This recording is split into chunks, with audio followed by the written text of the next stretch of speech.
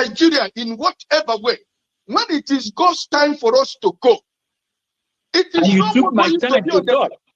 You are ready to defend Nigeria. I gave you my time. No, I'm coming. Alex, hold on. You already started. What I'm saying, defending Nigerians is this. I gave him my time and he's using it to defend Nigeria. No, sorry. I'm sorry. Tinubu is a criminal, yes, of course, a categorical grade 1 criminal. The only person more criminal than Tinubu in Nigeria is probably Babangida. But he's a criminal, and is he fit for purpose? Absolutely not. Should Tinubu be the president of Nigeria? Categorical no. Is there a better option than him? That is subjective. So show me who he is. Right. Good evening. Welcome to this weekend's episode of Have Your Say 247. My name is Sho, and I'm coming to you live from England.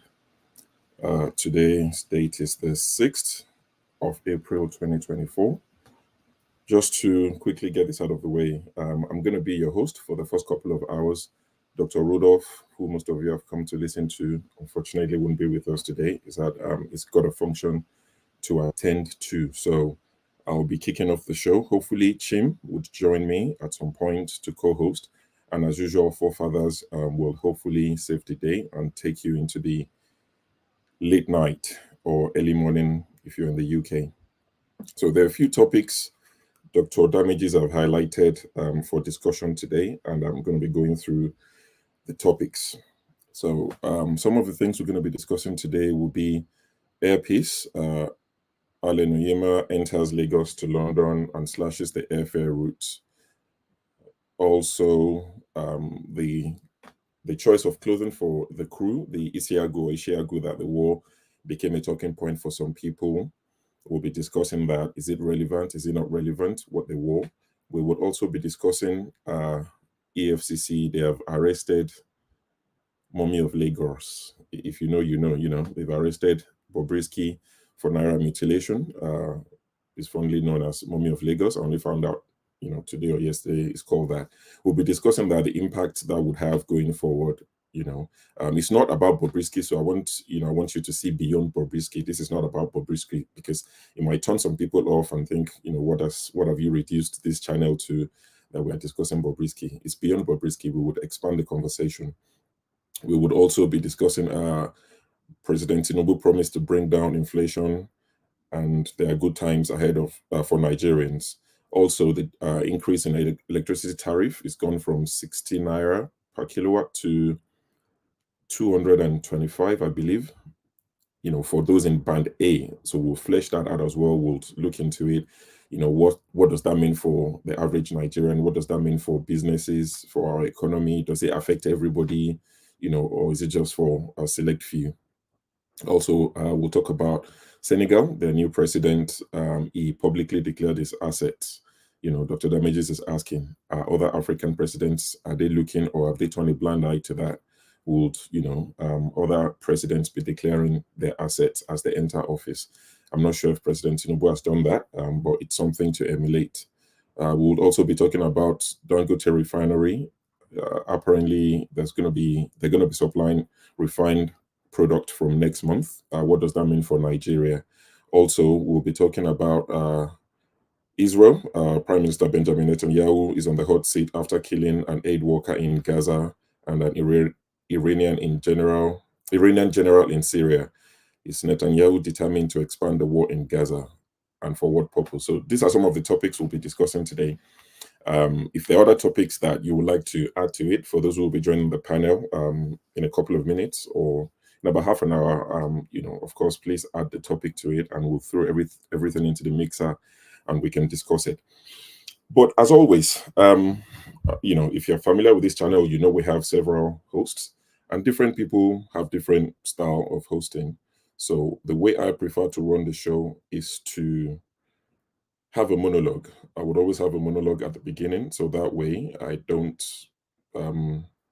have to, get involved as much when you guys are discussing, and apart from moderating and kicking people out if they deserve to be kicked out, of course. So I'm going to have a quick monologue regarding some of the subjects. I will leave some subjects that I won't really go into.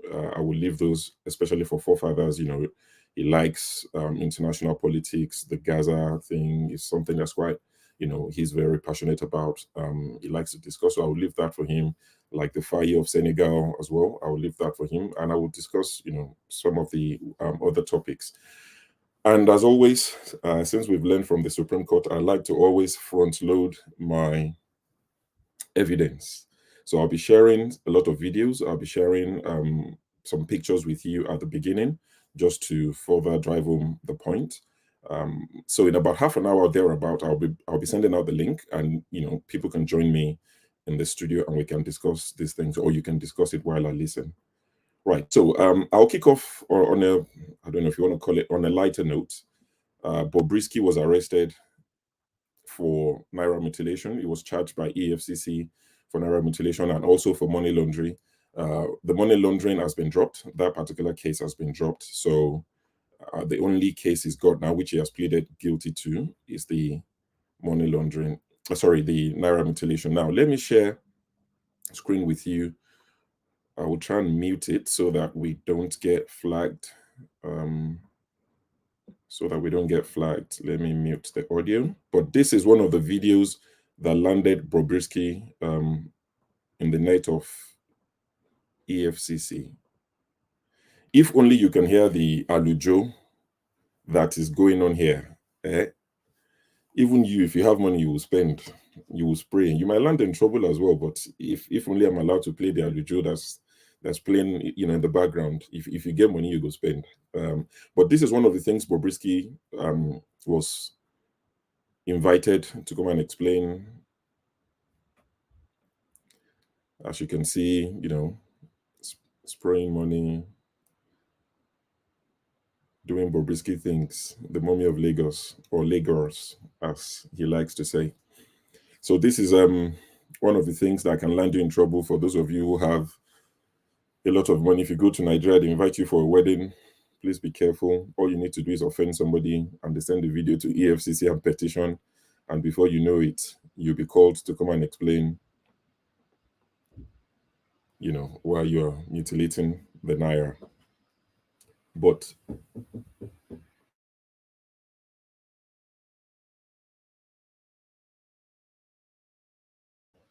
I beg your pardon. So that's what got Bobrisky in trouble. EFCC arrested him and they paraded him. There's the mugshot. Let me see if I can find the mugshot. There's a mugshot somewhere of Bobrisky. Okay, I think I've got it. So that's the mugshot that was released by EFCC of Bobrisky. Bobrisky Idris Olarewaju Kuneye faces prosecution for Naira mutilation, mutilate currency and face the wrath of the law. So that is from the official page of the EFCC. Just hold on one second, guys.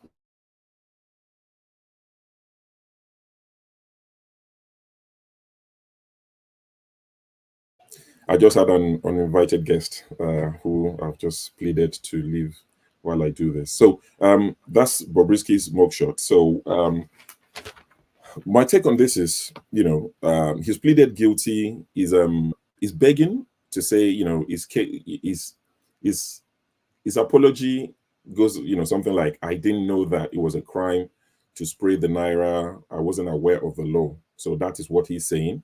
But it's going to be sentenced, I think, in a few days. But also there was another celebrity in Nigeria a few years ago that was sentenced to 6 months in prison. And I think that person has come out in support of Bobrisky. I can't remember. I don't know the person's name. I only found out about the person while I was investigating this one and preparing for this show. But my question to you when you come and join is Bobrisky going to be the last person that is going to be invited by EFCC? And how does EFCC operate? Does it require someone to report, or does EFCC on their own go through social media? Because if they are to do that, how many Nigerians will they be inviting? Because this is something that happens across Nigeria every weekend, where people are spraying Naira. There's so many videos online. So is it a case of you offend somebody doesn't particularly like you, and they just petition EFCC and send them a video of you spraying money? Is that what happened to Bobrisky? Or is there more to it? Is it the cross-dressing thing? Is it some of the other allegations of him being, gay or not gay and all of that? that's the way I want us to look at it. So it's beyond Bobrisky now, because some people might turn up their nose and say, I'm not interested in that discussion. But you might go to Nigeria tomorrow, or if you live in Nigeria, you go to a party and they start hailing you and singing and shouting your name, and you get excited, you spray a few Nairas here and there, and before you know it, you land in EFCC's office. Also, the question is, could this be a distraction? And this leads me to the second topic. Could it be a distraction that's intended to just divert the attention of Nigerians? Because in the last couple of days, it's come to light that the electricity tariff in Nigeria has been increased from 60 Naira to 225 Naira, 225 Naira per kilowatt. For those in Band A, now that's something we have to stress. According to the Minister for Power, Mr. Bayo Adelabu, he's made it clear that this is not going to affect everybody. In fact, I have it somewhere here.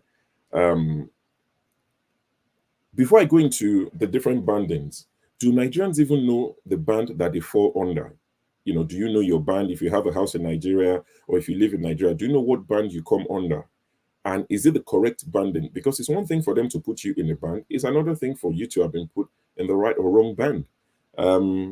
If you have parents in Nigeria, do you know what band they are in? If you have a home you're running in Nigeria, do you know what band you come under? So let me quickly go through the bands from what I could find online. So Band A are the ones that will be affected by this new tariff. And Band A you should by right, have 20 to 24 hours supply every day. So between 20 hours and 24 hours of electricity supply makes you fall into Band A. Band B would have 16 to 20 hours of electricity supply in a day. And Band C should have 12 to 16 hours supply of electricity each day. There's Band D, that would be 8 hours to 12 hours supply daily.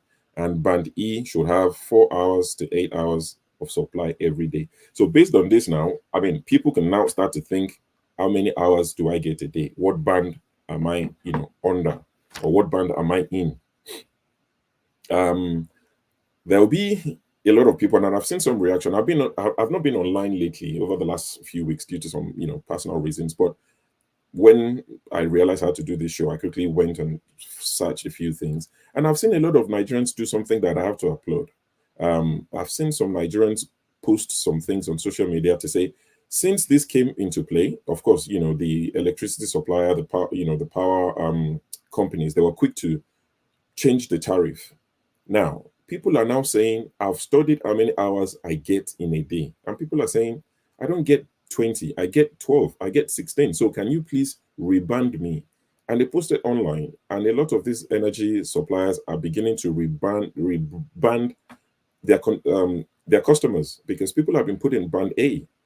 And you want to start charging them 225 Naira per kilowatt, but they don't get 20 to 24 hours.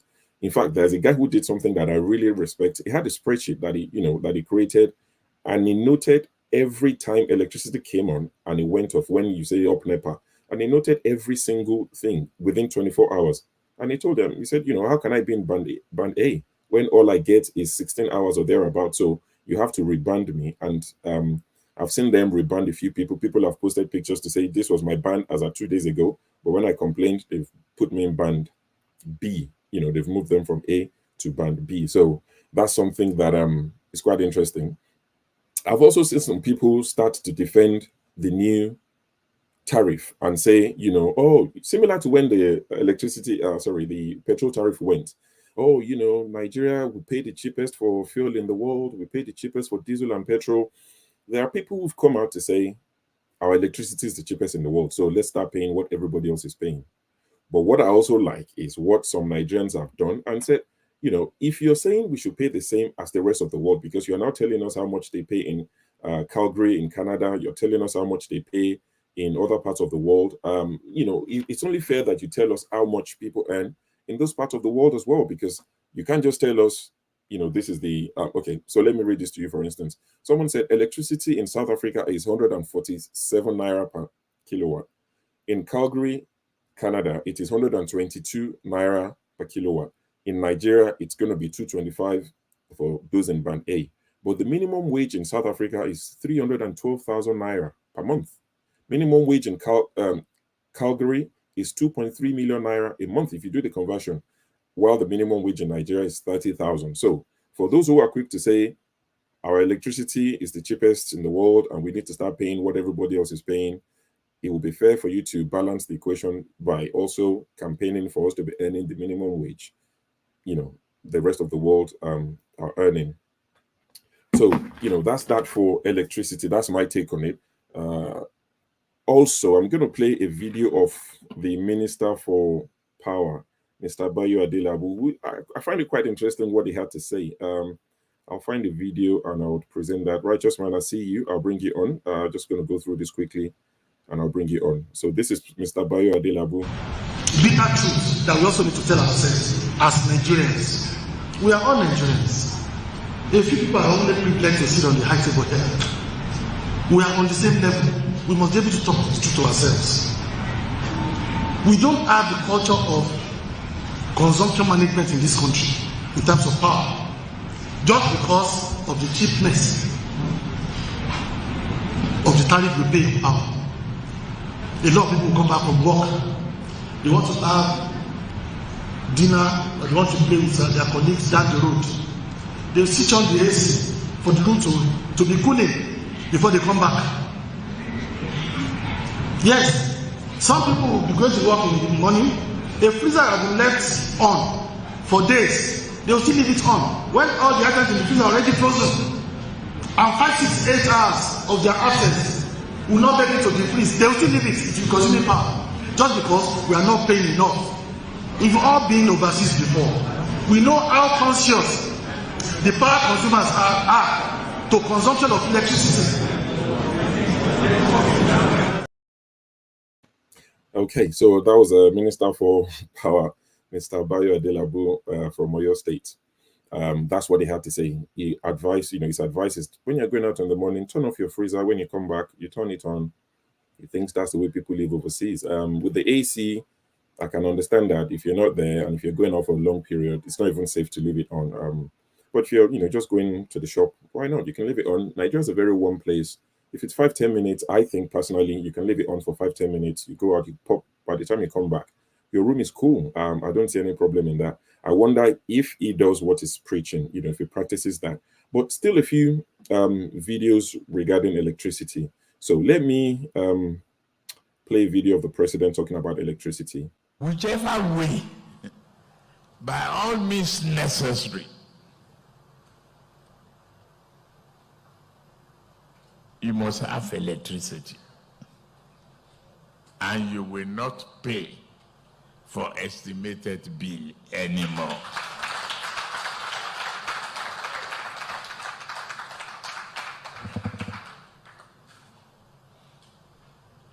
A promise made will be a promise kept. If I can't keep the promise and I come back for second term, don't vote for me. That's the truth. Okay, so that's the president speaking before the election, where he said, promise made is a promise kept. Estimated billing will be bygone.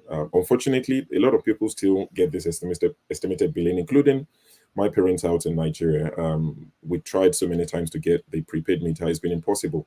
In fact, my blood sister, who lives in Nigeria as well, told me about 2 or 3 years ago that there were some NEPA officials that were going around trying to buy back the meters, the prepaid meters from those who have it.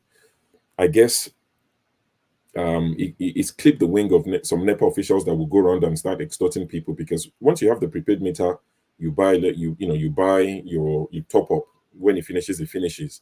There's nobody coming to cut your electricity, as we say. They won't come and cut the cable and take it away. There's no way you're going to bribe them to say, oh, don't cut my electricity. I know I'm owing 20,000, but take this 2,000 and leave my electricity on.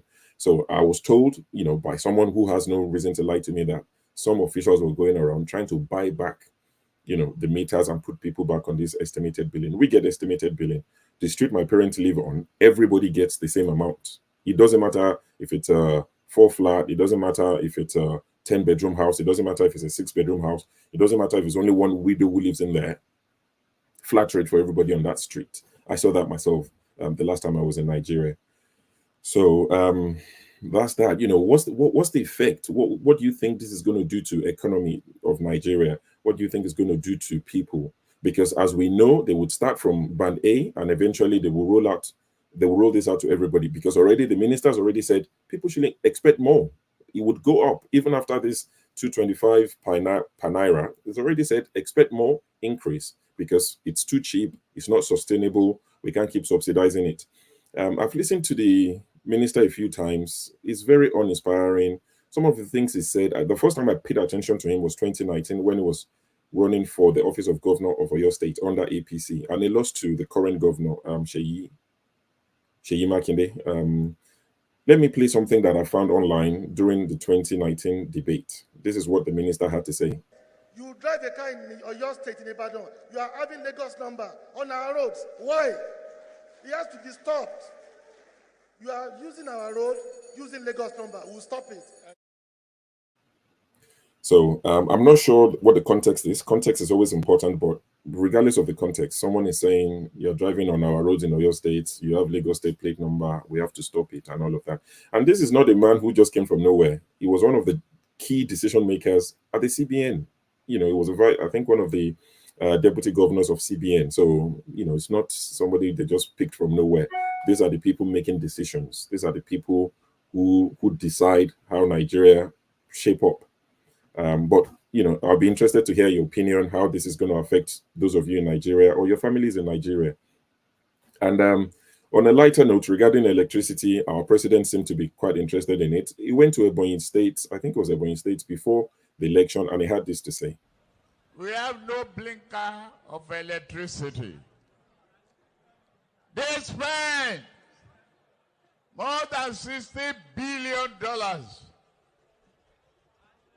They forget that transmission line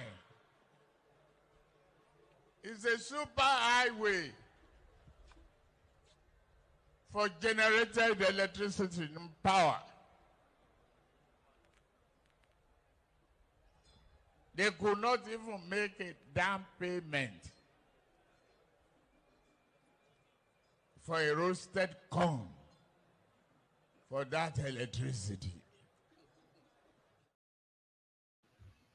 Right. So I thought that was quite funny at the time, and I still find it funny till now.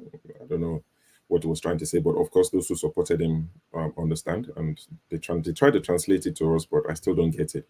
But that was the president. And what I find interesting in that video, apart from what he was saying, is his choice of outfit. I'm not sure if you paid attention to what he was wearing. Let me play it for another 2-3 seconds so that you just pay attention to the outfit the president. We have no blinker of electricity. So you've seen that you can see what what the president was wearing. That's the Ishiagu, and that takes me to the next topic, the airpiece. Beautiful thing that's happened. I salute Mr. Onyeama, or is it Dr. Onyeama? Wonderful thing he's done for himself and for Nigeria as a whole. The Lagos to London route is now open, and it's a direct flight. Nigerians don't have to go and stop in Casablanca or go to Dubai or stop over in all these places. They can have a direct flight from Nigeria on an airline that is run by Nigerian, proudly Nigerian. So many things he said. He was on a rise. Let me see if I can find the video and play some of the things he said. Some of the challenges they faced. If you haven't seen the interview, I implore you to go and watch the interview. Of course, I have to give credit to Arise News for this one that I'm going to play. It belongs to them. It's their material, but giving credit to them. I'll play about 2 minutes of it, and you can go and watch the full interview. The truth is, if I dwell so much on the, I would like to look forward, because if you start discussing all the challenges that faced us towards achieving this London route, honestly, you feel like crying, you feel like weeping. First of all, you suffer what I call both internal and external conspiracies. It took us 7 years. We got the designation, I think, about 6.5 years ago, to go into London. Since then, it has been cat and mouse game. We actually procured our 3 777s because of this route, not for any other route, because I wanted to give it the blow that it deserved as at that time. However, we were not allowed to go. It's not just, whether you like it or not, there's what we call international aeropolitics, which is very dirty. We applied to get, for the TCO. TCO means Third Country Operators Permit. You must get that, excuse me, you must get that one before you start going into any European country, UK inclusive. And the TCO organization from Europe wrote our Nigerian Civil Aviation Authority, do you know airpeace? Do you know about their designation? And we were denied. My own country denied us. So they threw it back. Went back to the NCA, they said, oh, we didn't tell you. You didn't tell them. Who designated us? The Minister of Aviation, the Federal Minister of Aviation, whose duty it was, and still is, to do that. Well, we said, okay, we are ready. They refused. They said, until they allow us to apply. So, you got designation from the federal government, and the NCA, under the same federal government, was telling you that you should not make any application towards going into the UK. Meanwhile, you gave us the nod to go to China, go to India. China is 14 hours, about 13 hours going to Guangzhou and 14 hours coming back. India is about 12 now because of the closure of the Sudanese airspace. About 12 going, about 13 coming back. Yet, you didn't find this airline worthy to go into the UK. 6 hours, piece of cake. For an airline that is doing over 160 hours of flying daily in this country, no other airline in the entire West and Central Africa does that much. 160 hours of flying, unblemished, no issues. What is 6 hours? Yet they stopped us. So the game is both from within and without. We were stopped. I would never stop saying it. So we continue this cat and mouse game with the NCA until Captain Musa Nuhu, during his time, said, enough is not enough. APs must be allowed to go in. What is the issue? Remember, they told us to, okay, when the heat became so much, when I gave them a lot of heat, they said, okay, you need to prove to us that you'll be able to pass the TCO. For goodness sake, if I don't pass the TCO, it doesn't mean anything, then I leave. But allow me to go. They said, no, we must prove to them that we're able to pass the TCO. I said, okay, you come and audit us based on the TCO standards. They said, no, you have to get IATA, some consultancy firms from IATA to do that. IATA must conduct that and give their results. We paid, I'm sure it cost of over 200 million. We brought IATA. IATA conducted a TCO audit on airpiece dump. Remember, we are IOSA certified, so I don't know why the need for that. We passed. It took several months before IATA even came. We passed. Then they wrote to NCAA that you should allow them to proceed to go and do the audit with the TCO Europe. They didn't respond. Several months passed, going up to a year. We went back to them and told them that, look, it is better you come out and say why the reason for all this, or I go to the press and say it, and I withdraw.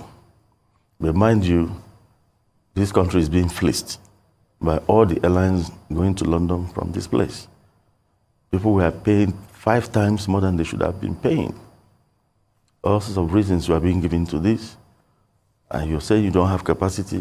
You have 3 777s, worth several hundreds of millions of dollars lying out there, fully purchased by this airline. I was when I said, okay. We are now going to audit you ourselves. Not minding the result of the IATA people they recommended.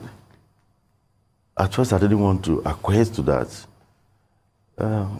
My chief operating officer, Mrs. Toyin Olajide, said, Oga, please, let's follow them. So I agreed. They came and audited. No, nothing, of course. I found nothing.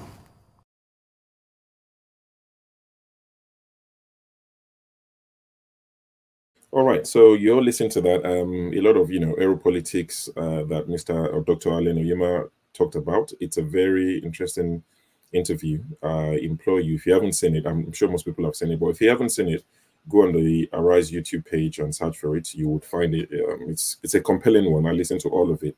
One thing it did say, because a lot of people think this channel and probably someone like myself just don't like anything that comes out of Nigeria or Tinubu's government. Dr. Onyeama actually thanked Festus Keyamo, the Minister for Aviation. And that's something that I would say, and I would applaud Festus Keyamo for whatever role he played.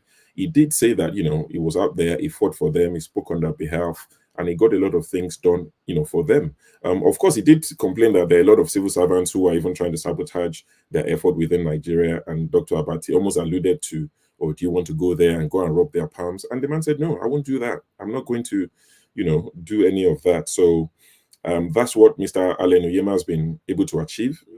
Great feat. That's worth, us celebrating as a country. Now, while that was happening, this is the way they decided to launch it. And I showed you the outfit of the president on purpose about 5 minutes ago. Now, on the launch, this is the way the man and his crew decided.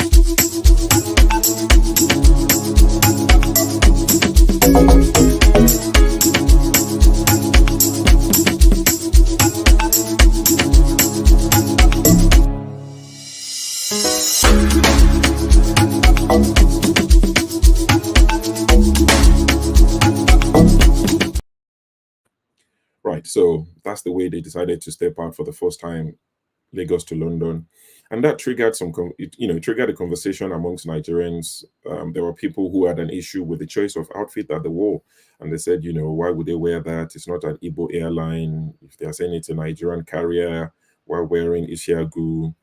And I saw some vile comments. Some people were wishing the planes would crash. Some people were saying it's an airline they would use to ferry ammunitions for IPOB, and some really shocking things that people are saying. And I know some people will say, oh, don't talk about it, it's irrelevant. No, we need to, just to let people know that these are some of the things we're up against. There are people who genuinely believe that, and if we leave them to roam free and start disseminating things like that, there are people who would actually believe it.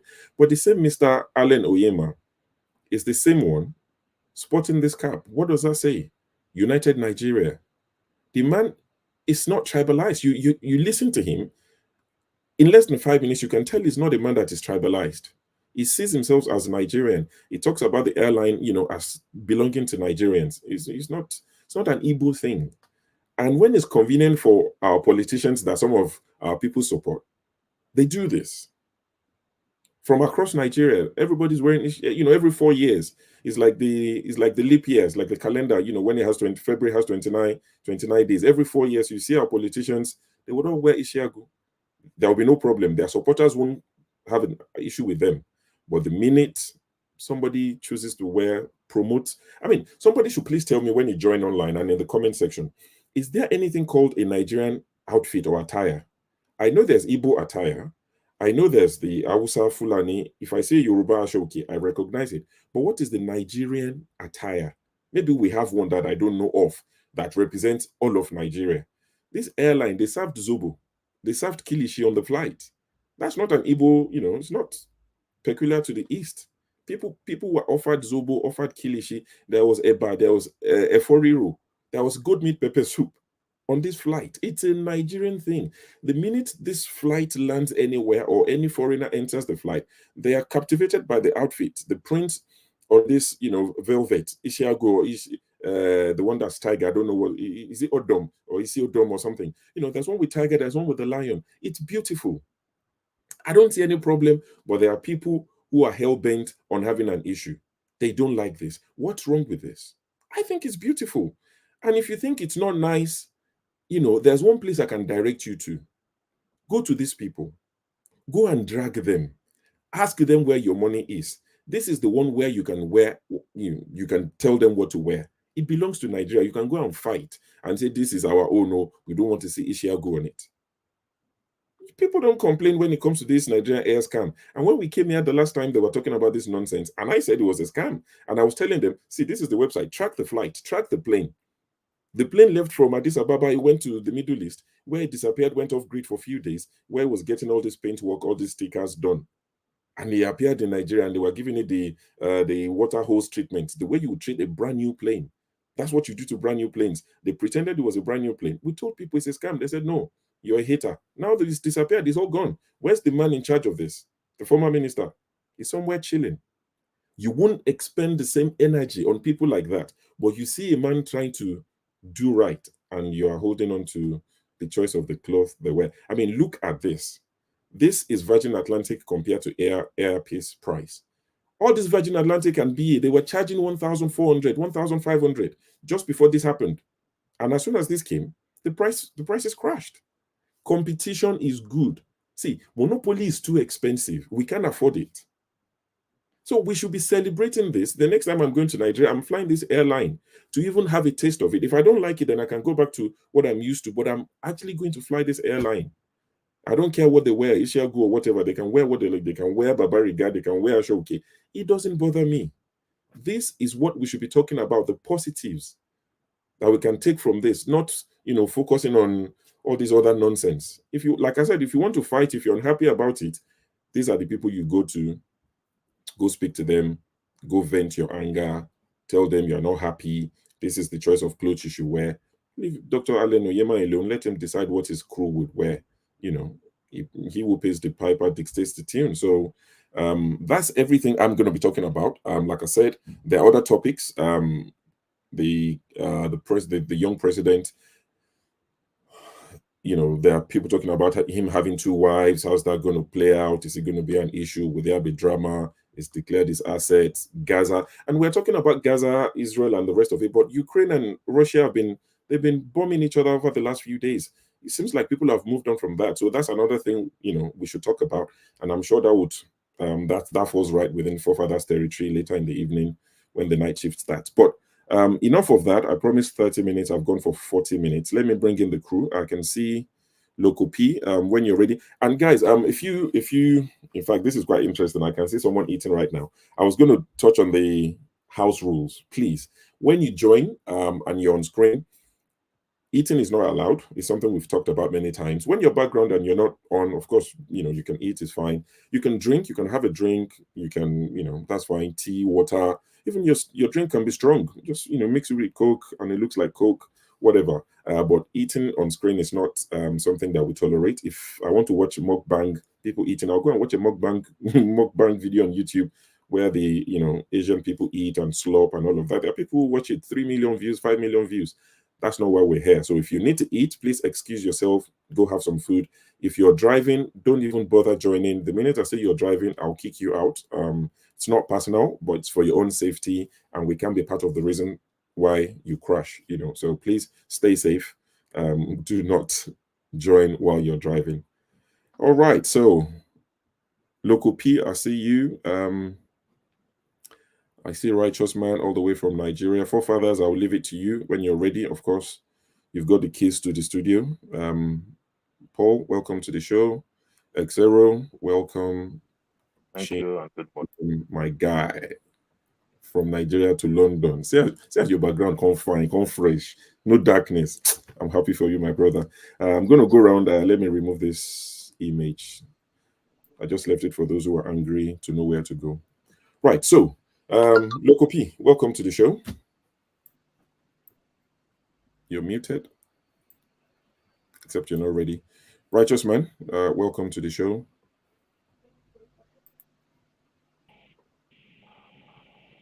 Yeah, good evening, show. Loco P, sorry. Okay. No, don't ma'am. Yeah. So what was the question? I muted before. Sorry. I didn't ask you. I just say welcome to the show. Okay, sorry. Oh, okay. Sorry. As always, if there's any topic we've left out, what I would do differently is, if there's any topic of interest to you that you think we've left out, I will give you 2 minutes to tell us the topic and quickly just trash it out, talk about it in 2 minutes, and we leave it. So if there's none, I'll move to Righteous Man. Okay. Hello everybody. How you doing? Welcome back from the Easter holiday, and power to the people of Nigeria. Anyway,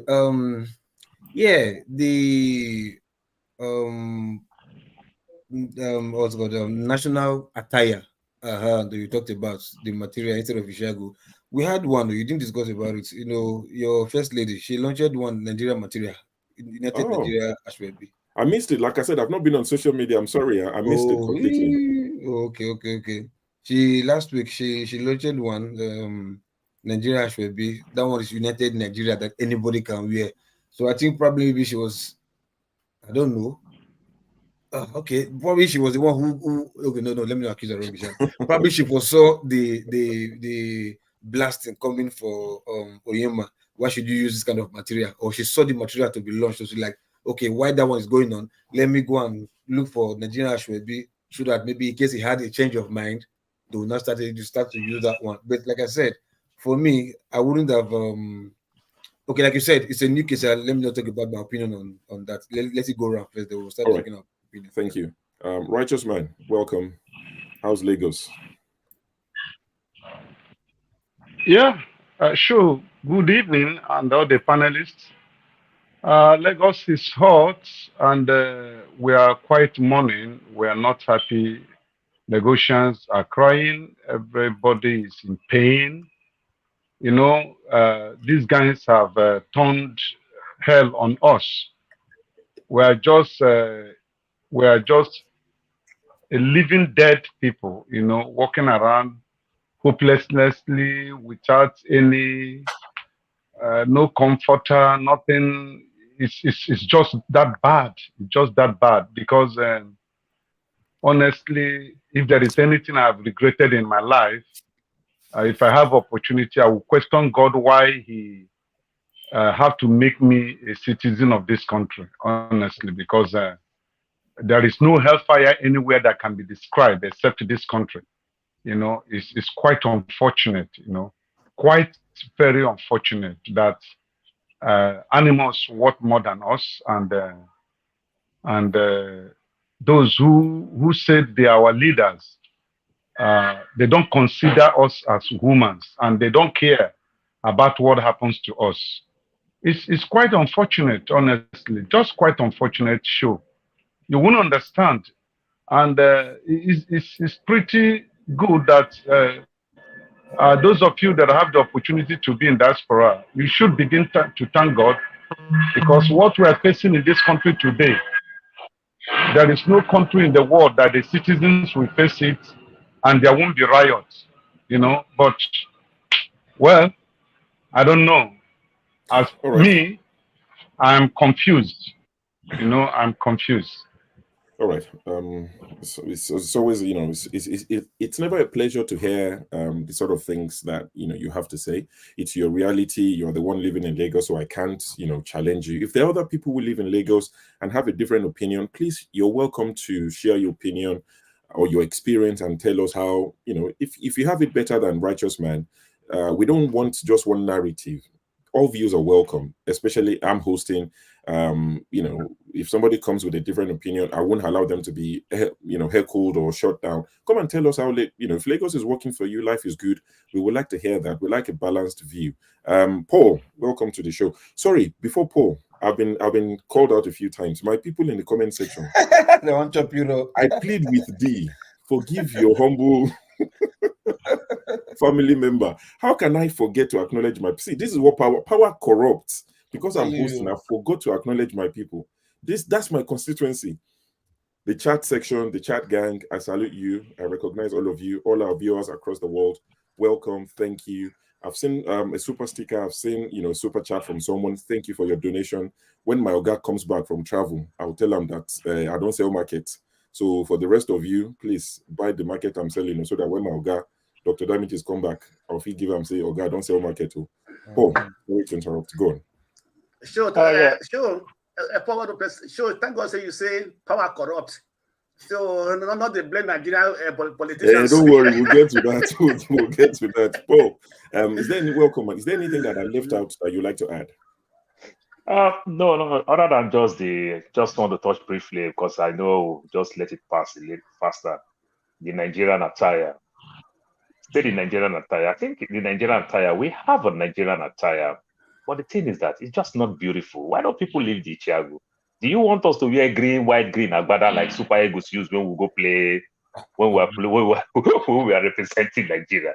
Is that the word that they call Nigerian attire? People can be very, very funny.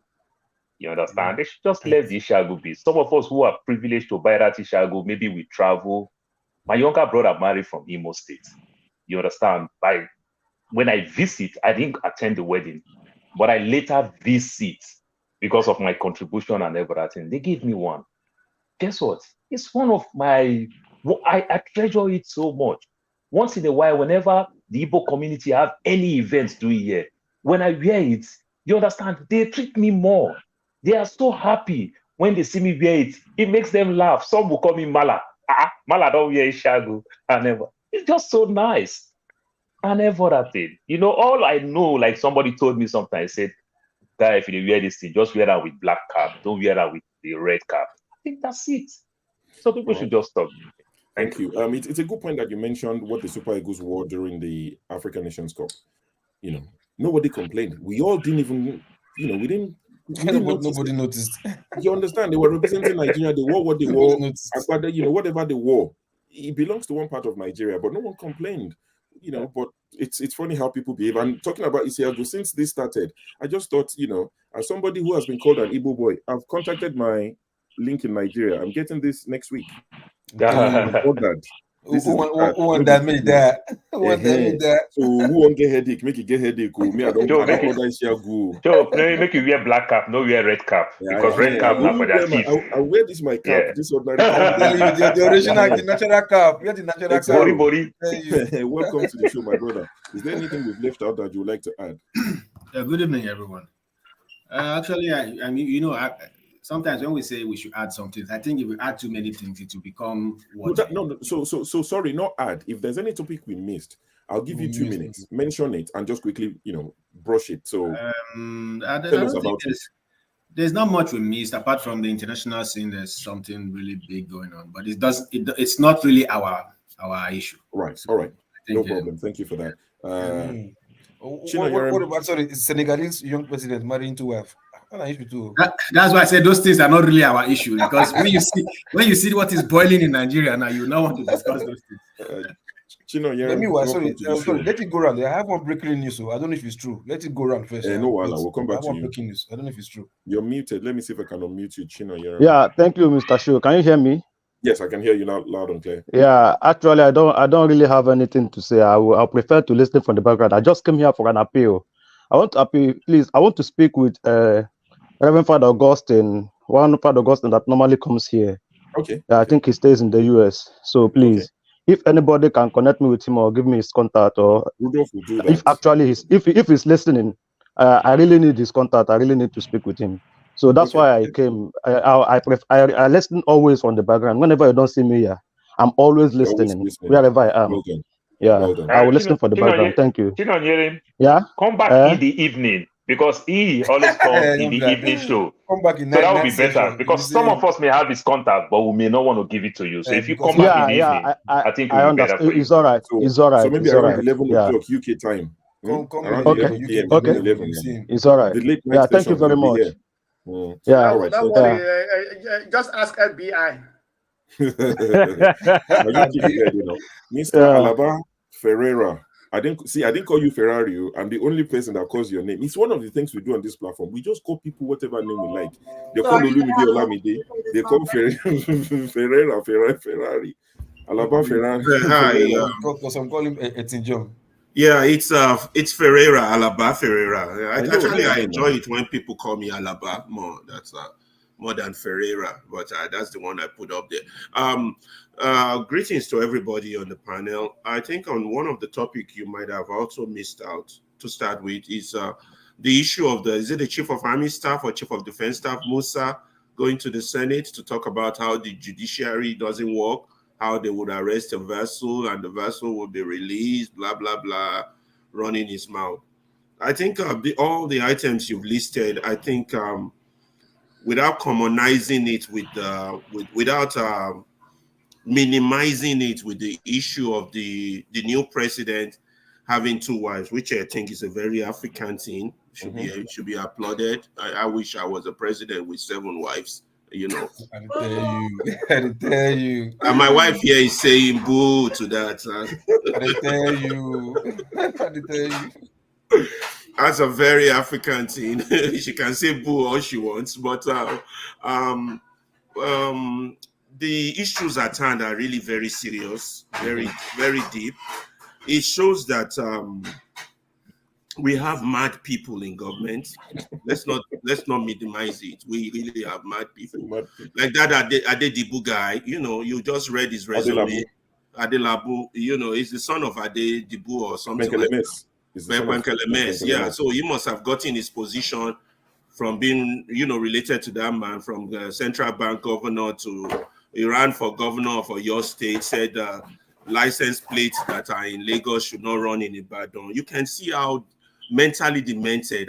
We need to have a psychologist, a doctor, to examine all these people we put in leadership. None of them are normal people. They're all sick people, psychologically, medically confirmed. None of them are normal.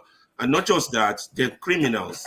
So criminals making laws, you've raised we'll come to all this. So when we flesh, I was just asking if there's anything that you think we missed. Oh yeah, what we missed is that issue of that Chief of Army or Defense, Minister of Defense, Musa, you know, talking about the judiciary being a total failure, which is an indictment of the government that is in a sane society, instead of saying that he himself will resign from such a government. But, you know, we have mad people in government, more deeper problems, more stuff to talk about. You know, I think we missed out on that one. And then the issue of this, that lady being arrested, or that man, Bobrisky. Yeah, you did talk about that one. I talked about it. All right. It'd be like, say, this man, they sleep for Germany. In his mansion. It looks like he's sleeping now. Wake up, don't sleep. I'm not sleeping. How can I be sleeping? Collect your money. I listen to Naira. I listen to talk. I'm not sleeping. From our point of view, from our side. No, anything we missed, not your point of view on the topics. No, I don't think there's anything we missed anyway. Okay, so let me skip you. Let me skip you. Me. All right. Even to Niger. Sorry, 1 second. Yes, Eagles Air, welcome to the show. Good to see you. Is there any topic you would like to tell us about in like a minute that we missed? We can't hear you. No, can't hear you. You're speaking, but we can't hear you. I would employ the service of... Can you hear me right now? Yes, clearly now. Okay. So I want us to look into, you know, some time ago, this PRO of military operating concerning the Delta State issue. They said that the military went to that place without any weapon. But yesterday or day before yesterday, also the Chief of Army Staff or who make an announcement that they have recovered the weapon that they have collected for the military. If we watch this thing, it looks so contradicted. So I want us to look into it and know which one is saying the truth or which one is lying. Because first announcement that they did not go there with any weapon. But 2 days ago, they announced they had recovered the weapon. Then how did they recover the weapon? On whose hand? In which place? In which house? Thank you. Okay. Thank you very much. Olumighty. Olumide, the drug seller of Canada. Legit drug. Sure, Baba. I agree the whole house. Brother Mijamisi. Okay, now. So my guys, I mean everything in trending in the news is what you said, but one shocking news aspect that I don't know if there's any Canadian here or in the panelists to be any witness. We have this popular channel called CP24. It's a Canadian news. And yesterday I was listening to it. And they reported, and immediately I heard that news. I went online, Sahara Reporters, the popular online Nigerian papers, to see if they will report it. I mean, how are these people getting information ahead of us without us? I mean, something happening in my own country is what I'm hearing from a foreign news agency. They reported that 21 people were killed in Kogi State in what was termed a farmers' elder clash. And you know when that happens, we know what exactly is happening back home when that happens. That it is this headers. I heard it. It was reported actually. The Nigerian news carried it. Which Nigerian media? Go to VOP. They carried it actually. I heard it. Even some newspapers also carried it. Okay, so for me, it was very. I mean, that the foreign news entity will carry it. That speaks to the fact that I mean, do we really cherish life? All right. We should back home. I think what that speaks to is the fact, not the fact, that's a common thing now, and I'm getting sucked in. It almost annoy me when I hear everybody say the fact. I think that speaks to us being numb to people being wide, people being unalived in Nigeria. It's become like a regular thing that happens, and our news channel just sort of touch on it briefly, which is not normal. It's not right. I agree with you. It should be front page, back page, middle page, but it's almost like, we're becoming numb to it. It happens so often. Man of Prestige, welcome to the show. Good to see you. Is there anything that we left out that you want to tell us about? Okay. Good morning, good afternoon, everybody. You have covered most of the topic. Maybe we're missing about the Kaduna, the governor of Kano that set up to probe Gandhi, when he was money in his purse. So set up, to probe him or some other, irregularity that happened during Gandhi time. And the guy that took was a journalist, that took the picture. It wasn't an implanted something or something like that, but because he took the pictures and he came out, they tried to subjugate him, but he refused. So we have to see how that's going to pile out in Nigerian space. And there's one more thing. I think there's something about the landmark on the coastal area in Lagos. I've forgotten the name of the guys somewhere from Igbo that have all those things. That was the rumor I was talking about. Yeah. Okay. Yeah. Right. That's fine. That's fine. Alaba, it's not a rumor, anyways. It's not a rumor. In 30 seconds, Alaba, please. There were two things I missed out. The shooting of the Shiites in Kaduna or Kano during their protest, and also the fact that they said MFLA's case is over, probe is over from the presidency. That the issue of MFLA's probe is over. Just like is it? Because I saw something today on the cable, which I was going to throw in to say MFLA faces fresh 26 count charge to be arraigned on Monday. Yes, fresh charges. To be arraigned on Monday. 26 fresh count charge. That was today. From the but they did say that the probing of him is over. Maybe the investigation, like they did for the other one they investigated years back during Buhari. Right. Okay. Yeah, that's fine. Thank you. CM, I see you at the background. Please, I want to say something. Please, I forgot something. There's a place I saw in S. They said that Tinubu demanded to release Nnamdi Kanu. I don't know whether it's true, but I saw that on S. So if there's anybody here that confirms this, the person should. That's a big news. If it's true, I'm sure we will need X. The whole Nigeria will be. I mean, most Nigerians will be talking about it. If for or against, it's such a big news that we cannot miss it. But CM, I see you at the background. I'll bring you in as soon as I can. Dr. Dominic, you're such a gentleman. Because you have the keys, you actually removed yourself. You can put me in the background so that CM can come in. Okay. Yep. Wonderful. Thank you. I see Dominic actually left, so someone can be. You can put me in background also. All right, thank you. So many volunteers. We like that. Dr. Dominic is like Jesus. See sacrifice. He just removed himself, put somebody who has keys to the studio. See, you can see people who have keys to the studio, when they come in, they just go to the top left. So when Pansat is complaining. Anyway, Dominic, good to see you.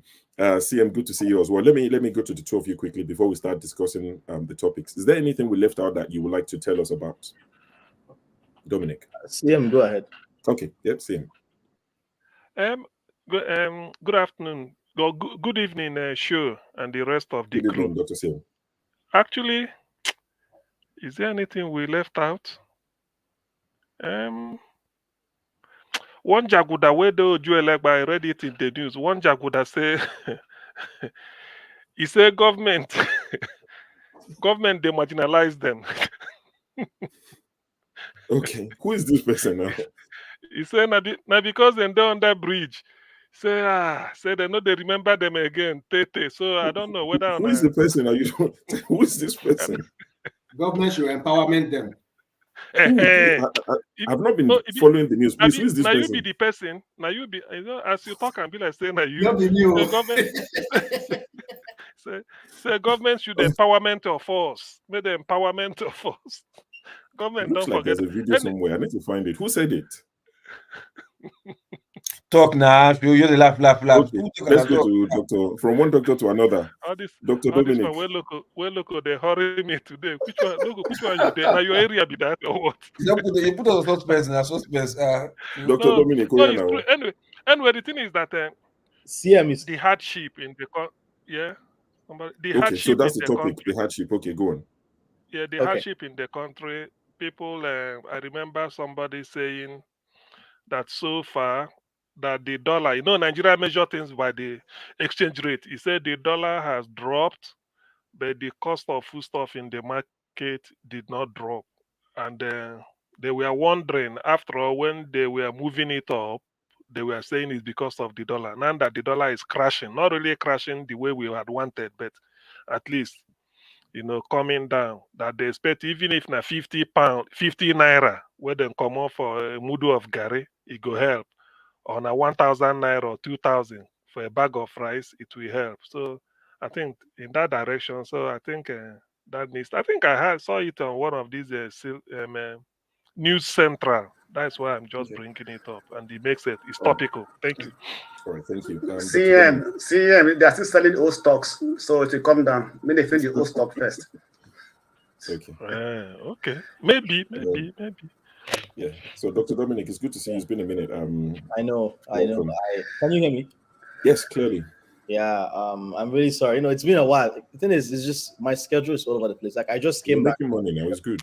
I just came back from working nights. I'm even sleepy, but I said I must join the show today. You're making money. Your money got plenty. Your money plenty. Well. Which kind of money plenty? You work over time. A bank account they ring bobo. Just to get a lot. Every day. I miss all of you. One thing I wanted to point out is I don't think this had been mentioned. Is obviously as a physician, this is something that is dear to my heart. But we've been not even noticing, like in the last couple of years, how many actors have we lost due to medical issues? And it begs the question, these are very popular people who we expect to have the means to support themselves, right? But then we are having them coming in social media when they're like half dead, and the next thing you know, the person dies. And one thing always rings, there's always one underlying theme: non-communicable diseases. Because in the dawn of the century, what was ravaging a lot of Western countries was infectious diseases. And then over time, it went to, as time progressed, the medical advances, people moved from being killed by infection to being killed by the rich man's disease. So diabetes, high blood pressure. So you're stressing, you're eating too much junk food. And then guess what? Africa and they're advanced, I won't call it developed countries, less advanced countries went from infections, because guess what? We're having access to antibiotics now. We're having access to maybe some medical advances now where people are living longer. Now we're progressing from dying of infections to now dying of non-communicable diseases. So people are dying of high blood pressure in Nigeria, heart attack, diabetes, kidney disease, especially in black people. And nobody seems to be talking about this. So there's something I think is very important and should be discussed to some extent. I can offer my not advice. I can give medical advice in public. I don't give medical advice in public, but I can offer some insights into some of what I know and maybe give some sensitization to people who are here. All right. And I will leave you guys to argue about the politics. All right. Thank you very much. That's an important one. Can be overstated. Health is wealth. That's been said many times. In fact, I think Rudolph sent out something a while ago about people looking after their own hearts and checks and all of that.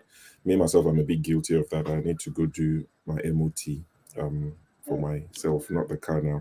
The car gets MOT, me, the owner. 5 years, 6 years, let me do MOT. 6 years. Please, allow me to ask, Dominic, are you a medical practitioner? Is a doctor. Is a doctor? Sir. Oh, please, I will. Maybe you can drop the contact on the Yeah, private. no. It's not free. The reason is this: what you just said now is true, and I've been eating beans since yesterday. No carbohydrate. I'm telling you, beans is carbohydrate now. Beans, but it's breakable for the system. My system, I can adjust to it. No, but it's more protein. It's more protein. But I think doctor can explain to me more. All right. Please, no problem. Who forced you? No, who forced you to eat beans since yesterday? He's a dietitian now. My body cannot digest it better. Now the one where food cost. Your poor neighbors, as they chop beans now, they don't suffer. All right, so the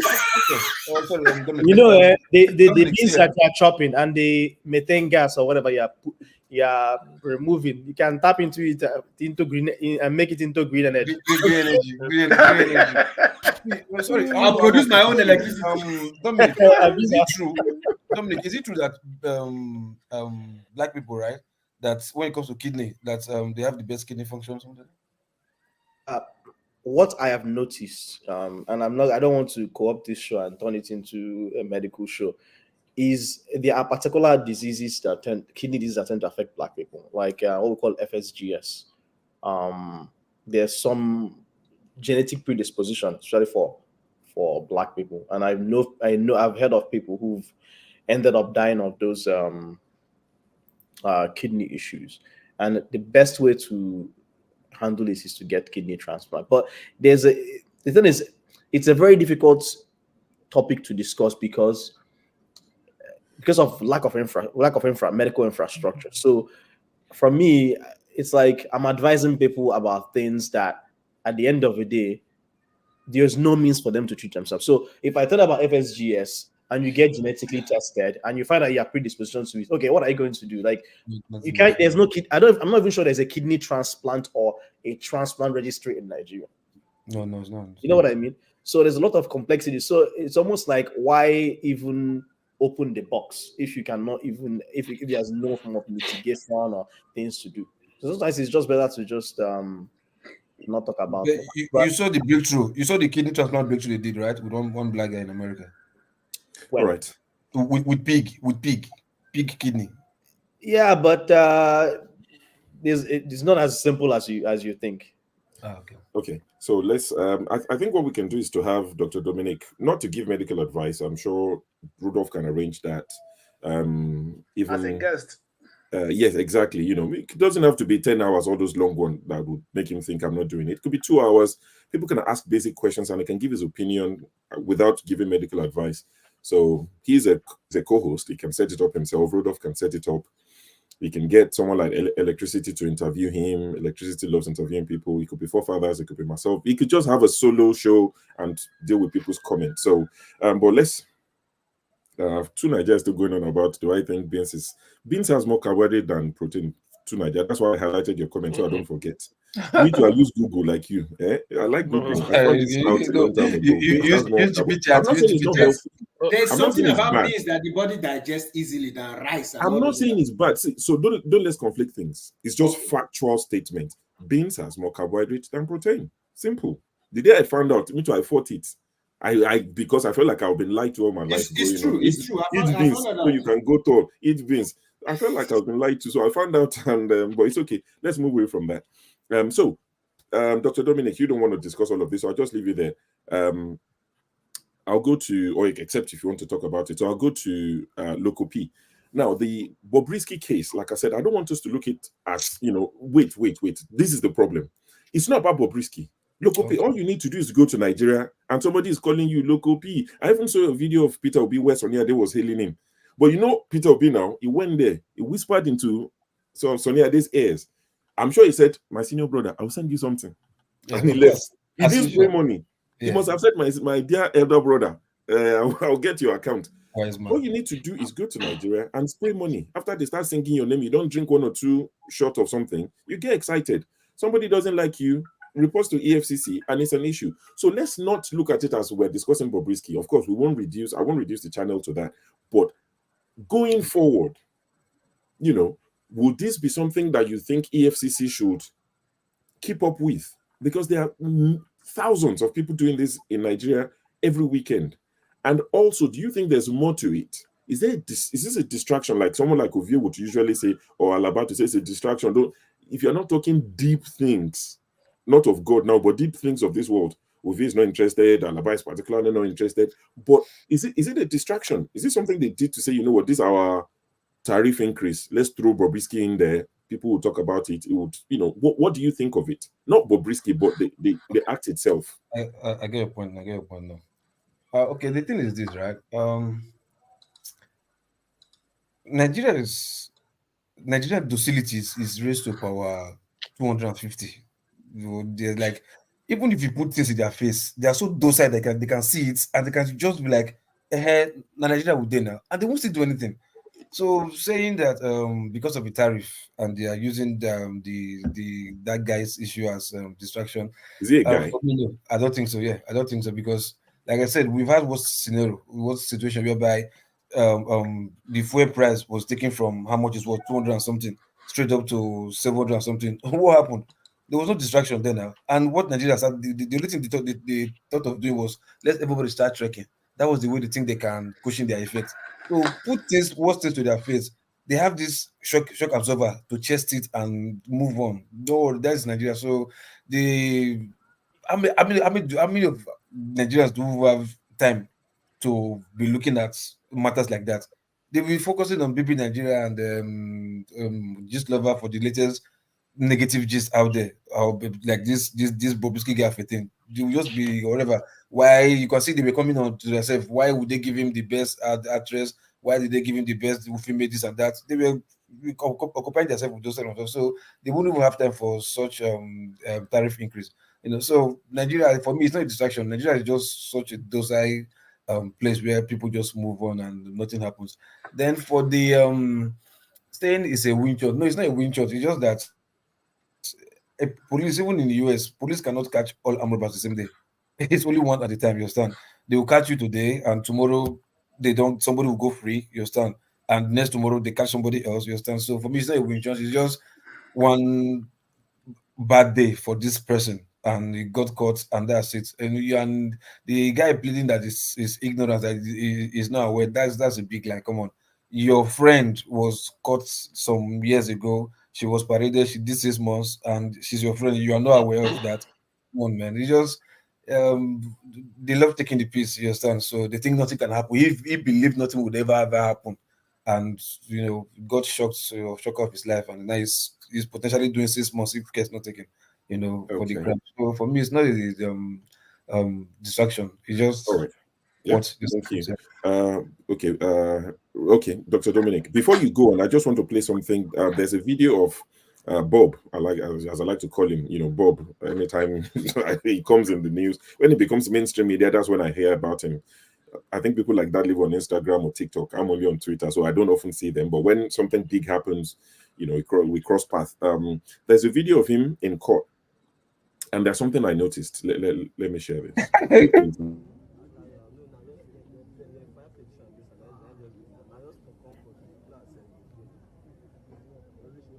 No yash, no breast. Ignore the audio. Forget about the audio. It's just the visuals.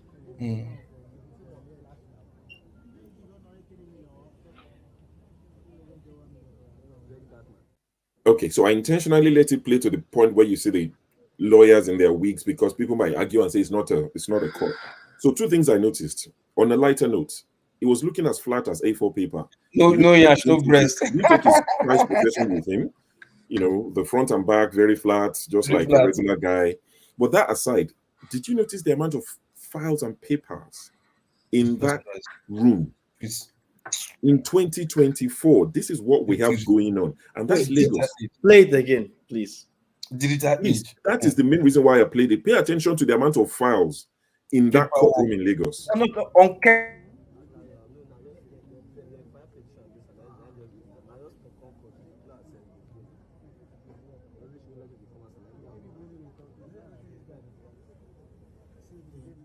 Whatever you do, don't get in trouble in Nigeria. If your fire did that place, the thing catches fire. You are dead. When I saw that, apart from the joke that, we didn't take his prized possession, his back and his front, I saw those and I'm like, because this is what I do. I work in digitalization, where we move organizations in the UK, different organizations from paper-based to, electric, especially with the public sector. I talk about the NHS a lot. That's part of what I do. Different NHS organizations moving from paper-based to EHR, as you call it in the US. Dr. Dominic, you call it EHR, electronic health record. We call it EPR, electronic patient record in the UK. You see, the world they've moved on so much, and we're still doing this. There's a particular project I worked on 2 years ago in Manchester. 10 different hospitals form one trust. It's called the Manchester Foundation Trust. In 1 year, year on year, after they went live with this particular software. Now, hear this. All the 10 trusts, they were not using paper. They were using some paper and some systems, but they did away with their legacy systems. So all 10 were using different systems, EHR systems, EPR systems.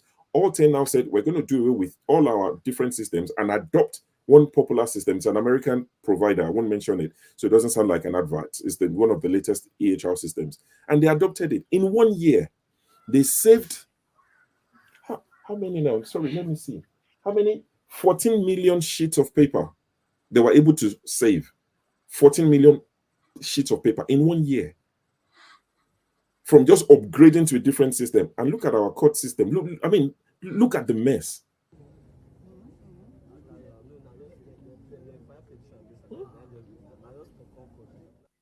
Don't have court case in Nigeria, whatever you do. Righteous man. In terms of spraying money, do you get excited? Do you spray money in church? Do you spray money at parties? What do you think this means for Nigerians going forward? Would it become a regular thing that people are arrested?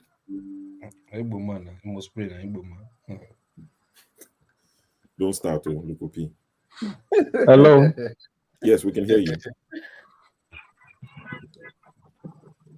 It looks like. So, yes.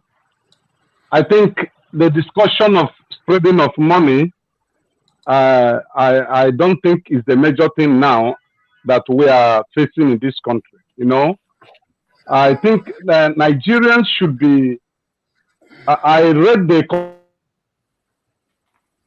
You're breaking up. Your internet used to be good, though. Nigeria is happening. Sure. Now who get money? They spray money. Yeah, if you go the moment I told you people, hello. Yes. Are you with me? Go on. Yes. Yeah. The moment I told you guys the line I was using, and I don't know whether you guys went and did something about it. I started having problem with my internet. But anyway, that is just one of those things. Now, the issue of spreading money, I think it's not the major thing about this country today. Okay. You see, when you read the comment section, the reason why I don't reply is because some of those guys in the comment section are very young. They've not tested any challenges in life. And they've not encountered what is life. Some of them are privileged that maybe they come from a rich family and they find themselves in abroad and they think life is like that. And they talk rubbish and write rubbish in the comment section. Sometimes I just ask God to forgive them because they don't know what they are doing. You can't just insult person. You can't just come on comment section because you have the privilege of writing. Then you start talking rubbish against an individual. It's quite unfortunate that we have low-class thinking people that comes to this panel to write rubbish. But I don't I don't blame them. They have that opportunity. If they are in Nigeria buying data, I don't think they will not buy. They will not spend their time to write those rubbish there. Show Nigeria is bleeding, and those who cares about humanity, those who cares about how their fellow human being created by the same God or the same creator, what they are passing through. I think can do, maybe he's back to US right now. You should join this panel and let you guys know what is going on here. Life is not easy here. I know life is not easy anywhere, but Nigeria own is exceptional. The problem we are facing here, there is no country in the world, not even Somalia that is fighting war, can face it and the citizens will stand. You know? So whenever an accurate news is given about what is happening in Nigeria, you see some fellows that lack human empathy. They will come to section and start talking. There's somebody say, why don't you go back to your Biafra? Is that not the mentality of those who are accusing Onyeama for wearing Isiago? You can see the kind of level of people we have. We are criticizing the politicians. But those who go on the comment section are worse than, they are more satanic, more evil, more devilish, more inhuman than even the Nigerian politicians. Because if they have that position, they will do worse than them. Okay, when I go to market and I come back to the panel here to give you a report of the cost of living here, some foolish individuals in the comment section will begin to attack me that I'm giving bad report and show you where I think recently you were in Nigeria. Did you not go to market and verify the cost of living here? Was I telling you lie that a bag of rice, Nigerian bag of rice, the rice that are grown here is about 75,000-80,000. The foreign rice is about 90-something thousand. So why will somebody not respect himself or herself and begin to talk rubbish on the comment section because you have privilege to be in abroad and you don't know tomorrow they can deport you? No matter the card you are holding, no matter your document you are holding, you are not a white person and you can be booted out of that country at any time. And you have that privilege to come and insult me. You don't know my background. You don't know my level. We are not matched at any, because I come to the platform and I say exactly what is happening in Nigeria. Some elements that are unfitted to speak in the public will be there insulting their grandfather. That's madness. Righteous man. I'm sure you are part of those who comment on the comment section. Please, you have to caution them. It's not because we come to the public to talk, then somebody will be giving you names. That doesn't make sense. Is that why we come to the platform? Of course, that's not why you come to the platform. Righteous man, I hear you. Dr. Dominic, I'll let you speak in a second. I hear you, righteous man. And it can be frustrating, most times when you read comment and you think people are not taking the issues seriously. But you have to understand, people have, I don't want to say agenda, but people have planted their flags where they want to plant it. So the minute you speak against the government of the day, they will come at you. And my candid advice, because when I first joined this platform about 2 years ago, I faced the same in the first couple of weeks, and I learned quickly. I ignore it completely. There are some people that I don't even see their comment anymore until I see people type their name and say this person is typing rubbish. I have blocked those people, not as a moderator. I'm talking as somebody on YouTube, not StreamYard. On YouTube, I just saw some comments and I'm like, I don't want to read from you. I'm not censoring you. Other people can read what you're writing, but it doesn't help me in any way. I know you come for me and I blocked them. So anything they say, I don't even see it. And in a matter of weeks, you forget about them. They don't even exist to you anymore. We will try the best we can to sensitize the comment section, but it's like, so see the comment section as, the newspaper stand where people go and gist. That is what it is. So it's like going there and telling people, you can't speak, you can't speak. People would say things. They'll call you a liar. You can take them to the shop and say, this is the price of rice. They will tell you that person is your brother. The owner of the shop is your brother. You planned it. There's nothing you can say. And that show that, sorry, I'm not show. That is why Nigeria is where we are today. Because we face reality that is facing us and we don't want to, look at it and know what to do about it. Look, sorry, that you were asking a question about, is there any news that is missing? Yes, there is a big news. Did you not hear the Minister of Federal Capital Territory, Wike, saying, and I quote, that why should they allow an Igbo man to own that kind of land or to be given that kind of land that he built an estate in Abuja? That while he was the governor of Rivers State, that he dealt with the Igbos. Did you not hear it? So that is. Did you not read about it? I read it, but there's no video. He said it. So the man who's he said it. It's on tape. It's on tape. Okay. Give me your number. I will forward it to you. I will forward the tape to you. It's on tape. It's recorded. I'm not disputing. All I'm trying to say is the last I saw of that gist is that the man whose estate they demolished accused Wiki of saying it. I'm just saying I've not seen it. I'm not saying it doesn't exist. I'm happy that you said it's on tape. You know I won't defend Wiki. I won't defend him. I'm just saying that I've not read it. I've not seen it. But Dr. Dominic, you wanted to say something before we pass the baton? Yes, I want to say a couple of things. Rajesman, I understand where you're coming from. When I first joined this show, I felt some sense of, well, if I joined the show, I felt some sense of liberation, being in the comment section, typing anything I want. And then I was like, you know what? I want my opinion heard. I think there's something I have to offer. And then I showed my face for the first time, connected with Rudolph, and the rest is history. When you come on this platform, you're coming here to give a voice to your opinion.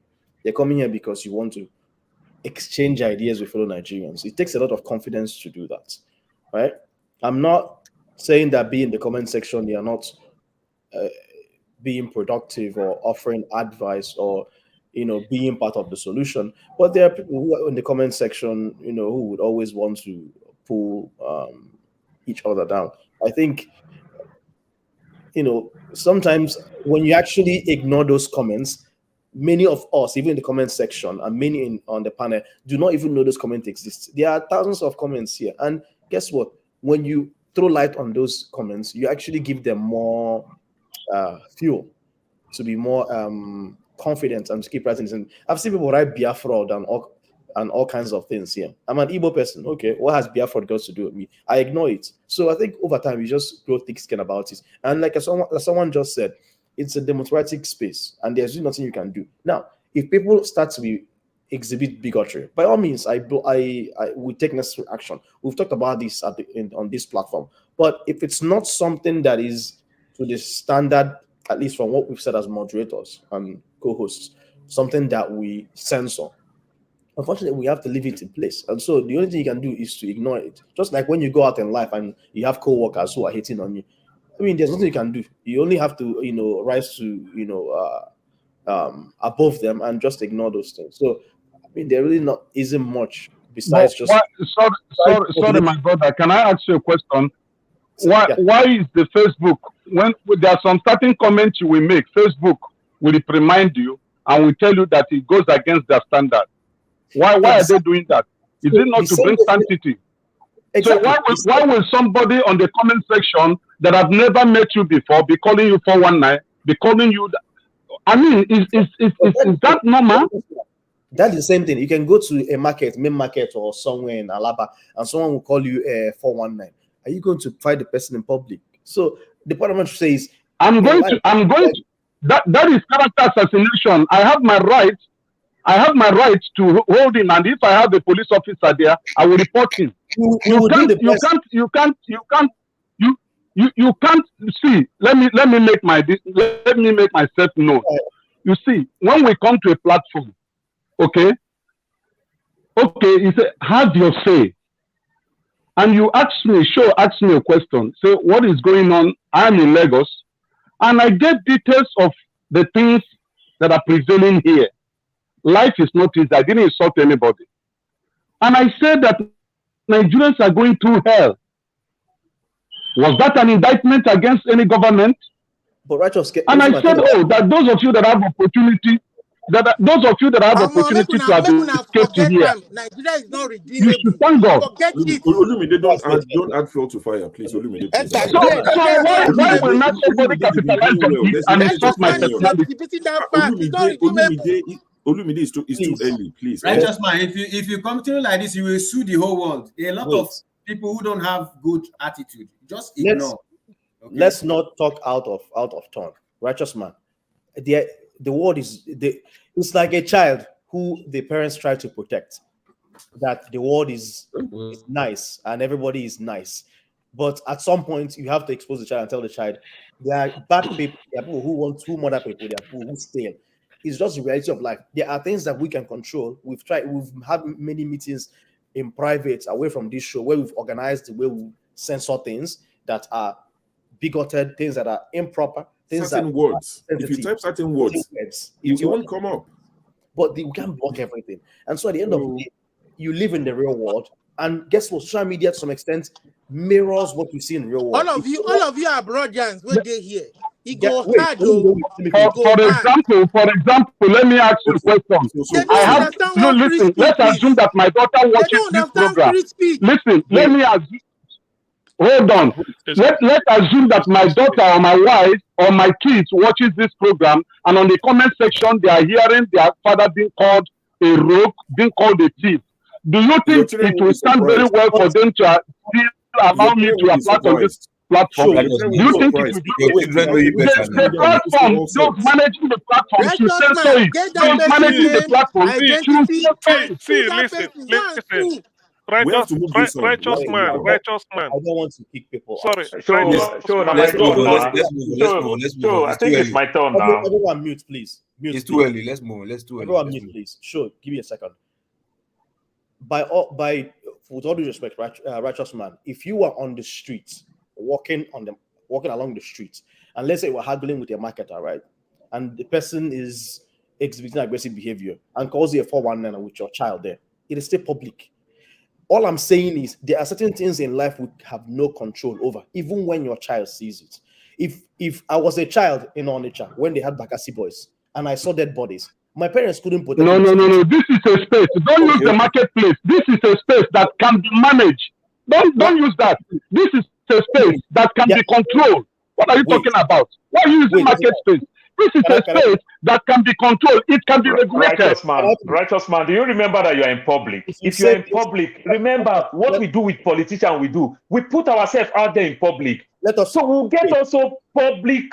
We commend us positive and also negative. That's why we're in public. When you come on this show, there is an unwritten agreement that you sign that you are going to expose yourself to a lot of scrutiny. And the only way you can be able to deal with those things is if you grow thick skin. The much we can do are to block certain things. But guess what? We have control of what is seen on the screen.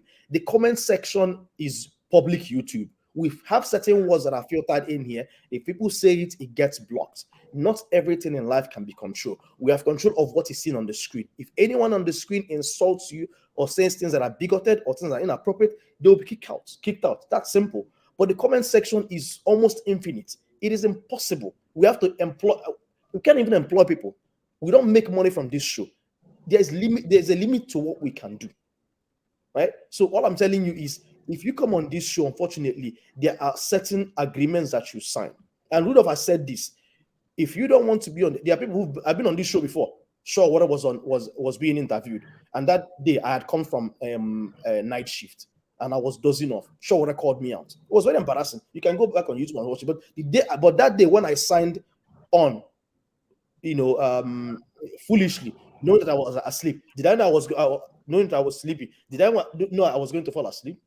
But it's very embarrassing. But I made the choice. So at the end of the day, when you sign on to this show, there's an written agreement that you are going to be exposed to scrutiny. We'll try the best that we can on things that we control. But there are some things you can't control. I can't block everything on here or keep looking for comments. It detracts from what we are doing here. And guess what? When you look at those comments, you throw light on them.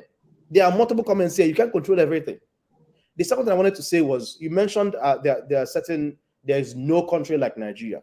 I wanted to point out Haiti. I think a lot of people have failed to sort of make parallels with some of the things that are going on in Haiti. There's a lot of chaos going on there. Worse than Nigeria. And worse than Nigeria. I've never seen something. Worse than Nigeria. It's horrible. Because guess what?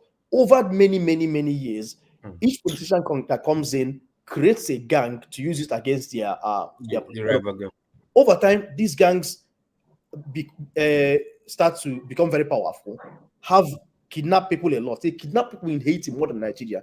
They make money off of it, and guess what? They buy, ammunitions, and they divide the capital and different parts of the country into different sections. So it becomes a gangland.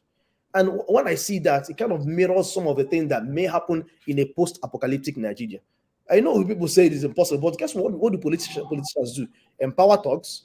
After election, some of these thugs that you've empowered and given guns, they would not lay down those arms, and they become the robbers that we see. So I just wanted to throw some light on that as well. All right. Thank you, Dr. Dominic, for trying to explain, some of these things. I empathize with those who pay particular attention to the comment section, and I always say once they know that they've gotten you, that's it. They'll keep going. They'll keep getting at you. You've beaten the bait, and that might be it. But Paul, apologies for keeping you waiting. Let's circle back. So this is of course I really feel bad. I wish you can give me 30 minutes since you guys that is true. So that next time it won't happen again. I don't control time, sorry. How much should you pay for 30 minutes? No vex. I am ready to pay. I have the money. They want to charge me so that they can have money. They charge me, I'll pay. I will pay. I have the money. It's let them charge me public. I'll pay. Move on. All right, gents. Are we going story to story from now so we can discuss? Okay. So now that you said you had the money, you have the money. So if you go to Nigeria today and you go and spray Naira, and the Blackstone now thinks, me and Paul get Wala, it takes that video, it sends it to EFCC. You might be the next one we'll be discussing on this show. I think that is good. What's your take on this issue? I think that is good. Just like I said before you would ask me this question, I said I have the money. Remember, if I have the money, I will always go scot-free. It is those that don't have the money, they always use as scapegoat. This money thing, not like 7-8 months ago, there's a prominent Oba also spray Wasiu Ayinde money. The videos is still there in YouTube.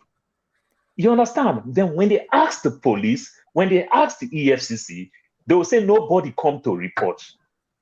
This is laughable. In as much as we hate this guy as a person, the things that he's doing, they are infringing on this guy's own fundamental human rights. Some other charges, I do agree. But talking about the things, the way they treat the guy, the way they parade the guy in court, it is very, very wrong. It is very, very wrong. When you see all over the world, you understand, decent society, when they take people to court, you see some of these people dress the way you never see them dressed, even in real life. You see a thug, they take them to court, they wear nice suits, they dress well. If that guy chooses to dress as cross-dresser, that didn't break any law in Nigeria, why do you deprive him the way he used to dress? Why? Of course, doctor come here every day, dress corporate, like as journalists in CNN or whatever, in Fox with CNN, whichever place BBC would dress. Doctor dress like that. And I dress the way I dress. Doctor never commend me or ask me to dress a certain way. All he said, don't come naked. We are here with one young man from Dubai, you understand, come with no shirt and everything. It is even people from the comments that call him out. And he apologized and he said he will not do it again. These are all the things that make you guys form some of the guidelines that we put in place. For that guy, as at this time in Nigeria, there is no law that have made mention of cross-dressing. The guy never said he's gay. You understand? It's just a cross-dresser, which they do, even though to our masquerade in Nigeria, some masquerade dress feminines and everything in Nigeria, which they do. Then you parade the guy in court, you just denigrate the guy from the real person that he is. I could remember some time ago, people who make comment about Nnamdi Kalu. You understand? Why did they leave him to be wearing one particular clothes and everything? People make comments in things like that. So the way they put that guy there, I just think it's wrong. You understand? This show of strength and everything will make another people come back in the future again and fight the system. That's exactly what Dr. Dominic is talking about. 80. Remember when you empower Tog to fight for you, and both parties empower Tog to fight for you. Remember, one party will lose, and the other one will use that weapon and enter the streets to go look for source, to go look for money. And so our system should learn to stop all these things. Borrowing all these things, we want to borrow the West, some of the things that the West is doing and everything. It never and never makes the world a better place. It might look like some of the things that the West did some years back that looks good today. You understand, with the power of social media and everything, where they do all this wrong thing, they have the power. America have the power with the CNN, the Fox News, from one across party line. You see England, they have their so-called BBC and the likes. Today, everybody can get their own information. It is just hard now for them to convince us with some of those things that they do. They control our narrative, the way every one of us many years ago would love country like Israel. Today is a different ball game. You know why? Because we don't take information any longer from one source. So our government should stop those things that they are doing. Of course, we know the guy may break the rules in terms of spraying money, but in terms of case study and everything, and there are so many cases. I want to believe if you want to do all those type of things, why not pick so many people at the same time and bring them? Because so many people break this rule, but you just single out one person because of what is going on simultaneously, that this guy won Miss Women Fashion, whatever, I can't even remember how they call it. You understand? They just want to do it. It makes it just look more like a personal vendetta. And sometimes it makes certain technicality make a decent judge will just throw the case out, even when it looks like actually he break the law. But when you are picking people out, just want to use one person as a personal vendetta, it's just not good for the case. Right. All right. Thank you, Paul. I mean, what I would say to that is the fact that he picked Bobrisky up for mutilating the Naira, there's a law against it. What some of us would like to see is for it to continue so it doesn't look like he was witch hunted. If they would carry on and enforce it, like you said, there are Obas doing it, there are celebrities doing it, there are popular Nigerians doing it, there are so many videos. So as long as they don't stop with Bobrisky and they carry on, I would applaud it. But I would also call it out and say it's hypocrisy. If they stop with Bobrisky, there are too many people doing it. So don't stop with Bobrisky. So please, 1 second. Let me touch one thing again. Sorry, 1 second. I'll make it very brief. Almost 2 years ago, former President Buhari's daughter got married. These guys show a cleavage. Where are all those northern police that used to flog people that you say you dress improperly and everything? That's true. The videos are out there. The guys show a cleavage. Nothing happened. You said something. You understand? You see the hypocrite, then you see one person, people will tell you that this nonsense thing that Bobrisky is doing, if it is in the north, and you see people from the media, mainstream media, is talking this thing that the South tolerate all this nonsense if it's in the north. Guess what? Why they thought I did it in the north? What happened? All right. Oh, the girl is so beautiful. She's so beautiful. Yeah, sure. You said something not quite long, but you forget. Like you said, the police on their own and said nobody has come to report. You understand? Maybe what we expect as citizens, like because we are seeing it out there, paying attention because we are on social media, doesn't mean the police also have access or maybe have the opportunity to see those kind of videos that we are seeing. So if they see it, or maybe nobody come to report, according to them, maybe there's the whatever clouds they are hiding under, nobody has come to report. So I think maybe we should talk about more reporting. You start more petition right now instead of expecting police to just go there, and police cannot be everywhere at the time. Let's be honest. So if you have more people reporting them with evidence, this time maybe they'll be picking them. So police has come on their own and said no, nobody has come to report. That's why we have not arrested lots of people. So I think maybe we should just call them slack them. All right. Yep. No problem at all. I need to head out though. All right. Yeah, cool. All right. Thank you, Dr. Dominic. It was nice having you. So, Exero, what's your take on all of this in terms of Naira mutilation, the laws against it? You know, should it be enforced? Is it a big deal for you going forward? Could it become something that they would, anybody can just use against anybody to say, I'll report you and you get locked up? I think, if you want to make a change, you have to make it go around. You have to be thorough. You have to be thorough with your broadcasting, with your communication.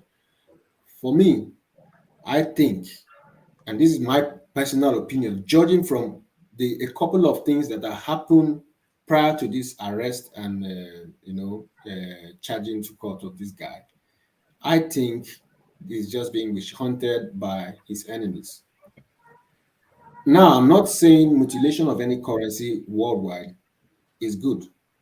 What I'm saying is, judging from the couple of things that happened before this guy was arrested, some people are just onto a power show to prove to him that they can deal with him. Period. Because you cannot tell me that in the same country where I just saw previously, people spraying money, even in this on comedy shows, people throw bundles. It's now a culture for us. In fact, if you go to anybody's wedding and you don't spray money, they lose. They are not able to recoup all the money they spend. In fact, you are encouraged to do that, and then you are trying to kill this culture of mutilation of currency. But you are starting with Bobrisky because somebody told you, look, that guy is my enemy. Let's deal with him. Because don't forget that before this incident, though I like this guy, what's his name? VDM. Yes. But I think Bobrisky and co were part of the crew on the opposite side who were happy that he was arrested. So on his coming out, this guy also has his own crew and his influence in the police and in this other in the law. So his own side are using their own powers to deal with this guy. Okay, we saw him spraying money. Yes, let's start with this one and then we'll graduate to the next one. They're just trying to deal with the guy with their own powers. And that is what I don't like about this situation. If you're trying to change the country, if you're trying to tell everybody, look, this thing is against the laws, you have to make the communication go around. How many people in the hinterlands, in the villages, know that spraying of money is against the law? So you just pick Bobrisky out of all the millions. Do you know how much money was sprayed when Obi Kubana did his father's burial or mother's burial? Do you know how much is being sprayed as we are talking to you now? As we are talking now, do you know how much will be sprayed tomorrow at events in Nigeria or all over the world? It's something that we do. We don't even think twice before we do it. No, I don't do that, but I know that is 95% of Nigerian parties wanting to know us for is food spraying money. So what are we starting with this poor guy for? I feel sorry for this guy. I feel sorry for him. Now, a lot of people might not like him because of his lifestyle. That is his personal, to me, that's his personal, that's his business. If he has not contravened in his lifestyle, leave him alone. Stop with chanting him. If you want everybody to obey the law, communicate. You know how to catch people when it comes to your own, you know how to demolish houses. I know how to find out how people have built houses in wrong places. But you cannot communicate properly to Nigerians. This is just witch hunting. That's what I think. Some people are using their power in the police to deal with him. Period. And that's what I don't like. You can't use the police. This other guy that's a prisoner, that was how he was using police to arrest his enemies. It's very wrong. Okay, thank you, Exero. At least different perspective. The Blackstone, what's your take on this? Because I have to head, and so someone else can come in. Do you mind if I say something for? Yeah, quickly on your way out. Correct me if I'm wrong. I don't think there's any law in the US, and I know some people don't like us using the US as an example, or even in the UK that prohibits you against stepping on money. Money is going to wear and tear, and it gets changed by the central bank, which is why when you bring bad money or money that's worn out at the bank, it is the bank's job to collect it, and it gets recycled, and the paper gets shredded or whatever, and then they print out money. So I, off the bat, think the law is stupid and useless. Put me anywhere. Because what it's trying to do is to remove the responsibility of taking care of the currency from the financial institution. The money is going to wear and tear. Whether you spray it, I don't even know whether the law says the spraying is the issue or whether the fact that you step on it after the spraying. I think it's something that in a sane society, you make laws that are within the context of the culture. We understand that Nigerian cultures, at least in modern culture, in the last 50, 60 years, people spray money. So for Nigerian government to make such a law that is against the grain of what we practice as a culture is very stupid. Will you arrest everyone who goes to the marriage and sprays money? The village woman who is spraying money. Like, it doesn't make sense. Making a law that's against your own people, against your own self. Like, it doesn't make sense. So I'm against the law completely. Now, the whole thing about Bobrisky, I think, is a little bit interesting because, like you've pointed out, there are people who've sprayed money. Do EFCC go and hang around public events and look for people to No, they don't. It doesn't make sense. It's impractical. I wanted to say something about the Onyeama thing, and then I'll cut out. It's interesting that, you know, in the Nigerian political sphere, there are certain, and I'm not trying to sound ethnic here, there are certain influences that has sort of permeated the way people represent themselves in order to look neutral and to look presentable to the Nigerian public. People wear agbada, or I don't know if I'm saying it, you know, the usual agbada, yeah. Because when you wear it, it becomes acceptable. I think so. For some conspiracy theories, they would say because the prevailing people in power tend to be those whose culture has to be Babariga. Nobody ever ascribes it to being bigot or tribalist, because it became sort of the common dressing of Nigerians. But when you remind Nigerians, oh, besides this stuff, there are other Nigerian cultures and other attires, all of a sudden tribalism comes into it. It is very saddening. The Nigerian football club, when they got the silver, what were they wearing? You see? So when the majority of people who have the power now see that instead of wearing their own sort of attire, we are now wearing something different. It's all about the power, right? If they feel that they can't control things anymore, they sort of mess with the public discourse. I don't think it should be an issue if someone wears an Isiago or decides to wear black and a white of the thief people, or to wear the Idoma red and black. I think this is just a waste of public discourse, quite honestly. And people who are even giving light to it and even saying the Isiago is an issue, deep down have some level of bigotry in them. It's quite sad. All right. Thank you, Dr. Dominic. It's been a pleasure having you. Is in the background, and who else? Yeah. No. So Father can come in anytime he wants. I think he usually waits till late in the night, then he takes over. He's active. I can say he's active, but usually waits to take over. He's got the keys so he can come in. Look at Jagun. Where's Jagun going? Jagun feels coming strong like this. My brother, smile now. Jagun, smile for camera. Jesus loves you. Jagun, the boss. You see him as if now. Okay. So they go what? Jagun, Jagun, a business owner. Hello, Jagun. All right. So the Blackstone. I'll bring you in, Jagun, in a second. Once Doctor leaves, I'll bring you in. Okay. Right. So the Blackstone. So in terms of, like I keep saying, let's look beyond Bobrisky if you can, because for some people they think it's not a worthy conversation. So it's not about Bobrisky per se. It's about, is it a witch hunt? Are they going for one of the weakest in the society? When we have videos of kings, very important people, politicians spraying money. So it goes back to having strong institutions, because if you have strong independent institutions, they will be able to go after whoever is culpable. But it looks like it could be you tomorrow, it could be me tomorrow. I could go to one Owambe after a few shots of brandy and I'm excited and they start singing show something, show of Dr. Damages, and I start spraying money in Nigeria, then I could be the next one. So that's the way I'm looking at it. What's your take on it? All right, thank you. Sure. The issue of spraying of Naira as an offense or against the Naira, actually, I don't know if it's an offense against the country or against the currency. I don't know. Actually, I don't see any reason for it, because it is a culture and it has been in existence for quite a long time, And said the mutilation of Naira. The actual mutilation of Naira comes from the market women. Because the person that sells raw meat in the market, you go to buy and give it Naira, he used his dirty hands to handle the currency.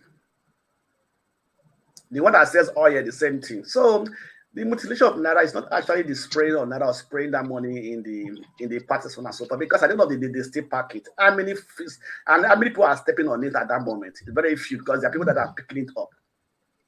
So that's not that's not what actually caused Nigerian mutilation, because it is also a very poor quality design. The paper is a poor quality. So if they are arresting this guy because they says he sprays money, how many people are they arrested? Definitely we know in Nigeria that power plays a lot. Powerful people has the overhand. It's like they're just above the law. So if you are not powerful, then the law definitely will come for you. And once you are powerful, the law does not seize you. And with the issue of the EFCC, what have EFCC got to the issue with Naira deformation or the picture of Naira? That's not the EFCC's job. That's not a financial crime, though they charge you of money laundering, some charge you about money laundering, the amount went to his account, and so on and so forth, right? But they took that of the Naira mutilation as a major case. So I think it's a part of maybe he has offended some people, and so some people are after him for one reason or the other, and they are fighting themselves. And these people in social media now, these are called themselves social media influencers, So they do all these things just because they want to get stream people, viewers, and everything for them to get more pay from their videos and things like that. So for me, I don't think he's going to go to jail. Definitely, I think he's going to pay the fine and they will let him go. That's just all. That's what I see. All right. Thank you, the Blackstone. I just want to acknowledge Nana O. Thank you for the contribution. Say thank you, Dr. Damages, for this platform. We thank you too for your contribution. We appreciate when people can support with their finance. We don't solicit for it, but of course we do appreciate it when it does come through. Thank you very much for your contribution. I will tell my guy when he comes back that I don't sell market. Jagun, you cut off briefly. I'll find the chance to bring you in. KJ, I see you in the background. Remind you of something. We are waiting for your contribution. The $200. Yes, the late Ondo governor, yes, the wife just married the younger brother. Okay, is that confirmed? Yes. Okay, that's fine. We'll check it. Maybe it's a traditional thing. I know, some Yoruba culture. Yoruba culture back in the days is something it's that part used of my culture too. Yeah, part of we'll my look into culture it. too. Yeah, and that's fine. I look forward to it. I like it. Yeah. Man. That he has no light. If your wife cash you, you are in trouble. You're in Nigeria, so we can bend the rules for you. You can join without electricity. You'll be in the dark, but that's fine. We know what Ngoseka looks like. So you're one of the moderators. Whenever there's an opportunity, of course, join. Speak to us in the dark is fine. We'll allow that. Okay, so Olumide, without brimstone and fire. We're just looking beyond Bobrisky. When and I want you to look at it from this angle. When would we go past being a society where somebody offends me, I can go to the police or law enforcement because I have level and go and get them to arrest the person? That's the way I'm saying it. And I'm not holding brief for Bobrisky. I don't care who he is. I don't use Instagram, so I don't even see him except things like this happen. But what's your take on this, Naira mutilation and the rest of it? So for me, I personally like to make comments based on informed knowledge. I want to have a background knowledge of what I'm talking about before I go to kind of so which kind of brought me to that. I wanted to know if this guy really broke the law of the country and what exactly was his situation. So that law that they arrested him and prosecuted him on is actually the CBN Act of the 2007, Section 21, 2007. So I mean, when they made that law, right now we're a lot more informed. We're a lot more, there's internet, there's ability to talk to one another off and on. We couldn't really gauge reaction back home because I remember then when they were making a lot of jingles on TV when I was still back home, and we would just laugh it off and say, "Oh, we thought that there was really not going to be any bite to the law, that it was part of our culture, and there was really nothing they would do to stop that part of the culture. So yeah, it is part of our culture. Maybe when they were making that law, they should have thought of it properly. But unfortunately, that part that says if you spray, it's a crime against it is in the law. And there was that evidence against him on video while he was spraying. So they probably used that against him.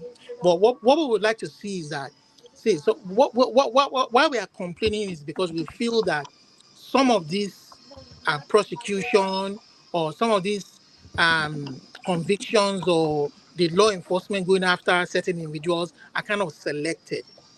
You understand? They are not wholesale. We are not seeing law enforcement working with zeal, regardless of who is involved. We also on video when Buhari's child was wedding, when one of his sons was having his wedding before he left office, we saw the counting machine that was counting money in that ceremony, that traditional ceremony. Machine was counting money and rolling money out, spraying money, bills of Naira notes. The video is there online. We see them every day. Traditional rulers, like some people say, celebrities spraying money. We see all this. So why are they not acting on that? If police know they are active on social media, they are trying to uphold the law. Maybe if they go after all this as evidence that they see on social media, regardless of the persons, we will take them a lot more seriously. But it seems like it was selective and that it was unfairly targeted. But I mean, it is what it is. But like we say, we want it to be wholesome. We want it to be wholesale, not targeted. What better I do? Where is our case currently? Look at the deal with which they finished Bobrisky's case. If it was a high government official or somebody, they will still be investigating. Before you know, it's all dead. But within a couple of days, weeks, months, they prosecuted the guy. So where's Better Edu's case? I didn't say investigate. What I still investigating? Anybody else still complicit? So this is what we're saying. The pictures, and then I want to react to perhaps Righteous Man. This is one of the ways to counter some of the comments that you feel are contradictory or don't make sense to you. Call them out. When you're making your speech. Like I want to call out Alexander Gomez. Alexander Gomez, you claim to be a medical doctor in the US, and an elderly one at that with so much experience. You know how valuable data and number is to your field of practice. You deal with numbers, you deal with data, evidence-based practice. Now, tell me, in how many ways has this Bobrisky corrupted the kids back home than what we see on ground visually? Corrupt officials, corrupt government officials, you understand? People stealing our money every day, even in the very health sector that you should represent, the Minister of Health. We've seen them over the years. How much have they spent in improving healthcare? How much has actually gone into their pockets? How much has actually improved our healthcare? And you are calling Bobrisky out. How many of your kids has it turned the other way around? Or has it turned into a vice in the society? You just come on here and make statements that don't make any sensible meaning. Yeah, I'm sure you're in your 70s. I've spoken to you myself once or twice. You understand? People like me, I don't take, look at me very well. I don't take prisoners. I have that opportunity, I will come for you. Whether you are Yoruba, Igbo, or you don't make sense, I will come for you. I want Olumide, let's not go there. Let's not go there. Let's keep it clean. You can say it without, that is one way to go after those people you think are making those comments that don't make sense to you. Come for them wholesale. You are a healthcare professional. You deal with data, you deal with facts, and then let's deal with the issues that affect our people. You are saying it's turning the other way. This guy is making his living, whatever way he's making his living. Has he stolen money from you? He's become Has he making money illegally from you? You are in the USA. USA tolerates all sorts. This is where we disagree. Listen, show wo jẹ́ ká sọ He said that, bro, this guy is jẹ́ not ká fooling sọ̀rọ̀ me. a sọ pé wà ò dáa a sọ pé téèyàn bá ṣe àwọn Olumide kan wà ní ayé tó jẹ́ pé Olumide Otito. No, you think this guy is not older than you? we want a free society. It doesn't matter whether old or old, but Olumide is enough. Wait, do you know the It meaning has of nothing to do with free? age. All right. Do you know the meaning of free? Don't be saying free society. You know the implication of free society. Everybody has the right. Listen. Let's move Everybody has the right to hold his view. So listen, sorry. In our society, we take things and we wind them around. Do you know the issue of these two celebrities? Amber Heard and what's the other guy's name? The other actor, Toche, Pirates of the Caribbean. Johnny Depp. Yeah, Depp. These two individuals, Amber Heard spoke something about Tony Depp. Tony Depp, that guy, I forgot, Depp or whatever his name is, went to the court, sued Amber and said, this lady maligned me. She spoke something terribly ill. Both of them were lovers before. You understand? Yeah, they separated, said, this girl told something bad about me and broadcasted it to the whole world.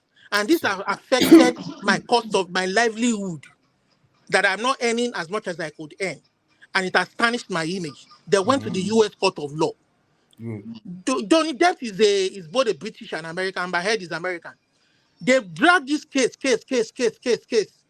until they gave judgment and they found Olumide, they even went for trial. Olumide, we know this. It's okay. It's okay. You understand? If you feel somebody has tarnished your image, go to the court of. You don't need to get the police to go and arrest that person and lock that person up and go to court and seek damages. All right, thank you. That is free speech. Olumide, it's only fair that we let other people speak. And like I said, you know, and like I said,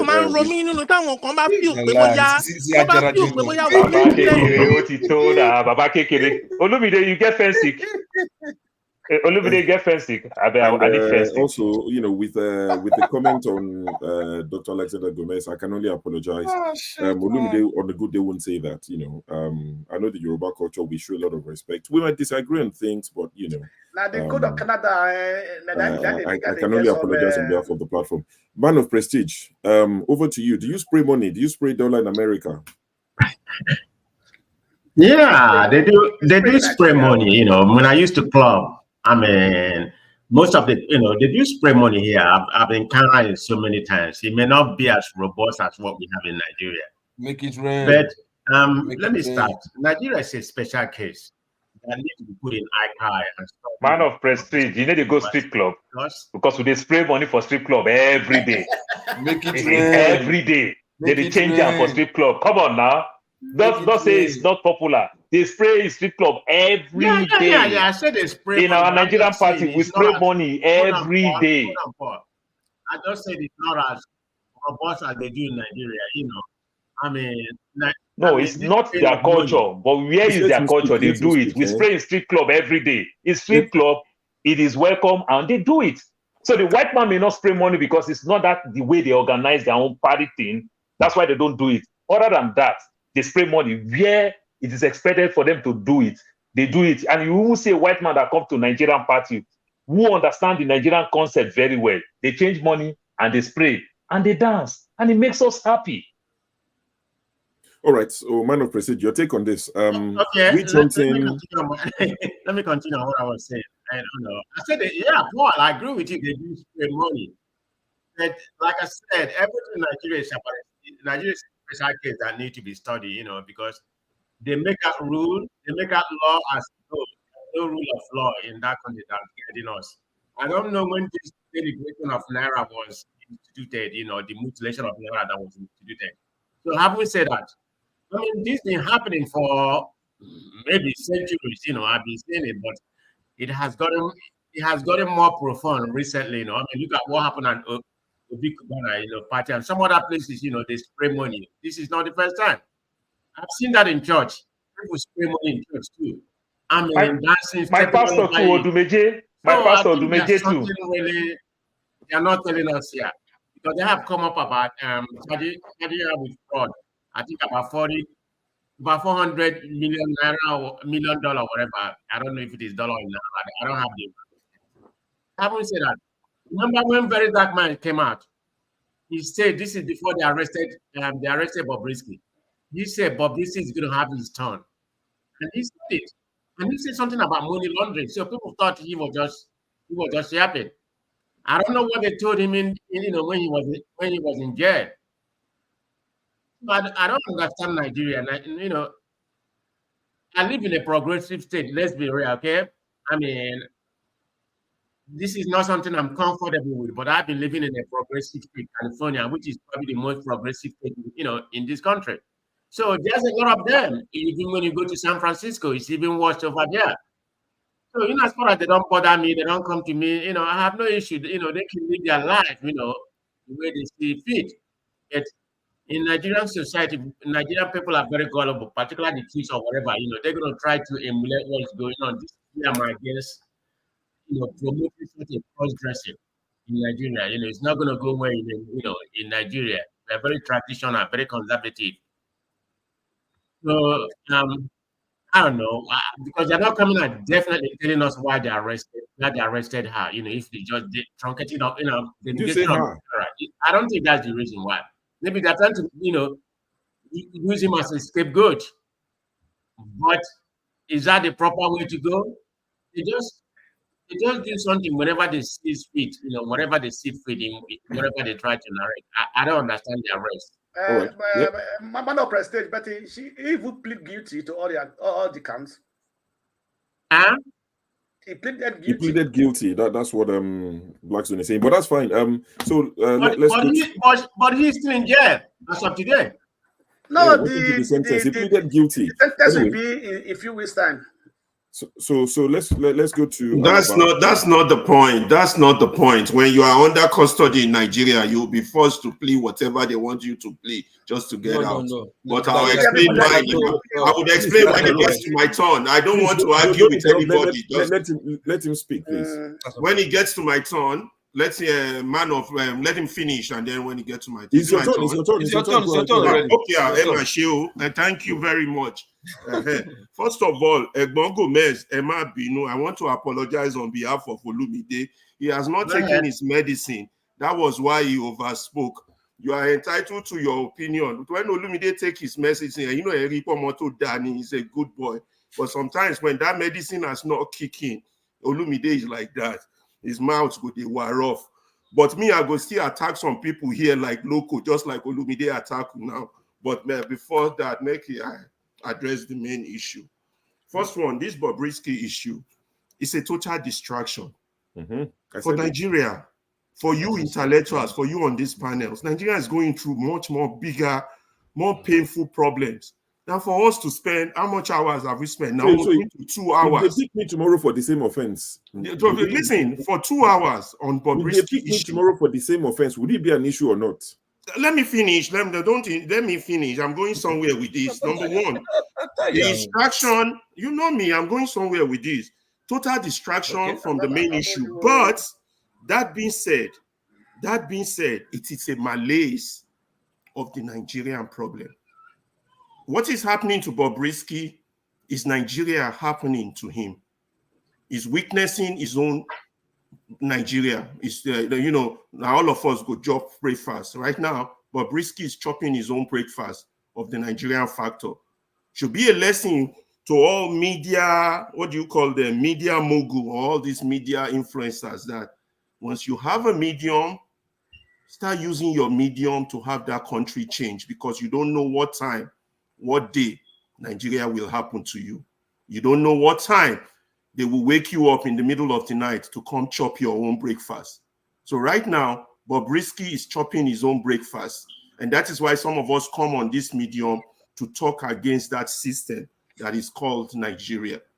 Now, so it's a distraction because there are bigger issues, but it's a malaise, it's a disease of the country as regard the injustice of that country, the big manism that goes on in that country, the selective arrangement of our judicial, of the police and our judicial system in that country. Nigeria is happening to him because people must use their stage to break that unjust system. You're talking about Bobrisky abusing the Naira. Have you gone to Dele Momodu's Instagram page and see the rich and powerful celebrate every day? As of yesterday, I still saw one big name of somebody celebrating something in Ikeja. Have you been there? They celebrate every day. Party, spraying Naira. This is our culture. This is happening every day.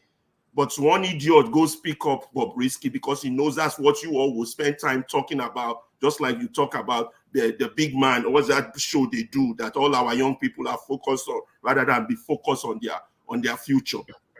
Distraction. That's why I call it a distraction. Now, my attack on local and attack on other Nigerians, particularly that one on the comment page called One Nigeria. Now, you can see that our hypocrisy when issues are happening and where our moral compass lies comes out in what we stand for and what we defend. Yes, what is happening to Bobrisky is wrong, but there's no justification under the sun for it. Even if there's a law that says the Nigerian money should not be mutilated because it's not the only one mutilating the Naira, does that mean we shouldn't now hold low-level people accountable? No. But what we are saying is that this man is a major focus to pick on. They know that's what you'll be talking about rather than talking about the issues that face the real country. You understand? Now, our moral compass is so bent wrongly that we are saying, yes, they deserve to punish him. Are we trying to be a moral judge because the man is a cross-dresser, or we are trying to look at the faulty judicial system that is holding him captive? Let me tell you, the strength of any nation is on how it treats its weakest among us. That's how the developed world laws are based. How you treat the weakest among us. Yes, let's say he even committed the crime. The way he was treated in custody. He was denied his access to his own dressing, his, what do you call it, his bleaching cream. Why would you laugh? Why would you laugh on this type of thing? The way we treat prisoners, where we will strip them naked and lie there, it's inhuman. Those of us who have education, we need to start attacking these things. Please don't interrupt me. Let me finish. Let me finish. You understand? When the man appeared in court, he was not allowed to go with his breast and his fake booties, which is wrong. He should have been allowed to dress properly. This is not funny. Yeah, you might hate a cross-dresser, but the truth is still the truth. Don't come here and be a moral judge. Don't be a moral judge on others. We have to address the faulty nature of our system. And that is what our discussion should be focused on. The illegality of the judicial system, of the police. That's what we should be focused on. Because one day, you yourself, you will chop breakfast in that country. You continue to support this type of madness. Today, it is Bobrisky chopping his own breakfast. Those of you who don't condemn it, one day you will chop your breakfast. Again, I want to apologize to Egbon Gomez on behalf of Volumide. Herrera, you're apologizing to somebody who said that Bobrisky should be arrested and put in jail. I have a question for you. No questions. It's not our guest. Let's pass the mic. Just for you to clarify something for me. What did you say? I didn't hear you. I had a question. We ask it now. Ask it. Somebody that is in the prison, right? And it's a male or female. So with the prison authorities not give him a male uniform or a male. There was a way he was dressed before you pick him up. To court. When they parade him in court, he has the right to dress very proper. You don't tell him how to dress. Right. To court. We are not talking about prison. My brother, you watch film now. Don't say all this kind of thing. Then Alaba also to Loco. Loco, do you know how many times? Loco, do you know how many times army? If you arrest Loco, hold on. Loco, hold on. Do you know how many times? Loco, hold on. Do you know how many times army and police have barbed Dada people here in Nigeria? That is very, very wrong. No, hold You on. understand? You are carrying you are carrying this move on. dreadlock. Do you know how many times No, the that is soldiers and the different. police have done those things in Nigeria? Righteous That is man, very, very wrong. They may not Righteous man, believe it. I have to pass the mic. No, they just Okay, simply all call right, it one gents. word, Dada, dreadlock, the babies. All I've right. seen it several times. Thank you very much. Heatable. I'll Eagles Air. What's your take on this? Thank you so much for this great opportunity. Before I you hope go all ahead, somebody in the comments said they don't want that type of satanic behavior of Bobrisky in Nigeria. Then arrest him for that. Don't arrest him for something else and mistreat him. That person in the comment section. Thank you understand? Go ahead, Eagle Head. I'm sorry for interrupting you. no problem. I hope if you can hear me clearly. Yes, we can. Go ahead. Okay, so the main issue here is not about Bobrisky or cross-dresser and all rest of them, because we need to look into the main issue that they used to charge him or her. I don't know the one I used to, whether he or he. EFCC used him. So let's stick with that. Okay. The name is there. He's a man. But I want us to understand something. Law is law. This is CPN Act. Law is law, and nobody's above the law. But the problem that we have in Nigeria, how do we enforce the law? That's the main issue. How do we enforce the law? Do we do it at the right thing, or do we do it in the wrong place? Do we use the law against the poor? Then the law does not work in the rich ones. That's the main issue.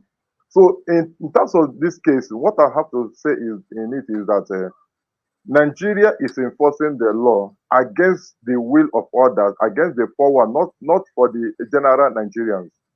For instance, 3 days ago, Cubana chief priest, he did a birthday celebration. I know how they spend money there. He was marching on it, dancing on it. Why don't they go and pick him? Yesterday, what they call it, this celebrity native daughter, what they call it, Akwa Kotiwarake, with Cubana. Many of them, they are in their program. They spend money. Who touched them? Who called them? Because they know that these people now, they cannot do anything because they are already in the government. They have already connected in government, so you cannot do anything to them. But I want us to understand this thing I want to say now. That is true about it. If you look into the government of Nigeria, especially these politicians, these elites, these wicked, evil ones that handle the post of Nigeria, when they find that Nigerians, masses, are more getting interested to know what is happening in government, they create a scene that will take away the mind of people from them. They know that if they pick Bobrisky, it becomes the story, it becomes the attraction, and become distraction from Nigerians for them not to see what is happening in the government. Before we finish discussing this on net and all the rest of them, they are able to achieve their mind and go their way. That's the main thing they are doing right now. So what they are doing now, these young men that their eyes in the government to know what is going on, they pick Bobrisky. Now everybody are talking about Bobrisky, but we have forget the problem of Nigeria. We have forget the problem that we are facing in Nigeria. What is creating problem in Nigeria? We have forgot about it. Bobrisky is not the main problem of Nigeria. But we are just using it to waste our time to discuss something that is not proper. Then I want us to understand this very clearly, that we don't have judicial I'm coming back now. I want to get something. We don't have judicial system in Nigeria that is functioning. What is happening in that place is a fraud. EFCC, where is the former aviation minister that used Ethiopian airline to steal Nigerian money? Why don't they go after him? We'll get deleted. They are going after Bobrisky. So let us forget about this matter and face anything. Bobrisky is just a distraction. Confirm. God bless you. This is Nigeria Air. Where is Nigeria Air today? This is not Ethiopian airline. So this is they're using to distract us. Let us forget this. This is nothing. We have a huge problem that's facing us in Nigeria, not Bobrisky of 18. Thank you. All right. Thank you very much, Eagles Air. So I'll just go back to what I said earlier when I started this Bobrisky topic. I don't see it as a Bobrisky issue. I see it as a societal issue. And I think most of you that have said, oh, forget it, don't talk about it, you've also said what I believe. It's beyond Bobrisky. What I am trying to establish is, or trying to discuss is, to say we have a society where somebody can go and use police to arrest somebody they don't like, they disagree with. That's the way I want us to look at it. Because like I keep saying, it could be you tomorrow, not anyone in particular, but Alaba, mentioned it as well to say, it's Bobrisky today. It might be somebody else tomorrow. What we are saying is we have a system where somebody does not like you, you disagree with somebody, and it is possible. Can I go to the London Met tomorrow now, or whatever, sorry, police, and go there and say, I don't like this person, come and arrest the person? Like we are in some 18th century, time. That is the way I want us to look at it. Forget the person Bobrisky. Yes, Bobrisky might not appeal to a lot of people, but what we're saying is because he had issues with some people, you know for a fact that it was some people that got him arrested. I won't defend Bobrisky for anything. I don't care, but I have to defend any. It's a human being. If he's not done anything that other people haven't done, and I'm not saying don't pick Bobrisky because we haven't picked others. What I'm saying is we've picked Bobrisky today. I would like EFCC to carry on picking people spraying Naira every weekend. That is when I would say job well done. But you can't go into hibernation until somebody else comes to call you to say, come and arrest my celebrity enemy. I can't say political enemy. So we want to see systems that work independently. KJ. Mr. Show. Do you know, excuse me, do you know that as we're in conversation now, sorry, do you know as we are in program now, you may say something I don't like.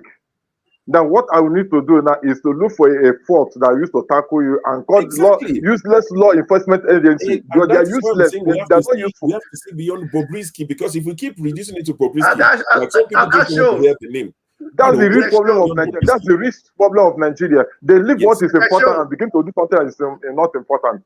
Yes, Mr. Show, yes, he said that if you had any allegation, they are not serious. They should enter room. Yes, it's your room. They told you that already. They should enter room. They're on social media. They are criminal to the police. They can't fake. See, don't defend them. They cannot. Did you know here you are? Did you hear you are? If you say something against Buhari, they will come for me. As I said, Buhari, Tinubu, they will come and pick you up. They will come for me. So what do you mean I should go and report anybody? Anyway, KJ, let me not keep you waiting. KJ, so what I'll do is I'll come to you, weigh in on this, like I keep saying, see beyond Bobrisky, weigh in on this, and I want you to be the one to start the conversation regarding the new banding of electricity tariff. Sorry, not new banding, the new tariff. What they have said is it would only affect band A. Do you trust them that it will remain with band A? What is band A? The people that get 20 to 24 hours electricity supply in a day are the ones that will go from 60 naira per kilowatt to 225 naira per kilowatt. But start with Bobrisky and pivot into the electricity, and we'll start talking about the electricity. Okay, thank you so much, Sho. Thank you, every other member on the panel today. You all are great men and have discussed greatly. I'm not going to attack anybody, even though I have many people do that. I'm just going to lay out what I think. Yes, I agree totally that the Bobrisky issue is a distraction from what is going on in the bad governance going on in Nigeria. So if the people have something to judge on, they will not be scrutinizing day-to-day activity of government. So that's a distraction. That's a distraction. I also say that, I read the police account saying nobody has come to report to them. I don't know who reports to them that there's a criminal or there's a criminal activities going on in the street before they move into action.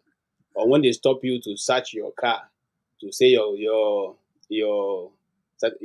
car particulars are not complete, whether somebody reports to them to do that. I think the general work of the police is to look for those things that are criminal in nature and deal with it. You don't have to wait for a report. However, the Bobrisky thing it's been going on for a while.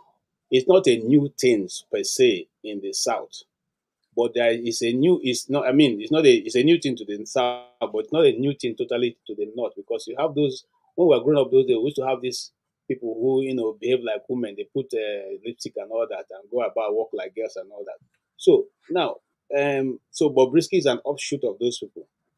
But if the government wanted to deal with it truly, they would have dealt with it a long time ago. And just like somebody said in one of the commentary that was good and I was followed through the week, that some of the people in government are benefiting from his activity. It's just that he doesn't want to come out and call their names. But he features in the big parties, in the big ceremonies where politicians are. And so Bobrisky at this moment is just used as a distraction. Nothing is going to come out of it, as nothing is going to come out of many other cases. And then those who say that, he has heard EFCC, media man saying, speaking to the publication by Professor Chido Dinkano, that he's making too much comment on government and they're going to start watching, and that nobody, if you see anything, they've not seen. So people published the Ganduje's pictures and many more of those things that have been reported over the media so many times. I asked them why they've not gone to arrest those people, since they have gone to arrest Bobrisky. And I want to say this really, just like you, sure, I stand where you are. Bobrisky is not. I don't even. If I, if not because it's coming on, I won't make comment on it. But I want to say something about the naira also before I move out. When you make a law, it's just like now, if a government, Nigerian government, get up and say eating stockfish is supposed to be disallowed, be disallowed in Nigeria, make a law against it. You know the people that the law is targeted after. When the government goes to make a law, say eating pomo is no longer allowed in Nigeria, you know the people are making that. So those are laws that are called, they're not, they don't have human face. You can't implement them because it's not. It's so look, Nigerian society will always be Nigerian society. So if you think your naira is being mutilated, maybe your naira doesn't have a good quality. Okay, so go and make better naira so that even when people step on it, it will not, it will not be mutilated. You can't tell me because the people that are matching the naira, it's not their earning. Is it your own? It's their money. Okay, they earned it. Yes, it's legal tender in Nigeria. It belongs to government, but it's you who have earned it. Okay, so no, local, please don't wave your this thing. You see, sometimes we carry laws to ridiculous end in Nigeria. How many people have asked you how you are pocketing your money while you are living? How many people have asked you whether people spray money in America? How many times have they been arrested? Even in bigger parties where Nigerians go, they spray money, and who has arrested them? So these things are because government lack to deal with what is fundamental issues affecting people. Okay, and so if you were doing something, if the government was functioning properly, people would probably be spending less naira, because when you go to party, you're not making it so that you can get money from people. You're making it because you want to celebrate, really. But these days, it's done in such a way that, look, oh boy, make provision, make on dance. In fact, I've gone to a wedding where people were told, you don't want dance, make you dance, so if not, you don't go see money, pay for your this thing. So it's there that they make the money to be able to settle their bills. I think again that law should be looked at one more time. The law should be looked at one more time. When a law is not suitable for people, there's nothing you can do about it. It will not be upheld. All right, thank you, KJ. So, do you want to start us off? Yes, I'm going to that. Actually, I've got some. Yeah, don't worry, Tone. I'll come to you. But KJ, start us off. In like 2 minutes on your take on the new tariff on electricity. The new tariff is not the first time. Do you believe we will remain with just the band A, or is this the introduction of new tariff to everybody? Okay, I'll start with this. Former Senator Shehu Sani tweeted, that you people say we're in band A, and for more than 24 hours now, I've not seen light, in the band A, or is it band B or band C? So these things, it's not the first time all these things are practiced. We were there before. They told us, those of you who are living in the highbrow areas, that you have this so and so, your meter will be this. But when you go and get the meter, you already have 50,000 naira embedded in it that you are just mounting the meter. Okay, minus because it cost me like 150,000 to get my prepared meter. But even at that, they still have cost on it. Okay, and even when you put the cost on it, a NEPA official comes to my house and tells me, Oga, you cannot say because you have prepaid meter. We have other subcharge that you don't know about. I'm telling you what happened. And if you don't pay those subcharge, you go to court, or you now have to be bribing them. And people like us who don't want to give bribe. I think I have the letter somewhere. We went back and forth. Why will I pay for something I did not even use? You came and mounted the thing, okay? And then now we already have 50,000 naira on it. So it has been practiced before. It doesn't at the end give you the right reading.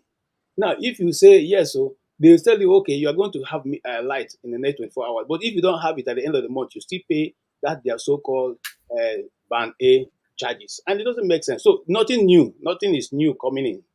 Just another of their, way of crooking money from Nigerians. Thank you. All right, thank you, KJ. Righteous man, don't worry, you'll be next. I'll just go to Tone and I'll come to you. So you are next. You get your full. Righteous man will speak before me. That will be second. I just want to keep it the way it's organized on the screen. Sure. Can I just quickly add to what KJ said? We'll come to you now. Why do you want to add to it? Don't add to it. No, you get your turn. I just wanted to say. No. I'm not. I just wanted to say that. Give her extra jollof rice. To those of you who have family members who have wedded a white person, or you've attended a Nigerian person wedding a white person, you will see that culture, that part of our culture where we spray the money, they love it. Those white people love it a lot. They embrace it. They do. I know they do. They do like it. They do. You got an white man all over about Africa.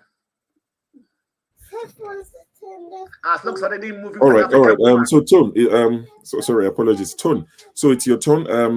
Welcome to the show. Just gonna ask you to weigh in on I saw you in the comment section regarding the Bobrisky. And when you come in, when you're angry, I can tell. So I know you've come with fire. You've come to. I can tell your face is like, okay, everything I've been typing, I've come now to. Somebody does that. The thing is, don't no personal attacks, please. Okay, I know where you stand, but please. No, I'm not giving anybody personal attack. All I'm saying, it goes back to what Righteous Man was saying earlier, and I wish Dominic is listening, or he will listen to this. It's just hypocrisy, because you people, the Dr. Damages me and him have talked, have spoken privately, and I've told him he needs to deal. I mean, I'm quite happy for people to disagree with me. You can call me anything you want to call me and all that, but when it becomes a personal abuse and attack, even my brother here, Alaba, they've attacked him many times. He's bantered. But when it becomes something personal, I know of a forum right now. You can't say all these things and say all because of a free speech. Last time that electricity banned someone for being out of order and all that. I don't see the same people. Can you shut the fuck up, please? Tune, please, guys, same people, gentlemen, please. I don't want to start kicking people out, please. Let's keep it clear, please. Okay, now the same people came and was I was defending the guy that he was out of order. Electricity banned him, and by the time he came back, he has been behaving himself. So for you to tell me that it's you want to compare this forum and Alaba market, when I go out with let's say with my son or my wife and all that, I thought you were going to say with your AK-47. It does not. No. It does not stick. It does not stick to my skin. But touch any of them physically, you see that madman will come out. So you cannot come here and tell me, or Dr. Alexander saying that this. What is wrong with us? Just because we are living in outside Nigeria now, it's okay for the colored people, the ABCD people, and all that. It is right. Our constitution says clearly that is illegal. But yet this guy, if he was arrested for that, I can understand. But for currency mutilation, that one I don't understand. And the day I don't know when EFCC started being involved in that sort of matter and all that. It's not a matter for the EFCC. I thought EFCC was for economic crime. I don't see any economic crime here.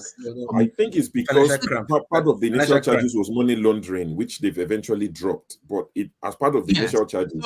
They put money. So I don't understand. So what I'm trying to say here is, we need to respect our different things that we hold dear and all that. Our society says that is illegal in Nigeria.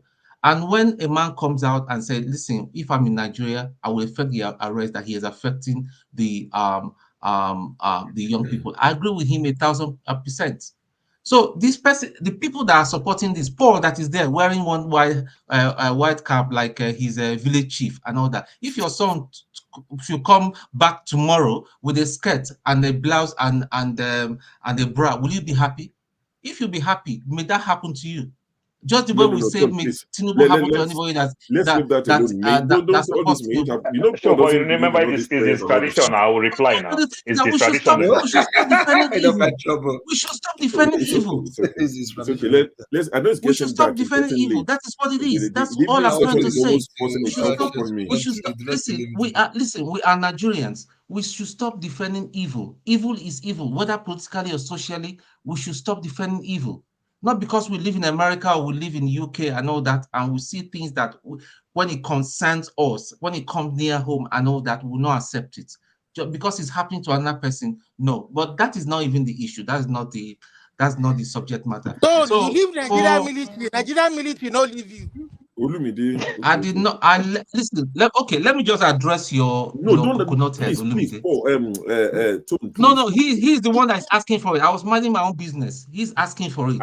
Let me things address get out him of hand, you because know, I don't want to start kicking people out. To just focus on this. Talk up to us about this. I know you have a house in Lagos. I'll just How the cross-dresser they worry you? They give you please stop. cross-dresser. They give you Olumide, please. I don't want to do this. Sure, Tone, I'll start blaming you now. about.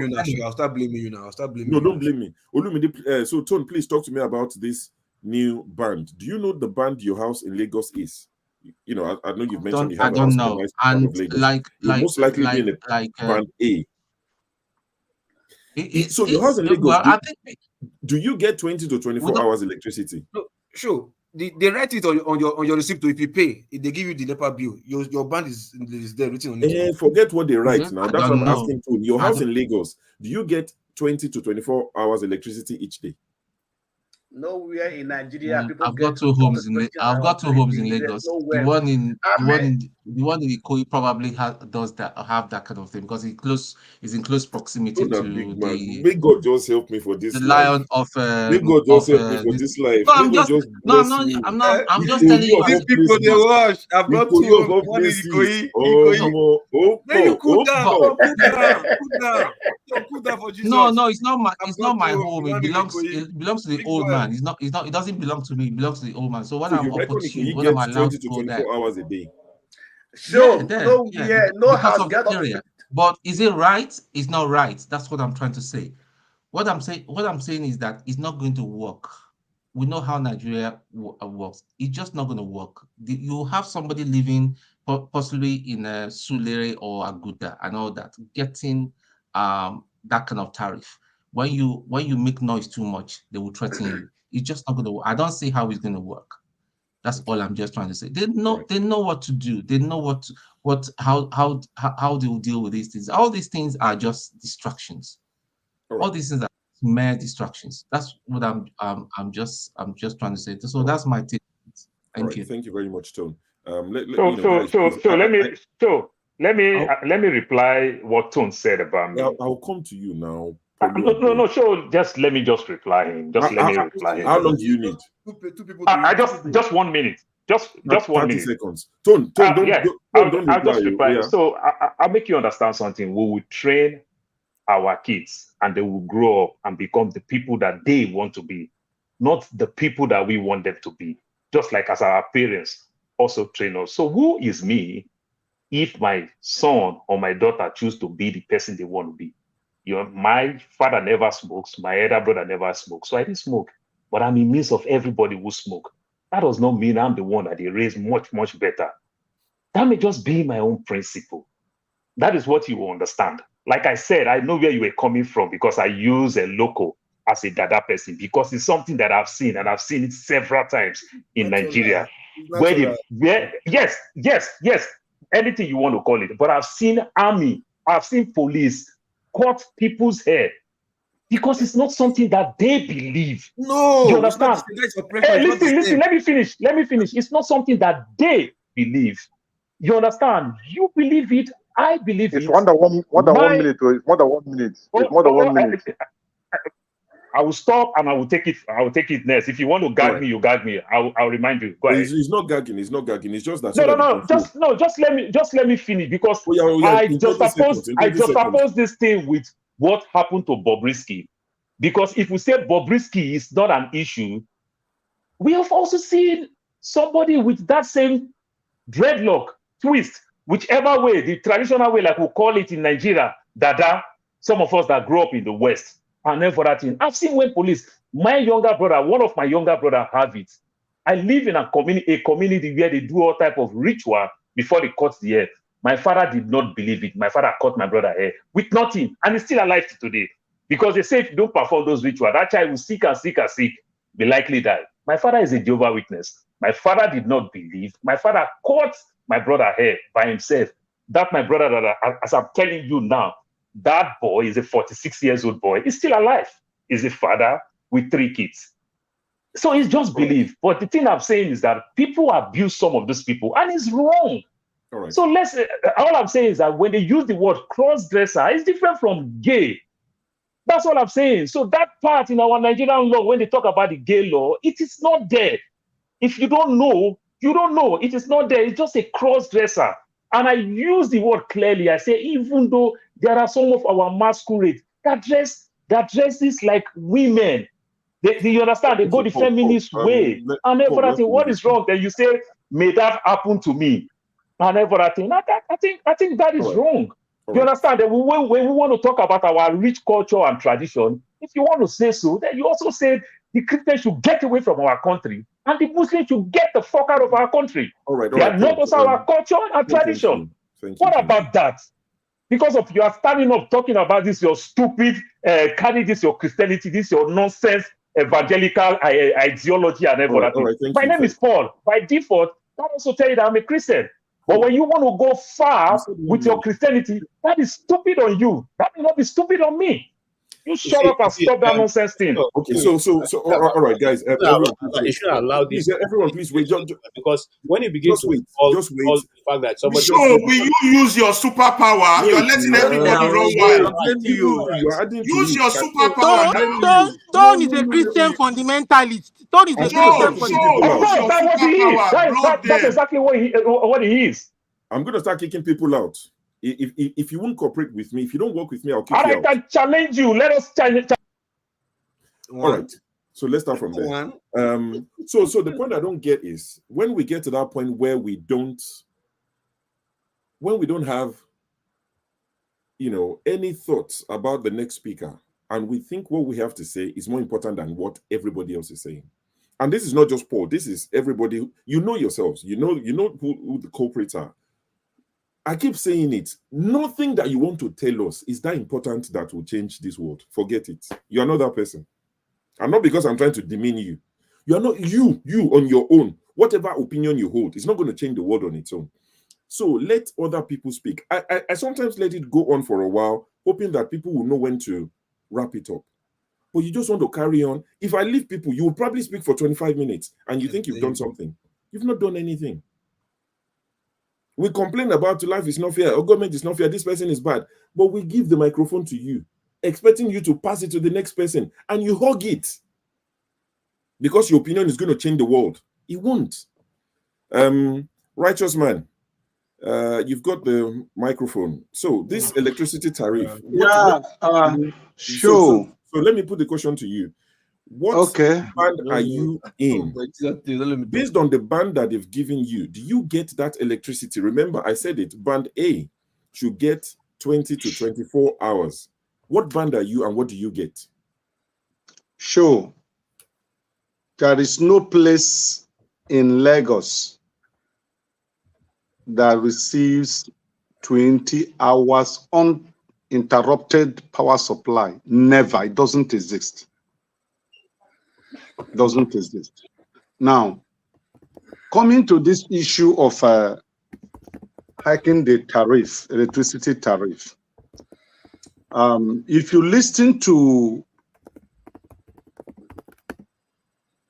Arise News 9 o'clock news night yesterday, they interviewed NLC President Joe Ajir, and they were asking him questions about this hike. And in fact, for the first time, I have to agree with him, and my eyes was opened. Just like when the Bible said that Jesus gave the disciples fish and their eyes were opened, they now discover, is the master. So the Nigerian electricity have been privatized for 10 years. And the issue was, before this time, Nigeria was generating between 3 to 4,000 megawatts of electricity. Now, after 10 years of this privatization, Nigeria still generates between 3 to 4,000.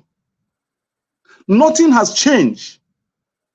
And then the individuals that you sold these things to, you are not telling us Nigerians that you are subsidizing.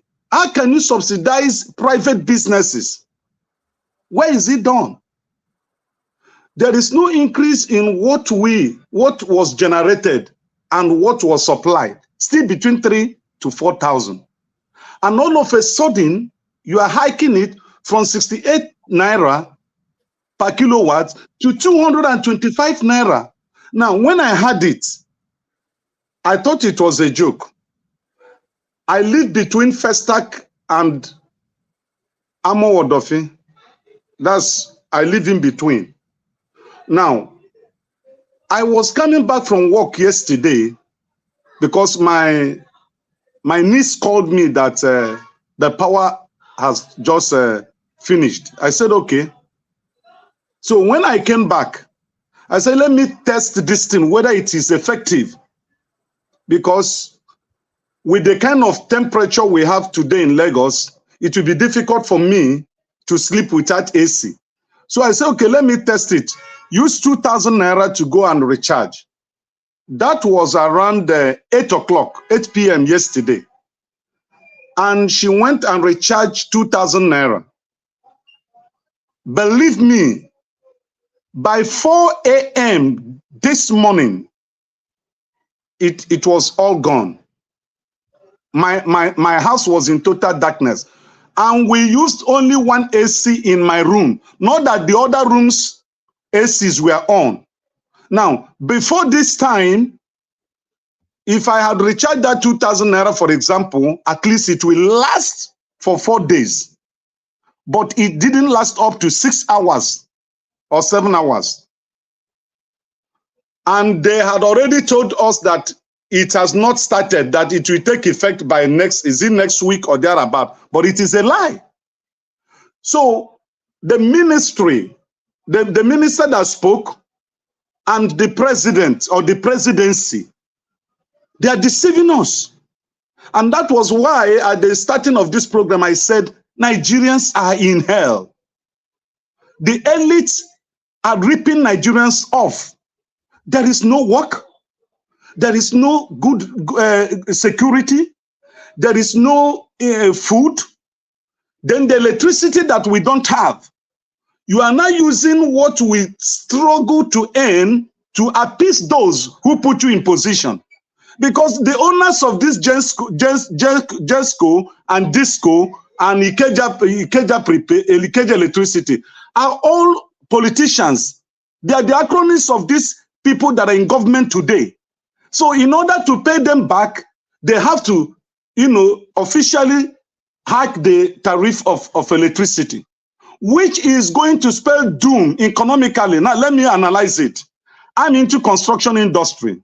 Since December last year, one of my clients that lives in Texas, I applied for prepaid meter for his building. And the guy said to fast forward it so that the file will not be delayed.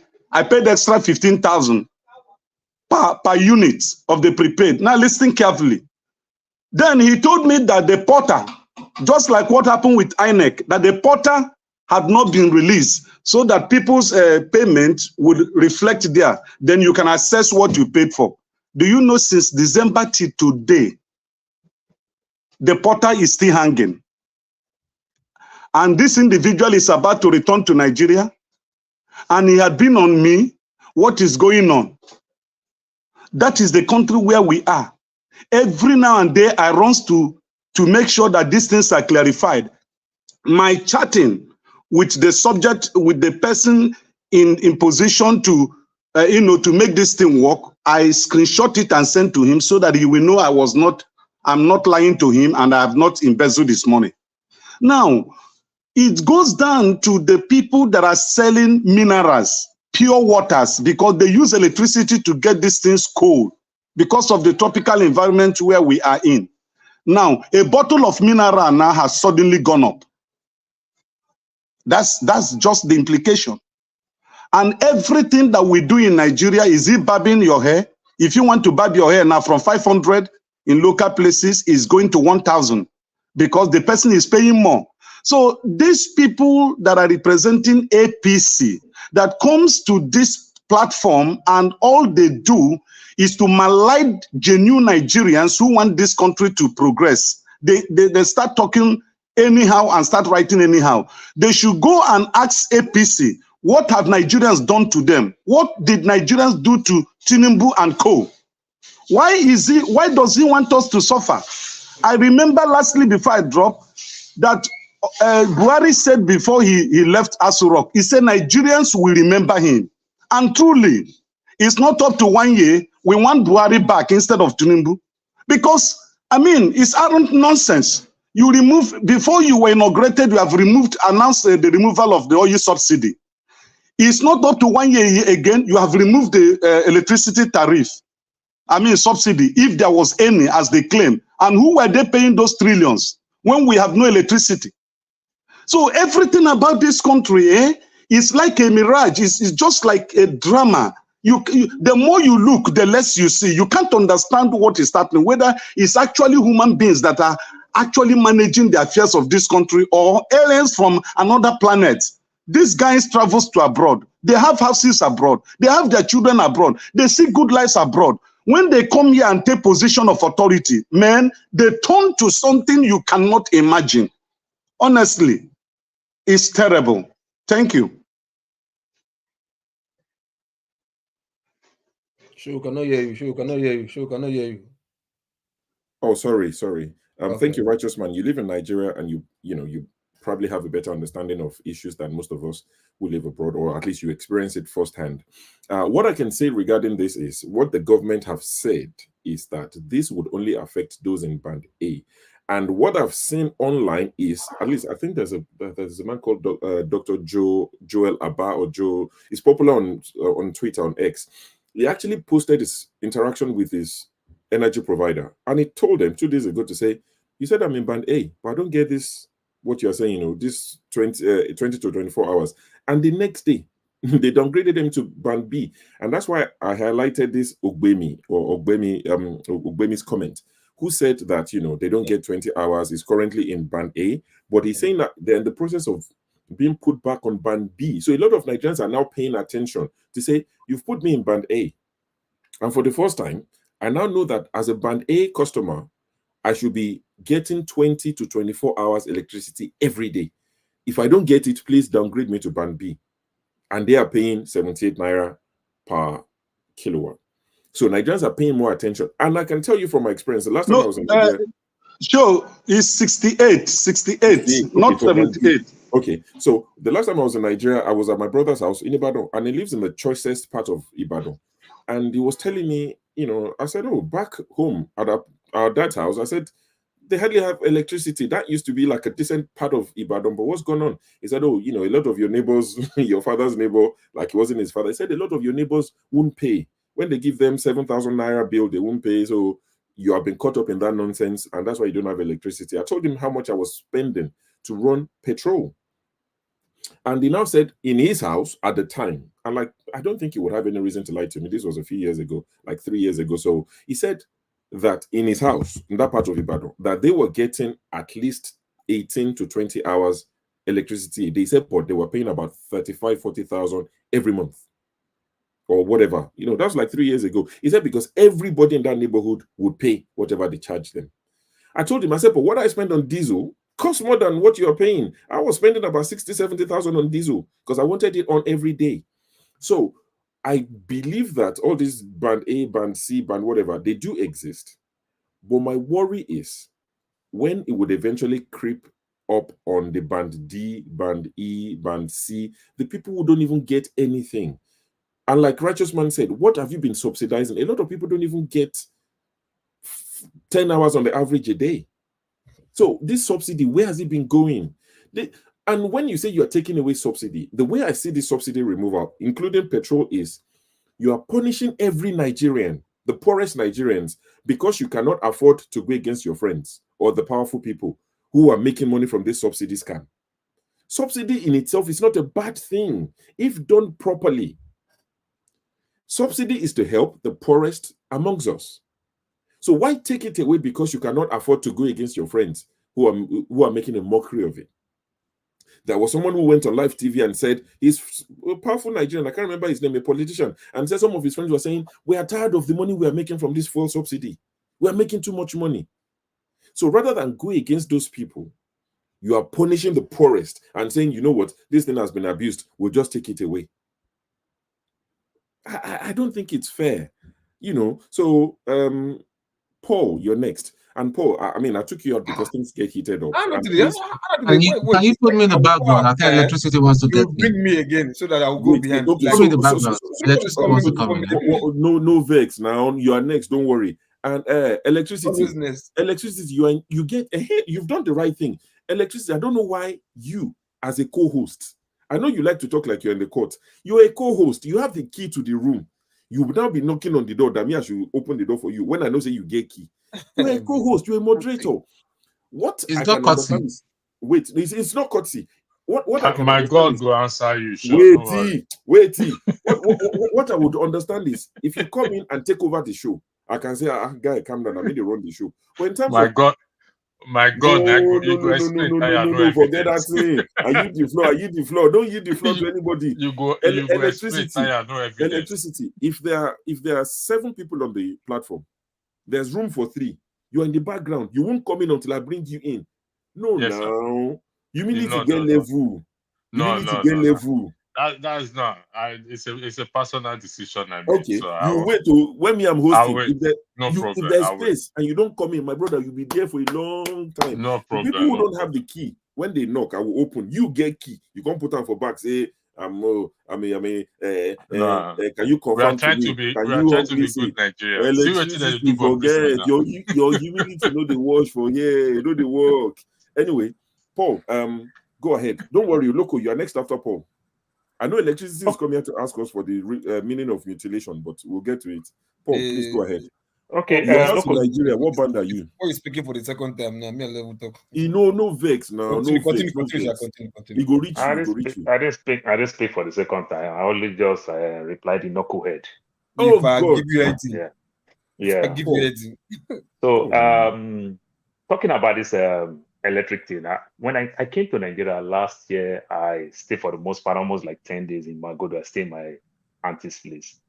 Man, it was like really, really good. Like even when the light goes off, sometimes my sister want to do it more. Like maybe just because of me to on the generator because I complain about the humidity and every other thing. I often said, I said, no need. Let me even use the opportunity to walk around the neighborhood. And it was like good, really like between what they said, that 20, 23, sometimes 18 hours, it was really, really good. Then I asked her, I said, how much do you guys pay for bill? She said, I don't want to know the bill. They pay up to like every month, they spend more than 100 and something thousand Naira. That was like 2022. Said they spend a lot of money because the son also do remote, so work from home.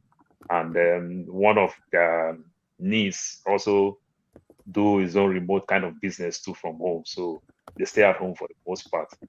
But it's really, really, really, really good. And it keeps the estate so quiet because everybody do enjoy that. So somewhere along the line again, they had problem with their meter when they start upgrading this meter because they used to use card to go pay. Then they upgraded it the proper way from where you can just pay online with your phone, whatever and every other thing. So while they were doing that, they started getting this problem. So they had all this this connection thing and every other thing. So they said while they were working on it, like what righteous man is complaining about, they've not really given them. So they just fixed them an estimated bill till they will work on it. And they started giving them 92,000 Naira. The son was very, very happy because that 92,000 Naira, they've not still finished that process. What righteous man is complaining till today. So they were praying every day that God let them not finish, because 92,000 Naira really, really favor them more, because if they are paying, they spend more. And as at this time now, they honor the AC in their house, they honor the fridge, external freezer, whatever. They're enjoying it. It's estimated. So it's not like before where they off this to cut costs. Now they own anything, they are just enjoying. Whenever they see lights, they enjoy it. But my question is that, what is the meaning of band A, band B, band C? What I supposed to understand is something supposed to be just simple one word: residential area and industrial area. Maybe you charge the industrial area more because it's more like a business thing. So they generate more electricity. The government make more money from them. That is all I understand. What is one band A? I don't know anything like band where I live in the West. I don't know anything. I also pay online. Then talking about this meter card, this thing that Righteous Man is complaining about. The way I'm moving from place to place to place to place, you just apply for the card. You apply for the meter. They send that into your house. You just activate it. And if the government can't get it, or the so-called PHC and whatever can't get it, contract these things. Let somebody go buy his meter, whatever, in ShopRite. All you just need to do, activate them and start paying. Why punishing people? That's exactly what MTN and Econet did. You understand? When they came, they sell phone, but we have the luxury also buying our phone from the street. So I might go to MTN and buy MTN phone, or if I don't want MTN phone, I buy my phone in the street and get your SIM. Just activate seamlessly. You get your phone, you activate in seconds. You are connected. You started using your phone. Why are they making this thing like some funny space or nuclear technology? I don't understand the type of thing. It's so funny. They just punish people and they make things don't work. Then they come, they just say some of all these things that it just don't add up. What is band A, band B? And you know the thing of band A, somebody's talking about Surulere, that we are trying to come down from band A to band B. I don't think it works like that, because they map out a particular area, like the elite area, and they put them on that one. So there's no like two different type of electricity where you say your neighbor don't have light, you have light. You understand? Remember, I still want transformer that bring that electricity to that area. So people may likely go deceive themselves thinking that, oh, I downgrade to band B, or maybe originally you're already on band B. But if you're on band A, then you say, oh, I don't want to do band A because the money is too much, so I want to be on band B. I don't think it works like that. I didn't see any streets where you see this neighbor don't have light, this one have light, this one don't have. No, because they just have one transformer that feed that area. That is my thinking for now. Thank you, Paul. Fix, I see you're in Nigeria and you're in the dark. I'm going to try bring you in as soon as possible, even if it means me stepping backstage so you can speak. But that will be after Loco, because Loco will take off my head if I don't let him speak next. But Paul, to address that, I don't think it's house to house. I think the way they do it is, like I said, my brother in 20 whatever I went to Nigeria, he told me that his whole neighborhood, like not one house or house. So they look at the postcode, basically like in the UK, you say postcode. So let's say Northwest London. Dr. Alexander Gomez would understand, forefathers would understand. So you could say, Northwest London, for instance, it's an affluent, postcode and all of that. So they could say Northwest London. People there, if we bill them at 200 Naira per kilowatt, they would pay. But people, I don't want to stereotype, people in a particular part of London, if we bill them the same, they won't pay. I almost mentioned some places, but I just caught myself on time. So they would think, oh, these people won't pay. So you know what? If we have 10 units of electricity to give out, we would rather give 7 to the people that can pay. I'm not saying it's fair, but I'm just trying to tell you what they do and say, okay, these people that can pay, that pay less, we'll give them 6 hours, manage it. The people that can pay, we'll give them 20. My brother was showing me his generator. He had a mechanical generator. I don't know, God knows how many millions. He said since he bought it, that is not topped up the diesel, that he hardly uses it. And they were just laughing at him. I said, but what I pay, where our father lives, where I was staying at the time, and partly hotel, partly the place, I said, I'm spending more on diesel. He said, that's your problem, because you can pay if they charge you at the premium tariff, but all your neighbors, most of them, would not pay. They would rather bribe NEPA officials because they can't afford it. So I think that's what's behind it. I'm not justifying it. I'm explaining what's going on. But let me go to local and I'll bring in Fix to speak. Wale, I see you in the background. Yeah, Mr. okay. Isho, See, you are wrong. First thing first, I think Nigerians, I don't want to say like most of the time we sound like hypocrites. Like we say there's no law in Nigeria unless a lawless place, but we don't seem to know that there are laws. Because you don't know those laws doesn't mean there are no laws. The truth is, like, if you're overcharged, right, it's bound to happen. But there's a commission where you can go to, which is called NEC. You can take your complaints to them, and they will ask, they will pay them what's called the distributors, PACN, whatever they call it now. They will ask them to refund you your money. You understand? Estimated billing is only a temporary thing, and it's just for like 1 or 2 months. If they go more than that, you can invite NEC to your house. NEC will come, check your property, and they will tell you this is what you're supposed to pay. You understand? If you have power in your area, this is what we're supposed to pay. Sorry, with the ration of power in your area. With that, you will take it to PACN, and if they don't do what they ask you to do, the NEC people will the one compare them to pay you back your money. I've seen it work.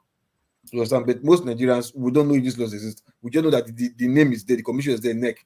We don't even know their function. Yeah, they are part of price tariff control, but they are also for customers who they are overcharged. Take your issue to them, and they will solve the issue for you when it comes to overbilling or estimated billing. But most Nigerians, sorry. That is no, Karen, good. Yeah, but most Nigerians don't know that. Like I said, ignorance. Just the same ignorance where we have. Like, I don't want to sound as if I'm taking back to the issue we talked about. Where ignorance, where like there's law. You understand? Because the law is not catching up everybody, doesn't mean the law should not catch nobody at all. You understand? You hear that you say it's witch hunting. Why you chop the winch? We want me to hunt you. If you not chop the winch, they go hunt you. You say what is witch hunting? You chop winch, then you mean they don't hunt you. You understand? Not chop winch, then nobody go hunt you. Because they're not hunting anybody. You say, okay, because they're not hunting, okay, let me chop the winch. Then they will chop you, they will not hunt you. You say it's witch hunting.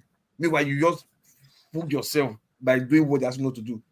You understand? You don't know the grace that's covering other people. If the same grace is covering you, you know you don't have grace. You want to test grace that you don't have.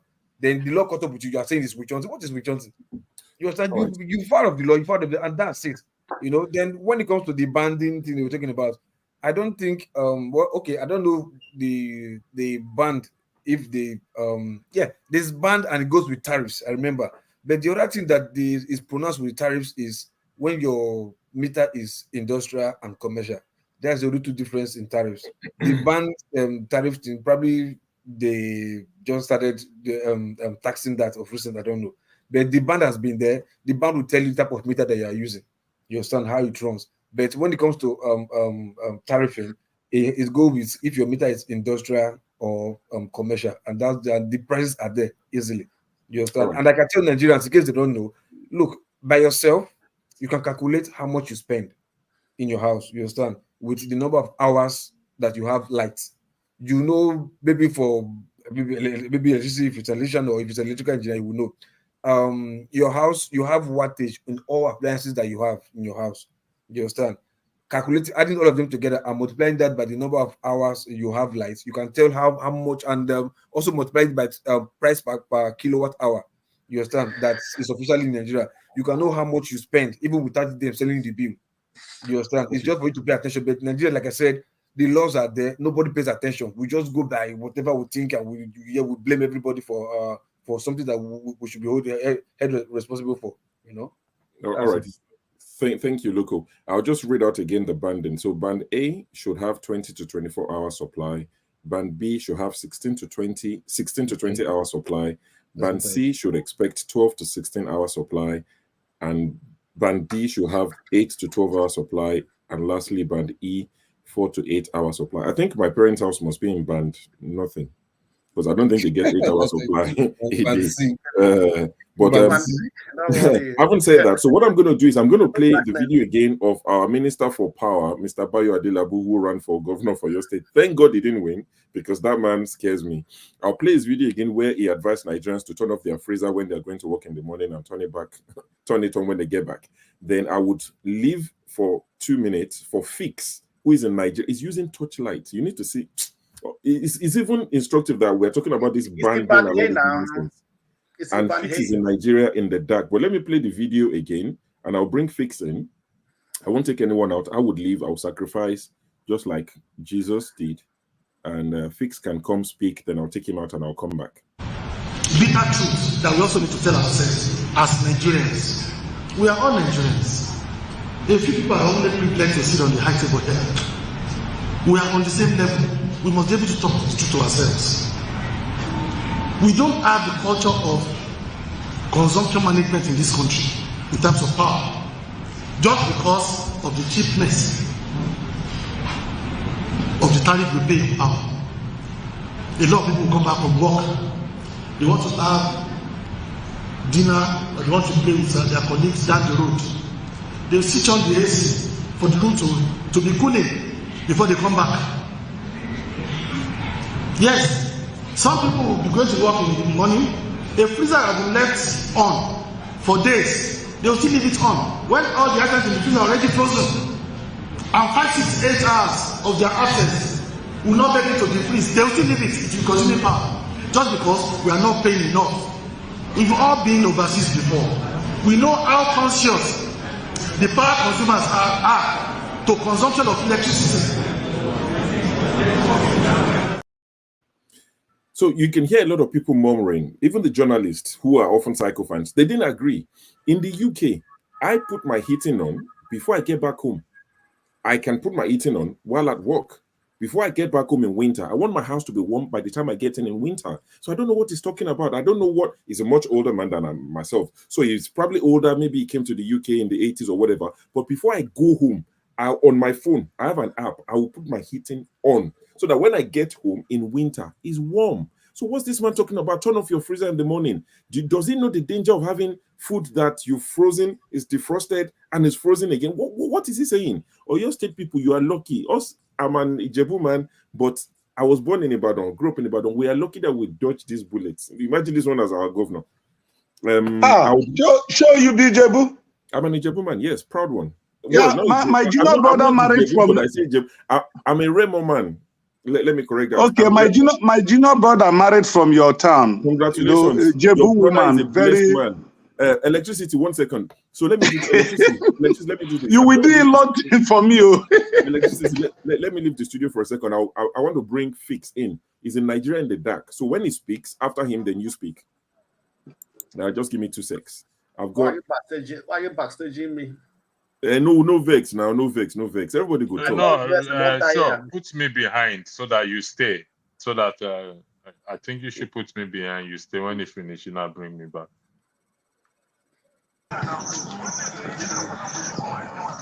Should I go on? Yes. Yes, go on. Right on. Good evening from this side. I greet you all. Which side? Yaba left side or Yaba right side? I'm in Abuja, sir. Okay, please, I want to take you people back to Goodluck Jonathan's this thing. They privatized.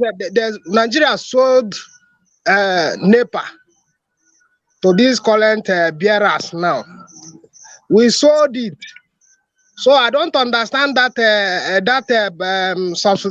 subsidy they are talking on power. I don't get it. So when somebody buys something, private something, we will be paying subsidy on that.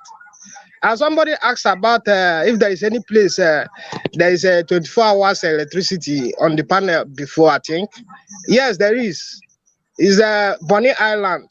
I stayed there like for 4 years in River State.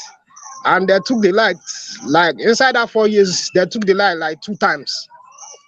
So in Bonny Island, in Nigeria here. So that place, we have our meter. So that thing that the minister was talking about. So if I have my meter and I on my freezer or my AC, I think it's my money that I'm spending. It's not his money. You know, so when they saw this thing, they told us they are going to give everybody a meter.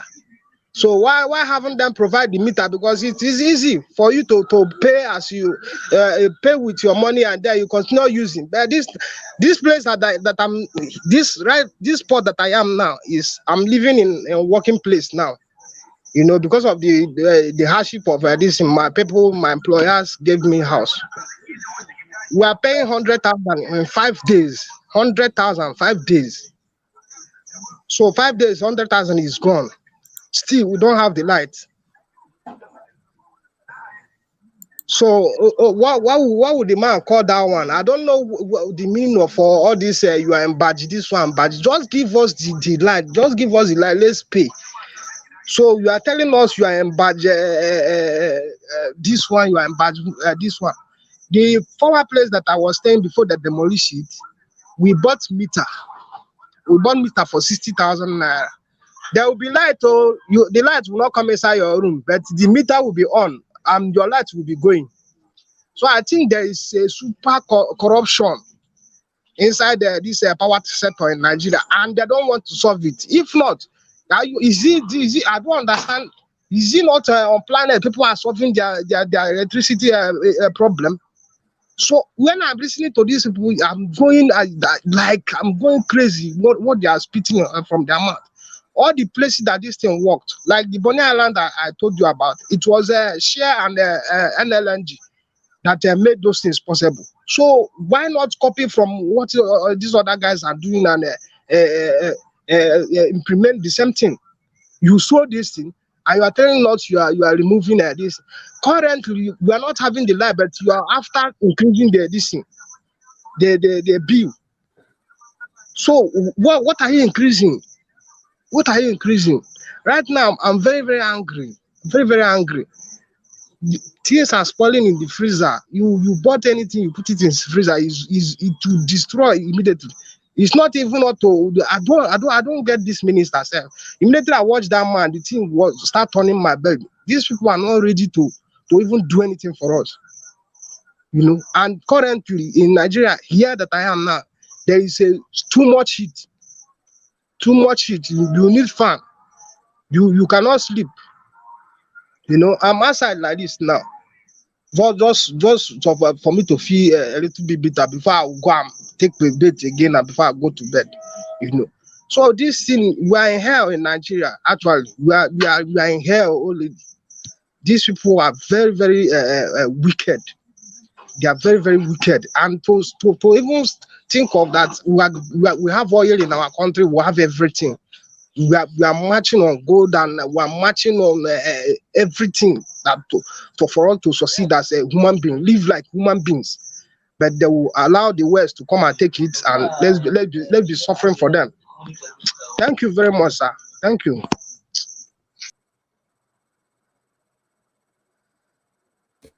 Thank you, Fix. Thank you. I just thought it was important that that I add you to the show so you could give us the perspective of someone living in Nigeria regarding the banding. Because a lot of Nigerians will tell you, except you live in like Ikoyi, like Tone said, except you live where my brother lives in Ibadan, in those places. A lot of people don't get anything. They don't. And what the minister said was very insensitive, honestly, telling people to turn off their freezer. Who does that? Does he do that?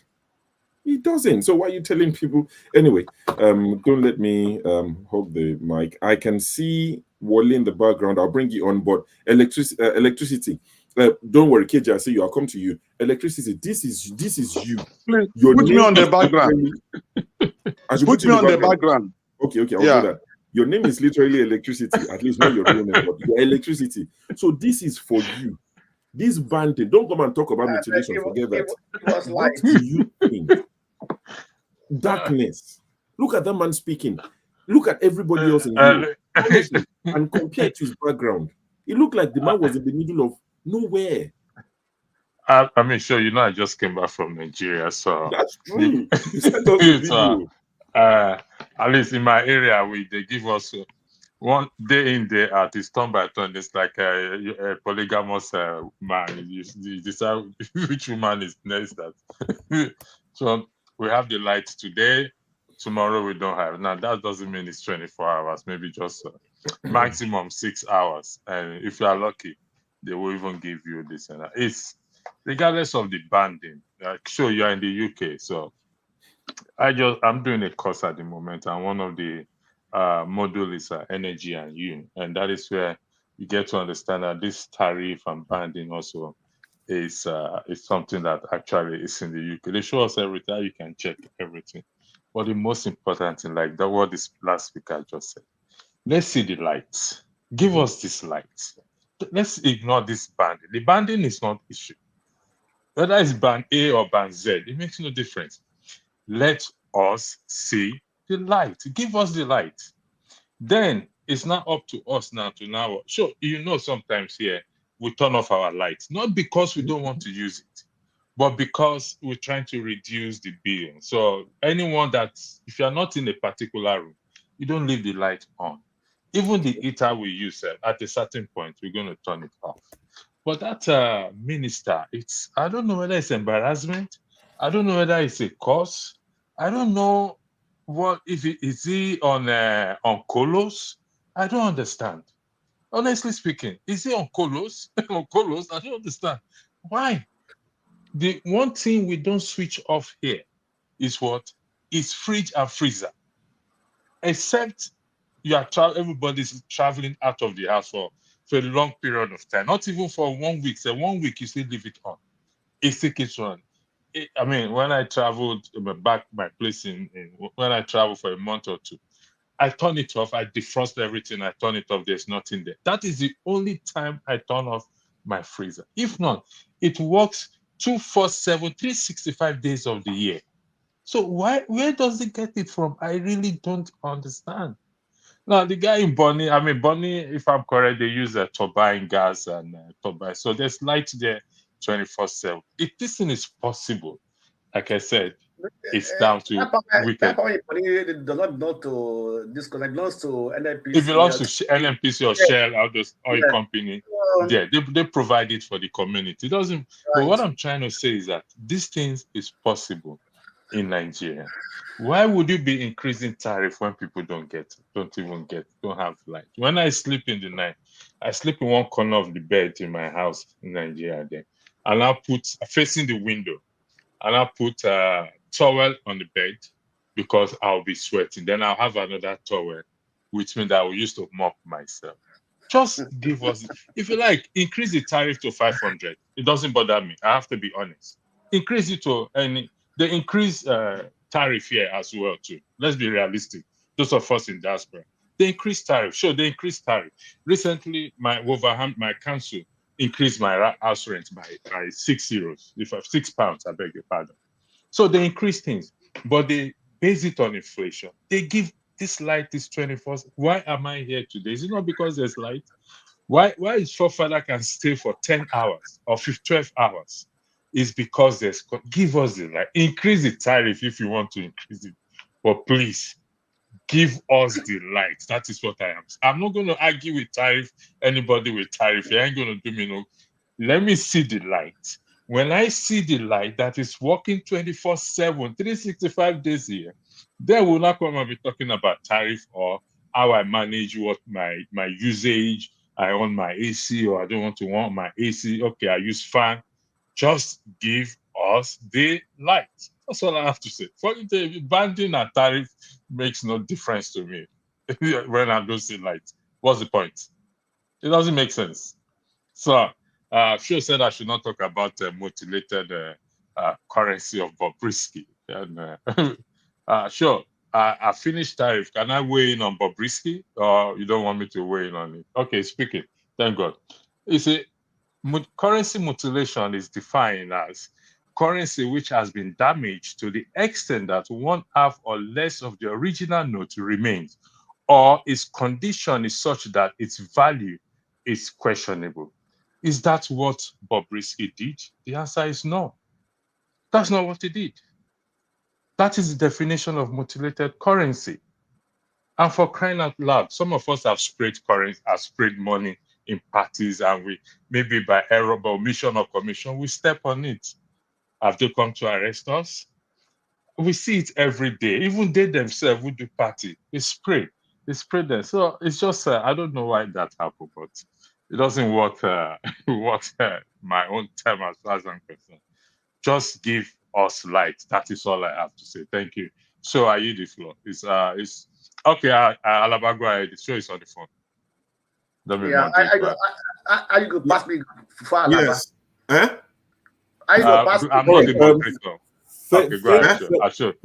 Thank you for yielding the floor, as always, my learned colleague. My learned colleague. Thank you for yielding the floor. Well, good to see. Can I go? Do you say I can wait go? Now. It's no, I'm not the moderator. The moderator has come back.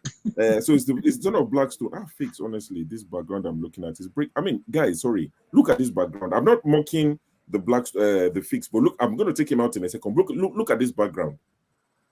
What is this? It looks like someone that escaped from kidnappers. It's like and darkness. No, honestly, look at everybody else. It looks like somebody that escaped that is now saying SOS. Please. Anyway, so it's your turn, Blackstone. Thank you very much. We're coming about this increases tariff and so-called band A or band B or so on and so forth, right? What I see, first and foremost, I heard from Arise News that the discos made a profit of 1 billion naira last year. Sorry, 1 trillion naira last year as profit, right? And we don't have improvement in power facilities. How many customers has prepaid meters? So when they are saying band A, band B, do everybody in that band A has prepaid meters? So how are they going to charge them? And I was talking to my girlfriend. In their estate, they were formerly in band A, but now they have degraded them to band B. So indirectly, if you are in band A, you can also say not to be on band A again, you'll be on band B. So I don't know what formula they are going to use, how they are going to mark out areas or houses, which is band A, band B. Also, because when I listened to it, it was so confusing the way they mapped them out. You understand? There's a mapping they did and everything, and it cut across different areas in Lagos. And this band A, band B is all throughout every state in Nigeria, right? So another thing also that when we are talking of increase in tariff, have they put also into consideration the conditions of Nigerians? What is the salary a person receiving 30,000 naira or 50,000 naira or 100,000 naira in a month? Now, finally, it's in band A. What will be the effect, right? The companies who were running their paying maybe 3 million or some amount of that money every month to run their factory. Now they're in band A. What will be the increase? They need to be paying about 7 million per month. That cost, who is it going to? To the customers. So indirectly, it's going to affect every aspect of the economy. It's going to increase the cost of living, and people are going to suffer from it. So sometimes when they are making these laws, increasing things like, you don't also put the citizens into consideration, right? Even like the increase in dollar last time resulted to increase in prices, but now it has come down as the prices came down. No, so everybody who's a businessman who uses electricity, we increase prices and say I'm in band A. I'm paying more electricity. So they should have read or tried to put this into consideration. It's not only the household who are going to be who are using electricity. Also, the businessmen, the shops, the sellers, the dealers, they use electricity too. Indirectly, they're going to increase their price. And they're going to be passed on to the end customers, who are going to bear the brunt of the pains of increase in electricity. So they are paying more electricity bill. They're also paying higher cost of living, cost of goods goes high. So at the end of the day, it's going to cause more suffering for the people. No matter what band you are, indirectly, it's going to have effect on you. So that's my own take of this, because I think that at this time, they should have been able to put more infrastructure, produce generate more power, and also try to meter most houses. I mean, they say that it's about 5 million people or 5 million houses in Nigeria are metered. What about the other ones? So how did they get their 1 trillion Naira profit? Where does it come from? From the estimated billing. So that is for me. It is for me. I don't. This is not the right time, or was it the right time for them to put that increase in the electricity tariff? Thank you. All right. Thank you, Blackstone. So don't worry. We're coming to you. We're coming to everyone. So we're going to carry on. We're going to go to Alaba. We've already spoken to KJ on electricity. If he wants to chime in for like a minute, that's fine. But we're going to go to Alaba. Don't worry. Yeah, I'll come to you. We'll go to Alaba. Paul, you've spoken about the tariff. So electricity has spoken about it. So it's Olumide and Wole. So the way we'll do it, we'll go to Alaba. Wole. Okay. Okay. Go on. Okay. Well, I just want to throw this question. Alaba, just 1 second. Let KJ speak. I want to throw this question to us when we're answering. Even Alaba, you can weigh in on that. Is electricity a new science? Electricity, is it a new science? Secondly, is electricity is it one of the factors that you use to industrialize a nation? If that be the case, what sense does it make to ration electricity? Thank you. That's all I want. Because we don't have enough. We're not generating enough. We don't have enough. That's why they're rationing it. That's why I disagree with you. Is it a new science? Is there more science? Are people okay. I disagree with you, Sho. Alaba, it's your turn. Yeah, I disagree with you, Sho, because all of us are approaching this whole discussion from the wrong approach. I always say that. It's not that I know better than everybody, but teach us now. Let me hit you now. Make I hit you now with this submission. It was Abati that once said on Arise that some people are collecting rent on Nigeria. Standard.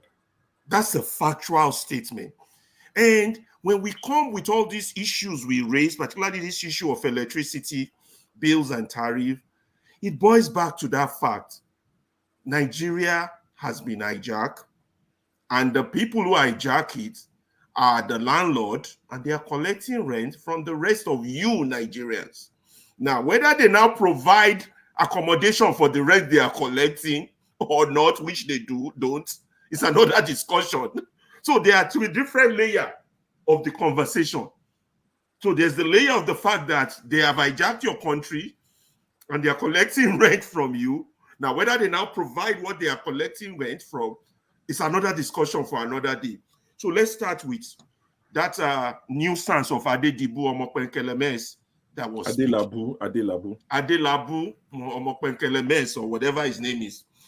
You see, number one, you cannot give nothing from nothing.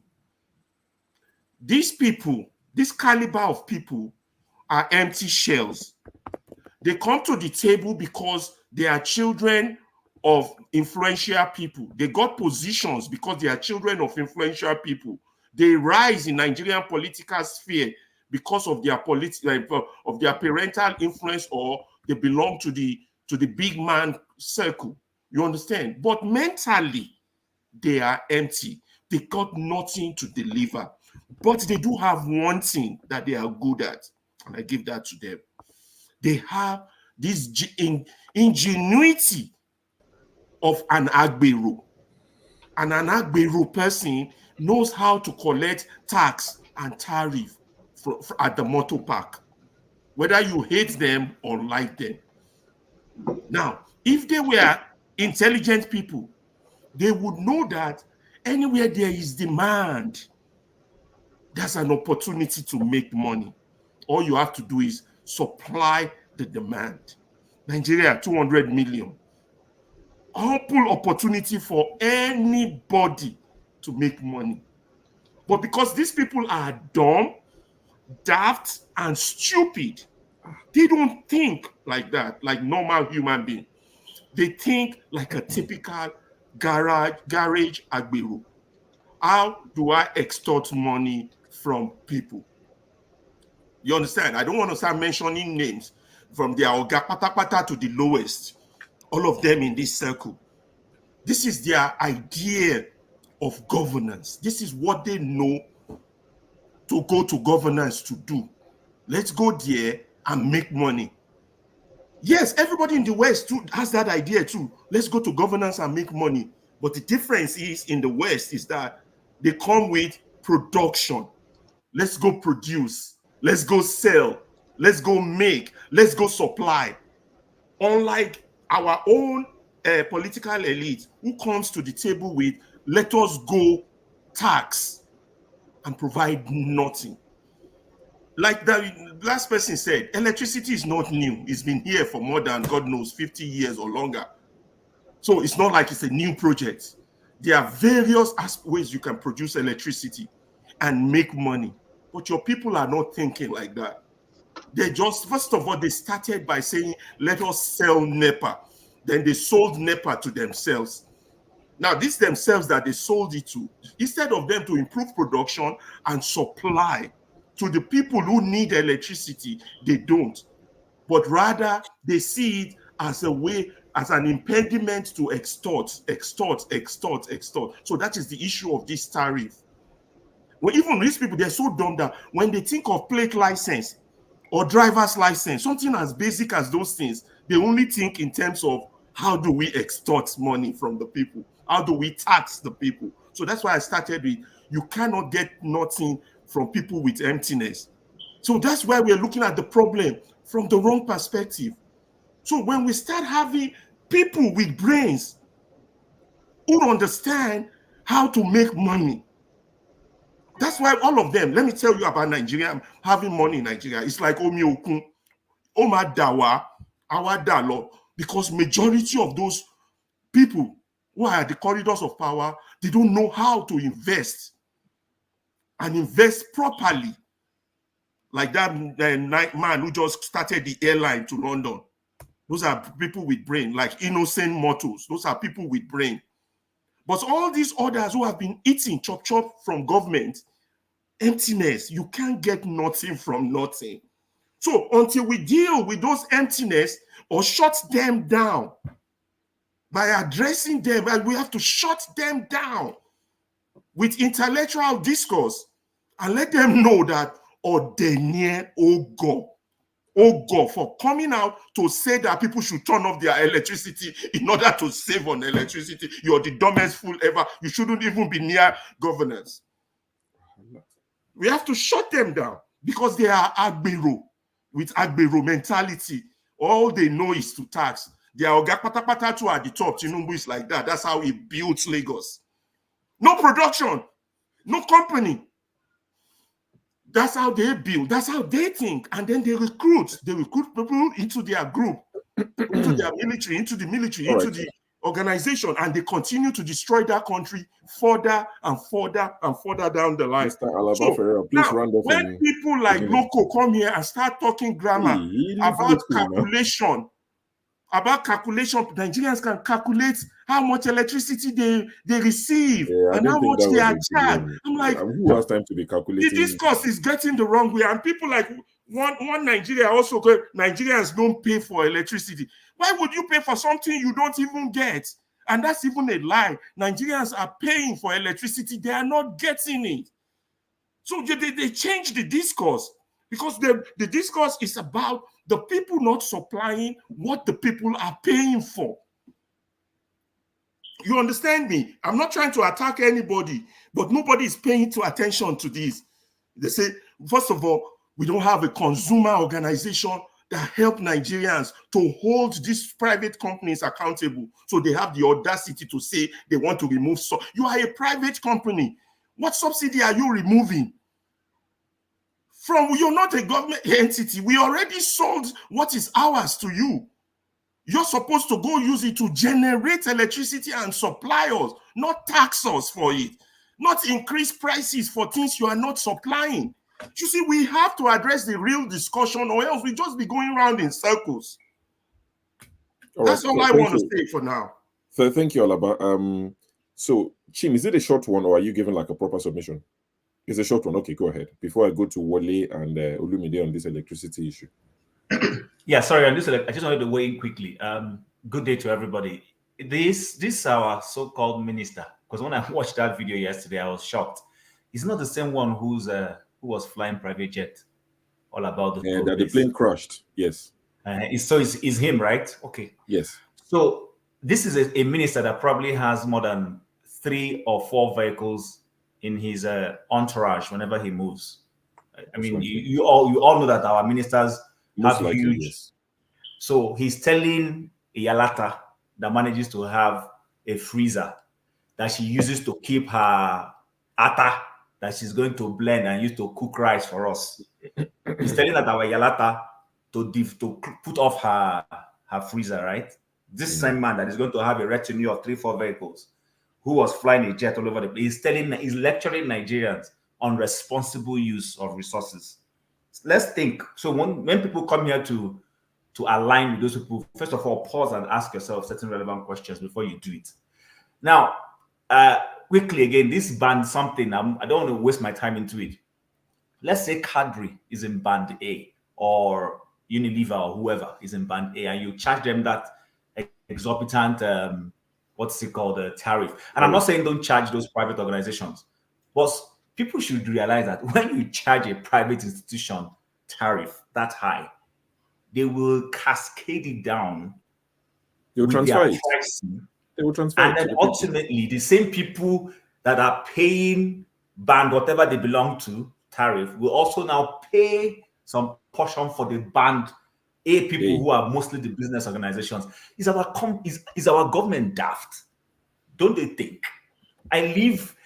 All of us live, but let me speak for myself. I live in a country where electricity there is some form of subsidy in it.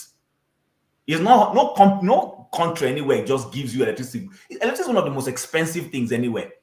That's why the German government till tomorrow is liberalizing it for people, because they know all those their tech companies can't survive. In fact, even new entrepreneurs cannot survive if you give them the full-blown value of that thing. They will collapse. So I just wanted to add that, because sometimes when people talk, they're not sitting back to rationalize some of these things. I felt I needed to throw that in. All right. So thank you, Chim. In the next 13 minutes, I'm going to go to the 2 people that haven't spoken about it. So that's Wole and Olumide regarding the electricity. I'll come to 2 of you. So once they've spoken about it, so Chim is just going to anchor the section where we discuss this air peace, Onyeama, the effects, the impact on Nigerians. He's planning to start doing Lagos, US, and all these places. So the impact, Chim would do that for the next hour. And of course, forefathers would take over. And if people still want to discuss these topics, they are free to discuss it. Or forefathers can take us to the section where we discuss more, what some people say, more relevant issues, international politics, Gaza, Israel, Ukraine, Russia. They've been blowing each other over the last few days. Also, the Senegalese, is it Senegal now? Burkina Faso, I can't remember. The Faye and, some people have said it's the Prime Minister or the minister that is going to rule the country, that is not actually the president, is just proxy and all of that. So, those sort of discussions we can add to the conversation. But let me go to Wole and Wole first, then Olumide regarding this electricity issue. What's your take on it, Wole? Thank you, Sho. I greet everyone. Quickly, I'll just, within 3-5 minutes, I'll quickly some of my thoughts. Thank you. I've heard everybody, and there's no point for me going around the problem. We all know what the problem. But I'm kind of really surprised when we have daft people. I mean, very daft people. I'm sorry if that language is not the right one to use. But anyway, let me call them educated illiterate. Yeah, they're educated illiterate. They're not daft. They're just educated illiterate. How can you come on air? You've traveled abroad. You've never seen a light goes off for one day where you've traveled to. And now you can come back and be telling people like, switch it. Seriously, it's out of sync. Anyway, I don't blame them. I blame the people that are so gullible. And they take this kind of people should be stoned. Honestly, they shouldn't even swear. I Calm mean, down. accountability. I mean, like everyone said, electricity is very, very expensive. I remember I lived in UK during the COVID or something, when the electricity and the gas price went up, government subsidized. They give people at least, I think it's £60 every month towards their bill. And the energy company, they make profit. I mean, it's not cheap, and they can't do without them. Like you rightly said, Chain, in Germany, government have to make sure that this electricity keeps going on because the production company or the tech and everything, they rely on it. If they don't have that electricity, the whole economy will shut down. And for God's sake, how can the people be I mean, they say they subsidize electricity, I mean darkness. I don't even know where my mother, maybe, I don't even think my mother is on any band. They will tell you they haven't had light for 6 She's months. on band Z. Band Z. If it's Z, honestly, I would have said, oh, that's good. At least one day she will move to Y, not A.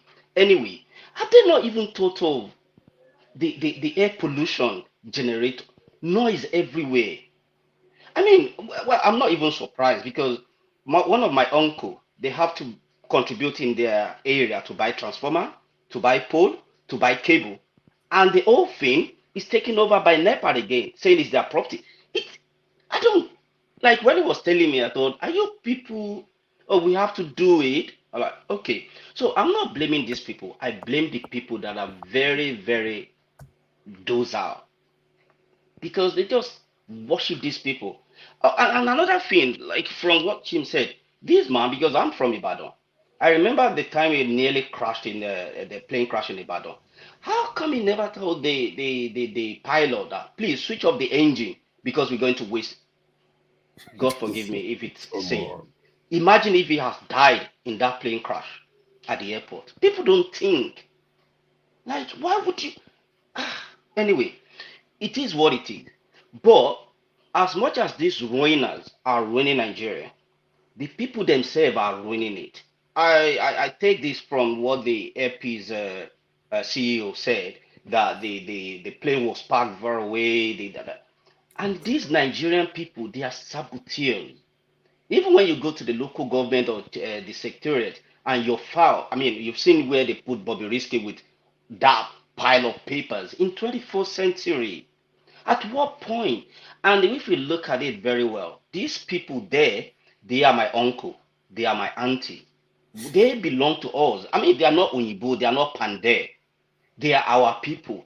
But the moment they rose to that level, honestly, I can beat my chest and tell you that I don't have any one of them because if I have them, trust me, I have my mouth. I will disconnect with them and I'll be. They will block you. They'll block your number now. You're I'll not be listening to cursing them. Yeah, but the thing is, look at where we are now. Either you are a doctor or you're a professor. When you go to the supermarket, have you ever seen a policeman carrying a bag following anybody? You buy bread. If you want to buy expensive, you go to the expensive store. But the basic amenities of life, it's there. At what point these people are not even learning? That they just want to keep people suppressing people. And I don't blame them because the people themselves, they like to be suppressed. I better pass you. Once I have money, I can go and spray money. They will Bassirou, they will praise me. And I will be like, I want to belong to big Cubana. I want to throw bundles. For what? Is the mentality. I don't think it will ever change. Some people will say it's our culture. If it's our culture, let's continue to live in darkness. If our culture is to be in darkness. But I don't agree to that because it happened in Abia State. This thing is not rock science like KJ said. Can this not be done? Yes, it can be done. Even if it's there and you ask people to pay 500 Naira per kilowatt, it is production. People will pay. But you haven't even solved the problem. You are asking people to continue to pay for darkness. All right. Thank you. It doesn't make sense. Let's speak to UCH, University College Hospital, the Ibadan. NEPA or whatever they call it, they They're took owing light. 500 million. I mean, yeah, because they're owing them 500 million naira. UCH Ibadan are owing NEPA so 500 where is the million. accountability? I don't blame NEPA for that one. I grew up in Ibadan. How can UCH, University College Hospital Ibadan, be owing NEPA over 500 million naira? They have to cut their electricity. They need to find the CEO or whoever is running that hospital. Chief Medical Where Officer. is the money going? All right. So people are not accountable. When we look at this thing, so why haven't they cut Asurok and the Nigerian Defense Headquarters? They should cut it now. I agree. They should cut everything. As much as we blame this Eklemes or whoever, I mean, he's a banker. What does he know about electricity? We have to move it I on. mean, putting the wrong person in the right. I mean, putting the wrong. Now you came here and you right my voice made travel for Wole. Calm down. Sorry, Calm I just want to ask you a question. Sorry, the 500 million, was it within 1 month or 1 year? No, over extended period. I don't know. Extended period. So they don't use budget. Okay, so they don't use budget in such institutions. Okay, I will take over from here. But sure. I'm gonna. This guy is a menace. He said I will take over. So sure, I'm gonna disagree with you on that one though. UCH is a priority institution. I'm not talking not just UCH, but any teaching hospital institution is a priority institution. Don't cut their light off. If there's allocation for the money and you've not paid, so federal government should be responsible for them. For that is that is why you should be aggressive in pursuing people stealing money that should have gone. Olumide, sorry, Olumide, we respectfully disagree with you. You can't switch off oxygen on sick people now. That refuse to pay it at the end of the month should be leaving that place. Switch it off is not the right thing. Let them go after the person chopping the money. Don't switch off switch it off is not the right thing to say. It sounds insensitive, not thinking about it. But what I'm saying is, UCH they've been given the money. But it won't help matters if they. I agree with you. Thinking about it because it's a medical, people would lose their lives. But anyway, that's why I asked. Why haven't they cut Asurok? Why haven't they cut Asurok? Asurok is owing. Just to move away from that narrative of let me do my own complaining now. I kind of perform my own solution to digress a bit. So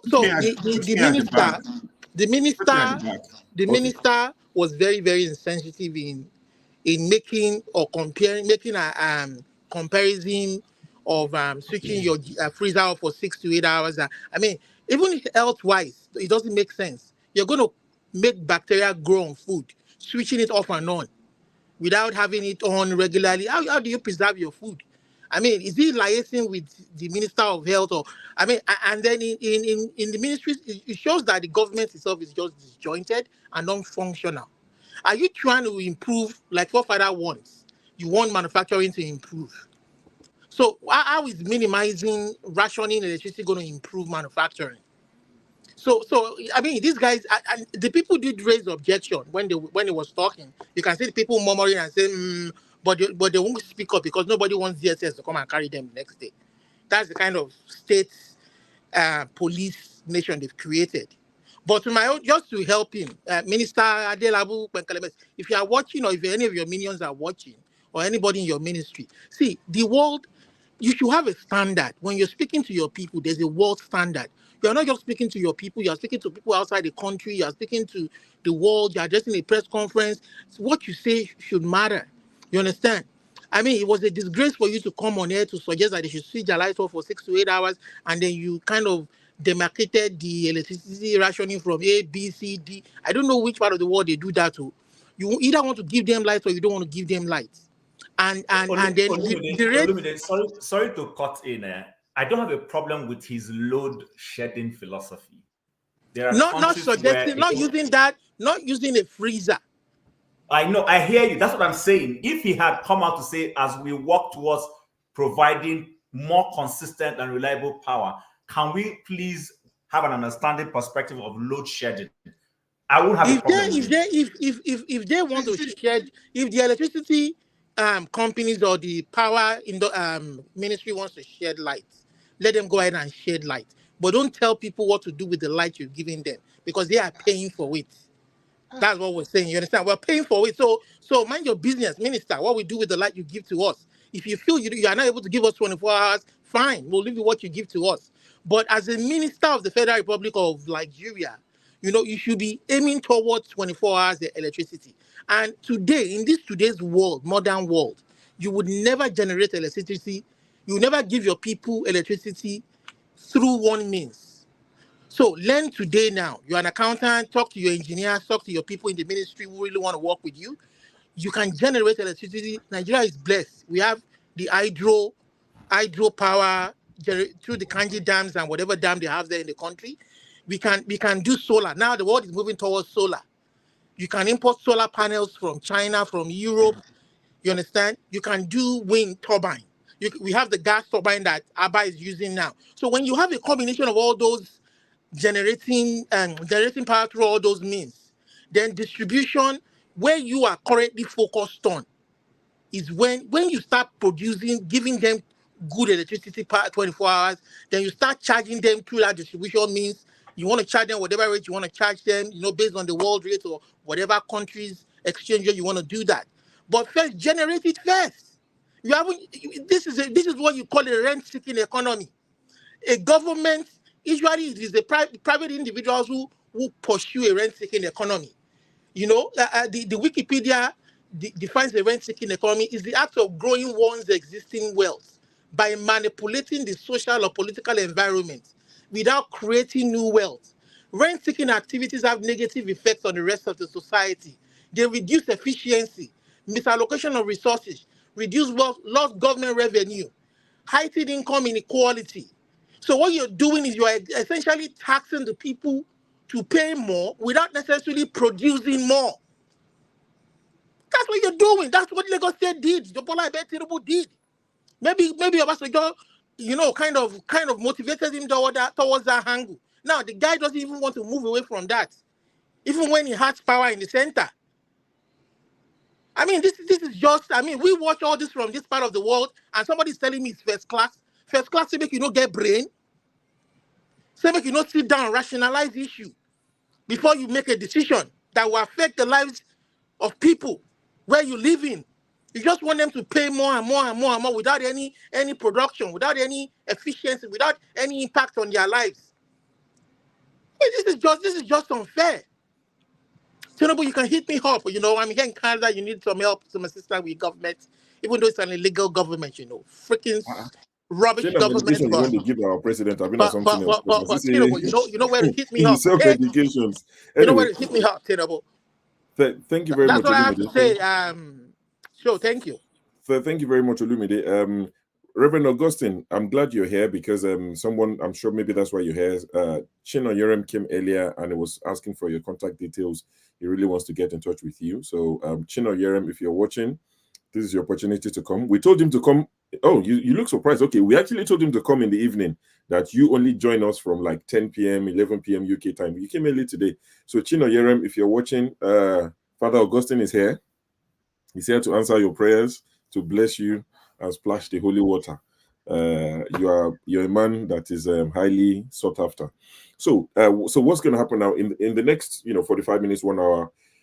Chim is going to anchor the show, and we're going to discuss the airpiece issue, more of the positives rather than the distractions, because some people just went for the Isiagu and they're upset. Like I said, I've ordered my Isiagu. Let me show you again. It's going to come next week. I'll wear it on this show. People will get headache tired for my matter. They said I'm an Omo Igbo. Some people said my father is Igbo. I'm not even my father's actual son. I'm not from Ogun State. Let me know the day you want to. Let me know the day you want to wear it so that we can do solidarity. We do Ashwebi. Yes, now I contacted my plug in Nigeria and I said, I need Isiagu and I want it in the UK ASAP.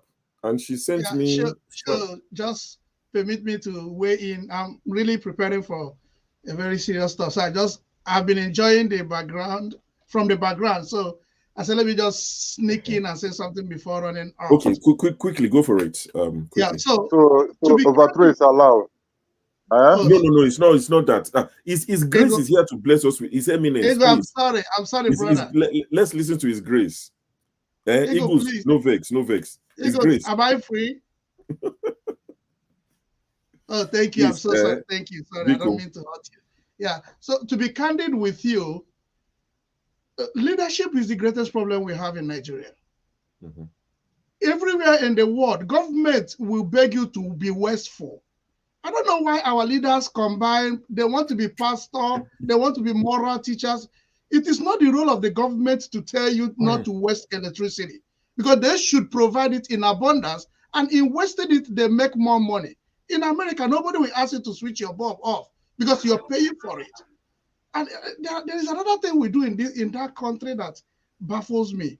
It is in Nigeria that anybody can come out and say anything. If you go to any other part of the world and tell them that you are subsidizing electricity, and you classify some people in different, you keep people in different category, somebody will be having 20 hours electric supply, and the neighbor will not have. And you feel that government will sleep that day. No, it will not happen. So if you are subsidizing electricity, you focus on it, make sure that everybody will get it. Now, if you have electricity in abundance and you want people to pay for it, you put money for it and everybody will pay for it. The fact that you said you're subsidizing and you gave some people 20 hours in a day, some people don't even have it at all. And you listen to the Senate, look at what has been going on. I know so many communities that don't have electricity, no electric pole. And the senators from those communities have been taking money for consistency allowance. And they've been using it to do things that are not necessary. For Christ's sake, when do we start taking things serious in that country? When do we start? And look at what Jero was saying today. You live in Meduguri. There is no gas around there. You're building gas turbine.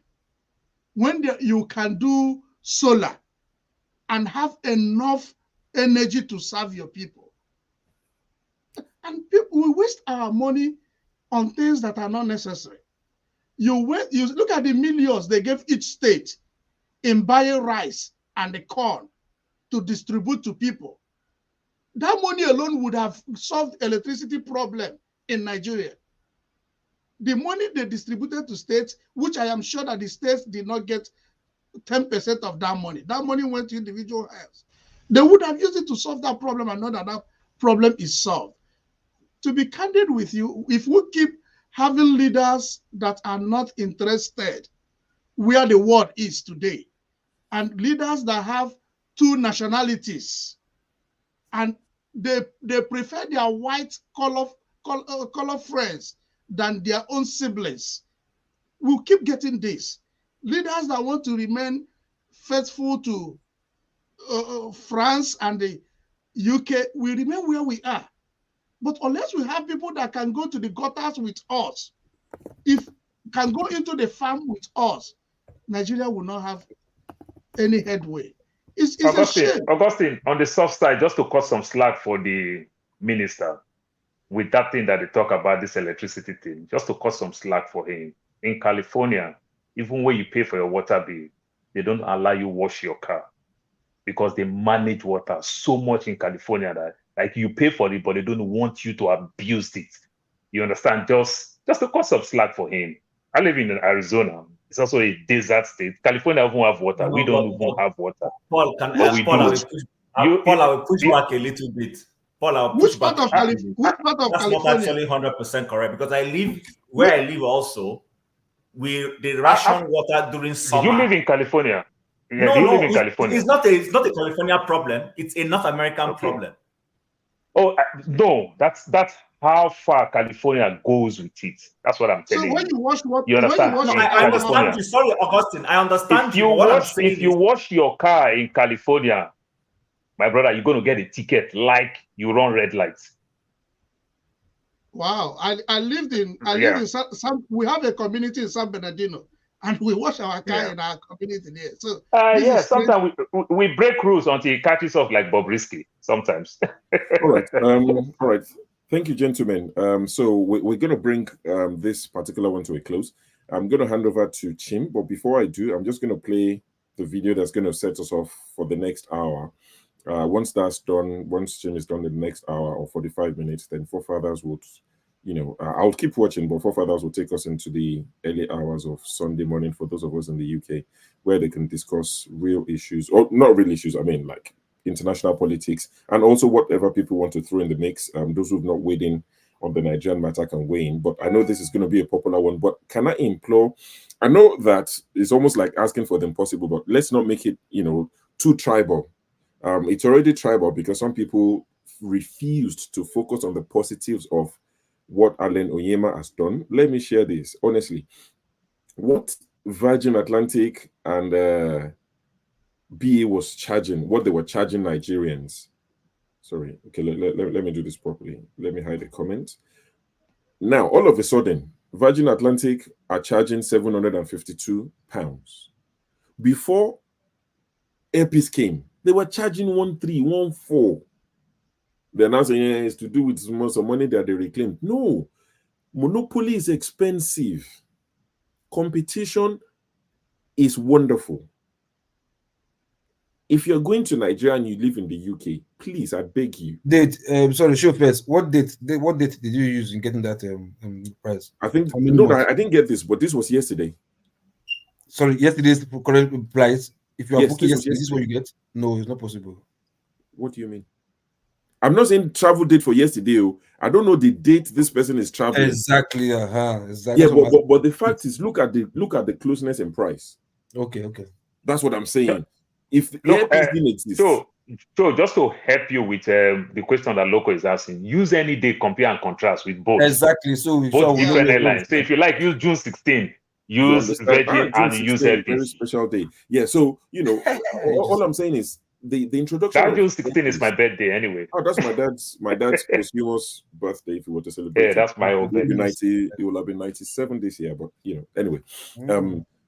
So what this has done is brought competition, and this is our own. We should celebrate it. It's wonderful. What part of this do people not like?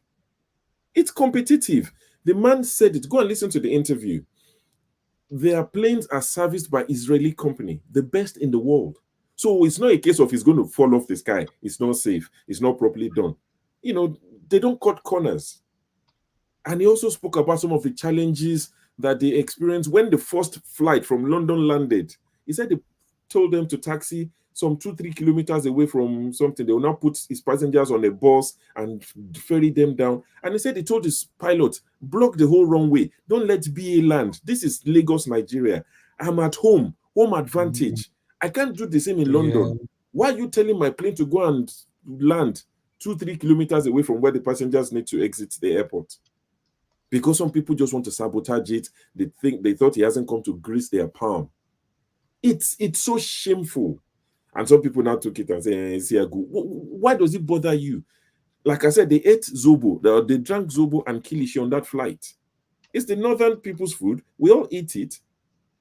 They served eba and efo on the flight. That's more an Ogun State thing. A lot of people eat it, but Ijebu, Gari, and all of these things. I'm not saying Gari is just Ijebu, but it's very popular amongst Ijebu people. So the man kept saying it's a Nigerian project. So I think they even told him to say, make this the Nigerian national carrier. He said, no, let our ministry, let our government support all of us. Even those who are going to Egypt, let the Nigerian government support them, back us. When we go and play international, we want you to support us. It's like Arsenal playing in Europe and the English FA not supporting Arsenal if they feel cheated. You stand up for your own, you support them. I'll play this video this is what led to... Just to support your... Can you hear me, Sho? Yes. Yeah, I think even the Arsenal example is not even the proper one to use. Okay. Use GE coming to Nigeria to do business under the Obama government. The Obama's government intervened on their behalf to speak to the then government of Nigeria to enable them have access to the turbine industry in Nigeria. That's how it's done. You go and you speak on the behalf of your in this government's defense. Dr. Onyeama said it multiple times that Festus Keyamo did speak for them. He fought for them. He got some things done for them. He did, and I said it earlier when I started the show. He gave the flowers to Festus Keyamo, as much as I don't agree, with Keyamo a lot of times, but he did his job as the Minister for Aviation. He did work for Onyeama and Air Peace, and we should give him his flowers. So it's not a case of just condemning for the sake of condemning. When they do right by us, we would say it. But this is the video that led, or this is what led to a lot of people talking a lot of smack.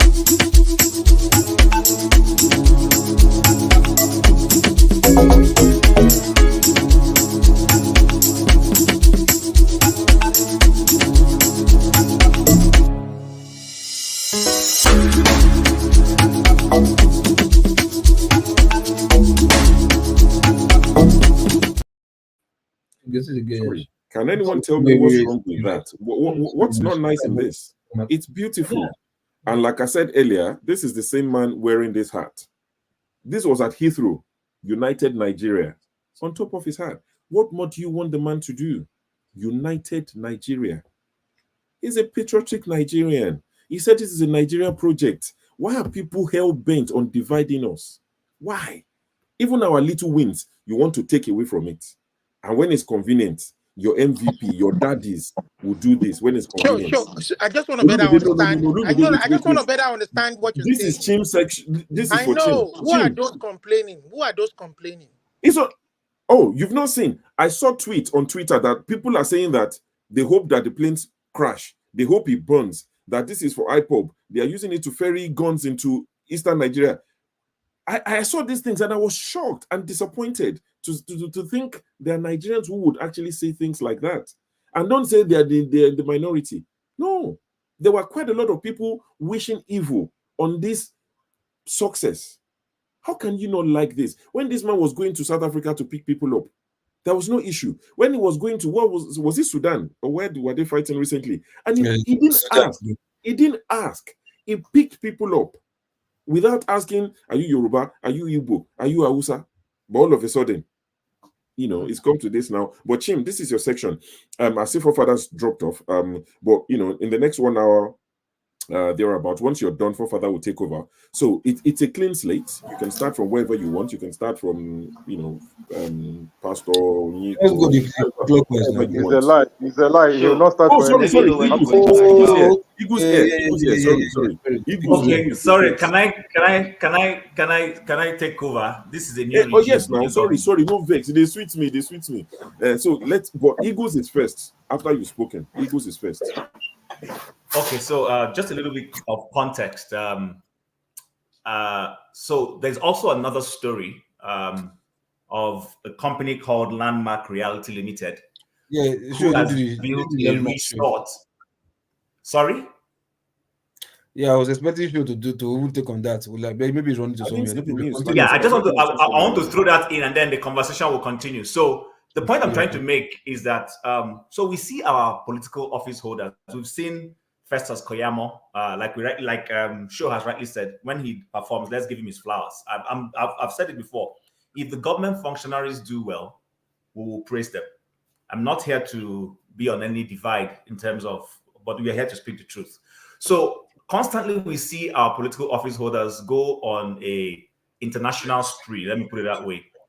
And their claim is that they are seeking to attract investors. I have a little theory that the same people who go out seeking investors end up creating a situation in Nigeria where Nigeria becomes the investor's Waterloo. You attract the investor and then you make life difficult for them. So we have this this Onyeama story, which interestingly will absorb the government. The government has no role to play in this. It's not the government that is making those comments. These are just normal, everyday Nigerians. But there are also other institutions who, over time, the government has gone to pull them. They'll come and pull an electricity or KJs, come and invest in Nigeria. And then you now come home, bring in multi-billion investments like this Landmark, and then 7 years down the line, they tell the person that that structure he has put up is on a right of a pathway that they want to build a super highway, and he needs to bring it down. And I'm asking myself, are you for real? So both of these conversations, from the angle of the ordinary citizens who went on Twitter and didn't see anything good in the fact that a Nigerian was, trying to bring stability, as it were, to that industry and also make life easy for Nigerian travelers. So, who is supposed to go next? That's, I think they say it's Eagle Air. So Eagle Air, the floor is yours. Thank you. Also, I thank everyone that has the opportunity to go through and say whatever thing that have their own opinion.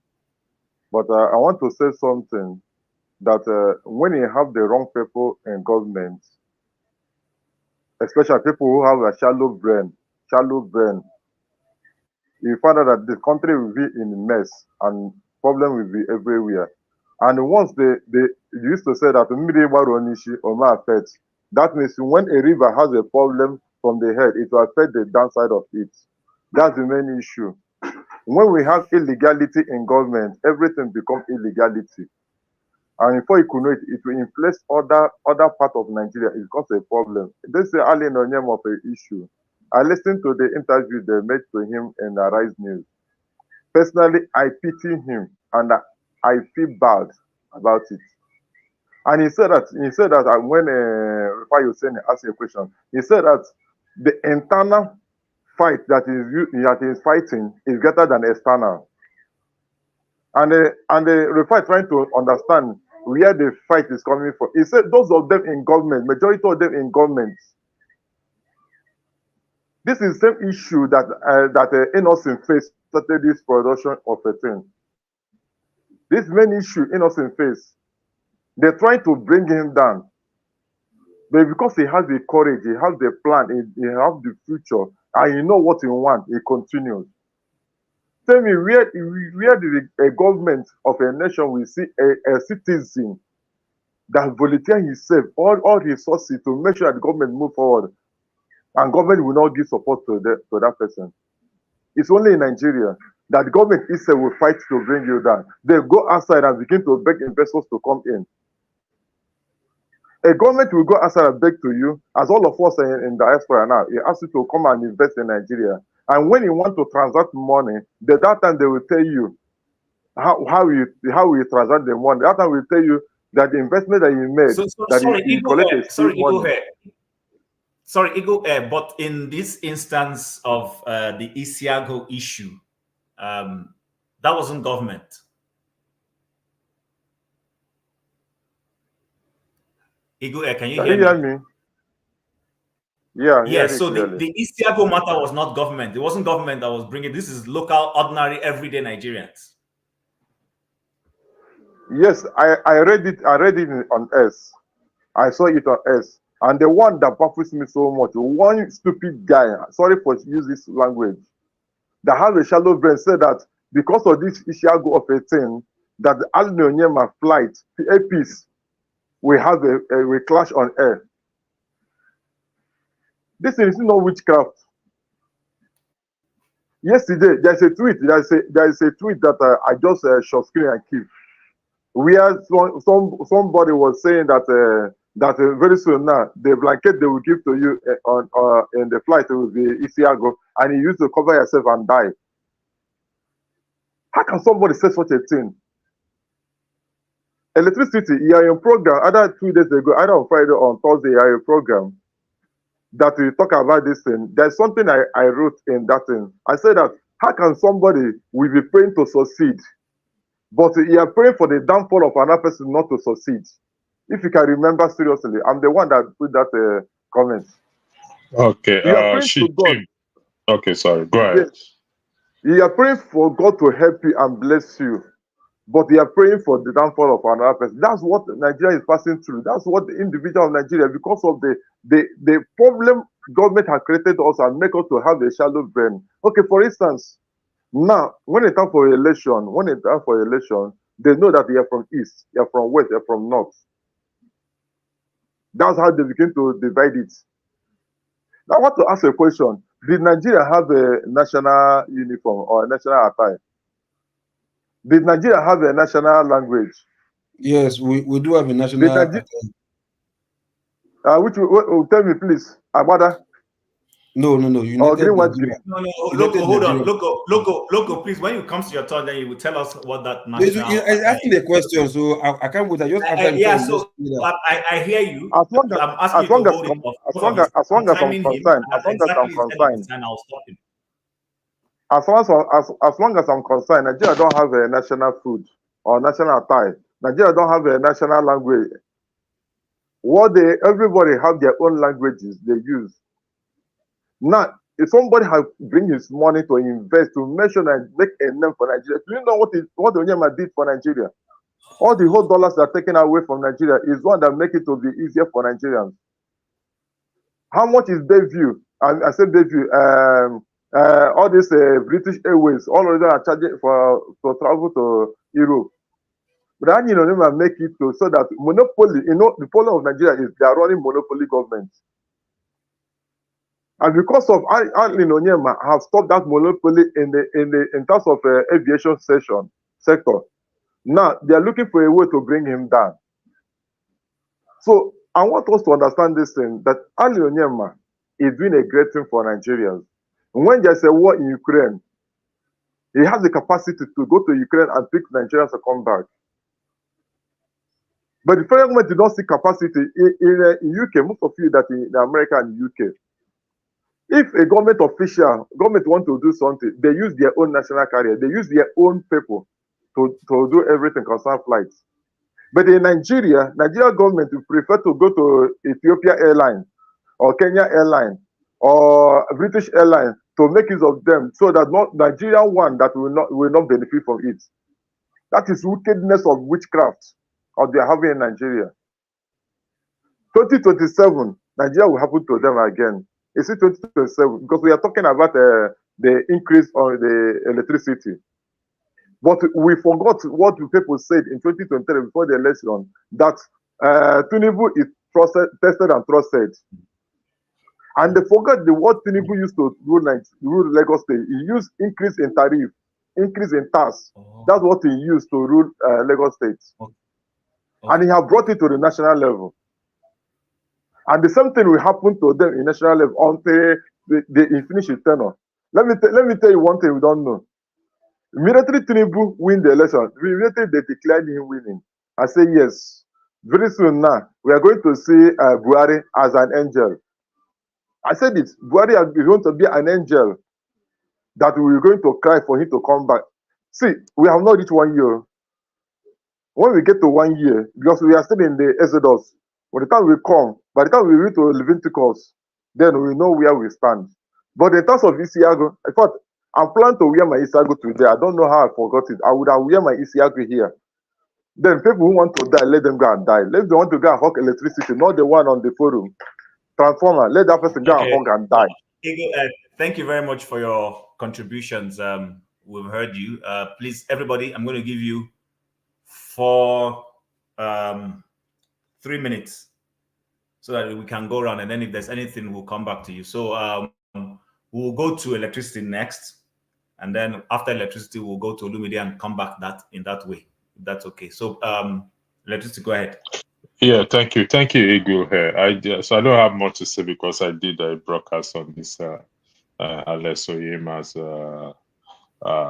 wonderful thing he did, and I did say something which I'll repeat. I'm going backstage, okay, and anyone who wants to become tribal, the panelists, shows Chim is the moderator, so I will go backstage.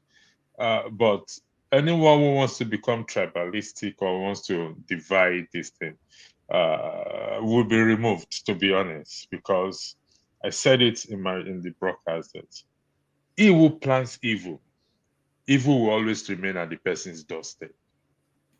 So it's the man's personal business. Well, I don't think Nigeria government has any share in the business. So if he chooses to sew crocodile skin for his employees to put on, it's nobody's business. However, for those who wish him bad or wish the company to be bad, to collapse, I said it here, it's not a cause. Evil shall never depart from your doorstep. I said it in that broadcast. For those, irrespective of who you are, whether you are Igbo, Yoruba, it doesn't make any difference. This is an individual who is struggling or who has managed to get there. And I remember forefather when I said that when he was saying diasporans don't want to go on because, and I remember I cautioned him, the competition is very good. So if they have 14 slots, we deserve 14 slots. The problem is us, not them. The problem is us, not them. The corruption is on our side, not on their side, because if we say no, it's no. Besides that, anyone who wishes that person's company to fall, to collapse, the plane to crash, I heard everything, I feel everything. Progress will depart from them. It's not a cause. It is a principle-based life. That is just the truth. Whether the person do Isiagu, I don't even know what Isiagu is. It's my business. Some of us have businesses. You build your own house. What's what you want it to be, you be it. Thank you, Jim. Okay, thank you, Electricity. That was quite insightful. I totally agree with you. So, Olumide, you've heard this. You've heard. I'm not sure if you followed from the beginning, but I guess you understand the bone of contention. So, what's your own perspective? Well, the intricacies, the real intricacies there from the beginning, I don't think I really followed, but I've been hearing snippets of the news about the Isiagu issue, but to weigh in as the Nigerian, I would say, see, there are so many parts of our culture that we need to bring out, that we need to highlight to the world. There are the so-called people who are in the minority back home, that need to be represented, that part of their culture needs to be brought to the limelight. It's not just about the Hausa, the Fulani, the Yoruba, or the Igbos. We want to see other parts of our culture on the faces of our industry. You understand? So I don't think there's anything wrong in using the Isiagu. It's a Nigerian culture. When the world sees it, they see it as somebody, Nigerians, not as, we in back home know that, this is a part of some people's culture, but they are representing us out there.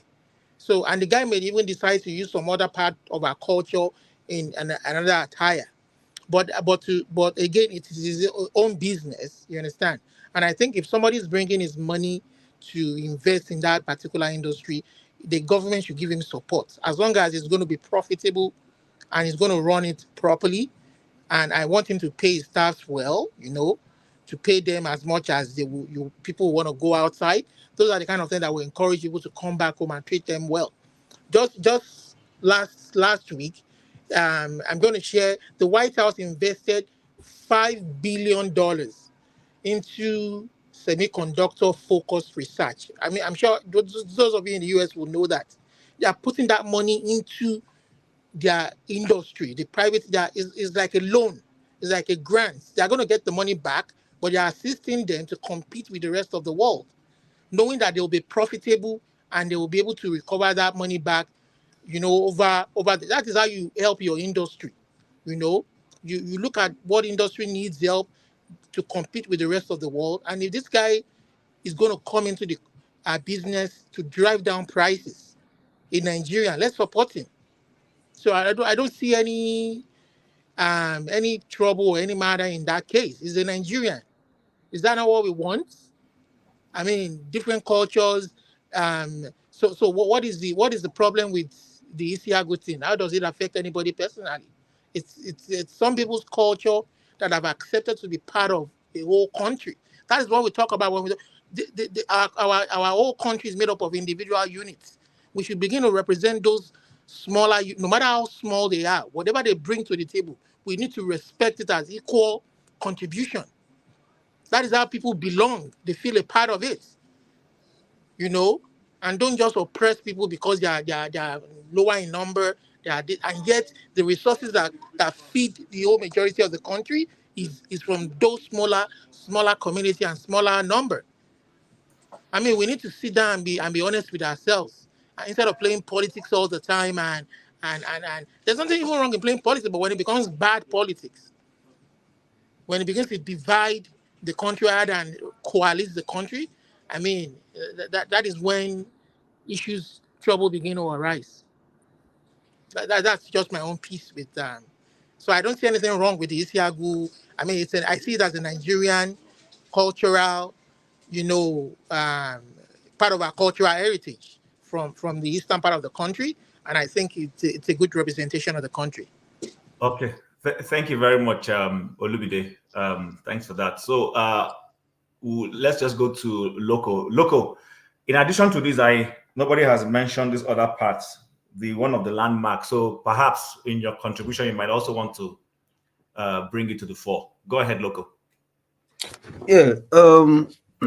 For the Alabama, I'm waiting for you. Please come back. For the FP stuff, right? Okay, let me come with this one, right? I, for one, I wouldn't have used any cultural whatever. I would have just go for something myself, just invent my own thing, because it's my sweats, my fights, my stuff. When I was crying all this while, when they were sabotaging EPs within and outside Nigeria, everybody was just listening and looking at the news, and nobody was just doing anything about it. So if now that it came to fruition, I would just maybe go for my thing and use my style, do my thing, just do me. But that does not take the fact from him doing whatever he likes. You understand? Even if he wants to use his pants, his father's tribe, or his native, or whatever, it's nobody's business. Whoever is complaining should go and hug transformer. You understand? Because, like Shu said, when they were scamming us with this Ethiopia airline, we did not see anybody say, "Oh, the minister that did it," or the tribe of the minister that did it, his family would die and this and that. Nobody was swearing. We only come here and talk about it, and it's dead and gone. Nobody was swearing for anybody to die and crash or whatever. So it just shows you how typical Nigerians are, or the average Nigerians are. Like when somebody is progressing, envy just creeps in you, and you just start wishing the person's evil for just nothing. You don't want to it's evil. They're not even looking at the profit is going to make for them, or even the savings is going to make for them. Oh, now that I can fly cheaper to save like maybe minimum of 400 pounds in my pocket. Speaking from those from UK, like, oh, I cannot save 400 pounds in my pocket. How? Where? I can see the comparison right now with Virgin to Nigeria, 700 and something. Why? Yeah. When did it happen? That's why I wanted to know that date, to see how is it next year calendar that price is, or what Virgin doing that price. How? You understand? So it's thank God for the comparison. You understand? For the competition that Onyeama has brought, and God will bless him. His idea and his team. God will at least one. Thank God that God has put all this enemy to shame, even within and outside. You understand? So God has put them to shame and all that stuff. So for those who are complaining with this Iago team, they should go and they should go and get a life. Let me know so for them. They should go and get a life and think of something that put them with their energy. Then for the what's it called? The landmark stuff, guy, is disastrous. I will not say it's terrible. It's disastrous. You understand? Because I was listening to, was it not last week? Yeah, no, during the Easter period, yeah, when they were interviewing this guy, the Minister for Works, and he was saying they are going to do a road, what's it called, from Lagos to Calabar. I just first thing came to me, I just brought up my phone, just went to map of Nigeria. I was not asking, where are you going to put this road? Where? One express road from Calabar to that means you're going to use the river. That's the only place you can use. I never even thought of this landmark thing of a thing. And if besides you want to think of the landmark, why taking it to Lekki Express? Why not take it to Agege Express Road? I think there's a seaport there, Apapa. So take it to that Apapa Express Road there. If you want to do anything like express from what's it called, from Calabar to that place, from seaport, I think there used to be seaport in Calabar. Take it to another seaport in Lagos, which is Apapa. You said the Apapa would take from there. I see no reason why you take the road from what's it called, from Lagos, from Calabar. Take it through the riverine side and you want the express to Lekki Expressway. Where is Lekki Expressway taking you to? Lekki Express is just is aspect of Lagos. It's not even the main Lagos. So taking it from there, take it to what's called Apapa. It's easier, except maybe there's something else that they are going to do that I don't understand. Loco. And this is another. Sorry. There was another initial plan for this same road, and it wasn't supposed to go through the beach. It was also supposed to go behind the beach. So why? That's where I was trying to come to, that they had an original plan they have thrown away. So I don't understand. And you're not even considering the millions of revenue that place is even generating for you over the years that guy has been there. Starting from, because when he opened it, I was there. I went there like three times. Then the place has not even fully developed as this one. It was just the hotel and the beach. Nice beach, big space. When I was even coming between the landmarks, that the stuff they have done there, high-rise buildings, and I was like, wow. Now the buildings are there. You have invested, people chilling to ease up their Nigerian problem, at least with that suffering endings. Now you say you want to cancel it and do what? That just one road that after 4 years the road will still be unmotorable. After 4 years, we have the one that we'll be crying for. Lagos Ibadan road is there for years. What does that one profit Nigeria? Nothing. We have the east-west road from DS roundabout to Oro in the Akwa Ibom. What has that brought to Nigerians? Nothing. Kidnappers is there kidnapping everybody. Now you want to bring another route for another avenue for kidnapper to start kidnapping us. Meanwhile, they'll be, instead of them coming from the bushes, they'll not be coming from the river. Kidnappers taking us through speedboats, and that we don't go with that. Then police cannot even know where to negotiate. If our families are going to pay ransom now, none of them will be bold enough to go to the river and pay ransom. You understand? So sometimes I wonder at this, and the Mugu, he said he's an engineer. What's it called? The Minister for Works, former governor of Ebonyi. You don't what's the name, sir? Just give me. You understand? He said he's an engineer. How can you approve something? Umahi. How can you approve something? I don't understand. Say na river, one can road past river. I don't understand. See, sometimes, like I said, this docility in Nigeria it's becoming cancerous, whereby anything will just fly in Nigeria and we just talk about it and nothing will just happen. I think this is becoming, at least, I don't know. In fact, just go to the next page because I'm making a call. The turn stammer for yours. Would you want to give me a decabek? Okay, thank you so much. Yeah. Go ahead. I will say this on the Onyeama issue. I'm not one of the fans of Onyeama because he had an opportunity to put in one or two words, and what he said is the word is haunting him. So I mean, when I say I'm not his fan, I don't support some of the things he has said. However, he has been successful with his business, and I appreciate that. What you see is nothing but what we have said in this panel many times, and we attempt to be tribalist or whatever they call it. But I don't really bother about that because the truth is going to always be bitter. What you see is an extension of the Igbophobia that is happening in Nigeria. Remember that this same Isiago was denied Nnamdi Kanu from taking to court. He wore it, and the judge said the Isiago is intimidating her. And so Isiago now has been banned in Nigerian court. Is there any other Nigerian traditional cloth that has been banned in Nigerian court? No. Now, please bear with me because I'm going to take a time to explain this.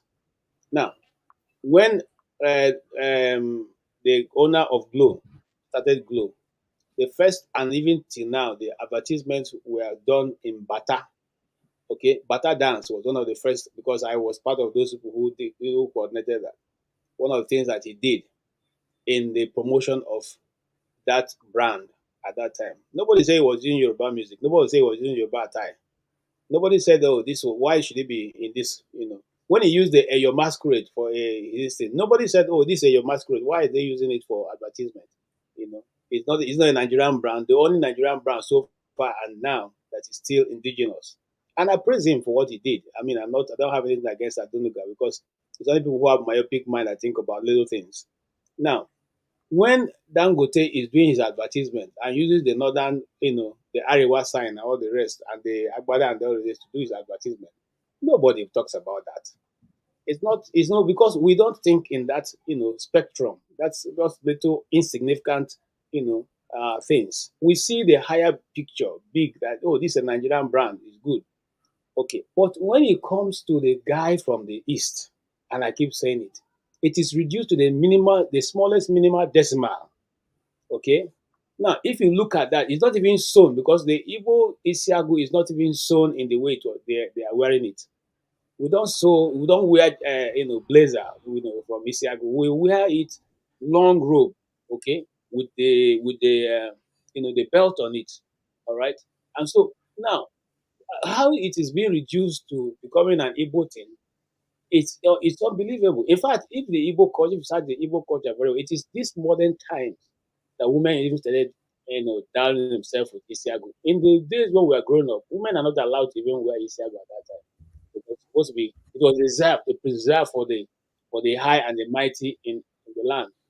But if you look at that thing as a person who does design and does advertisement, if you look at the concept put on that thing, it is one, and I've looked through the airlines around the world since I saw that. It is one of the, it stands out, amongst many other airlines, and it is well tailored and well articulated. I doff my cap for the designer who did that thing because it was well thought about. Now, what is the painful thing in it that this swag belongs to an Igbo man, it's not somebody else. If it was somebody else, it will not be a pain. And like I said, I'm not one of Onyeama's fans, But what he has done in this case is what to be commended. I know. I know. So you're not being far from there. I know. I know. I know. You are a very wicked person. I'm sure you're a very wicked person. Okay, I agree. Not because you not support your private agenda, and I don't say you're not being far. You are a very wicked person. You see that? I know you. I know you. Just continue. I know you. Continue. You see, this is what we talked about. Now you have opened your mic. I know you. Continue. Leave what I talk. Just continue. Continue. Please, Chim, I beg to be protected from this man called Loco. Please protect me from his so I can make my point without being interrupted. Okay, so Loco, the thing is that your point time has even run out, but I will give you an extra 1 minute. My time by saying he knows me. He took my time. So give me that part of my time. I request my time. I'm giving you 1 more minute. Go ahead. Okay. So now, you see, it is easy to reduce it to what Loco have said. Well, I know he's joking, but it's easy to reduce it to that point. Okay? And the point is simple. Let's look at the big picture. Unless people don't want us to build a nation. If you don't want us to build a nation, it is good. Let us all, find out. In fact, we can even be 20 nations out of that small nation. It's okay. But if we are building a nation, and this is a private business, not even a government business, not even government supported, it's a private business. I have the right, just like Loco said, if I want to give them crocodile skin to wear, it is not your business. If you don't want to fly the airline, go somewhere else. Thank you. Okay, thank you very much, KJ, for that. So, Paul, yes, the floor is yours. For me, I think to some extent, I want to blame Onyeama. I'm blaming him in the sense that I didn't know why Onyeama didn't choose to fly that airline direct to US. Why UK? that's why I want to. We'll not get level. Our money, because no money.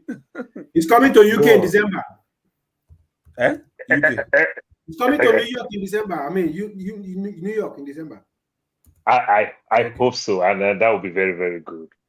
Man, look at that clothes. Let's just even take the material itself, the name itself called Isiago or whatever. Let's just take it. Man, it's so stylish. You understand? It fits them very well. If not for anything, it's very, very stylish. You understand? It fits them very well. Then, even though the intro alone, the way they carry themselves, that step, the way they walk and everything. Yes, Man, the women self, the Anya should not be here. it's so captivating. I just can't understand why somebody can even reject that. And these people landed in Gatwick. Gatwick didn't even recognize them. They didn't even welcome them as, you understand, for the first time. The things that we're supposed to complain about, neither will stand up to denigrate our own. Then they didn't recognize him. He get to UK. He's coming back again. Our people just kick him on the other room. You understand? It's just so barbaric. They just kick him on the other room. I can't explain this thing more than this. I don't have plenty word to say, but all I can say is that it is very, very wrong. And what is wrong, because we need to support one of our own. We need to support. There is this word they say on the side. They'll say silence sometimes may just be complacence and everything. It's so we need to support one of our own. We need to help. I'm going to Nigeria next month. I am trying how I can get to UK, how I can fly airpiece to get to Nigeria, come back to UK. Even when I have very, very limited time, I just want to fly it and see. You understand? I have very limited time, but I want to fly it. Because of that, that will make me probably sleep one night in UK when coming from the US. Also sleep one night again in UK when going back to Nigeria. Just because of, so that should in case if any delay here and there, I won't miss my flight since I'm not doing a direct flight. You know, that's things I expect from any other rightful thinking person. This is not a man who will say, okay, this is not like somebody like what's the movie actor that speak for Labour Party. This is not somebody that will say is an active APC person. So that's why they are bringing politics to it. This guy support every one of us. He's a great nationalist. You understand? It's not a PDP. It's not an APC. And it's not a Labour person. For me, he's the real Nigerian. He's the real Nigerian. He's a nationalist. So where is this thing coming from? Well, I don't know. Maybe sometimes those people who don't even have passports. Because if it is some of us that travel a lot, and we see Banjo, my brother, we don't talk like that. Maybe that the man we know who get passport is talking that. Exactly. That's my take for now. All right, thank you very much, Paul, for that. I totally agree with you. You know, sometimes it's like here in where we live. I know most of our food we go to Superstore and go to Walmart and the Costco's to buy. But I tell people I patronize the Nigerian African stores as much as I can. Do you understand? Even though it's even more expensive buying, but going to African stores sometimes to buy items than to go to the regular. But at least the things they carry, yes, you might say, I have no choice. Who says, we still go to those places. Sometimes we buy granuts from them. We buy certain things from them rather than going to buy it from the big stores. And you would hear even among local Canadians, for instance, you will see people talking about buy local. They will tell you to support the small businesses and stop throwing your money to the big ones. So I don't know when we're going to begin to realize that we can disagree as a people on other issues. But when it comes to you see your fellow Nigerian in a business that serves you, rather than give your money to the other person, give it to this person. If you go and see these Asians, they will not go to a business that their brother is in and go and give it their money. They will not do it. It's common sense. They will not try it. Even when we hear international politics, we hear that Pakistan and India are at each other's throat. That's politics. So come and see them here the way they support each other. You will be shocked. You will say, this person is Pakistani. This person. How come? They will tell you, they will laugh at you and tell you that you should forget those politics that their politicians are playing. Among the ordinary everyday people, they don't get, you will never see them go at each other's throats. They support each other. If a Pakistani is HR and an Indian is coming to look for work, they will give them the job before they will give you dudu. So I think we need to start learning that this is part of how this politics touch also the same thing with the Jewish people. In as much as they have faction, the Jewish is so cooperative. In as much within them, they have their faction. But when you see them outside that Israel, they come together. I agree with you. All right, Wale, floor is yours. Yeah, thank you.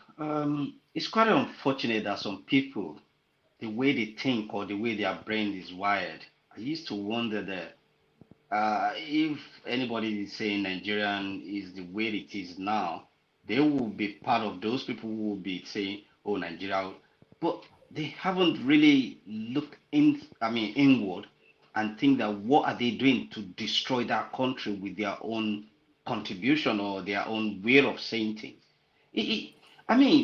Listening to the AP's chairman, the Alan Onyeama, I could imagine what the man went through for 7 years.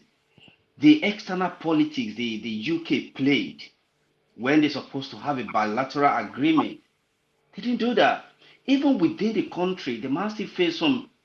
When you listen to the man, you feel like, if not that he is a very strong man, some people would have, you know what? Why am I even bothering myself? This is the man that put his own plane down to go and rescue people when they were in Sudan, South Africa, and everything without even collect. I mean, do people forget so soon?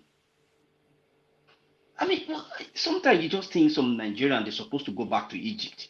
Honestly, sorry, I mean Egypt. Like they're supposed to go back to where they suffered a lot. And you know, if the man can do what he is doing now, why Dangote, who is producing cement in Nigeria, will inflate the price when the Naira, the dollar thing went up? Sometimes I just wonder, like, what is our problem? And this is not to be a tribalistic person, but I keep saying it honestly. If I'm an Igbo man, I always say Igbo man has no any excuse to even rescue Nigeria. Anywhere they go, they will flourish. Nigeria need an average Igbo man. Let's say for example, look at how many containers go through Lagos. How many Yoruba or Hausa have the container? The one that are coming from China, from Germany, from US, you will find at least over 60 to 7% of Igbo having this container coming in. Anywhere they go, they flourish with business. And an average Nigerian knows that. So that hatred that, oh, I don't want the man to do better than. Come on. Until an average Nigerian know that we can benefit from what someone who is very good when it comes to business. I mean, Shaw was making a fun of, oh, when my oga come, I'll make sure say I deliver waiting I don't do before my oga come. And that is an average Igbo man when it comes to business. Why people don't want to learn? Look at what the man did with the APs and everything. We need to give him credit. He plays it, well, either it's politics, either it's humility, whatever it is. If people can have the love of Nigeria at heart like him, Buhari governors, rule out for 8 years. What is one thing we can say, we can praise him for? Even the electoral bill that we think, oh, he has done well, what did the APC do?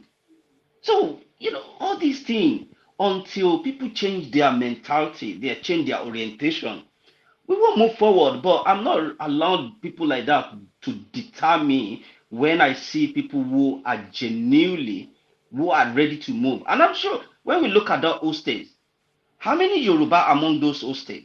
The man has created a job.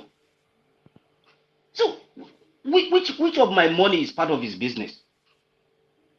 I mean, people need to start thinking straight. If you cannot if you cannot support your own, who do you want to go and support? I don't get it. If you cannot contribute money to it, have a good positive vibes towards people who are doing it.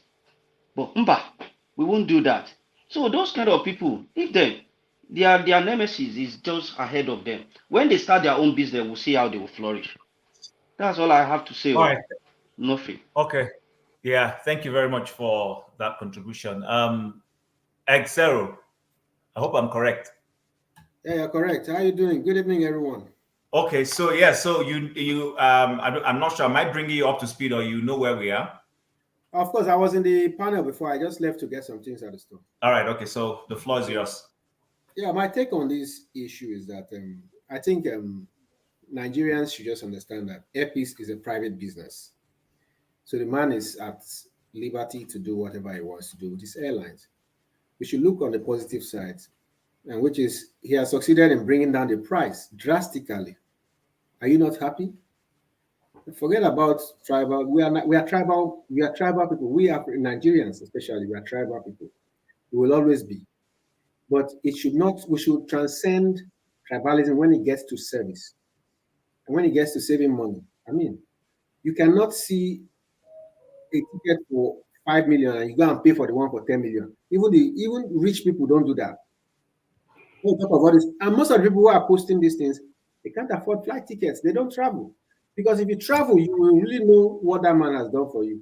So it behoves on people like us who travel to say to understand that people who post this kind of things. Sorry, Exero, are you sure? Do you have a data to show or prove that some of these bigots don't travel? I don't think I agree. I will with that. tell you for a fact that if you travel, I want to believe, because if somebody like UK now, it save you like £400.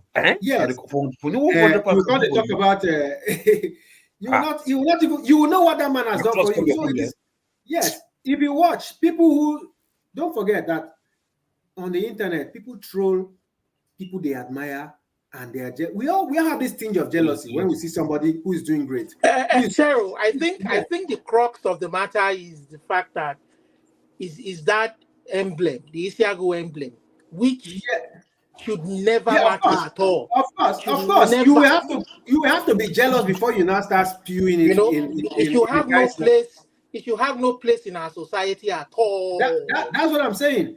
If you will start from being jealous to now start going petty. What are you wearing this Isiago for? I mean, you must start from somewhere, because you cannot. People wear Isiago every day, but it's because the man has it as the identity of his airline, and that is what's causing the confusion. This guy has succeeded in selling our culture to outside the shores of Nigeria, which no one has succeeded in doing for as long as I know. No one. And that business, take it or leave it, that's the most expensive, risky business to go into. How he has succeeded in waiting on the tribalists for 7 years to get this permit, only God knows. Only God knows. So, and to shock those who are angry that an Igbo man is doing this, let me shock you. The Zionist computer, what's the electric guy now, the one that is bringing electricity everywhere now? I've forgotten his name. So if you want to be jealous of these guys, you will weep. You will weep. Pipe it down and benefit. This guy is a Nigerian to the core. He has helped Nigerians. He picked some stranded Nigerians in South Africa when they were going to be unalived. He picked them from the airport and brought them back free of charge. Free of charge. There's another painful one, the one in Lagos, the guy that has landmark, Onyeama, Paul Onyeama. I heard that the Lagos State, I just read his post now. He said they're gonna breach a section of his investment, just because they want to do a road. He got that land in 2007. The Lagos State government mapped out the coastal road in 2008 or 2009. So you see the difference. But Nigeria is not a lawful country. Tell me how this guy has gone wrong. That establishment takes in 4,000 people every day, about 20,000 people in a week, I think. Yes. And he's employing 4,000 people. He's taking 20,000 people, I think, every day or so. And he's employing 4,000 people directly. So what is government for? Is government for or against the people? What is the government for? Does the government, that in economies that work, government can give you, waivers just to come in and invest so you can employ people. In economies that work, that is how governments do it. So why is the government trying to take away employment from people? If you unemploy one person, it trickles down to the person's family. You are not just unemploying that person, but you are disrupting his family. You are making a family dysfunctional. You don't know who's going to emerge to become the next Anini or the next kidnapper there. So for goodness sake, we should learn to, appreciate good things in this country. I'm tired of talking of these things. I'm just tired. You are muted. Sorry about that. Thank you very much, Exero. I totally align with you, because that Onyeama story is even on CNN now. CNN has picked it up. That's how serious it is. It was CNN. CNN. That's all. Oh, okay. All right, fine. So you can imagine. So, and imagine every day our government. I was having a conversation now that when I said, how is it that our government will go? Our president is currently traveling, globetrotting, and saying he's looking for investors. Investors don't need to be begged. Investors always smell the coffee and they go where they feel the opportunities are right for them to invest. But we globetrot, do these things, and then we now begin to make our country, a Waterloo for the same investors. So I have not understood it. I've been asking if anybody should explain this to me. Masca, welcome. I'm going to jump you tone for a reason and go to Masca. No, you're not going to jump me because I need to address something. I'm appealing to you. Wait, hold on. I think I can bully you, Tony. I can bully you on this matter. Okay, go on. Can you hear me? Masca. It's gone again. Oh, that's why I wanted to give him the space to speak. He has gone. He has frozen. Anyway, go ahead, Tone. So, Tone, as you're speaking, I'm handing over to electricity. Electricity is going to carry on from here. Okay. So you see what we were talking about earlier. What we were talking about some people are criticizing this. Look, there's another numbhead in the comment section saying, alluding, and this is kind of lies and false scenario that they throw out to people. They want people to believe that Air Peace is flying those crappy 787, and then later she then says she just done a check that she sees a seat on Wednesday this Wednesday and all that. She doesn't even live in the UK. This dummy that calls her whatever they call themselves. The dummy doesn't even live in the UK. Forget about those comments and just go straight to your point. Ignore those things. No, it's important because people will come to read, people will come to watch this show, and also they read our comments. Because we keep saying, let's forget the commenters, that they're not serious people. People read this thing. It's subliminal sort of message that they send out. You come here, you want to push the wrong narratives all the time. Just appreciate. So, well, that's by the way. So, I must say, when I saw how the whole thing has panned out, it's really a blessing, and I hope it extends beyond the UK. It goes to Canada. It goes to the US. Because gone at the time, I'm not only that. I've flown business class many times. The kind of crap they even give me to eat, Papa, is I love my food. That's just one thing. I was just seeing those nice swallow and pepper soup that they were serving. I say, oh my God, man, you're missing. I just can't wait to experience this. And that's what we should be celebrating. Whether somebody wears Isiago or didn't wear Isiago, it shouldn't be the issue. After all, our Eagles, when they went for the last competition and all that, they wore an attire that we could say is Yoruba. Who complained? Nobody complained. We all supported them just because the crew wore Isiago, that it suddenly became a talking point. So I mean, let's just grow up, and I'm sure all these things is just coming from the usual suspects, So it's just a distraction. Kudos to Onyeama, and hopefully in a couple of years from now, God keeps everybody alive and we're all wealthy. When I get into that industry, I hope you guys will fly my own airline as well. So we hope to drive the price down as well. Thank you. Yeah, Forefather, can you give me 5 minutes, please? Do you mind? Yeah, please go ahead. I just want to weigh in on what Tone just said. Now, this is the comment that, Tone, if I'm correct, everything matters. Some things matters because people read these comments while we are live. Even YouTube follow comments. I hope everybody knows that YouTube follows certain comments. So comment actually matters. Now, there's no evidence whatsoever that their planes are service planes. I mean, before he started running international routes, he was doing his local or maybe Africa. I don't know much about his this thing. I stand to be corrected. And this is very sad. Whether it's a female or a male, I don't know. This same individual, I felt for that in your last broadcast, this same individual donated £5 or $5. I was continually harassing you to highlight his $5 or whatever it is until show picked it up. How can such a person just because they donate $5 now, they will not come here and be saying rubbish. I know Rudolph doesn't like me over certain things when I'm moderating. What evidence does she have, he or she have? Because it may not be her face that is there, that the service, that the planes are unserviced. This is the foolishness I talk about. As if where you are, you won't die. It's only when you board a plane you will die. I don't understand, to be honest.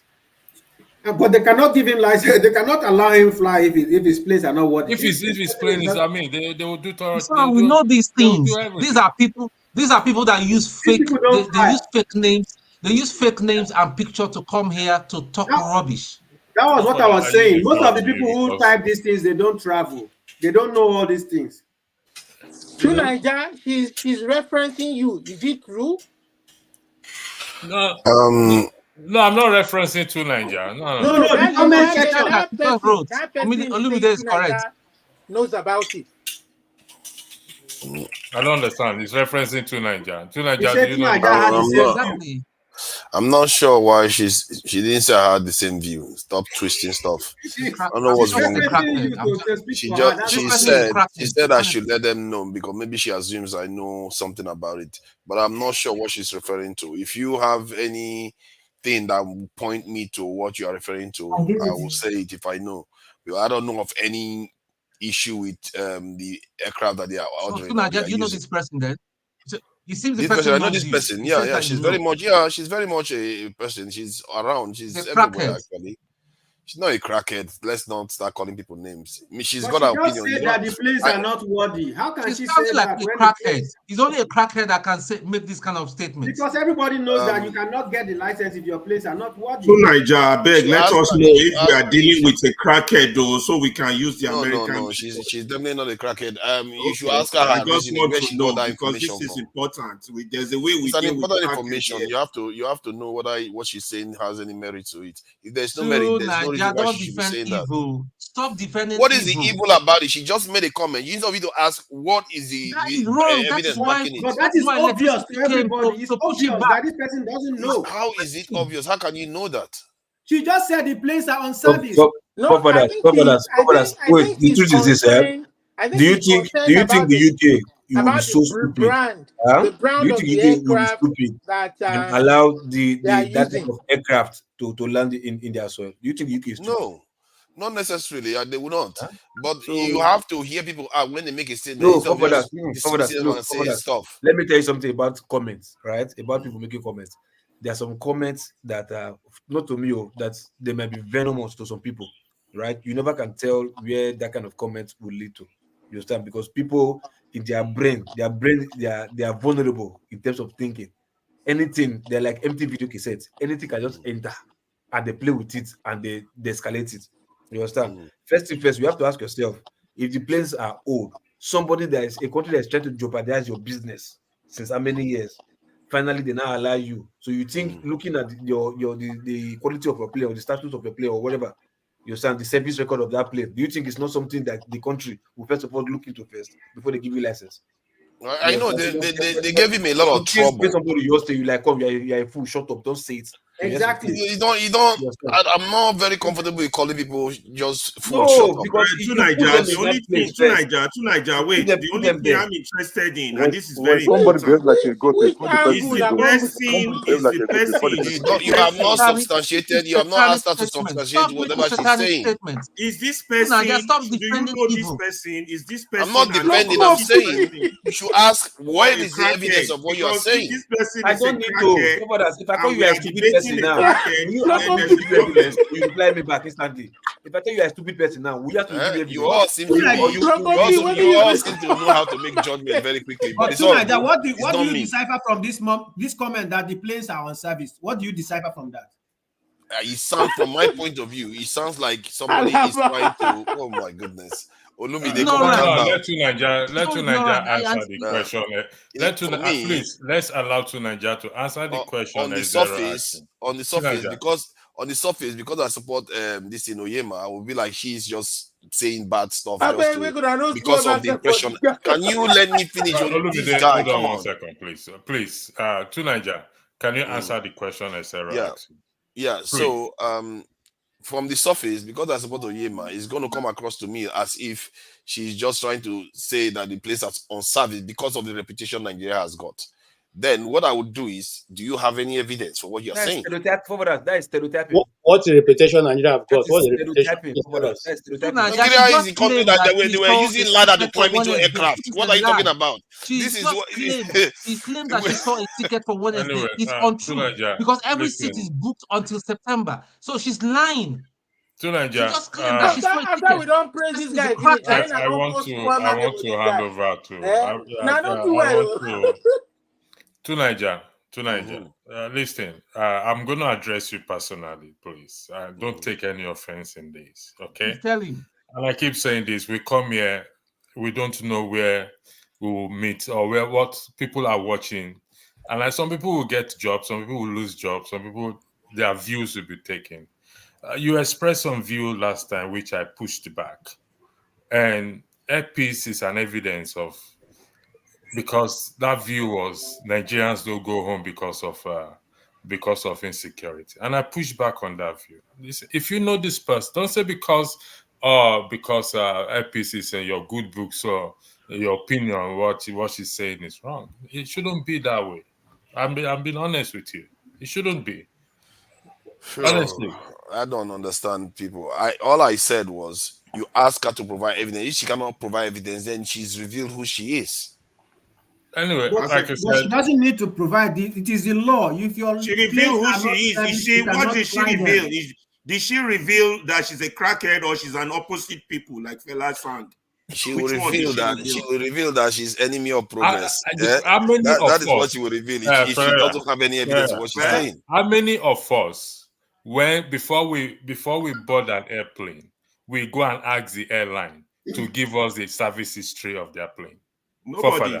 Nobody. Because there are regulatory authorities that ensure that no airplane flies without being serviced. Exactly. You don't even see the forefather. Call evil, call bad. Not because we sit down here, we are hearing our opinion, this and that. No. I think somebody said something just now. You see Stop what you just said defending just your now. girlfriend, forefather. Can Go you straight to the point. can you just stop with that? Anyway, Thank you, gentlemen. What is wrong with people about Tell this? Eh? This is not a very controversial thing, It's very straightforward. If she doesn't have evidence, she will reveal herself that she's talking nonsense. That somebody comes here and starts spreading lies. Say, okay, maybe she's spreading lies, but it's also good to show, because if you dismiss her, people don't know whether she's telling the truth or not. But it's false. But you've not let her try to substantiate what she said. They just posted what she typed here. You didn't see it. What did she type? She said the planes are unserviced. Are on service, but that's what you should find out now. Where did she get that evidence from? Forefathers, stop playing this game with us, please. Forefathers, she just told us now. Maybe you guys are smarter than I am. Maybe you guys are smarter than I am. I like to hear people out. She just said in the comment now, it is rude that we grown men are calling her by her name. So what name did we call her? Crackhead or opposite people? Maybe you all are smarter than I am. I just like to hear people out. Let's see. They say, you know what? Was it not in the Bible or something? Somebody said that you should allow somebody to say what is in their mind, their foolishness, so that they remove any doubt that they are foolish. You have to let them tell you, okay, what is the evidence of what you are saying? If there's no evidence, then she's completely revealed herself. But if you dismiss her, then some other person will be like, why did they shut her up? Maybe there's some truth to it. She just said, hold on. She just said she dropped 5 links in the comments. I don't see any link. I don't see any links. When she's a crackhead, if she's dropping things that we all cannot see, it's only crackhead that drops things. Did you log on to the wrong stream? Maybe she logged on to the wrong stream, because this is not. It's not here, Mrs. You didn't leave any links here. Maybe then she's a crackhead. It's only crackhead that drop things that people can see. Let me put the link again so that it will be fair. That I gave her the opportunity to drop the right link if she got a link. Let me just confirm that. We have to give everybody a say here. this is free. Information is free. Okay, so mad people, we have to give mad people a say. What are we going to do now? You can't shut people up. See, my own take on the air peace thing is that I think in Nigeria it's very rare we have heroes, isn't it? So I think that he comes close to anything you can call a hero in Nigeria. And he's a man that has done something that even the Nigerian government failed to do. Last year, they even did a scam with Air Nigeria nonsense. So, and the idea that people are criticizing him, or the dressing, is just, just ignore those people. There's no point. There's no point at all. And this man has done Nigeria show proud. us the link. Show us the link. There's no link. I'm not seeing anything. I'm telling you, I'm not seeing anything. Let's move to another topic. There's no link. Forget about the lady. See, a black beauty, if you want to be taken seriously, provide evidence of what you are saying. Otherwise, man, it's better to just keep quiet. There's no point. There's no point to move on with that one. But I think the people criticizing Airpeace, they really need to find something better to do, because it's people like Airpeace are the kind of people we need to be promoting. You need more of them. People that are able to accomplish things that the Nigerian government cannot accomplish. And you see what I mean? So I think it's universal here, and everybody believes that what he's done is the right thing. So you wonder whom are those people are the ones criticizing him. Even the uniform is perfectly fine. I like the uniform too, so I don't know what the issue was. If anything, the only thing I have issue was is like some of the girls bleached themselves. That's my only grip. That's all. But the uniform is perfect. The Airpeace accomplishment is, for me, I don't know. It almost seems as if I worry sometimes when I'm trying to praise Nigerians that maybe someday they will reveal that, oh, he's one of those people doing round tripping and all the rest. If not, Airpeace is as close to a hero as anybody, maybe even more than P2B. Because this man, some of the things he's done. He was part of the people that negotiated with the Niger Delta groups to reach an agreement with the federal government that resulted in the peace that most of people are enjoying today. This guy travels to South Africa to pick Nigerians up. Went to Egypt to pick Nigerians. Come on, man. If one man, tell me one man that has gone this far personally for Nigerians. So on that one, forefathers, please don't spin off this thing. We are dealing with a man doing his business. The business is Airpeace. What we are discussing is the validity or otherwise of such a move. Is the man credible? Is his plans credible? What is wrong with him using the uniform he chose to use for his business, which is not a national business? Which is not a national government. That is not Nigerian government business. Does a man who owns the business have the right to choose whatever he wants to use as his uniform? If that be the case, where has he gone wrong for choosing to use Isiagu as what he wants to use? That is it. He has not done anything wrong. Yes, he has done zero wrong. That's it. So let's leave it at that. If we start going into his personal life and all that, what is the personal life? I'm praising him. What's your problem with me praising him? Is it because he supports Showore? All these enemies of progress. This guy doesn't like people supporting any candidates. That's why he didn't support P2P. And I'm praising this guy Onyeama now. Why are you having a problem with it? Forefather, even Kulata had to admit that Airpeace is okay.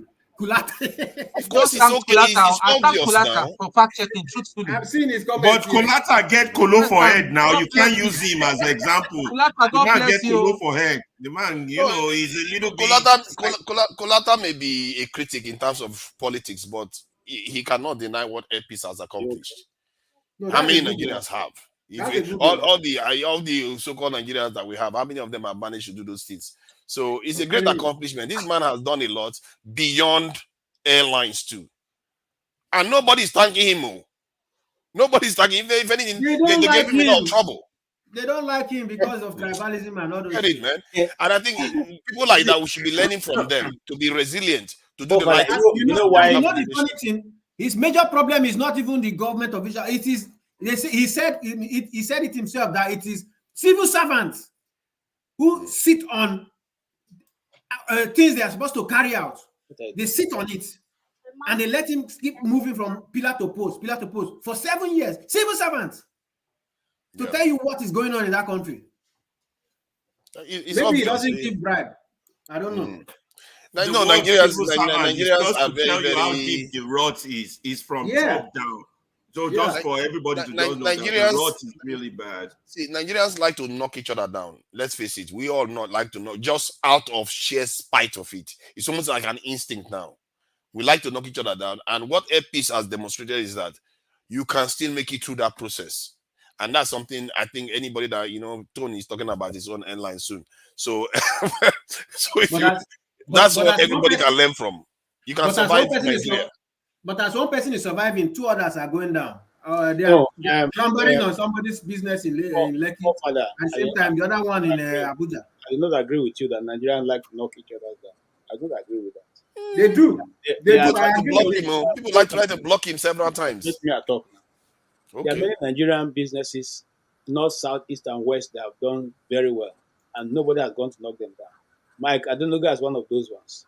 Okay, he came and he crashed down. You remember, it was Mike Adenuga that came, brought per billion, into the cell phone business. They knocked him down now, bros. I don't want to interrupt you, but they knocked him down. Just leave me to talk. You get your own time to talk. Now, he was the one who brought it from, they used to just charge you. It was he who brought it per billion. He brought it down. It was he who reduced the cost of communication, that is cell phone communication in Nigeria. It was he introduced a lot of things. And Nigerians are appreciative of that. No, look, people were praising him. We went to high heaven with him. People did advertisement for him free of charge and all that. So there were a lot of people who praised him for what he did. Okay? There are other Nigerians who have also done. Look, someone like Otedola, we are constantly talking about, how he has been able to help the ordinary Nigerian in the street. So many of them like that, north, south, east, and west, like I said, who have done great things, and Nigerians appreciate that. So this one is not an exception. I mean, it won't be an exception either. The only reason why it's attracting some controversy is because, again, like I said earlier, and we must admit that now from the east, from the east, who will have been given national honor and all that for what he has been doing. So, having said that, however, I'm not here to to cry for him. He's able to do his own crying and do his own fighting. All I'm saying is, look, let us, if this is good, let us say it is good and leave it at that and move on to another topic. Simple. Thank you. Please, your example of Nakadenuga was a bit wrong. Please hold on. Please hold on. Let me just say this. Hold on. Now, let me say something. Allow me to do what I need to do. A black duty. I can see you blacks backstage. If you want to come on this thing on stage to defend your position, you can come on stage. You are free to. This is a free world and a free country and a free platform for people to air their views. And I will have a look at the links that you've sent to at least get an idea of the point you are trying to make. So that is it. Exero, please go ahead. Yes. Adenuga came in when MTN was bidding. He didn't get that bid. The bid went to MTN. It was on the second bid, when there was another round of bidding, that he came in. By then, MTN has already established. If you go and check the history, you see how Nigeria keeps knocking down its own. And this happens to a lot of other Nigerians like that. We bid, other companies bid, they go behind and give money to government, and government takes their bid and put down your own Nigeria, your fellow Nigerian. That's what happened with Mike Adenuga. It's a pity. He would have been the first carrier in Nigeria. Go and read that story. Thank you very much. All right, thank you. Who is next? If you're going there, there's a lot there. Remember, there was issue. KJ, let other people speak, please. Yeah, Eagle. Eagles, please go ahead. Eagle there. Thank you so much. So, what we are trying to say that yes, Otedola, a lot of them have tried, but when somebody does something that is exceptional, you will have to give that person an applause. For instance, we are talking about Adenuga, Mike Adenuga. Let me tell you one thing you don't know. Do you know that the Airtel we are using in Nigeria is owned by Indian? It's an Indian company that we are using in Nigeria, Airtel. But do you know that in India here, we are right now, the best network government, first of all, sponsor, back up, give the encouragement need is Airtel. Before I talk about Joe, because there's another line here called Joe, and that Joe is owned by the India richest man also. But the problem we have in Nigeria is that when you go outside and beg Nigeria to come back and invest in Nigeria, and when they come back home, government abandon them. And people that is government, you be the one say, How can you be so and so person investing this kind of money and succeed? That's the witchcraft we are facing in Nigeria. We cannot be of help to others. There's a country that, okay, could you imagine? We are talking about, is it Tesla? Tesla Motor. Do you know what made Tesla to be existing up to tomorrow is the loan that Obama gave to him. That company would have died. In which area that Nigeria government is supporting their own? You're talking about their own. Do you know that in India here, if you go out and make money, and the government of that place is pursuing you, and you run enter India, carry the money enter India, India government back you up. India government will tell you, let us handle the case by ourselves. As long as that money you establish, India government is getting tax from it, because that tax is very important to them. They will back you up. At the end of the case, it dies. But Nigeria, it suffer in diaspora. Carry your money, go to Nigeria to invest. EFCC will come after you. ICPC will come after you. Police will come. Even your Omonna, your case will come after you. What kind of wicked life you are living in Nigeria? Since APC have come to Nigeria to invest, to make things work out, what we need as a Nigerian is to give him support. All the necessary support he needed, we support him. Some of us in that's right now, we return back to Nigeria. We go and look for Toyota product, look for Ford Edge, look for Mercedes to buy. Why innocent have the one that is up to the same level that we? Why don't we support him in our own little way to support him? But we will not do that. Okay, look at Nigeria. Look at Nigeria. What is happening in Nigeria now? Dangote determine the price of investment in Nigeria. They will not tell Dangote, they will not say to Dangote that your own business is supposed to be a national business. The price you buy cement in North is not the same price you buy in the Lagos. It's not the same price you buy in the East. Why don't tell Dangote that their company is a national company? They determine how you run his business. How can an individual in Nigeria come out and determine how APC, Onyeama will run his business? In India here, if you enter India national carrier, what they dress with their own tribal attire. And that attire that they dress is one particular section owns it. So it is in Malaysia. All the airlines, why don't they allow Onyeama to run his business the way he wants to run his own business? When you do time of election now, they will tell you you're from East, you're from North, we're from South, from this. But when in terms of something that you have come to defend Nigeria, or something of your own business that everybody benefit for it, they remind you that this is supposed to be a national attire. So please, what we need to do is that, as we are saying this, we supported him. We give necessary support we need for him to boom. The government itself, which area does he need help? Which area does he need support? The government will have to do was to support him. For instance, the politics they wanted to play to him in London.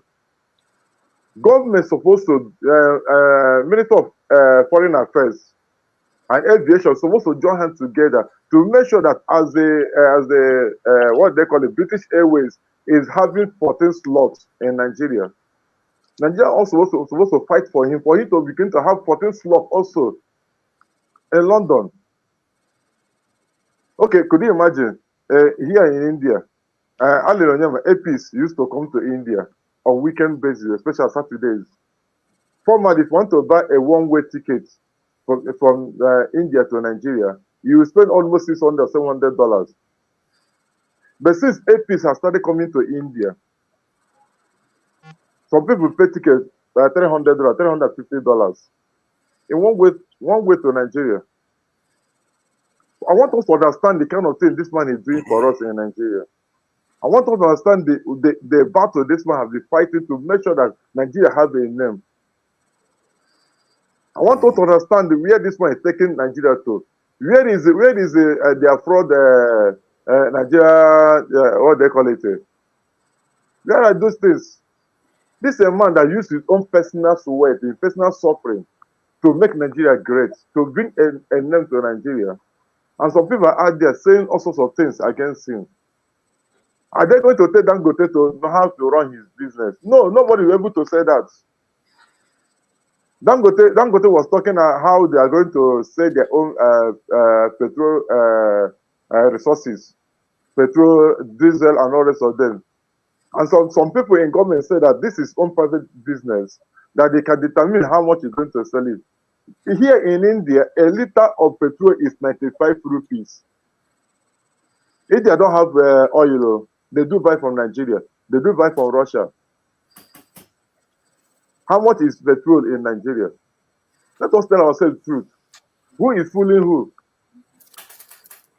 So we shouldn't support some people who love to talk down on somebody who is trying to make the country better. Rather, let us form a forum. Let us form an encouragement to and give to anybody who is trying to give the best in that country. To run a business in Nigeria is not an easy thing. To establish a firm in Nigeria is not an easy thing. Go to what they call it, CBN. I know how much they're owing that man, Onyeama. They seized the money. They wanted to frustrate him business, but it could not work for them. You that is in diaspora, you that is in America, you that is in the UK, just bring that $100,000 to establish in Nigeria. I gave you 6 months. They frustrate you. You will run away from Nigeria. So please, Isiago or no Isiago, nobody should determine Onyeama how to run his business and what his clothes will wear. What matters that Onyeama, well done for what he has done. We encourage you, federal government, let them give them enabling environment to run their business. So I think it will work out. Yeah, I hope they do that. I hope they do that. Eagles is something that they are seeing how people are cheering it on. Let me highlight what a Black Beauty was trying to highlight. She was trying to highlight that Boeing Airlines, that's aircraft manufacturing, seems to be having problems recently with their manufacturing. And what I would say to her is that even if that was true, that with some servicing some of their parts, I mean, not manufacturing, even if that's what is true, most airlines use Boeing aircrafts. So it's something that can be managed, and it hasn't resulted in a crash, but it's resulted in incidents in America. It hasn't happened in the UK at all. It happened in America. Go ahead. Can I support what you just said quickly? For those who live in the US, we recently witnessed was it Delta or American Airline? Yeah, Delta, one of them too. Yeah, whose mid flight, the door fell off, and that plane quickly had to do an emergency landing. It happened towards the end of last year, and they've been trailing the matter, and they've discovered that it has nothing to do with the airlines, like you rightly said. That's a Boeing issue. I think the aircraft manufacturers' problem, and they've gone to find out that not only was it that airline, many other airlines have had similar issues, and it is a manufacturer. So the American AAA or whatever they call them is investigating that matter. But that being said, I don't understand what that lady was talking about, because like you rightly said, as somebody said here, if these guys were not servicing their aircraft properly, no country, if you're not meeting certain minimal mechanical or technical requirements, they won't allow you fly into their airports. They will keep you out. So I think people need to get their facts right. I'm trying to avoid sounding like I'm supporting Onyeama or trying to be his mouthpiece. He's not paying me. I'm not his PR personnel. I gain nothing from me. But I think we just need to start growing up to understand that we need to support our own. You understand? If any of our own starts doing what is right, let's support them. It's in our best interest. You understand? Yeah, but don't you think that we should hear people out? We shouldn't just react. Yeah, I think by because just pose a jam question to Black Beauty, I think she should answer that jam question. So, Ferrari, mind your business. I know What you we're in the dealing with Agbero here. street you came from. Hey, hold on. I will say something. How dare you? Can you stop interrupting me, this Agbero? Stop interrupting me. Come on here and answer that jam question. This is not the time to start singing. Can I exchange with Chim, please? You see, we shouldn't necessarily shut people down when they are highlighting a different point. They're not. She wasn't saying Air Peace was not servicing his aircraft. She was referring to Boeing aircraft. If I'm not mistaken, you can correct me. Black Beauty. She didn't mention. Did she mention She Boeing? said crappy. She said what? She didn't mention Boeing. Yeah, crappy. She mentioned Air Peace that they are flying those crappy aircraft. That was why I took her on. Okay, they are flying those crappy aircraft. Yeah, no. What she the person is the criticism is not on Air Peace. She's talking about the aircraft itself. No, she said No, Air Peace. the person take it personally. The person take it personal. Okay, By Black mentioning Beauty, Air Peace. let me because she's backstage. A Black Beauty, you see where the issue is. If you are trying to criticize Boeing, because the link she sent to me was about Boeing, but you somehow completed it with Air Peace. She's not on camera. She's not on camera. Don't defend her. Bring her in. No, she's not on camera. Forefather, please don't forget. Let's give a round of applause for Festus Keyamo. He did what the minister should do. No, I have to. What is there about it? What did you do? I don't know. You see enemies of progress. Enemies of progress. Come on, no deal. I think part of the support that Air Peace got is in due support from the Nigerian Ministry of Aviation, headed by Festus Keyamo. So we will not take away Festus Keyamo's support. Because you know why I'm saying this? Hadi Sariki, or whatever his name is, the previous minister, was hamstringing local aviation operators. He went and brought Ethiopia to Nigeria fraudulently, which was even a 419 arrangement. So if this particular one is currently trying to say fly local, support local, then he needs his thumbs up. When he does do a mistake, we will knock him. And the only place I am going to knock him is when he suddenly went to, was it Boeing's center recently, and became a mouthpiece for Boeing. It was Airbus. Okay, whoever it was. Air Peace is doing all the right moves. He wants to use Airbus. So when it comes to what he did for Air Peace, let me bring her on so that she can come and speak. When it comes to what he did for Air Peace, let's be civil. He did right. Let's be civil here because she's a responsible person. We are all civil people here. Excuse me. You of everybody. You of everybody are not by. Ferrari. I would like to see the face of this girl. I would like to see her face. Forefather, we need to see her live. This is not the process. That's what I wanted to address. Please, you can come up, a Black. Yeah, I know. Hey, Tunaja. I'm a crackhead, so I just don't want to be seen. You know how that can be. There are rules now. There are rules. If you want to talk to them, because it will help. You know what? I want to say to Niger, I have been so supportive of this platform, and you know it. I have come here. I've been respectful, and I just didn't appreciate the way that people were throwing me under the bus, like I was saying something wrong about Air Peace. I'm not saying anything about Air Peace. I'm saying something about the vessels that they fly. There have been 3 incidents in the past 3 months with Boeing vessels. A Black Beauty. I'm sorry, you can't break the rules. I'm sorry. You have to come up. You want me to come up? Yep. Welcome. You're welcome. Hello. Yeah, you guys. You're welcome. I'll see your face. So I continue. She's got privilege. She's allowed to say anytime a lady is here, they are underrepresented. They are allowed to speak their mind whenever they want to speak. Please go ahead. So now I just want to know, crackhead where? Please explain your position so that they understand, so that they will want. You see how quiet they become. Who's quiet? Who's quiet? Who is quiet? Okay, behave yourself now. Let her speak and explain herself. Please. I just want to say I was very disappointed by the way you all were talking to me just now, as if I haven't been around here for over a year in your chat supporting everyone. That was disrespectful. And I understand that's a very common thing for Nigerian men, but I would beg you give a little bit grace to women, especially. It's inappropriate. And I didn't like the way you were speaking to me. Number one. Please, there's nothing No, between no, no, no, men no, and no. women Extero, here. Extero, no, Extero, let her, Extero, no. Extero, Hold no, on. no, no, no, no, Let her speak. Hold on. I'm gonna say Extero, no. no, no. It's gonna Let her anybody that speaks out of turn. I've said it before. Women are allowed to express themselves because they are underrepresented. If one came on here, how can you start jeering and talking when she's trying to express a point? And she's fair. She's been here for 1 year, supporting everything that we do here, and we don't want to hear people out. Please go ahead. Actually, let her finish explaining herself. Then anybody who has any issues can take that up.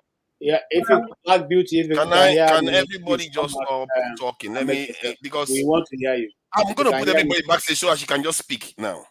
No, I would don't do that. I'm not anything special. I'm just over here trying to communicate. Because if they're interrupting now, it's not okay. appropriate.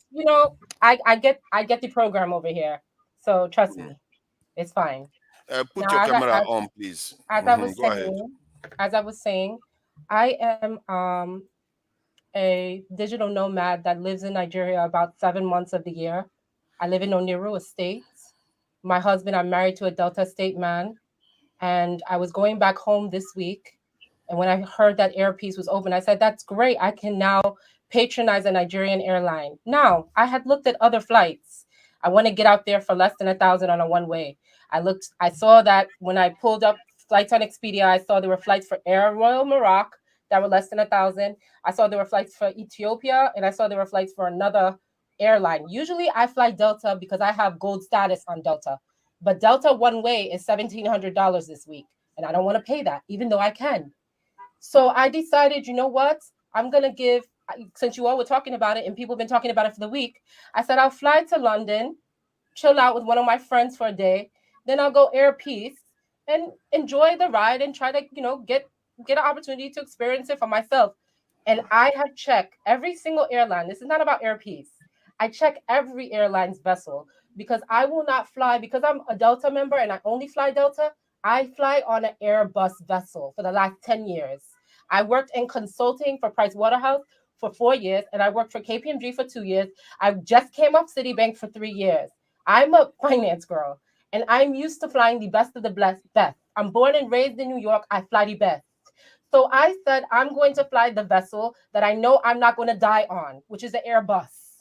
Now, this has nothing to do with Airpeace, but I find it funny that all of the airlines that tote being African, so Air Royal Morocco, Ethiopian, and now Airpeace, fly the crappiest vessels. Now, if you want to take that as a slight towards you and your brand, because that's all Airpeace is, just like United, Delta, or US Airway or anything, that's a brand that goes on a vessel. That is a branded vessel. Airpeace may be a great brand, but the vessel that it flies is dangerous. Now, there have been issues with Boeing, 3 issues this year. In January, they had the one issue with the door falling off. They also had an issue with one of the flights landing, and then one of the wheels came off as it was landing and it crashed into some cars. They also had one of the cargo flights, fuel jet ignite. And I sent all these links in the back. Maybe when I sent them on the regular chat, you're not allowed to send links in the regular chat. So you probably didn't see them. So I came back here to send you the link. Then there was a whistleblower, a man who was a director of reviewing the planes at Boeing, who was giving the information and testifying in court here in the United States. And they found him dead in his car. They killed the whistleblower because he was letting people know that these planes were going up in the air without being serviced. So when I speak, I only speak from a position of having knowledge. I am not ignorant. I am not a crackhead, and I'm a Pan-Africanist and a supporter with 100% Nigerian genes running their part of me blood. Don't tell me nothing. You're not going to tell me nothing. I'm going back home to see my husband next week. You all are sitting comfortably. So if I want to get there and feel comfortable, I would like to, hey, listen, I'll pay more. I'll pay $1,200 instead of $700 to know that I'm on a vessel that I won't die on. And that's all I have to say now. I'm going to take my beautiful self in the back. Thank you. You're welcome. Okay. Her point is, can I finish, please? Can you people beg her to wait now so that she can hear us? Let me respond. Okay, I think you are not the guest. You are not the guest. And Okay. Can I respond, Father? let me just contextualize what she said before. No, we don't have to. You We all don't need to now, Papa. She can speak for herself. You don't need to conceptualize. Can you let me talk?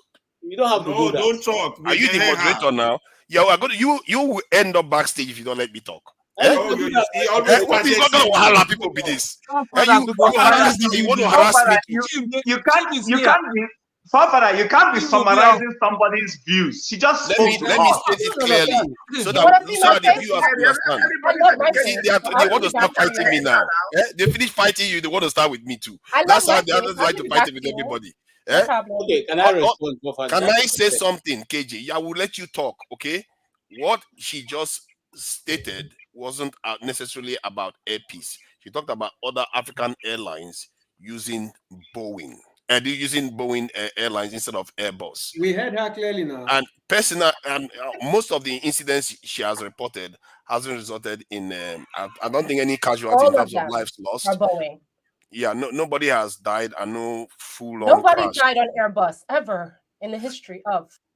In the history of Airbus, whoa, that's interesting. If that's true, but that's a good information to share. You see what I mean? She has insight. She's stating something, and people need to be careful when they just. It was good that she clarified, because what the one-liner she gave, it looked like she was saying the planes were not serviced. You understand? Now that she's explained it like this, well, I understand.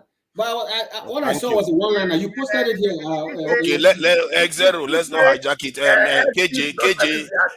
Let's do 2 minutes then. 2 minutes. KJ, go ahead, please. 2 minutes. I'm not even going to do up to 2 minutes. All the talk down.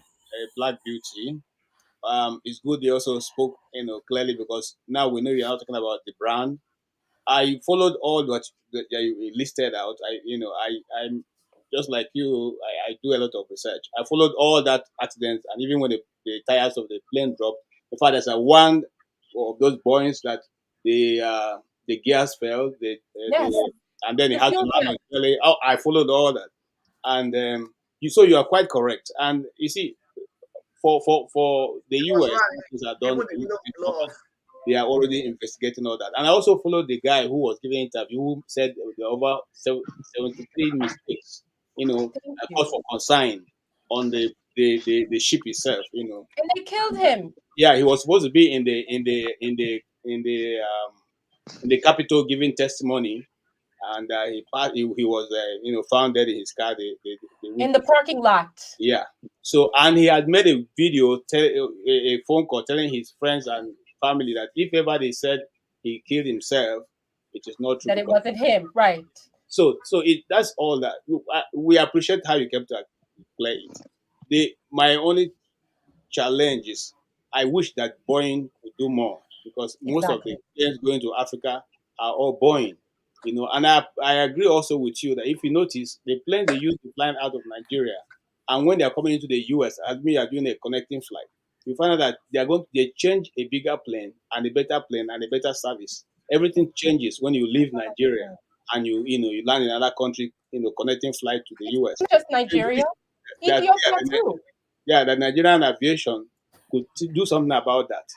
So I don't fly those kind of planes to Africa. And then the service also, you are not serviced properly when you take off from Nigeria and you're going outside. But when they get to Egypt and they are connecting you, or to Ethiopia, or any of those connecting flights, or South Africa, it becomes a different ball game. That better plane. The service and everything changes. So I totally appreciate that you come on to explain that for us. That's all I was saying. I wasn't trying to criticize Air Peace. In fact, I wish we could all afford to pay a little bit more for safety. I wish they would just contract with Airbus and get a vessel that we could be proud of. That way we know, and we could pay a little bit more and know we'll be safe. We don't know. We don't know. Okay, but do you have any specific crashes that have resulted in loss of life due to Airbus aircrafts? I mean, I don't have anything from Airbus. Okay, so then maybe the only thing that can you let me speak, please? These people, please. Yeah, but you're asking questions here. What kind of people be this? I'm trying to ask a question. You're asking what she already answered. No. Exactly. No, now Okay, how do let you it know go that? round now. Let all of us do our 2 minutes, then you come back to I you. will ask You my can't be the question. only one talking. You know you are not going to badger me. So let me ask the question and save yourself the time. The question was that have we known any Airbus aircraft? I know of the issues you reported that has crashed and resulted in loss of life, because your statement was that we are worried about people dying. You mean Boeing Yeah, specifically, yeah, right? yeah, Yeah, yeah. I know only Boeing. Boeing, yes, yeah, Boeing, yeah, Well, whatever.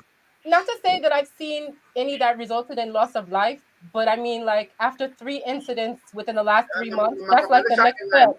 Malaysia That's the Airline. next step. I get what Malaysia you're saying. Airline. But I it's good can't that we take that contextualize that. chance. It's good that we contextualize it that nobody has lost their life due to Airbus so far. Hey, what are you talking? Okay, please. Okay, let's go to Tone. Tone, 2 Malaysia minutes. Airline. Malaysia Tone, Airline. 2 minutes. But Tone, 2 minutes. congratulations to Air Peace for launching, and that is a good feat. That's a congratulations. But at the same time, I won't fly it. People are wicked, though. I don't know what. I don't know what this one is asking me. Nigerians say you are wicked. Please go ahead, Tone. What is asking me? Okay, first of all, Black Beauty, apologies for that, That's because okay. I mean, as you can appreciate, we have a sort of funny people, Agbado This people. is You the know who boys' Agbado club. people are. I expect it. Huh? Yeah. So apologies, yeah, from the bottom of my heart that you will say It's Niger. okay. Okay. As you've shown your face and all that, all legit. But however, you did say that the Airbus is very safe, but there's always a first for anything. God forbid Yes. that any day that any of us here will fly, it will become the first day. If we fly an Airbus, it become the first day that casualties will be recorded. But what I just want you to know is it's just the way you dropped it as a one-liner. We thought, wow, what's this and all that. There's But not so much again, space to we type in should, there. yeah. But if you know this man, he has put a lot and he has put a lot of effort in Micah in Denega? showing that this is fine. Huh?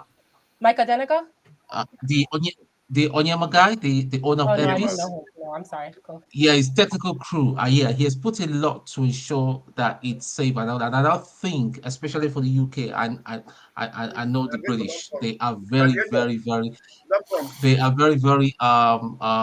strict when it comes to these things. They will not want to record anything against them. So I would say, I mean, it's a personal choice. If you think Yes. that Boeing, I'm not trying to dismiss that Boeing that they don't have issues, but if you think it's something personal for you, it's a deal breaker that you not fly Yeah. Boeing on that account, it's fine. I understand. So we now Yeah. understand where you're That's what coming I'm from and all saying. that. That's actually exactly Everybody's what I'm saying. happy.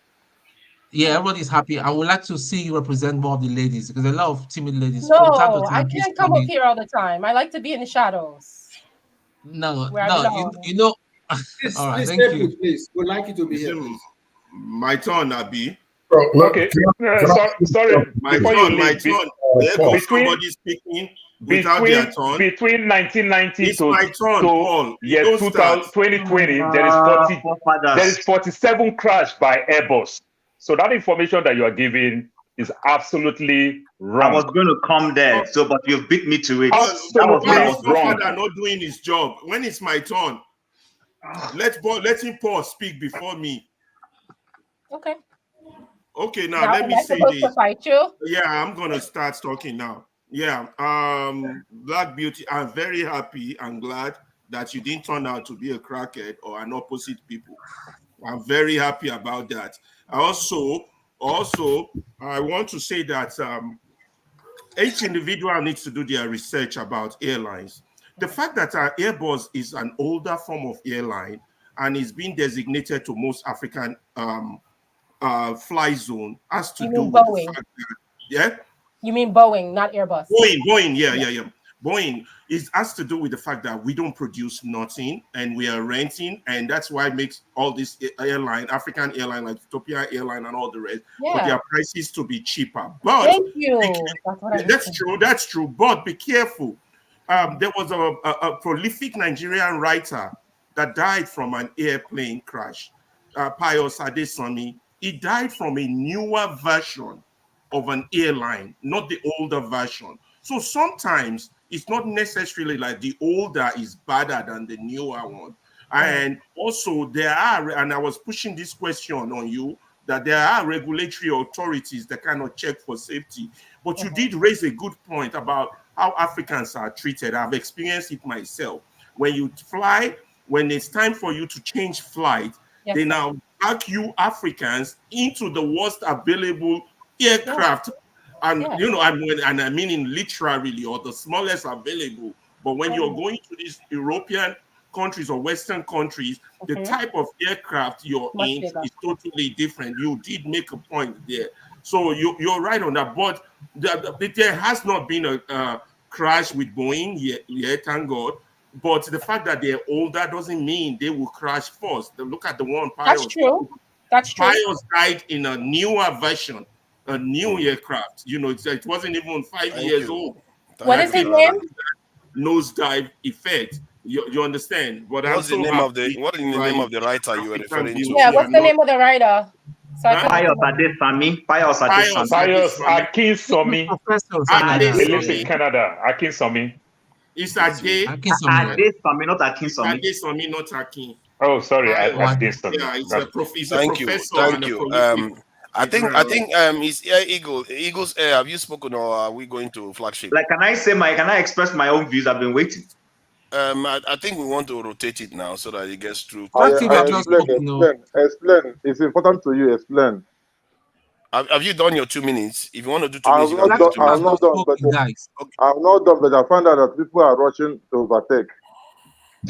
You want to consider your point and express yourself. All this Maro people making it of no need. He was on Ethiopia Airlines, right? I just feel like coming in because I'm an aviator. You people supposed to give me that small preference for me to weigh into it. There's some truth there to an extent. Should we give Paul because he's the expert? Yeah, before Paul speaks, please. Mine is just very short. Mine is short. Then Paul can go ahead. When you say short, how short? 1 minute. Okay, 1 minute short. So number one, a black beauty. I think the issue which everybody has already mentioned was your one-liner gave a wrong interpret. Well, I would say wrong. It expressed what you wrote. This was not exactly what you had in mind, but that is what we took away from it. So beautifully, you've come on air to, correct that. That's beautiful.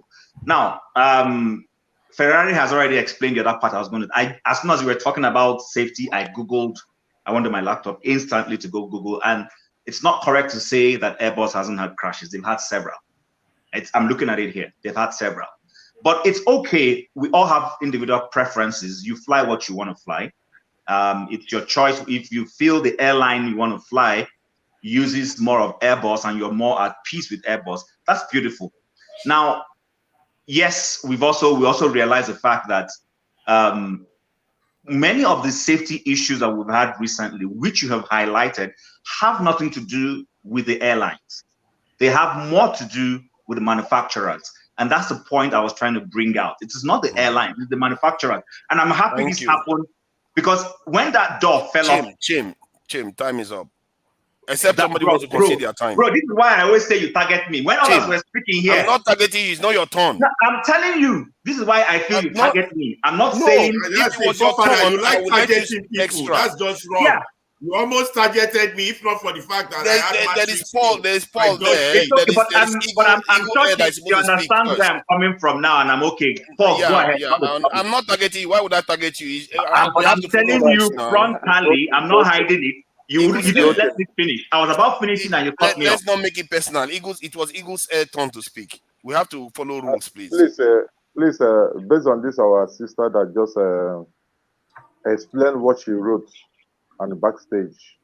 Because sometimes all these accidents we do see on airlines or on the ground or air on the sea is inevitable. Nobody can predict it. Nobody plans for it. Even if nobody can say that nobody will climb on the tree and say, please put hot water for me so that I will fall into it. Nobody plans for it. Nobody pray for it.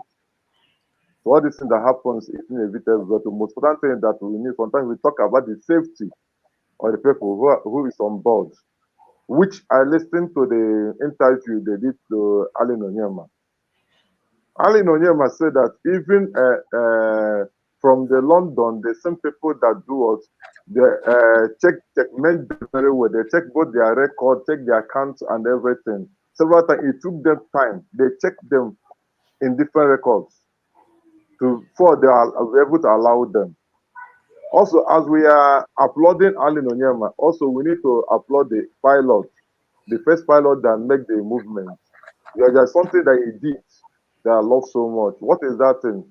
When he landed in the airport where they asked him to stay, they told him to go to an extreme place that will cost about 9 hours to offload, or some of the passengers will be entering bus. But the pilot said no. The pilot said no, according to Onyeama, because I was listening to what he was saying. He said the pilot said no. I refused. The pilot did not say no. The pilot put a call through first to say this is what's happening. They gave him the order. That was in Nigeria. It wasn't the pilot's own decision that did that. Onyeama, according to the live interview I listened to him, nobody told me. He said the pilot refused to go to that place. He stopped at the he said he parked and he gave him a call, and that was in exactly. And then when he parked, he refused to go, and that caused delay. But if there is there's some pilot that we ask, they will go to that place obediently. But he said no. That's the right thing that he did. Because he wasn't sure what was happening, so he had to put a call first until they gave him the order. Exactly. So what happened is this? What happened at this time? The airpiece have been assigned their parking lot where we have to discharge the Blackstone. Sorry, it's going to be your turn to the Blackstone. Please. No, the Blackstone. Can I throw light to it as an aviator? Give me that small preference now, please. See, the flagship has been very well. He's been very. Carry on, flagship. Yeah. I hand over to you. Yeah, flagship. Yeah, he has exercised a lot of decorum here. Let's reward that. Please go ahead, flagship. Thank you so much, forefathers, and good afternoon to everybody. I hope you all had a great week.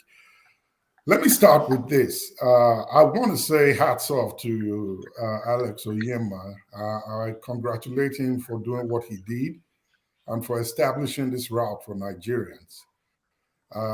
We all know, for those who have traveled that route, London, Lagos, London, Abuja, how we are treated and what we are made to go through. And on top of that, how we smile at the face of mistreatment. Flagship, just hold on. Sorry, hold on for a second. It's 2 minutes. So you may want to, Paul, the way you are speaking, it looks like you're not going to be done in 2 minutes. And I don't want to stop you halfway. Because I've been sitting there quiet here. So I think you should give me that. The thing we are doing now I can't just afford you that. Otherwise, I'll give Paul more than 2 minutes. For the past 1 hour, forefathers, I think you should give me that. Have I been here 1 hour? You've been speaking. Just came on. I will give it 3 minutes. 3 minutes then. 3 minutes. Please, don't take my time. I'm being courteous enough. So we have to. We still have to follow rules. Even if you're courteous, we have to follow rules. Let's not try to not follow rules all the time. You can have it. You can take it. I yield the floor back. For others, sometimes, right? Sometimes. No. You have to let a man 3 minutes to talk, just to see how they are behaving. See how they are behaving. Nobody wants to see your problem. That man was talking, and you didn't let him. No wonder people don't want Bobrisky to be arrested because you don't like rules. You can't even stick to 2 minute rules. Coordination, right? You interrupted that man and used your body. No, I'm not going to take his time. I will start it all over again. Then he can speak for his time because the way he was going, if I had stopped him after 2 minutes, he would have complained. That's why I was saying that 2 minutes, so he can carry on. If you want him to speak, cede your own time to him. If you want him to speak more, absolutely. Okay, I cede my time to him. Okay, good. You can speak for 4 minutes. No, you can speak for 5 minutes. I give you my own 2 minutes. 6 minutes now. Go ahead. 6 minutes. I'm giving him 2 minutes of my time as well. Yeah, 2 minutes, 6 minutes. All right, good. Everybody let them turn against me. They will not have chance to speak now. Good luck with that one. Please, flagship, go ahead. I would have been done long ago, but I want to thank all of you, Tone, Ferrari, and everybody. Thank you so much. I really respect that honor and I appreciate it. Like I was saying, Onyeama has done us well. We are proud of what he's doing. My only suggestion to him is the Nigerian factor always shows that it's very easy for us to start projects, but maintaining it is our biggest problem. So what I would say to him is to please put up a good maintenance team to keep this spirit going, because what you have done has not only thrown a big challenge in the Europe, Lagos, Abuja route, but it's going to have to withstand the test of time, because your competitors will come after you with good service culture, and you need to really improve on that. That's one area that you're lacking in. So please consider working that also from your ground crew up onto your crew that takes care of your customers in the air. Now, I'm glad Paul is here. I was going to say this with reference to what the Black Beauty said. I think in my opinion, the issue with these airlines and how they perform in terms of the equipment that they fly, I beg to differ. It's majorly not the problem of the manufacturer of the aircraft. And I stand to be corrected. Paul is here. I think it's the maintenance culture. If the airline does not have a good maintenance culture, when they see things going wrong with their aircraft and they don't have the multi-point inspections after so long based on what the FAA recommends, things start to fall apart. These airlines or aircrafts are not built to stand forever. They grow weak, parts wear out. It's based on the airline to sit down and say, let's make changes or change parts or put new engines or inspect every other aspect of the aircraft so it can meet the standard and fly safely in the air. Delta Airlines, which is where I am, I fly them every week. And not to brag, I'm diamond with Delta. I had an issue with Delta once, and I had to query the aircraft equipment that they sent to Lagos. And you guys can try this on your own. Every aircraft has a number, just like your car has a license plate. You can take that number and look up the history of the aircraft. Most of the airlines that fly these aircrafts fly older products. They are 20 plus years old. And a lot of them are being recycled. Yes, they maintain them, they look after them, but for some, they just don't care. So I asked Delta one time, why are you flying a 767 to Lagos, Nigeria from Atlanta that just flew in from Seattle? And that aircraft is over 30 years old. It's 10 hours across the Atlantic. I'm a little bit concerned. I've seen the flights that go from Atlanta to Brazil, to other South American countries, to London, and so on. They are pretty much like brand new aircrafts. Why are you giving us the older ones? They send a response back to me. And their response is, their record is impeccable. Delta has never had any issues with their aircraft. And they have a good team of engineers that service their aircraft on a daily basis. If they notice anything that is going to put the passengers at risk, they fix it. And to be honest, it's true. Delta has a really good record. And for all their aircrafts that I've flown, which is the only one that I fly, I've never seen anyone that had issues, maybe here and there, that I may not have heard about them. So a lot of times, it's not the manufacturer. The manufacturer makes the product, sells it to the airline, or leases it to the airline. And I think it's the responsibility of the airline to maintain them and to take care of them. And lastly, my sister did say that when you fly from the US to Europe or wherever you're going, you get it on a good equipment, and going to Nigeria is pretty old and maybe almost written off. Yes, that's true. The thing is, it's not them, it's us that have not pushed back to say, stop bringing your older aircrafts to our country. Emirates Airline, I fly them a lot. I've got their little thing back there. They fly good aircrafts, 5-6-year-olds from the US to Dubai. And then from Dubai to Lagos, that was before they stopped flying, they fly these old 777s that are like almost 13, 20 years old. And it's not because we are not fit for it. It's just because we have not pushed back. So it also it's the responsibility of our government to say, please, any aircraft that is older than this years, we don't want it in our country. You have to do better. If we push back and do that, I know they will change. So it's not only on them, the airline itself. Boeing, Airbus does not maintain it for them. They may have their engineers that are contracted, but it's the responsibility of the airline to say, this aircraft has been in the air for so many hours. We need to reevaluate and see what needs to be changed, and therefore change it to keep it safe in the air. Thank you. I only have one comment to him, and I'm not trying to come out of turn, but I only have one. I agree with everything you said, 99%. There's only one thing. Last year, we lost our straight through flight I live in New York, from New York to Lagos. We lost our straight through flight. And when I inquired to Delta, because they tell you when you ask questions, when I inquired why that was, they said it was because that Murtala Muhammad was not paying their remittance back to Delta. That's why we lost our straight through flight. I agree. So that might also be a case too. I totally agree with you. And it's an issue that most major airlines are facing with Nigeria. And I think I heard not long ago, but don't quote me on this, Delta is reconsidering Atlanta-Lagos route because of these same issues. So it's not them, it's us, it's the culture and the attitude that we portray. That's how they treat us the same way, the way they are treating us. So I will not put the blame on the airline that much. I'll put it, I won't put the blame on the manufacturer as far as safety of the equipment. It's on the airline and on us having these older planes that are flying to Nigeria is because we've not pushed back. So until we do that, they'll keep putting us on those what I call air molars that they fly to Nigeria, which is very, very uncomfortable. Okay, thank you. I hope you're all happy now. The Blackstone, please go ahead.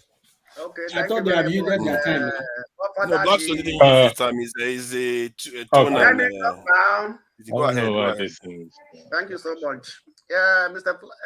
Flagship, I agree with most of the things you said.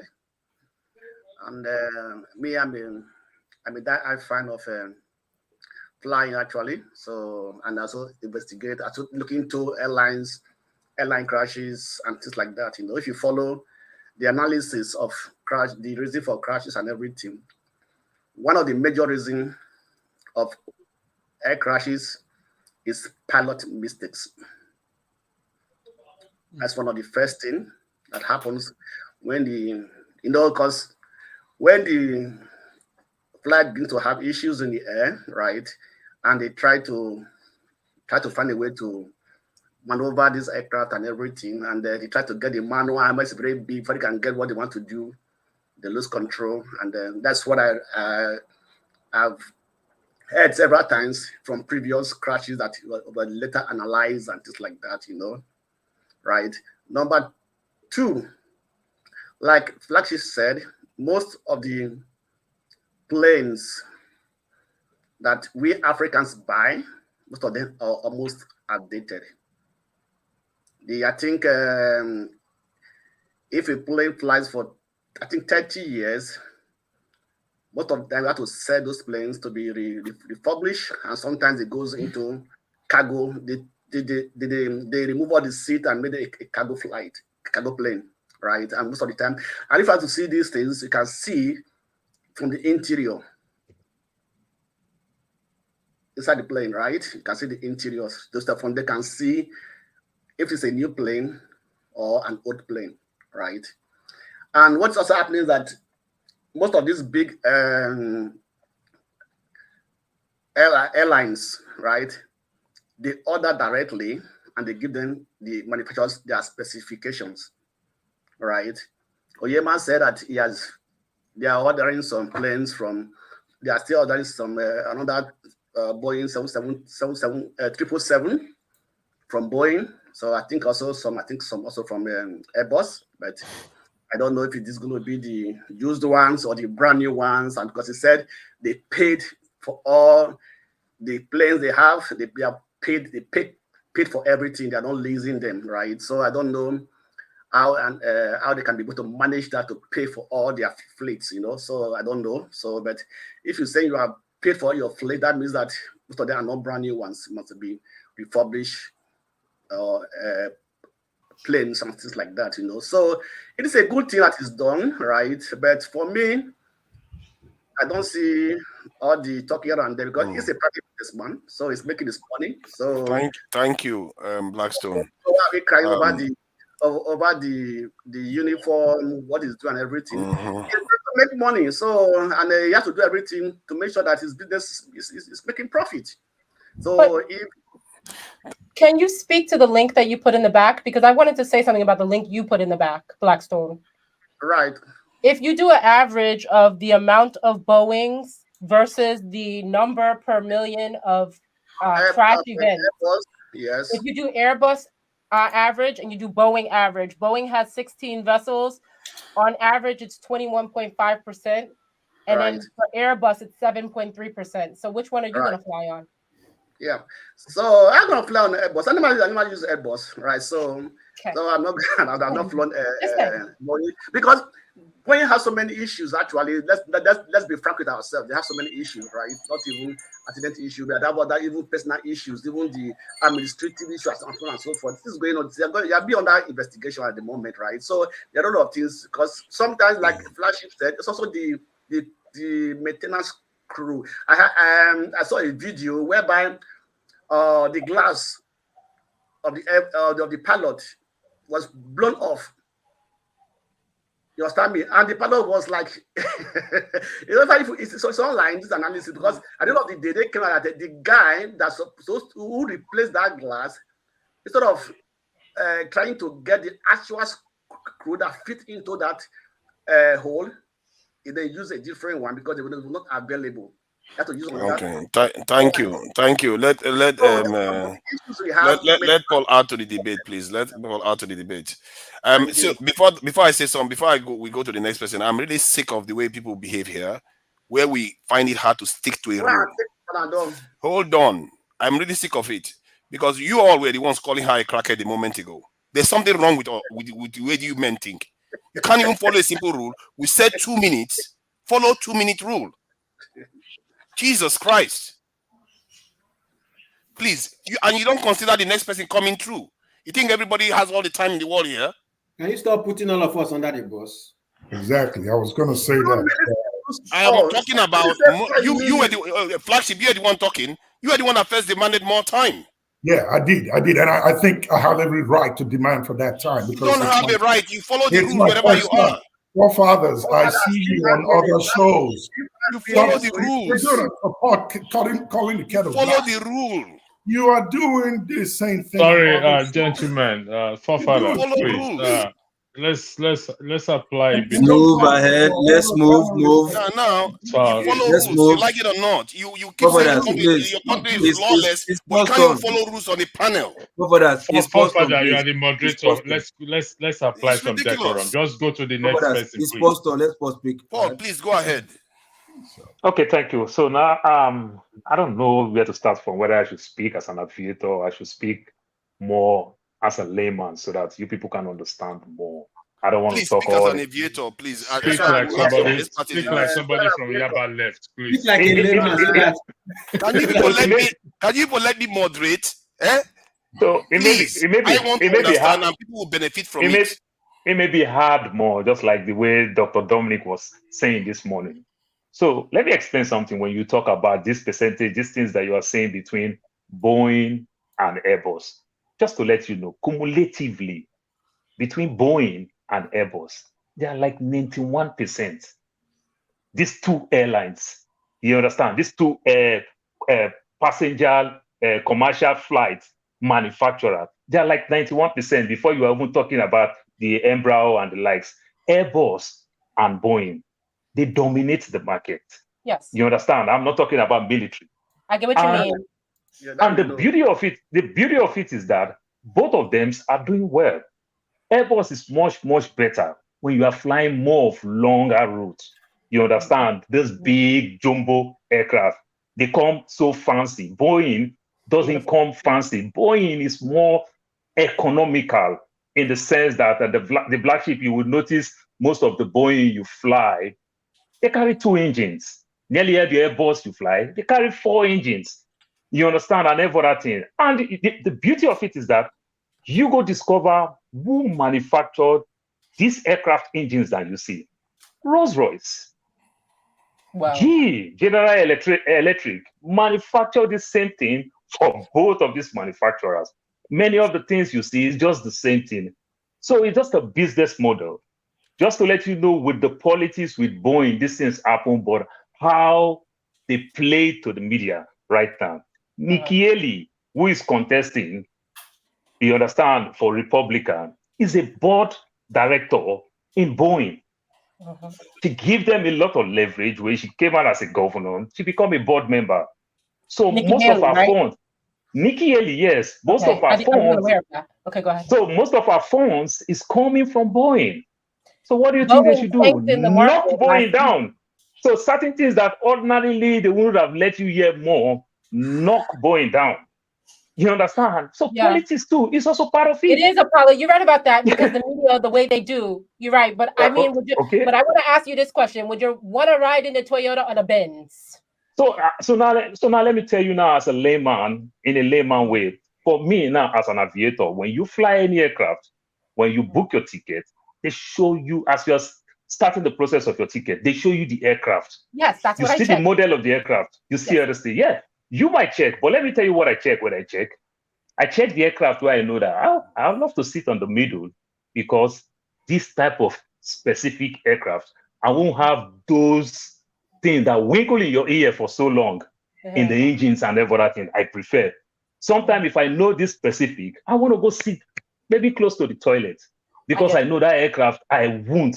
These are the things that I calculate. As a layman, Now but as an educated person. Okay, but as an educated person, we are because all of educated amongst this panel. So as an insider, where I understand the specifics with this aircraft, but to you, because of the media, you understand that this is the aircraft you are flying, and the media tell you that Boeing is having XYZ problem. So you feel within yourself that I don't want to fly Boeing. I'll tell you, like my Nigerian people, I'll just tell you small. I'll give you small. Media. It wasn't the media every story. It was just the one story. It was the whistleblower story that got me. The whistleblower telling us something, and they got rid of him. The whistleblower thing, it is very, very, very, very painful. You understand? I see that part very well, but it goes beyond that. You understand? The union, the merger with Boeing, how they come with the COO and everything. So there's a whole lot of shenanigans going on there, plus the lobbying. That does not mean they don't have good aircraft. But things are bound to happen. You understand? Things are bound to. If you said the way you are thinking, if you said so, it's going to affect the whole world in terms of aviation. It is Airbus and Boeing produce nearly everything. Yeah. That's true. You understand? If so my voice was larger, that. I wouldn't say anything. I'm just a regular person on the internet. But if my voice was larger, I wouldn't say anything because I know that would have implications on the company. But what I'm saying as an individual, I mean, I just want to live. That's all I'm saying. They're also a black sheep. Let me also tell you something about this 30 years thing. How painful it can be when you talk about this 30 years thing. Find out with people who also come from places like India and Pakistan. They are going through the problem that we're going. These people profile us that whenever we enter our aircraft, we carry a lot of spicy thing. It costs them more to clean this aircraft, to drive those smell. So they dedicate a particular aircraft to that route. It's like the way you do your Airbnb. You understand? You check if you are not the type who don't have dog, who don't smoke. You don't want to get a smoking room. You don't want to get a room that have pets. You understand? Then if you are the type, because if I don't smoke, I don't have pets, I can stay in an Airbnb or an hotel. You understand? The room that have a pet. I can't keep up with the smell. So this is the same thing. But talking about an aircraft being a 30 years, 40 years, or 20 years, it's not really like that. Aircraft is not old as you and I may think, because aircraft, we don't wait for a part to get spoiled. Everything have their expiring date. You just go there, you remove it and put new one. So the aircraft itself, they've been manufactured this aircraft for 30 years ago, but nearly everything there has been changed. So it's not as old as you and I may think. It's not like, you're trying to repair, let me go look for the mechanic, fix this and that. We change everything. You just go remove and you put another one. Then you do your proper logins. When you don't do your proper logins, you mistake, you forget to do your logins. That is where they caught you like, you did a bad job. You understand? Because you did not keep the aircraft up to date. I might change a part and forget to do my login. If they remember, that aircraft will turn back. That is how we try to keep our record clean. You understand? Not for anything. But Paul, in America, they have been quite careless lately. Most of the incidents with this Airbus that she was referring to occurred in the US. No, the Boeing. The Boeing. Yeah. No, so the Boeing on now. So when you talk about actually the incidents so when you talk about it, I want to explain the Alaska airline. The Alaska airline, you understand that door flew away. That one completely affect Boeing. You understand? That one completely affect Boeing because some of the lock pins that they're supposed to put was not there. Then when you talk about the United, where one of the landing gear fell and everything, that one is completely the technician make that mistake. It's just the technician. So yeah, as they hired the technician now. They hired the technician. If he make mistake, he's still part of the airline, the aircraft. This thing that is no. So as aircraft land, what you do immediately, you go check, you go measure your landing gear. Okay, now you go measure your tire. You understand? You remember the way the tire cracks and everything. Who is responsible for doing that? The airlines? It's the airlines, the technician. Of course, you manage the technicians, the engineer. You measure, you change your tire. And remember these things. These are things you do quick turnaround, because aircraft is not meant to stay on ground at all. You understand? So you quickly change and everything. So that person might change that landing gear, that tire, and just forget to put his lock pin. That may just happen and everything. So these things happen. Hey, Paul. But because of one big tragedy happen, any other small thing we're going to overflog it. So it will make any other small thing that looks big. Paul, where is the African manufactured aircraft?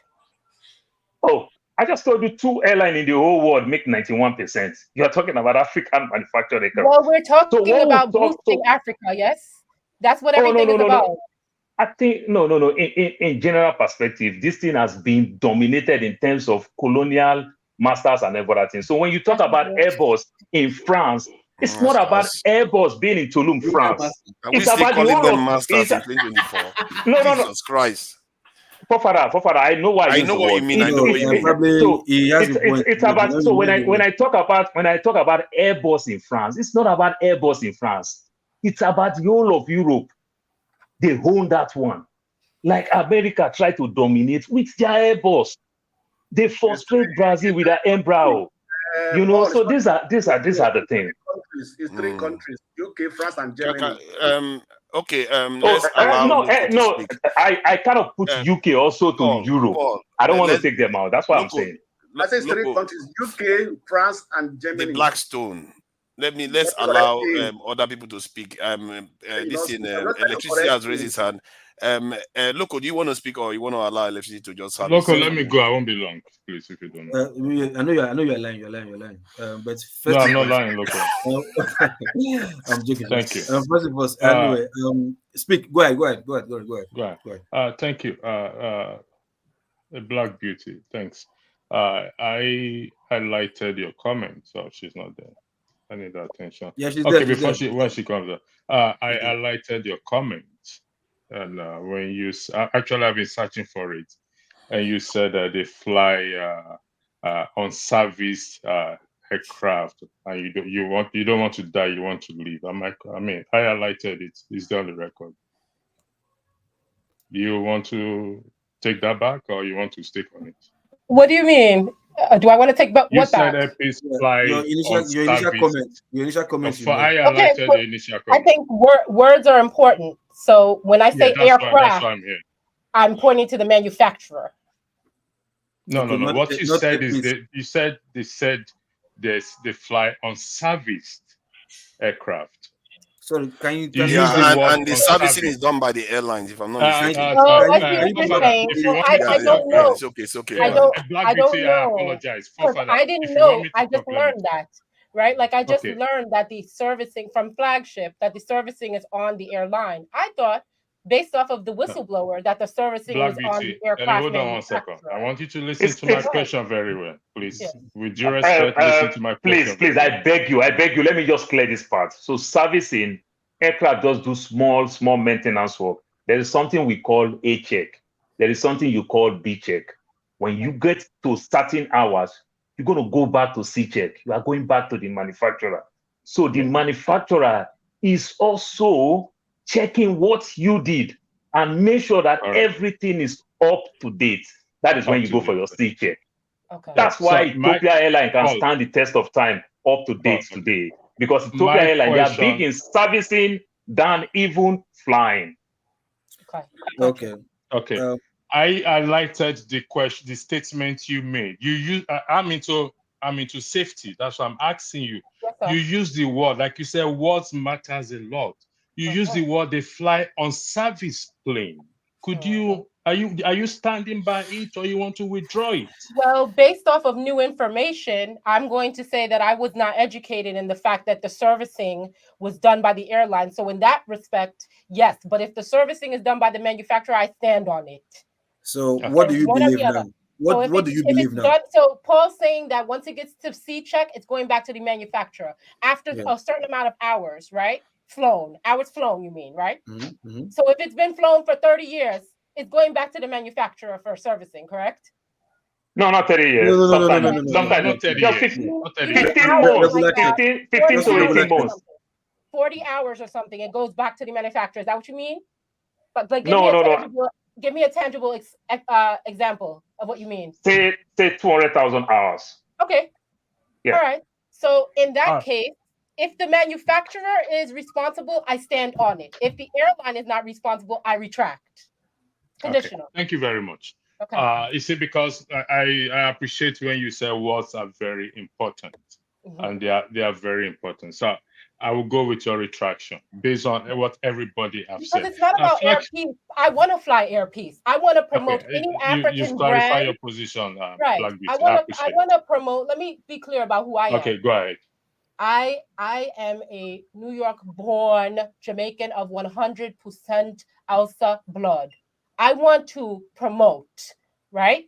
Anything that substantiates us as Africans, whether it be through manufacturing, branding, whether it be through economics, whether it be through culture and arts. I will support anything African.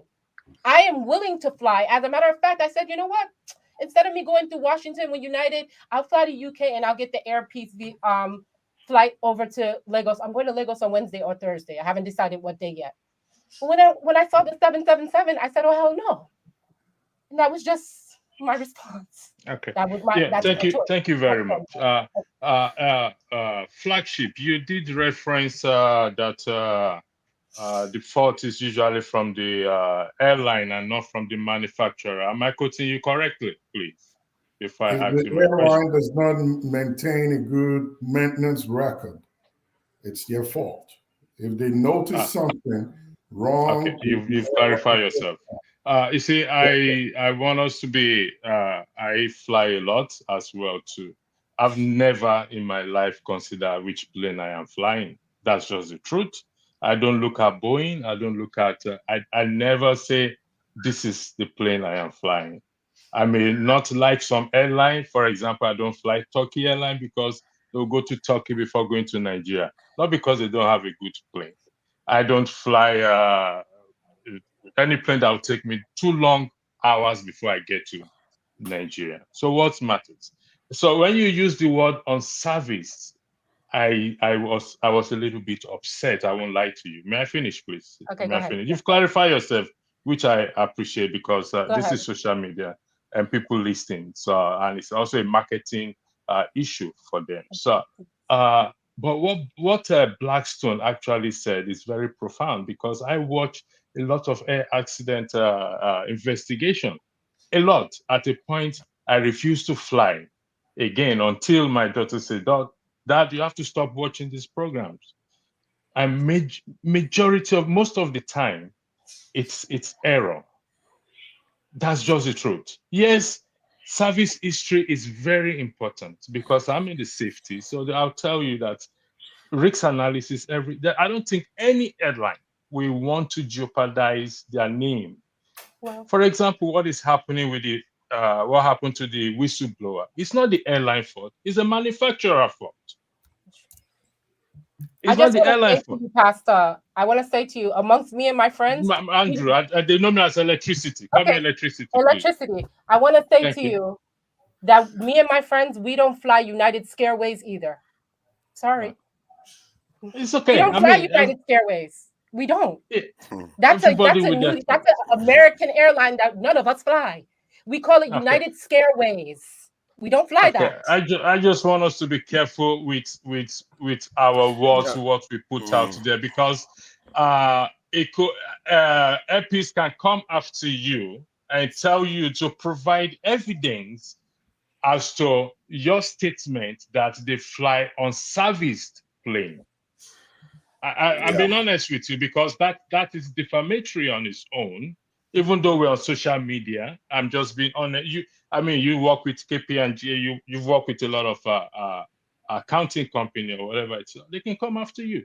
So I would just say that yes, we can express our choices of airline we don't want to fly, because if I put you on the stand now, provide me evidence that their planes are unserviced. You can't. You agree with me on that? One person who could provide it, he's gone now. But you cannot. Was he I'm talking about referring to- you.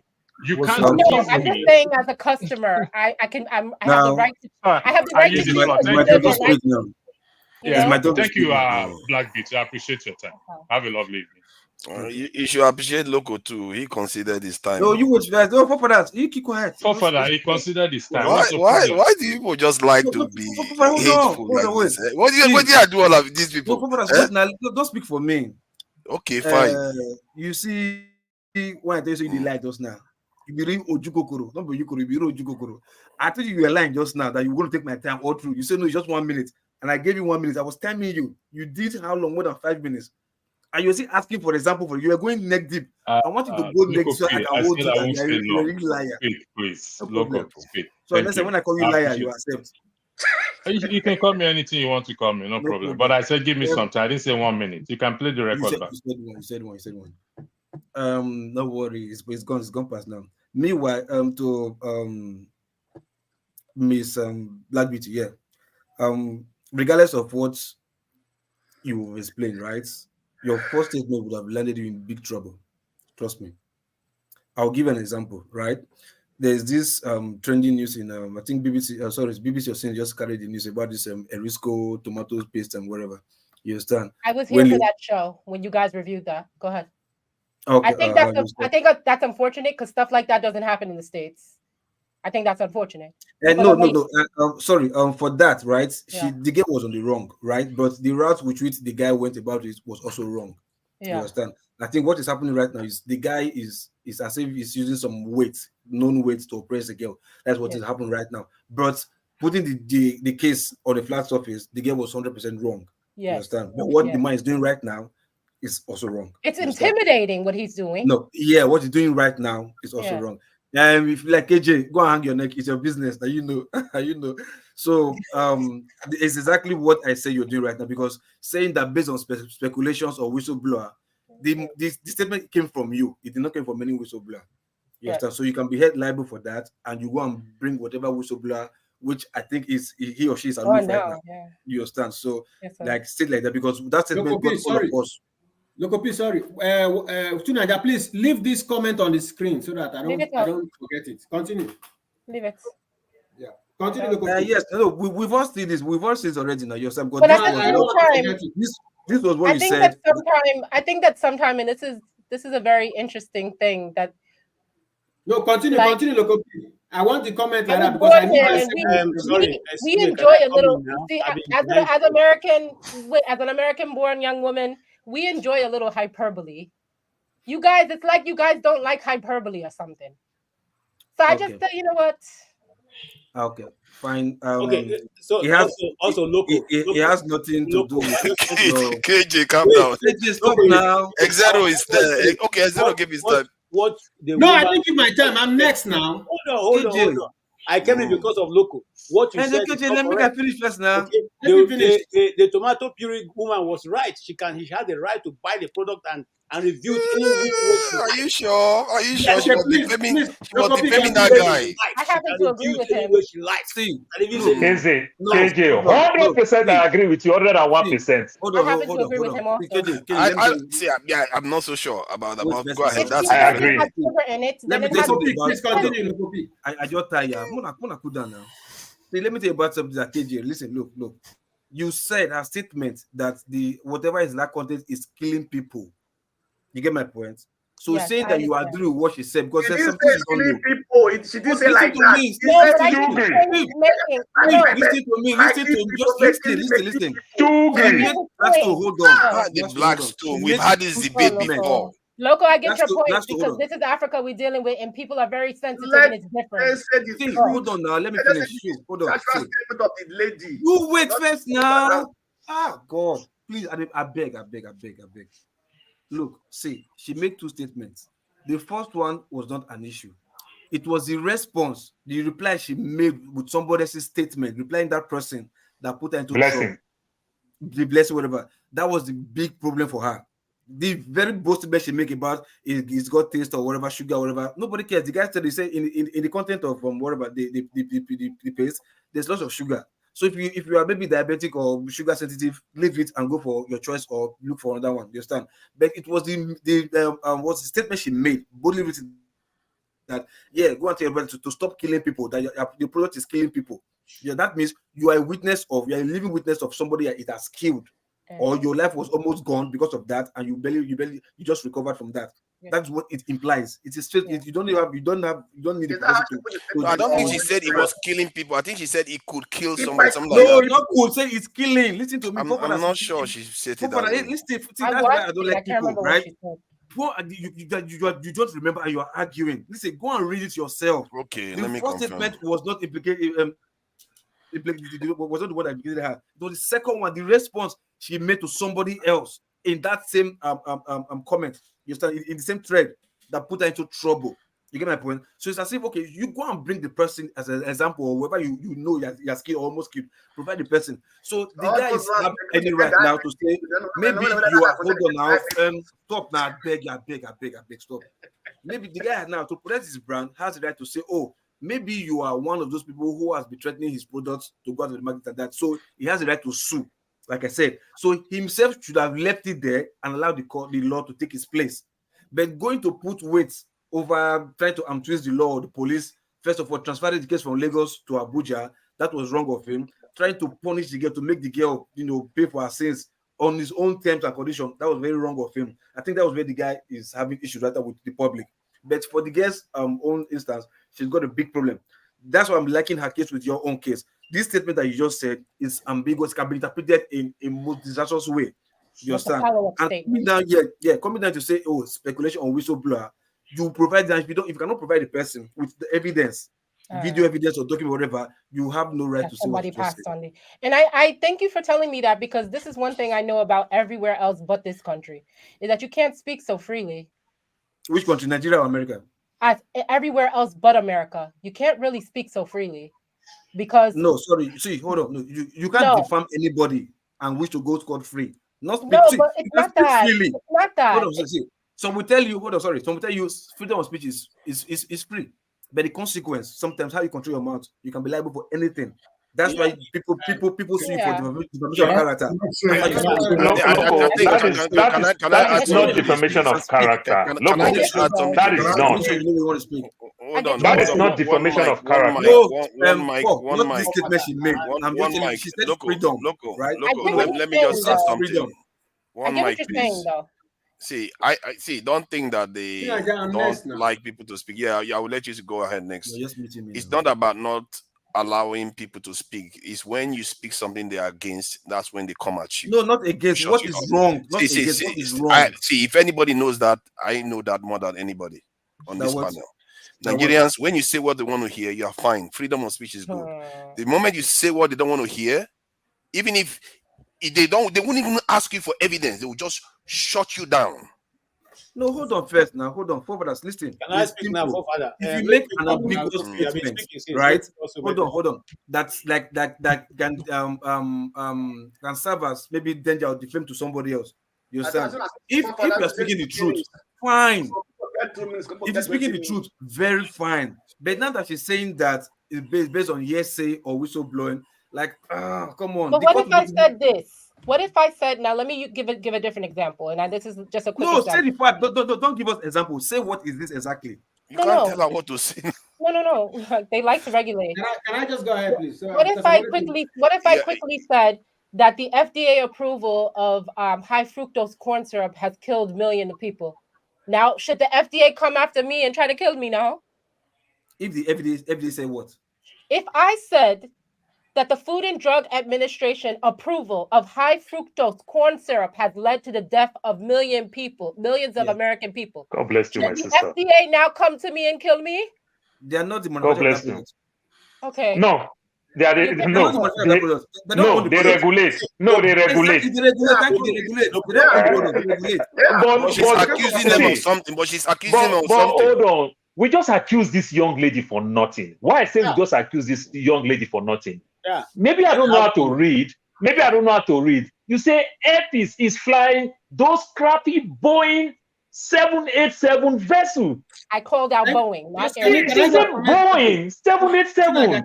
I know how to ride. I need to educate us crappy before we forget.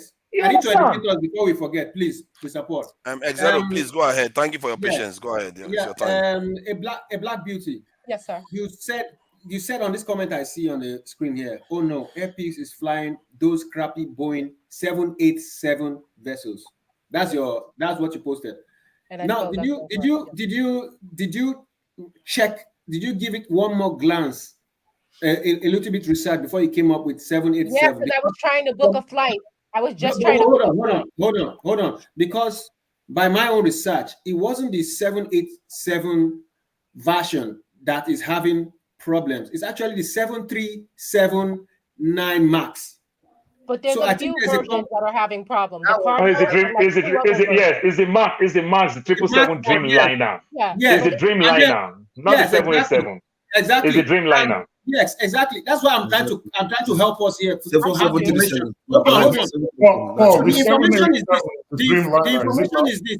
Before we lose track, the information is this. Somebody actually checked, and they said Airpeace doesn't have any 737 Max. Correct. You are right. Yes. 737 is small aircraft. It's a small aircraft, not this one. Airpeace doesn't have any of those 737-9 Max. So you're telling me I'm scared for no reason. So you're saying I'm scared for no reason. No, I'm not saying you're scared for no reason. I'm just saying your fear has to be put in context. I'm not defending. Yes, I'm just trying to put the information out so we know that the version of Boeing that's having problem is 737 Max, and they have been recalled. From the last I checked, they were recalled. Just like Tesla had problems with some of their batteries, and they recalled all of them. We see these things happen a lot of times. But it still didn't stop everyone from turning their Teslas back in and for the stock dropping. It didn't stop that. Yeah, that's what I'm saying. Fear is a perception, and if I perceive, exactly. Right. Fear can be a liar, but it can also be perceived. And if it's going all over the just to let you know, every specific of our aircraft, they always do recall, like our cars. They do recall. They fix something for 5 minutes. It go back again. It happens every day in America. You understand? Everybody understands that the version. Can I speak now?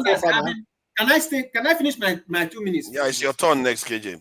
Let him. So the version that's having problem is the 737-9 Max, and the version you wrote, I think you wrote in error, is 787. I think it's 777.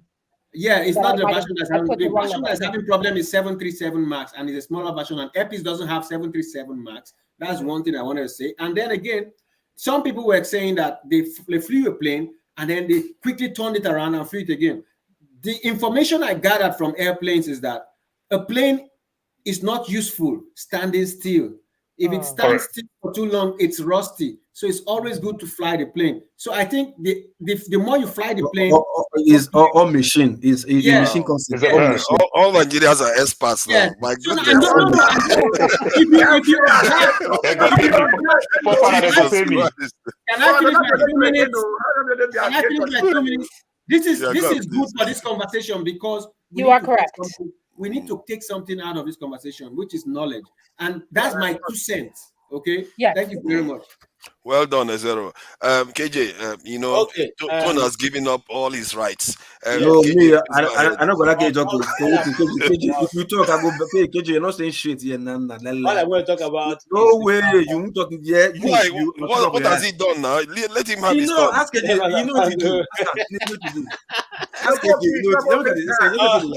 All I'm going to say. KJ never. Let him have his say. He wants to speak. KJ know what he do. Okay, local. Let the gods appease you because I don't know what to tell you again.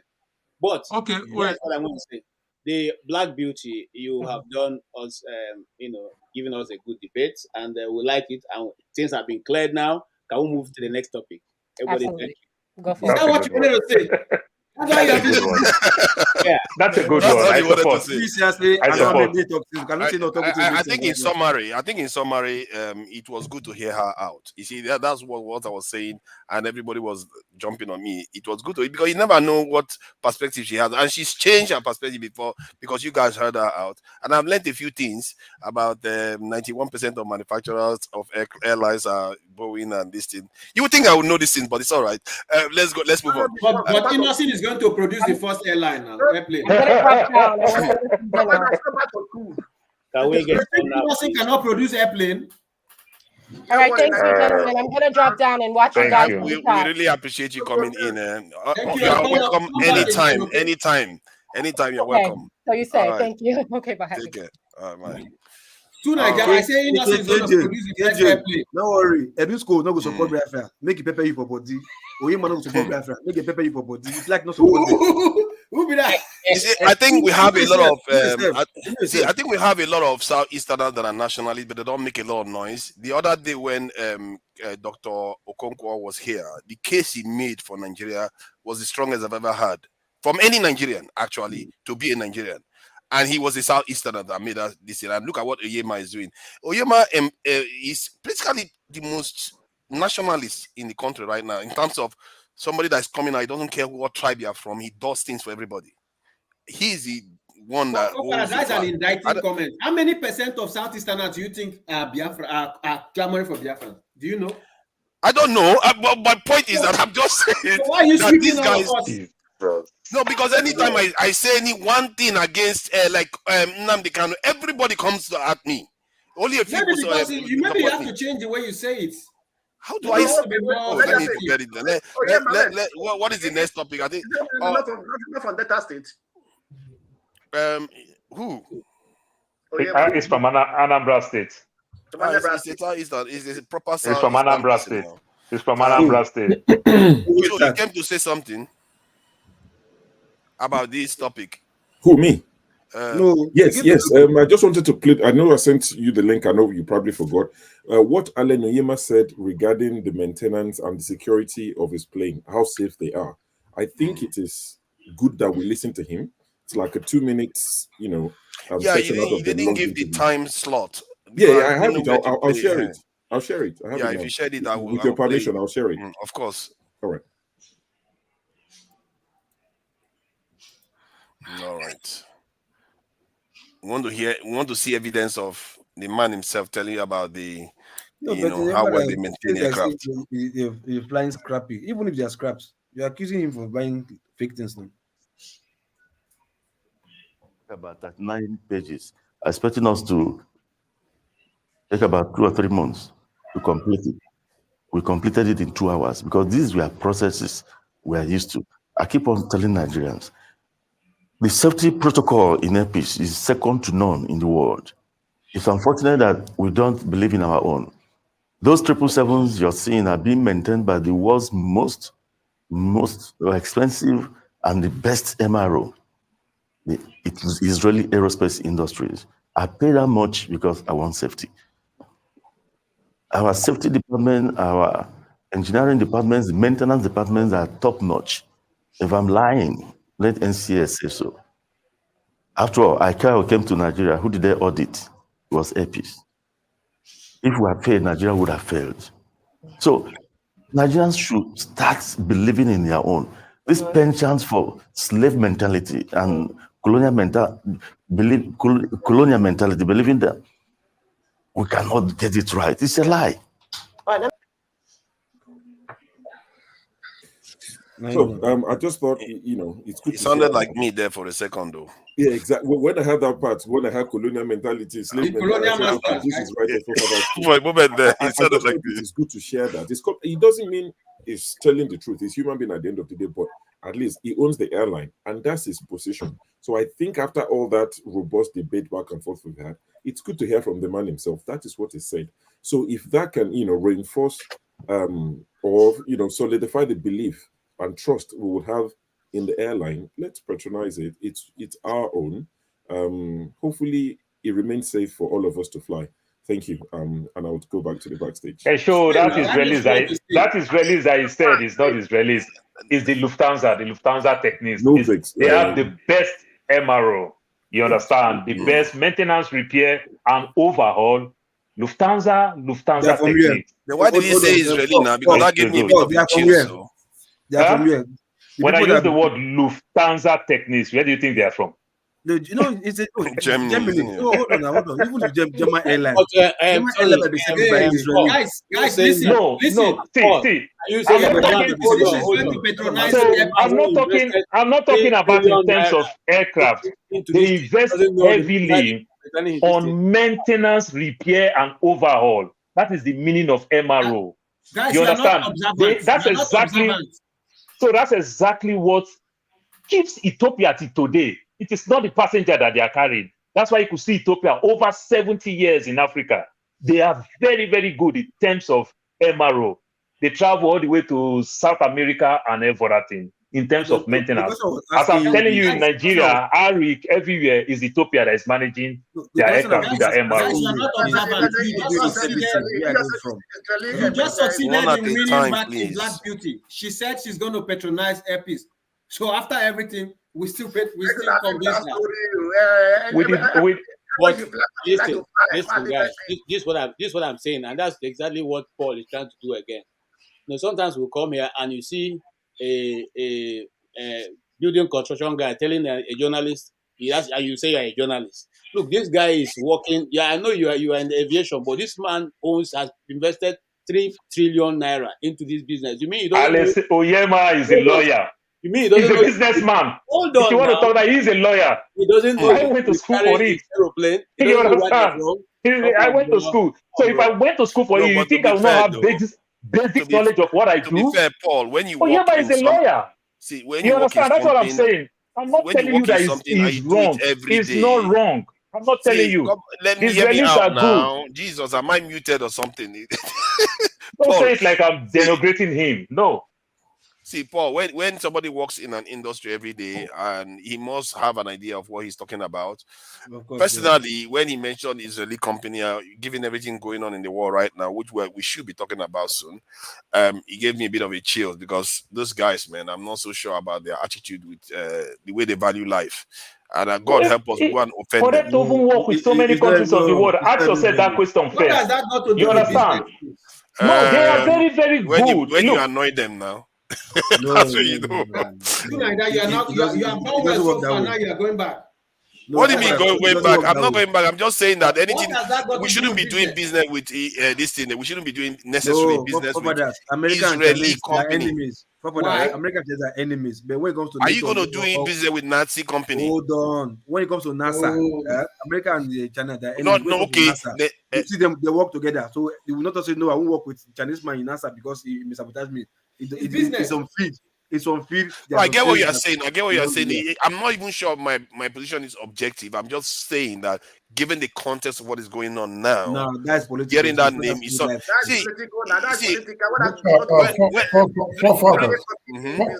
Yeah. Do you know that statement you just made is more of an indicting statement than the one the black people. What is the indicted statement in it? What is the indicted statement in it? Do you know how we categorize the Israelis right now, that anybody doing business with them, based on what you're implying, they could intentionally sabotage you if they are working for you. That's a very, very serious statement. No, And I think oh, look, come on. You guys are making so much noise. Can you let somebody talk? That statement is very wrong. That statement is very wrong. Look at the trollers. Look at the you see what that lady said? When they don't want you to say anything, they will just block you from saying anything. You have to withdraw. You have to withdraw that statement. I'm not wrong. See, can you let me talk? The same thing, you both shut that lady up, and then you went and heard what she said. See, now you are putting us under the bus again. Who shut her up? Why are you talking like that? You guys shut her up. You were calling her crackhead and all the rest. No, we didn't. It was a one-liner, and we all mistook it for what it was. Because you have not let me finish my statement. And like I want the flagship now to clarify what he meant by indicting. Not what I meant. You are the one that's supposed to clarify what you said. No, you can't just make a flippant statement like that and you can't qualify it. The impression you have given about the Israelis is indicting. You have just characterized them and painted them. Look, you are diluting his point. Okay. Please go ahead. Let me come in. What you said, that the statement Onyeama made, that the best MROs are the Israelis, and those are the people he's working with, and you saying is giving you a bit of a chills, and you went further to say that doing business with those people, nobody should be doing business with them, because if you offend them, they might sabotage you. It's very indicted. That's not. See, what I'm saying is that, and to be fair, the only area I would say is not very healthy to say is to generalize, like the Israeli. And I actually said that what I'm saying doesn't necessarily mean it's objective, but it's just the feeling you get based on 30,000 or 32,000 people that have lost their life in the last 6 months. No, that has nothing to do. It does. It actually does. See, hey, listen. Hold on. I just let you have your say. Can you let me have my say? You can't be interrupting me when I'm talking, because it doesn't indicate that we are being civil with each other.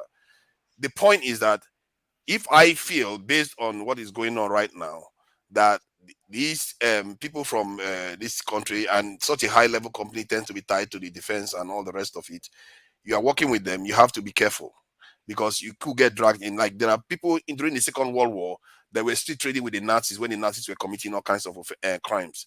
Today, people try to call those people out for doing those things during that time. So that is the context I was thinking from when he mentioned the Israeli company. So whether it's objective or not, it's just the feeling I have about it. It's just what it is. Okay, I could be, and let me add this or ask you this. I could be a trained technician. I'm a Nigerian, but I'm working in Israel, and I'm a part of a team there that are considered good MROs. So if I'm contracted to work with Air Peace because I'm working with an Israeli company, do you think that that's a good statement to make, that because Air Peace is contracting with the company I work within Israel, that makes the Israelis, quote unquote, dangerous to deal with or work with? Yeah, given the current context. Well, no, it's not, because the company could be a different company. I know.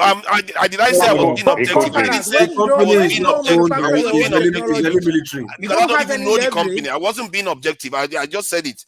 I'm just saying, based on what is happening now, it's not a fair judgment on the company, is it? Yeah, I just said it myself. Poor father, you fell out of your mouth. Let's just leave it there. It didn't fall out of my mouth. I just said it. It didn't drop out of my mouth. My only take from Black Beauty's statement is the fact that this lady, there was a bit of a culture clash there. This lady was telling you, see, Americans, people, see, that's the problem we have back home. Nigeria will always remain a shitty place. Hey, come on, let's not come. I'm sorry. Some of you here were demonstrating kind of foul language, please. This lady was telling you that whether you like it or not, I am going to make my speech and nobody's going to suppress me. She was telling me in many, many ways.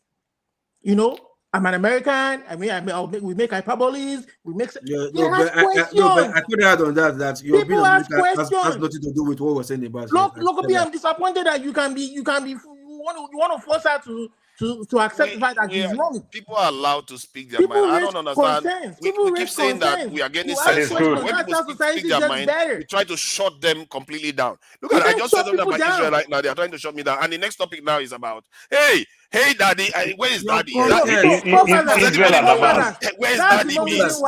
Does anybody know where daddy means? Tomato paste lady, you have to make sure that you try to explain yourself or go further by saying that just put one catchy phrase there to cause problem.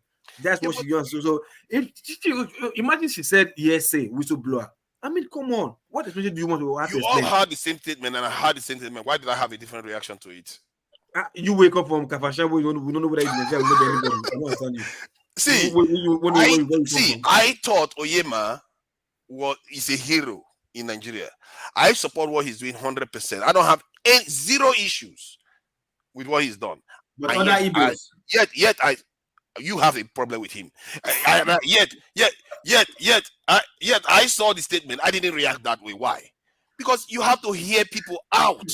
And now that you've had her out, she has changed her opinion to an extent. And you helped her to see the flaw in her statement. That's how you behave with people. What about you? I've changed your opinion. We are going to make that money. My opinion is solid with earpiece now. No. How would I change my opinion? No, the Israeli that the plastic cord. Oh no, the Israeli one. My opinion hasn't changed at all. You see, my opinion changed from the. Hold on now. My opinion changed. My opinion changed from accusing the whole Israel. That is not fair. And that's how you accuse Igbo sometimes now. Okay, that is good. That's why I said it fell out of your mouth. He's used to it because I'm curious. He did it about the Igbo people. Especially people who grew up in this part I of was the world. correcting you now. If you're asking them to come back home, I see the shirt you're wearing. How do you want the country to be let me ask Ezero some questions. Right now, this is because whenever they get this. So is that a Southeastern traditional dress? This is a Nigerian tradition. Okay, is it okay? So where did the lion come from? I don't know of any lion in our area. Where did you get this from? Because one time there was a time they come. They said that's red hat. No, because hold on. No, because if you go far enough, you'll find out that this thing they're wearing right now, it started maybe just 300 years ago. No, it's not originally from the Southeast, but it doesn't mean that we cannot borrow something and make it ours. Just like Afrobeat, they started from Ghana, but we took it, we blended it, and we made it ours. Fair point. So which one is the original Igbo dressing then? Listen, we have chosen what we chose. Father, there is nothing like original Igbo dressing. Remember, all of us walk naked. Come on now. Before started picking at. Come on. No, you don't hear that. We're not walking Are you naked. okay now? Are you okay now?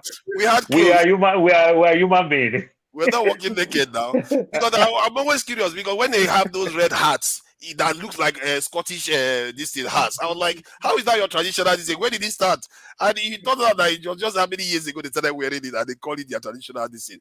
We have to admit that some bodies are still Western. Forefather, a new Nigeria is possible. This is the new Nigerian traditional wear. Just if you whether you are Igbo or not. I like the one they wore in Epis. The Epis one was beautiful, actually. Yeah. I like, and the lion is actually a good one. I don't know whether the tiger one. The tiger is from Asia. I don't know, but the lion one is good. Okay. So this issue with Israel this week, it turns out that let me educate you. It's not lion head we wear. Isi or dome is not lion. It is the leopard. It's the leopard skin the head that is the right one. Don't get okay. So this is okay. You learn. You saying what I'm wearing is not the right one now? What? So you can buy that one is not the right one. Totoro, and all those ones. It's there. Even it's a cat.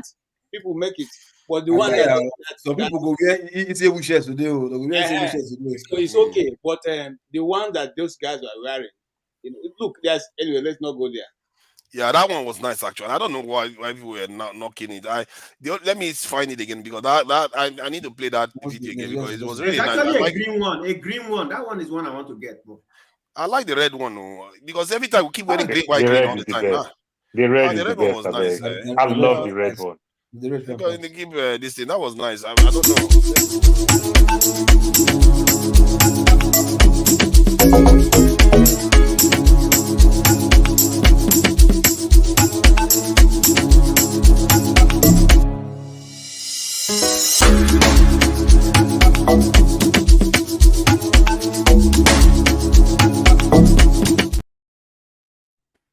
They should never change it. They should leave it like that. If anything, make it better. Oh, but yo, there's one thing that I saw that you guys are not complaining. We're talking about. Look at the girls that are putting on the red Siago. You can't you see from their waist down. Look at like the clothes just brought out their shape. Like give them good shape. Fitting them. I see the shape. I see the shape.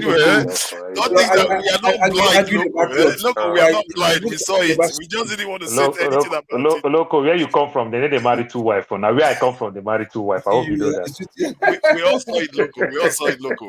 So, but can we change topic a bit? Can we change topic, or you guys want to talk about this? Let's change topic. Father, change topic, but don't go to Israel and Hamas immediately because it's going to hit the polity. Why? What is easier than you Israel? You already started with this Israel. So as we're going, it's going to come with fire. Okay, what should we talk about before we head in there then? Forefathers, by the way. Forefathers, 1 minute. Paul, I beg, no vex. I know say I vex you that time. You know, say you my guy forever. No vex. I beg, my brother. Oh no, I'm so sorry. I thank God say my brother not the flagship we won't host me next month because if I just give me restraining order, say don't come to Atlanta no more. I'm so sorry. Loco, learn I'm from so sorry. Learn from Tune and apologize to me. I'm so sorry. And Loco. And apologize to me. Nice one. Olumide hasn't said much about. Olumide, you want to use 2 minutes to just say something about what the girl talked about so that you can use that to close out. 2 minutes, Olumide. I think she did well. She was even bold to come on to defend her statement. I mean, the line she made. I mean, I was confused at first, I must admit it. But when she came, she gave more context to it, and she said she talked about the whistleblower. She spoke from the understanding that she had, and then when Paul came, Paul added more context. Somebody being in that industry. I mean, everybody else waiting flagship and all the rest of it. But my own point from what I drew from it all is not just the fact that we cleared everything was settled at the end of the day. Unless Onyeama is investing in that industry, it's a good thing. We commend it. Safety and standards should not be compromised. That's what we draw from all this, and it should be encouraged by all to achieve success with the business and let everybody benefit from it. Those who are employed under him, and let Nigerians enjoy good world-class flights. And that's just my own. But swallow must be roasted at all times. We didn't even talk about. I mean, whatever will help. Oh God. But most importantly, I think what I also do is this culture clash of a thing. See, Nigeria won't change if we especially our younger children generations coming up who are growing from this part of the world. When you want them to come back home and you don't give them that room to express themselves, to disagree with you, to even say something that is false, maybe because they want a better society. You understand? Like the Chioma issue, and then all of a sudden you just bam. I'm sure most of the things I've said on here, if I was back home, I would not miss things. Can I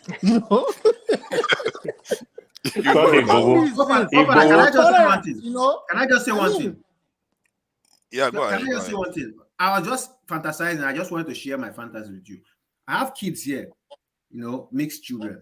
I'm just imagining me and my kids wearing Isiago and entering Air Peace flight. And then they see that the flight attendants were all wearing Isiago. They now start asking their father, why are these people wearing the same clothes as us? And I start explaining to them with pride that this is our home. Yeah. So I just think we should be a little bit more tolerant of divergent views. Let people ask questions. That's how the society gets better. But if somebody asks questions and you find it offensive and you think, oh, he wants to spoil business for me. Oh yeah, police station, blah blah blah blah. Hey, make you relax now. Let me share a personal experience. When I was in secondary school, and one of those days we went to the east, and before going there, I had asked a friend of mine who got me the Yoruba that what you use for bata dance. If you know the bata dance, the Yoruba land, the way it's sewn. Okay. So that's what the ashoke. It was used for, we used it to do a costume, and I used it to sew my Christmas cloth. And when I got to my village, I wore it. It was a spectacle, because they've not seen it before. People are looking at me like, what kind of cloth is this? I said, it's the Yoruba cultural cloth. It's called the bata. They say, wow. It was an eye-opener. But guess what? The next time we came to the community, I saw that people have been able to get that. And they are wearing it also. They went for it. They looked for it. They wore it. And all of them were happy. Nobody ever said, now why are you wearing a Yoruba cloth? They were happy wearing it. And I was happy myself because I was first who brought it. But now I was no longer the only one wearing it. It had become common. See, this is the way it should be. But instead, when you see the Igbo man on, it becomes a problem. I have one agbada, I have agbada. I have one Yoruba clothes. I have one. In fact, my wife is Shekiri. I have worn the Shekiri. If you see my wedding clothes, they are all Shekiri. I was done in Shekiri attire, plus the beads and everything. And I still have that things I use when I want to go out on vacation. You're fired. You can't come to worry. You did tell a robo man say you wear Shekiri clothes. You're fired. No, so that's what I'm telling you. And it has never occurred to me, say, is this your culture? I have never thought about it. I just like the thing and I wear it. And this is the way it should be. If we're thinking of uniting a nation, we shouldn't begin to say, how can this be? Somebody even wrote on this place, it's very, what did she say? It's very, this whatever she said on the platform. The red is so distinct. Come on, guys. Are we a nation? Nobody has asked anybody in America, which state are you from? Oh, what's your state of origin? Come on, guys. Are we trying to build a nation? You should ban that state of origin, Seth. Yeah, they should start phasing it out in various areas. It looks like Airpeace doesn't fly every day, because it's not every time I see him when you search. Is it everyday flight on this? I think it's 3 times a week. I think it's 3 times a week. You have to track him down. Not every day. Yeah, because some of the days, I think Turkish and Ethiopian Airlines seems to be smoking it too. He has to watch out for that space. I guess we always try to, because right now they are using 1 aircraft. By the time you start using like 2 aircraft now, and if the passengers is there, remember, 1 is coming, 1 is going. The funny thing is, like, if as much as we are right now in the UK, and we say no other airline but Airpeace, tell me why Airpeace will not be competing with all those guys. So you see, I don't know whether it's witchcraft or bungee. Sometimes we Nigerians say, I think it's the spirit of envy, because somebody got there before us. We just that slight jealousy will just be there.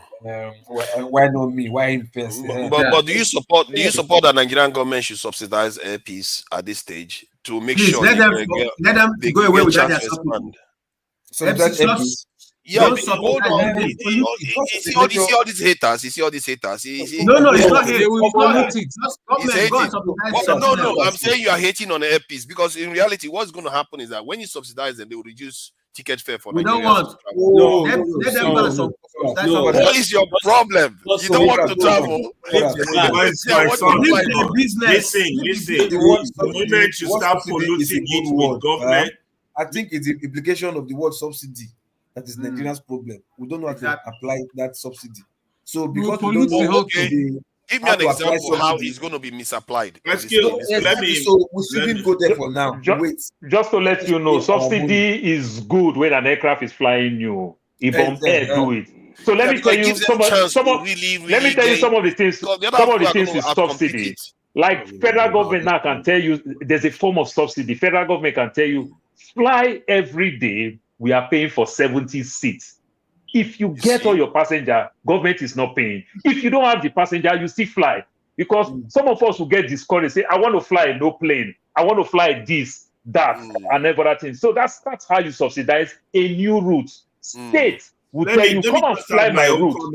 So when the state tell you, come and fly my route, the state will tell you, I am paying for 30 passengers. If you have the passenger, I don't pay. If you don't have the passenger, at least that will cover your gas money. You understand? So these are the things. So subsidy is very, very good when you are starting a new route. Time. It's good. It's my time. Go I've ahead. been in the background. Alaba. Go ahead. You've given up your time a long time ago. You've given up all your time.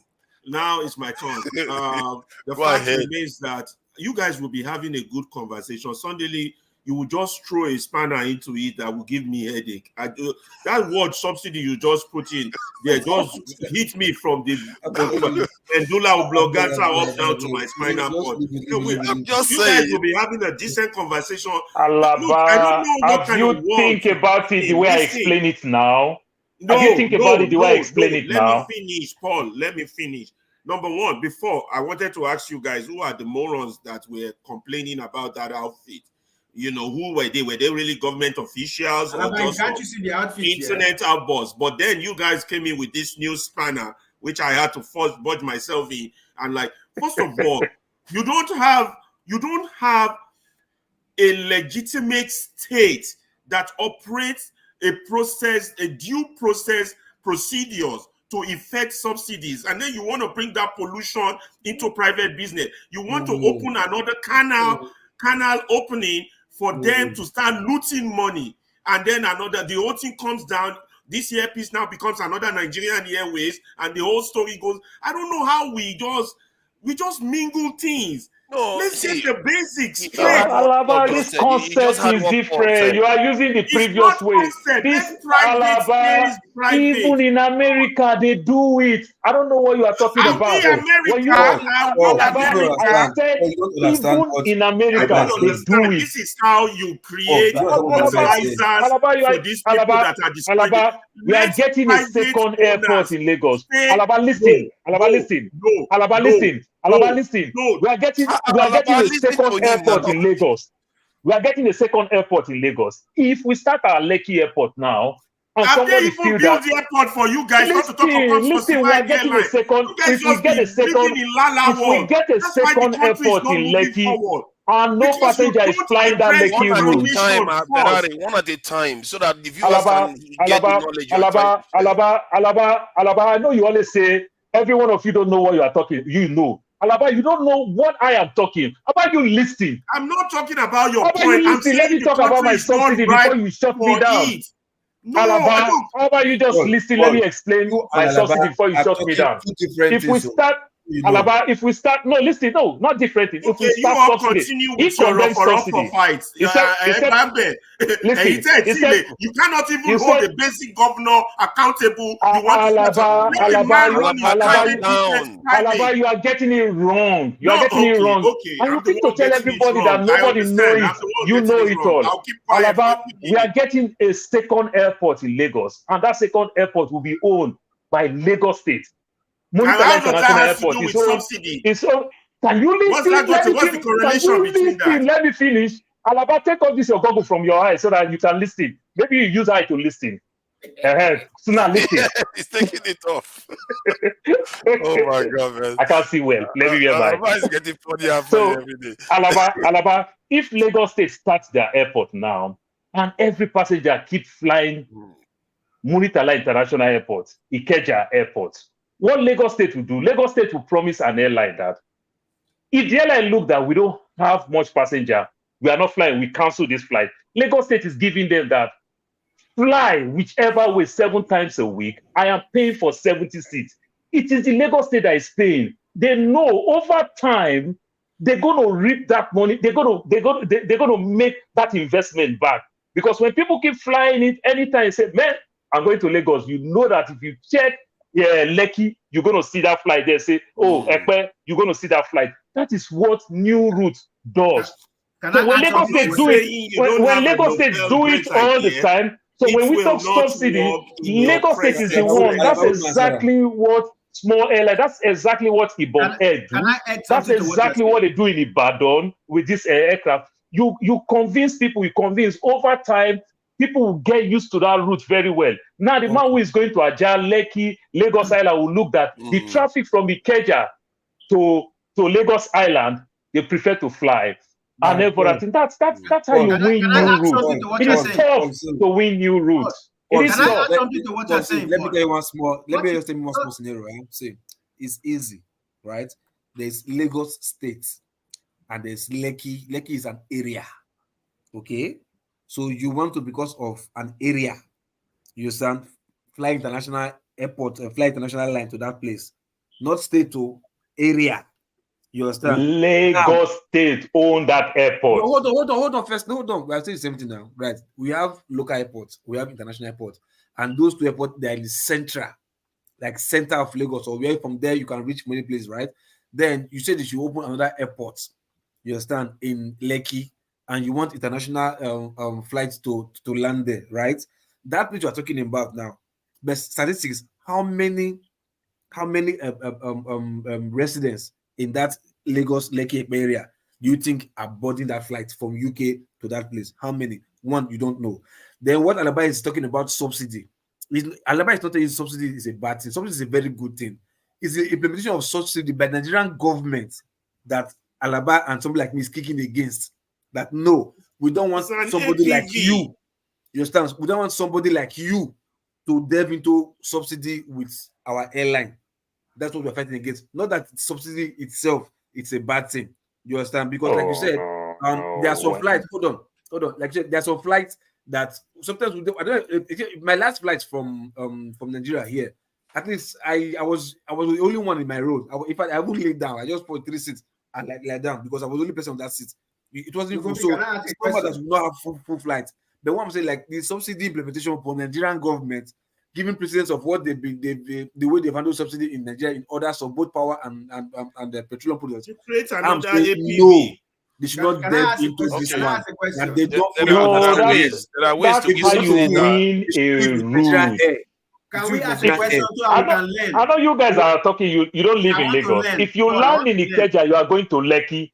Go see how many hours it will take you. When you land in Ikeja, sometimes you are traveling. Here in Chicago, they have more than 5 airports. You only hear about 2, Midway and O'Hare. The others are private airline. Planes land there, but there's a limited type of plane that land there. So they're only about 5. Can I ask a question because I want to learn? Let's allow Exedo to ask question, please. Exedo, please ask your question. Let's allow Exedo to ask the question. Guys, please, now calm down so that this thing will flow. Please, I want to ask 2 questions now. One is, how many people is Airpeace employing? And then 2, how does Airpeace benefit the government? Because I know that I think there's a dollar scarcity, and I think I don't know if I'm correct. How does the dollar flow in from? Can anybody explain how Airpeace is benefiting the government? Because I know apart from tax, there's a way the dollars flow in, so that, but I don't know how it's explained. Can somebody help us? If I'm to take a stab at that, it's based on the pricing of Airpeace tickets.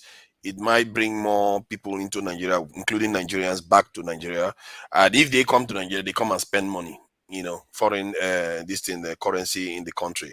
And they also, if they fly, they will fly other people that would have bought British Airways. They'll fly Airpeace, and if Airpeace makes profit, it comes to Nigeria too. And Nigerians are the ones being employed and all the rest of it. But that is a small area. There's a way they explain it as it relates to the dollar, to the Naira. X0 is simple. If you buy ticket from Spain, if you buy ticket from UK, it is still dollar because the conversion still go back to dollar. You understand? The money is entering Nigerian banks, Abi.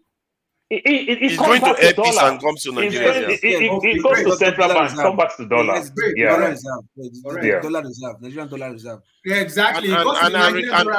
Correct. And regarding the subsidy, one of the ways you could do that is through tax. So that way you don't even get to touch them. In other words, say you are exempted from all these taxes that you are supposed to pay to the state, and you are free to do what you need to do for quite a while. So there are ways to do it that doesn't result in the kind of fears that's giving Ferrari nightmares. But that said, Ferrari is having nightmares. When he hears subsidies, nightmares. How many people are they employing Airpeace? I know they're employing. It's not about the numbers of people you employ. It is the indirect. It is the indirect employment that is good, not the number of people you employ. But the indirect bring a lot of jobs, not the direct. Then when we talk about dollar with airpeace trying to fly an international route where they will get dollar, this is the advantage. Airpeace order small classic aircraft for 500, 400. That is not even this thing. If they want to go for C-check, that airpeace will be looking for dollar. Central bank will say they don't have dollar. Now they are doing more of an international route. They are having their own dollar that they can use. Instead of them to keep an aircraft down because of federal government have not released dollar for their aircraft to go to places like Seattle for check, places like North Carolina for check. Now they don't need that because they already have their own dollar in their reserve, maybe in their London office, maybe elsewhere. You understand? So these are the things. So it pay you on that aspect very well. Like we are buying from US now, they also have their own dollar. So any aircraft is going for check now. You know that they will say, a central bank, give me my money now. Central bank will say, come next week. I never get them. Come next 2 weeks. Your money they will Dangote. Wait me Dangote pay back.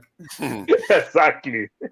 They also said regarding the power supply issue, this band A stuff, that is they wanted to take some subsidy out of the electricity sector, and it's going to save Nigeria 1.something trillion Naira from taking that subsidy out of that band. And one other aspect I'm not sure I've heard anybody mention was that if the band A price goes up, what will happen is that it makes it more competitive for foreign investors to come into Nigeria to invest and make money from do you power understand generation. what that subsidy money is about? Do you understand it? Tax subsidy. No, the subsidy the government is subsidizing. Send it to my. I'm not even sure where it's coming from actually, but I know that they are saving 1.something trillion from it. Let me tell you something. You see, all this just avenue for corruption to continue to strive. 100%. That's my biggest concern. You are saying band A. So where do you start from and where do you stop? And how do you regulate who is in band A? So supposing you have 1,000 people on band A, and then you come tomorrow and say, oh, that 1,000 people, they are band B. Who regulates it? How do you control it? It's like saying, okay, you know what? Certain people, when you go to the gas station or filling station, you now buy fuel for 2 Naira. Then when you come with your ID card to show that in primary school, you buy with 3 Naira. When you know that it can easily be manipulated. You see, I think they know how to do it too. No. In Nigeria, they know how to do it because there are some areas you know the areas that get more power than the other areas. No, it's area. It's area. In Nigeria, they know that. I'll give you time. I addressed this earlier on. It's not the first time they are trying this thing they are doing. You see, the thing is that we keep going around the circle, and it just different use of language. They are the same thing. We have tried it before; it didn't work. Okay, before now in Lagos, remember there was a time they used to drive with even number. Evil and odd. Okay? And odd.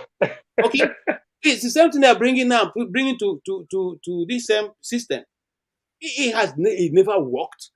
Some people even had 2 numbers. So when it's an even number, they put the even. When it's the odd, they remove it and put the other one. And so eventually it was. What do you mean 2 numbers in a property?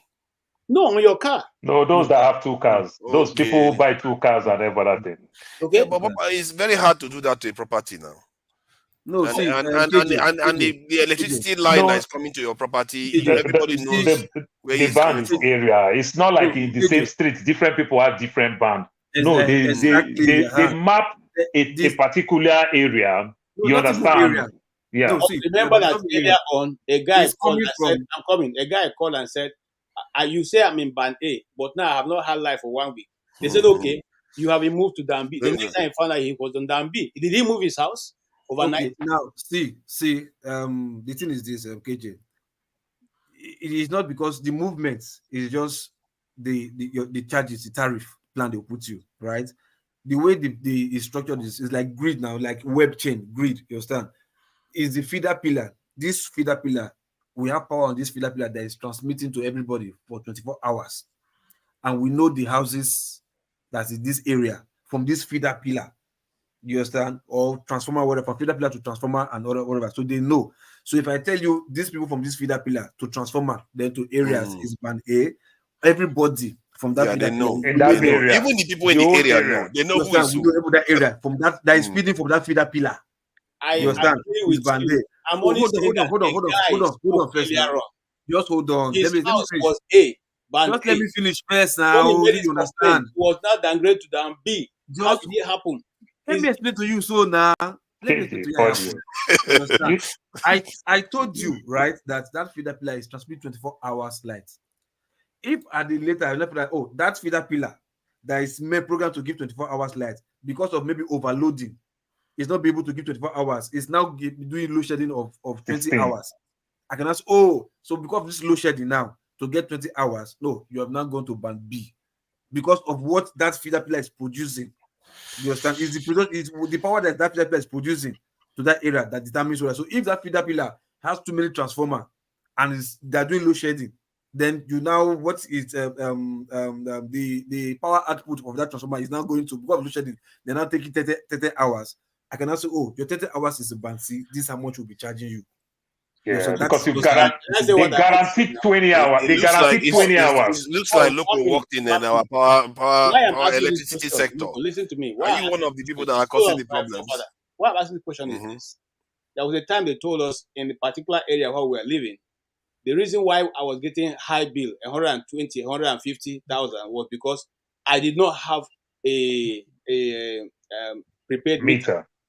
And so the NEPA guy explained to me. So what they do in such a situation is that after the prepaid meter have been checked and paid, any other thing remaining is now gathered and divided among the houses that do not have prepaid meter. So they make it difficult for you to get prepaid meter. The reason why I had to go. It's a racket. Which is wrong. That one is racket. That one is a racket to make me money. Which is wrong. Now, my question now is this. In this same estate where this guy is living, it has been designated as band A. The band A guys have light 24/7. But in this particular guy's house, he does not have 24-hour light. And so after some days, he calls disco. It can happen. It's one transformer that feed one area. KJ has come again. KJ has come again. I'm not the one who said this. Somebody who said it. Okay, are you sure it's not the No, border? we are applying common sense now, KJ. Exactly. We already know that two transformers don't feed one area. Apply any common sense. I'm just telling you, somebody talked about it on this platform. And the guy called them and told them that he had not had light. And so they downgraded him to this we talked about this when the first guy was here who handled the program. Sure. Now the question now be, it is still in the same location. That's what I'm trying to get you to understand. And okay, so let me clarify something. Let me hold on, please, Loco. Let me clarify something because I know one from my experience in Abuja. They have this thing where some of them have 3-phase and some of them have 1-phase system in the same location. And then you go across the road, they'll say that area has more power supply, and you go across the other side of the road, they don't have as much. So what is going on there? No, three-phase is different. Let me explain I know it's different, but there's complexities involved in this. Three-phase in terms of transformer is feeding 3 different units. Now, these 3 different units, sometimes maybe overpower, one phase will go off, you overload, you switch to the next one. So those that have the privilege of 3-phase, they switch from red to blue, from blue to just like that. But it is that same transformer, if there's no electricity, the old 3-phase, nobody have anything. Just that your transformer, 1-phase go off, while you are waiting for NEPA to come do their nonsense, you switch immediately and you are still enjoying the 3-phase is more solid. Let me give you this small example. In your house, in your village, your papa house for Port Harcourt, you see those 4 wire way past front of your papa house. Correct, one neutral. The 3-phase. You understand? The one with the down that be neutral. Neutral. So some houses, like your papa house now, we get money where you will connect 3 wire for the up one. Go your meter. Can I just say something? That guy with the opposite of us, we don't get money. Now only one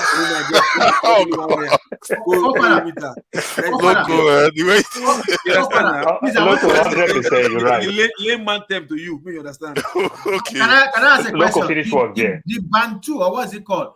Can somebody explain to me in layman's terms, like what is the electricity bill of the average person living in, say, Surulere and Apapa and all those areas? I'm not talking of VI. What is going to be? I want to have an estimated billing for a month. with the kind of service we have. The word estimated billing, first of all, is scam.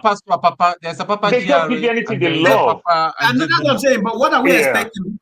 Because the way the government is trying to explain this is like they are trying to rip people. And I'm foreseeing a situation where people will rather move to solar and power their homes by themselves than On the flip side, they are not ripping. The flagship has not said anything. No. You Nepal guys just left. If you build a house newly, right? You just build a house. You can't be having a meter instantly, right? But you can be powered. You can have maybe, let's say, rural electrification. There's no meter there. You understand? So you have power coming to your house. Ideally, I'm telling you, Nepal law, not even PSC and Nepal law. You tell them that yes, you want to take power from them to your house. What they do ideally, they come to your house, they see your flats. If it's 2-bedroom flats, there's flat rate for it. You understand? Not estimated being flat rates. If you still 3-bedroom, they know how much, because they like estimation of what you have, worst case scenario. Like, so they know in your bedroom, it's just one bulb and two sockets. Then your whatever, it's only your living room that you can have just one TV. Not these days where a house, even your kitchen, you put TV, your room, you put TV, toilet, you put TV. In the normal same flat, the way it's designed, you have one television in your living room, then your kitchen, you have your fridge, your dining table, maybe your dining, maybe one fridge if there's none. Then up points, the rest are just bulbs. You understand? That's how they calculate for 3-bedroom, 4-bedroom, 1-bedroom flats, and they give you flat rates. You understand? If by chance you now have to go, you now went behind them and put television in all your rooms, it's your luck. But if they come and see you with that, they will reevaluate your flat rates and tell you with this power you're consuming, this is how much. And how do they calculate your power? Your electronics that you buy, right? If you check all electronics, you see the wattage. All electronics, you see the watt there, either in wattage or in a kV, kilo voltage. You understand? All of them there. Let me finish. Okay. Hold on. All of them there, right? You can take all those wattage, add all of them together. You understand? Multiply it by how much they charge you per kilowatt hour. Then also by how long. You understand? Since they are giving you direct what's called light, assuming you have 24 hours light, they will add it, they will multiply it by 24 hours. You understand? Also with the price per kilowatt and the total number of wattage in your house. That's how they will calculate your bill for you. You understand? So in the NEPA way, those days, that's how it's done. You understand? But now they don't criminalize them. They will just come. This house now, big man house. It's because ideally you can have a duplex and you pay lesser than somebody who is living in 1-bedroom. Depends on the power that's being consumed in that project. But in Nigeria, they just look you. This is a big man house. You get money, 5 million. You understand? That's how, which is very, very wrong. Wrong. Okay, thank you. The 3-phase electricity that we talked about, is it different from the one that is understood widely? Because it appears the way we understand 3-phase in Nigeria is different. No, it's different. Okay, it's different. Electronics and electrical is different. Okay, So I just wanted to clarify it. They'll say, okay, hold on. They'll say a device is powered by 3-phase device. You understand? So that device has AC current. 3-phase, like your washing machine. So that your washing machine, electric gas, electric cooker. No. As an electrical appliance, electrical device powered by electricity, not the one you have in your house. You understand? The one electrical appliances, you say it's 3-phase appliances, like maybe big electrical machines, maybe in factory, whatever. It means that those 3-phase, they need 3 power to go into it directly to power it, because they have 3 different components there that those 3 phases can power. 3 different components in that machine. But the one you have in your house, that one is just live and neutral wire, 3 phases. They have it live and neutral wire in 3 places. If one is down from one feeder pillar in transformer, you can choose to go to another one, switch to another one. If that one is down, choose to the last one. But when it comes to machine using 3-phase at the same time, it means there are 3 components in that machine that uses 3 power at the same time. At the same time. Yeah. What?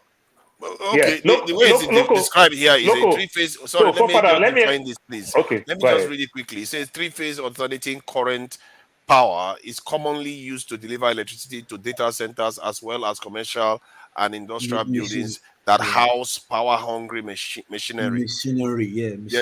There is good reason for that, because three-phase power can deliver more power with greater efficiency as opposed to single-phase AC power.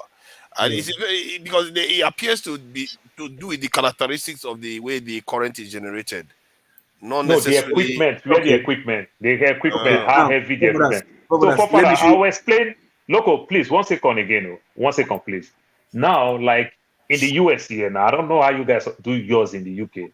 My washing machine, I can't use my washing machine Monday to Friday. I can use it from Friday after 6 p.m. They charge me more if I use my washing machine during daytime, because they charge me more. You understand? I consume more. It's not here in the UK. It's called peak period. It's not here in the UK. Okay, exactly. So no, what I'm saying is that they didn't say that to every equipment in my house, but because of my washing machine is using a three-phase. You understand? To tell you the way they structured the house, the way they planned this thing, my washing machine, they know of my washing machine. They didn't tell me don't use anything, but they make me understand that if I have to do laundering, I wait after 6 p.m. on Friday. You understand? To do laundry. If I do laundry any other day, it just costs me more. I will allow because so far Flagship doesn't say anything. You know, he doesn't like to get into the ruffle as Ferrari. I was gonna say something now. If you give me 3 minutes, and I'll back out. Okay, go ahead. This is what I think.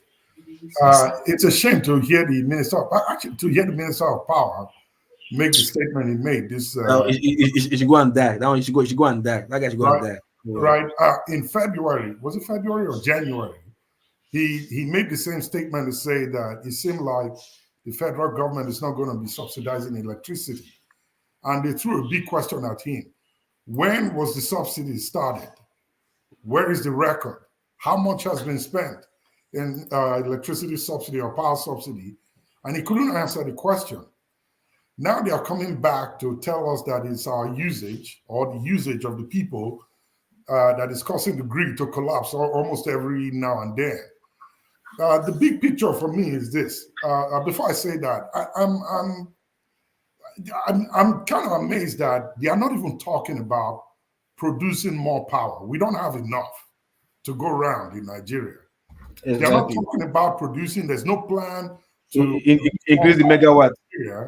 But they are talking about managing the little one that they have and trying to push the blame on the ordinary user. I was looking at the list of the band A's and so on. I didn't see Victoria Island. I didn't see Ikoyi. I didn't see Lekki. These are where the big users are. And if I go by what estimated billing, if I go by what the minister said, he said when you take power, which is a very silly statement, he said when you take power, that these band A users are very quick to switch to alternative methods, and they pay big money to keep their gens and diesel plants running. So it's appalling. It's very, very, shameful in my opinion. But here is what I say. Now, Nigeria signed an MOU in 2022. Buhari actually did it with France and the rest of the European countries. I guess they called it the TSPGL or TSGPL deal, where Nigeria is set to supply Europe with gas for their shortage that is coming. Most of my friends in the UK, I'm not sure about you forefathers, but those that I've spoken with are saying they're paying more on gas, heating their homes and so on this past winter, that we're getting out of now. But Nigeria actually worry for Cardos. Let me go back to where it is actually. It's going to be supplying Europe with gas. And the aim is to power their homes, businesses. That's their alternate source of energy right now. So if Warri has that much to supply Europe, because they're having issues with the Keystone gas pipeline due to the war with Ukraine, and Russia is saying they are going to knock it off if they've not. And the Keystone pipeline too, they're also having issues with it because the US Congress jumped on it when Biden was going to push to fund it. So Europe is geared for gas shortage as it is right now. And with Niger, Burkina Faso, and Mali doing what they just did, that trans-Saharan gas pipeline deal has now been truncated.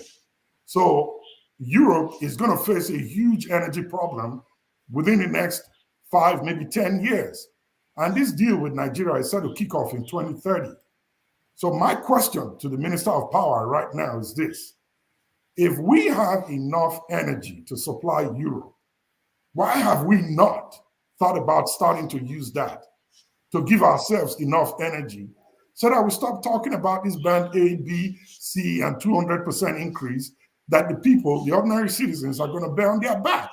You know, so I think that these are the questions that should be tabled before him to say, why are we planning to fund, to power Europe? Worry, as small as it is going to power Europe, and yet Worry doesn't have energy. Nigeria doesn't have energy. We are talking of power distribution, our gas grid or power grid falling, collapsing almost every day. So they're trying to push us away from the big picture of what they want to do and make us pay for the little that we have, while we're not even seeing what they are giving to us. But yet they say they are subsidizing it. I'll end there. Yeah.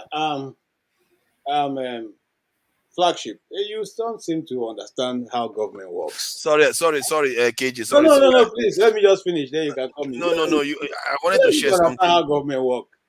These are you expect them to have light. Why when is Europe asking us to give light? Shouldn't we give light to Europe first before we consider the bush people in Nigeria? How much are they going to pay us? That's how government works. I know. It's just unfortunate that they don't see you as anything worth anything. They don't. You know, one of the first quarrel I have on this issue that it's everywhere. It's not only in power. Look at the lady who was running Nigerian diaspora, that diaspora commission. Every time you have a problem with the Nigerians, he blames the Nigerians for being under man's country and not obeying law. He doesn't come to defend. So that is my brother. What I'm just simply saying, the laughing matter is that is how it is set up. No, that is set up. And for I mean, KJ, can I just share some information? Hold on for a second. I wanted to share some information because it's also about the viewers. Nigeria has a capacity to transmit electricity. The total capacity they have recently is indicating that it's around 8.5 gigawatts they can transmit maximum. And I believe that if they actually do this, the grid is going to collapse. So you will have to transmit somewhere around maybe 7.5 max. But the power generation has dropped to somewhere around 4 gigawatts. From what I can see here, look at that, to 4 gigawatts of power generation. And for me, the question is, how is it that the transmission is still this low and then the generation is even lower? What are we doing with our money? Because if I search now, I can show you how much it costs to buy a power. Sorry, who is that? Where is that noise coming from? I think it's you. Thank you. Because if I check now online and find out and search for how much it costs to buy a mobile power plant that can generate 20 something megawatts, it's around $18 million, $15 to $18 million, depending on where you buy. If you buy from China, it's probably going to be cheaper. So multiply. If you have $1 billion, you buy multiple of those. You can power the entire country. You can have more than 2 gigawatts within a year generated, brand new. All you have to do is fuel them. But yet, these our leaders insist that they cannot generate this power and they cannot transmit it. Question I wanted to ask was, this transmission that they are referring to, what does it truly mean? Does it mean the transmission that you get in front of your house, or this one like this type that you see here that goes interstate, those major national grids? Because if you are in Lagos now, you don't tend to see a lot of those. You tend to see more about transformers. Let me explain something to you. Do you know the geometric power plant pioneered by this man from the Bat Energy? You know why he left? You know why he left as Minister of Power? He said, this is the reason why he left. Otherwise, they would have killed him. That when they were bidding for certain power for the BDCs, he specifically told them that it's only good if you are coming with your own money and you come with your own expertise so that you can generate and distribute, or at least have the means to distribute. But most of the people who come in, they come in and they don't have their own money. So they take these bids and then they start looking for people to come and invest. And that is why you have BDCs, or is it discos, that don't supply energy, because there's not enough generation. They're not investing deeper than just on the surface, just to go and start looking for investors again. And you know, the country is not bankable at the moment. There's no security. People are not coming in to invest. For you to be able to invest, what he said, that's why he left. He said most of the people coming in to bid, he knows that they don't have the money, but they only have the political connection, and they can only win. They can place any amount, say, yeah, we're going to invest this. But do you have the money right now in the bank? No. But then with their political connections, they win these bids. And if he doesn't allow them, they're going to frustrate him. And then he said he had to leave as minister. That's why he left. And the same thing happened in the Southeast. There's this man called, what's his name? I think one of the richest men in Anambra State. The one that took, you know, Joe Electricity would have gotten the right to generate and supply. But this man had the power of over every part of Enugu State. That is why he cannot, as it is, supply both Enugu. He has to pass through the man's own disco. I've forgotten his name. This is what happens in that country. If there's a new area to invest in, they will all come in like sharks and start taking it, piecing it in, sharing within themselves. They don't have the money to continue. They don't. They just keep that thing there until 5 years, 10 years, nothing has been done. That was what happened during the Obasanjo's electricity campaign, where billions were pumped in, nothing was done. It's a travesty, really, because if I can highlight, I will try to share that information about how much mobile power plants cost. They use gas, they use petrol, they use anything. You can depend on how you tell them to make it for you. These things, they can power a whole small town. And yet, Nigerians make billions, or they spend billions of dollars sharing among themselves. And they can't say, you know what, instead of all these people to be using generators in estates, markets, all these places, we decide that we outlaw all those ones and put them in a mobile power plant, while the national system is getting this fixed. What I think this government is doing now, the tactics that most people think that is crazy is doing, is what Tinubu does. Tinubu likes to generate revenue. I believe that by the time Tinubu is done in office, I don't know what he's going to do, but I am suspecting that he's going to increase revenue generation in Nigeria, which that ratio was terrible in Nigeria, actually. I think he's going to do that. And this is that's what's informing all this cost increase you are seeing in electricity, because he doesn't want to be giving the money to people anymore. He's taking it into the government coffers now. And if he does that, if they mean well, if they mean well, what is the source of that information you just gave out, or are you a propaganda machine? Because I can give you the information now. What's the source? Let me find. You seem to talk on behalf of people who are not doing anything. No, I'm just telling you the truth of the situation. I don't have time to be telling you. Let me share this information. So this is the Nigerian Electricity Regulatory Commission says the newly approved tariff is expected to reduce subsidies for the. That's not what I asked for. You said Tinubu is a generator of this and that. I mean that information. The evidence is already self-evident in Lagos. So the fact that you asked evidence, which Lagos, the one that Alpha Beta collect taxes. I don't get you. Do you want to? Yeah. He collect taxes for Lagos and he generated more, didn't he? It's a factual statement. For Lagos. Alaba, I think two things can be right. He generated money, but I don't think Fofather would dispute that what they did with the money is wrong. They generated it. He increased the IGR, but we can all agree that they didn't spend it on Lagos. But he did tax the people and increase the IGR, and it's a good selling point. That's the So idea we're now copying for the country. Let's just tax the people more. Yeah, but that's the point I'm making. I don't know why you're fighting over that. I'm fighting over the fact that you're not making a point that the money goes back to the community. You're not making that point. You can generate money, you can tax the people, which is what we are fighting. Stop taxing the people and not providing nothing. You understand? That is the point I'm making. We're against the increase in the tariff. But if you had let me finish, I can't let you finish because it sounds like an Agbadoist argument. You sound like an Agbero that would let people talk. I tend to push. What are you going on about? Yeah, I'm trying. I wanted to say that is a big. It depends on what they do with it. I was saying that is a big statement because I don't trust what they're going to do with the money. But whether they are going to generate more money, he's trying to do similar stuff that he did in Lagos.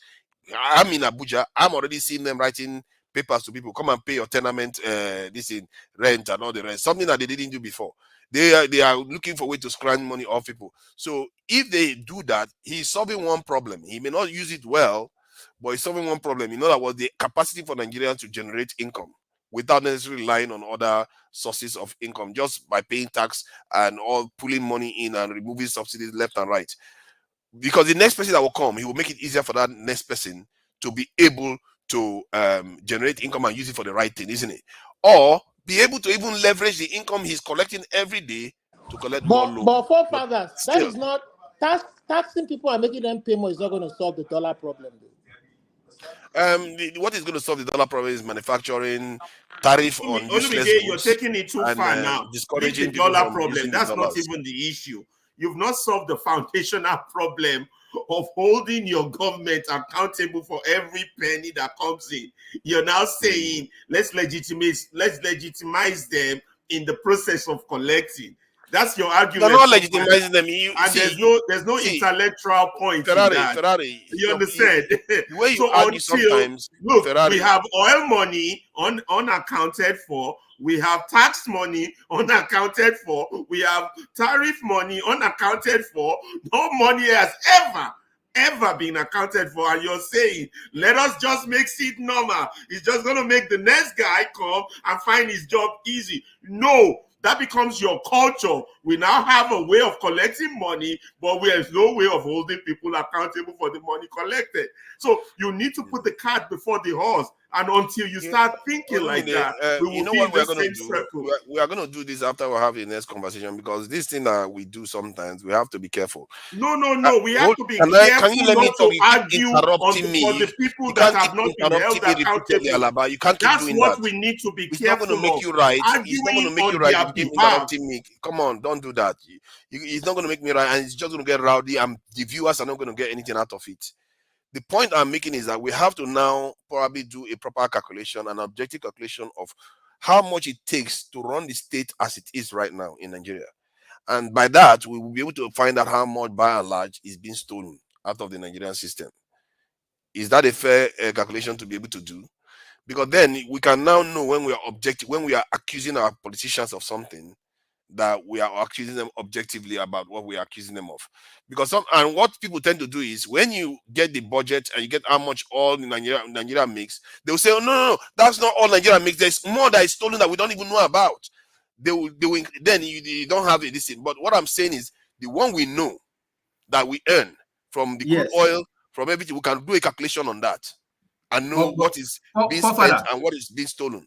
Father, did you know that the electricity we have been using was subsidized? Did anybody know that? Where did that come from? Because I'm surprised. I knew that too.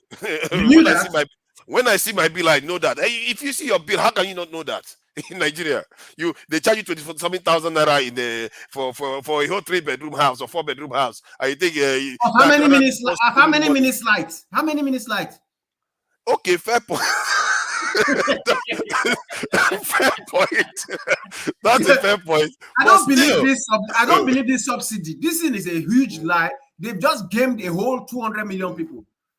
Because and this is what Tinubu does. He's good at it. X0. You can argue that the electricity, the amount we are paying for electricity is the electricity we are getting. Because if you think about it, the amount we pay for electricity is so low compared to what other people pay around the world. How many minutes maybe now? that's what we're getting. The whole country put together, how many megawatts? How many megawatts are we paying? That is another Agbado's argument. The amount the Nigerians are paying is low than what the rest of the world is paying. God.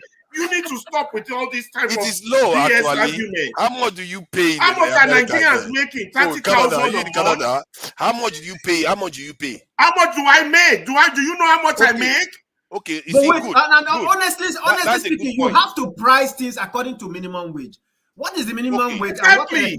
But the problem with that is stop calling it minimum wage. Call it livable wage. Livable wage. Yeah. Okay. What nonsense are we having? It doesn't make sense. Last week, let me tell you one thing. Last week, I was telling you guys that I was not able to come on the show because I had people who are close to the corridors of power. You know what I found out about them? They live in Lala world. Of course. They're going around America writing down the price of how much gas costs. Nigerians still pay less for gas. Do Nigerians make dollars? Come on, people. You're not listening. Jesus Christ, you hurt my head. Come on, calm down. See, because those are the type of arguments that will make us hold these people accountable. Now, I hear you. Pushing arguments like this. Nigerians pay less for electricity. Are you serious? 30,000. How much is 30,000 in dollars? Is that not $20? Do I make $20? You're getting upset over this. I'm not. I'm just making my point. To your problem. You need to get the solution to your problem. The issue is that the equipment that they use to my problem. I get it. The issue is that the equipment that they use to generate that electricity, they don't make it in Nigeria. They have to import it from abroad, where it costs a lot of money. That is the reason why the people overseas charge a lot of money. And most of the fuel we use to power our turbines or whatever we use to generate electricity, yes, many of them are generated in Nigeria, but some of them we buy them from overseas again. On top of it, so all those things is leading to an increased cost. If you look at what we get in Nigeria, it's exactly what we pay for.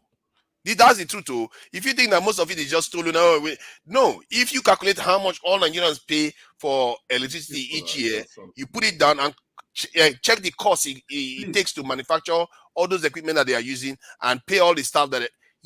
It's not going to be that far off. To Nigeria, somebody, a particular man who is an investor in Nigeria, at the moment, he pays about 10 million naira for electricity every month.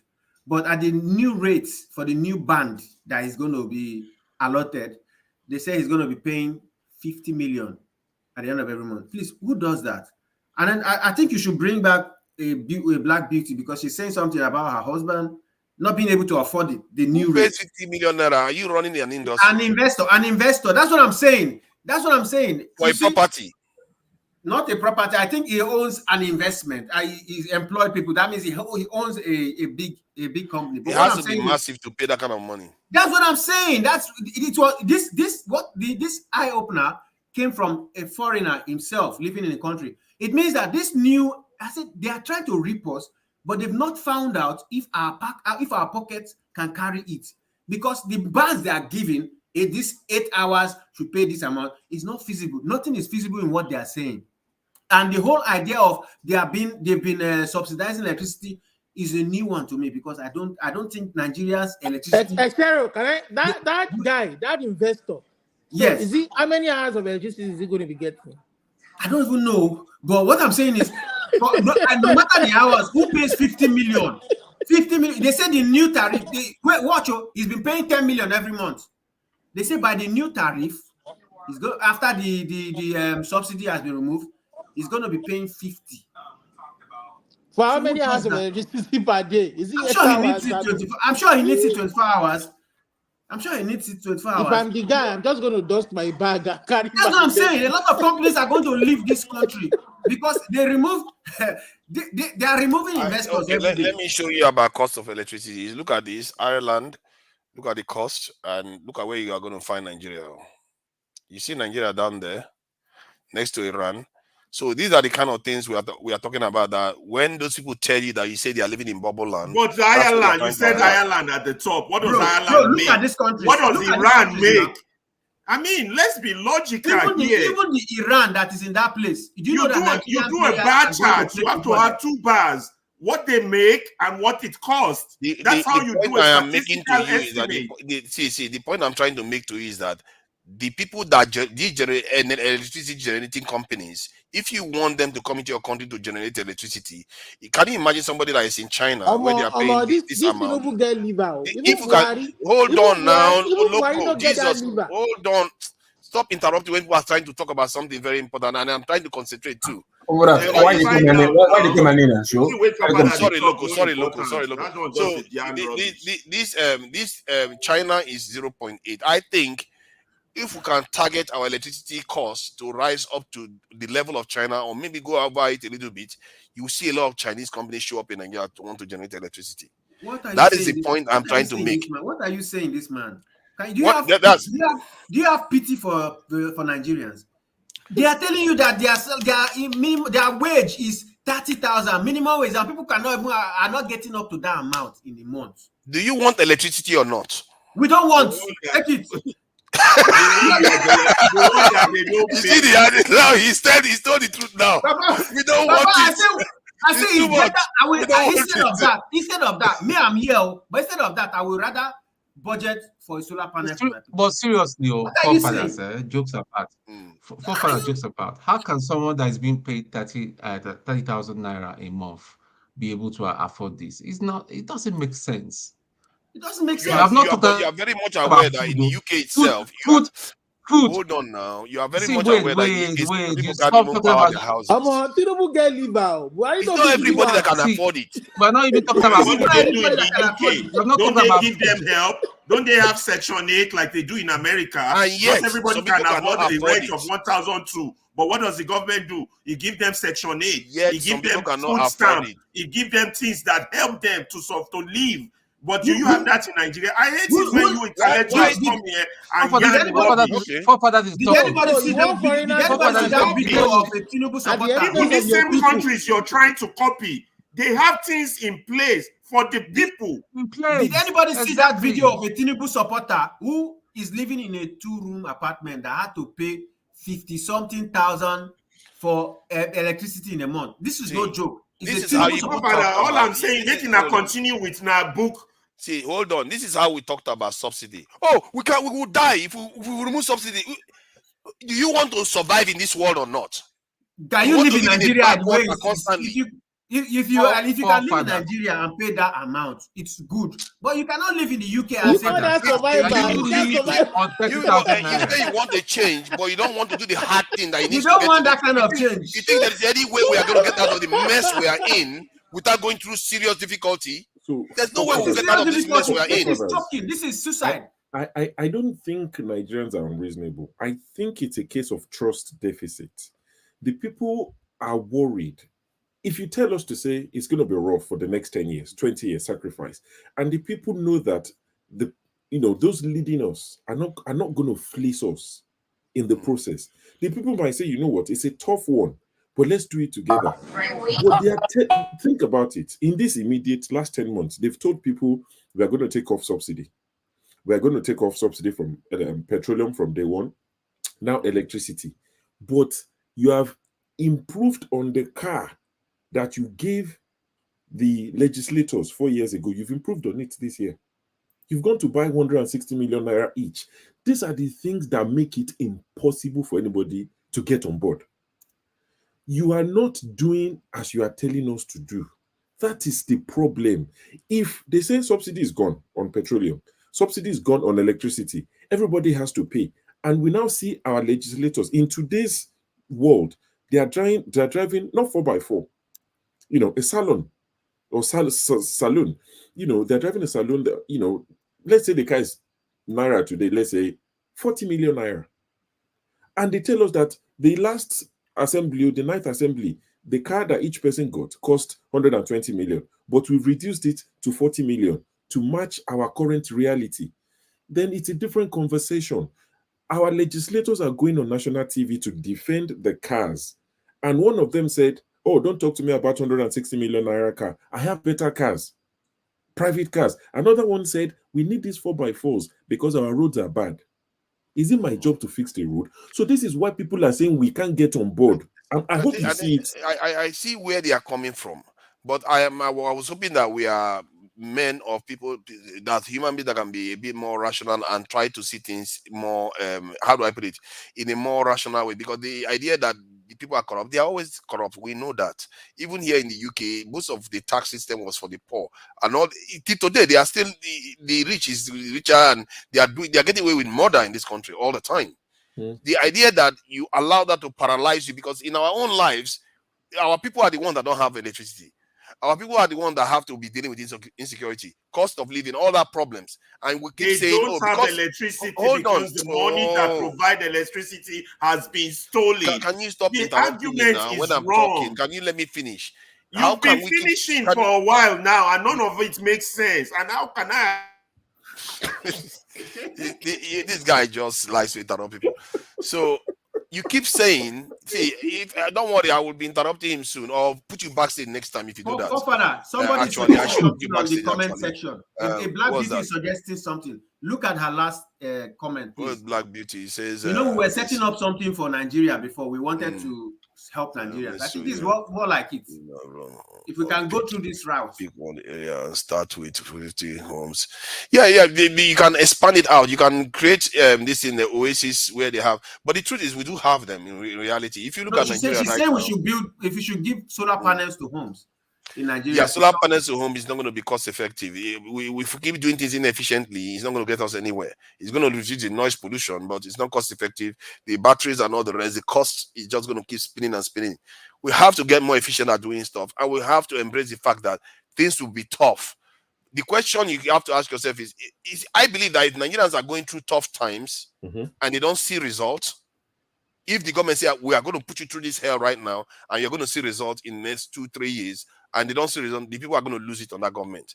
And I think that is are you really in Abuja, or you are in your one bedroom in London? Hold on. I'm telling you what I think, because you can see that even in the tuition fees. So stop laughing.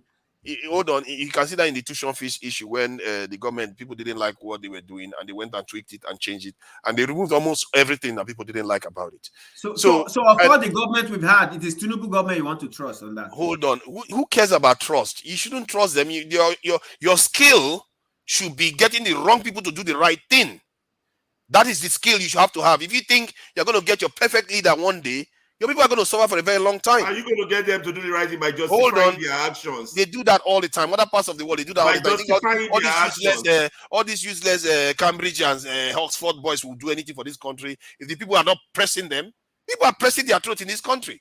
I think the truth is the Constitution has to take electricity entirely from the exclusive list and hand it over to the states. See, the point I'm making. Start from there. Let's see which state is going to reap. Hold on, before this is lost to the people, the viewers. The point I'm making is that right now the energy cost, the electricity cost in Nigeria is showing up as 0.02, and that of India and China is 0.08. I think if we can get our cost up to 0.08 and 0.01, you are going to see a transformation in Nigeria, and at least you have a target. That is important. Baba, you're not realistic. Wait, hold on. Ezero, hold on. Forward us. You are a wicked person. Of course, it's not realistic. It's not realistic. Yeah, you should keep paying no electricity bill and expect to develop. Why? Tell me how I'm wicked. You are a wicked person. Hello, that one, laughing out loud.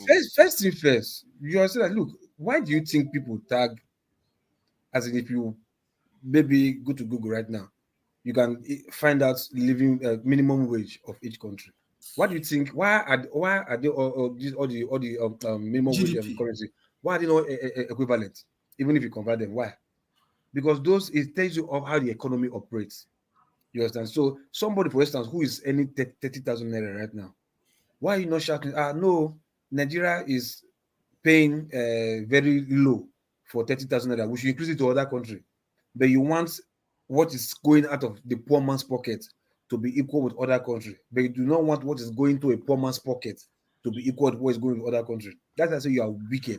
You are okay, evil. good. I'm glad. You see, if I tell you that, no, let Loco finish. Let Loco finish. Okay, let him finish now. Let him finish calling me wicked. I think the let truth him is, finish his point. He's on to something here. I think no, don't worry. I'll get him now. He doesn't know how wicked he is. By the time no, don't make it about where he's just been. You know what? I think you were no, because he's just making the conversation go rubbish, constantly interrupting. Please go ahead. Forefathers, you see why Nigeria is unfixable. The second one is bad. Carry on, please. If you guys don't want to engage in conversation, stay out of it. Carry on, Loco. Carry on, Loco, please. Who are you going to remove? Who are you going to remove next? Me? Is it me? If you don't want to engage in conversation, I can have a monologue for 6 hours. I don't care. You see, I can have a monologue. Are you guys ready to talk or not? If you don't want to finish your point, I can show you how you are wrong. You know when you remove Ferreira, I said I left the stream on ahead. Okay. So, look, have you finished your point? This is quite serious. There are people viewing. This is not a joke. I don't know whether you people think this is all a joke. See, personally, I think it's very, very serious. My thing is a joke. So if you are saying, hold on, let me finish what I'm saying. If you are saying I'm wicked because I'm saying energy price should go up, you see, this is kind of stuff I say. Our people they want to go to heaven, but they are the most wicked people. They will tell you, that's very wicked. Can you let me finish now? You just finished what you said. Why is it that you guys can have your say, but some other people shouldn't have their say? How hypocritical is that? Let me finish my point, please. You're the moderator. Oh, stop it. I'm not the moderator. If you were respecting me as a moderator, you wouldn't be interrupting me at all.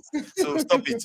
So my point is, if you say I'm wicked because I'm saying we should get our prices up so that we can actually get proper power generation that is competitive around the world, and our people can actually enjoy 24/7 power supply like other people do. If you call that wickedness, then let me show you what true wickedness is. Okay. True wickedness is somebody that sees a problem, leaves it for their people to keep suffering for decades because they think they are going to go to heaven because they don't want to do the hard thing. They're already in a hard place. Let me finish. Can you let me finish? You just had your say calling me wicked. Continue. Because this is quite serious. You guys prefer to think of yourself as good because you like to think that, oh, people are suffering, don't make them suffer. Because but in reality, what you are doing, you are extending their suffering. You are making sure people die from all the ailments that come from not having power supply, from all the ailments that come from not having good jobs, from all the ailments that come from bad healthcare that suffers from anemic power supply.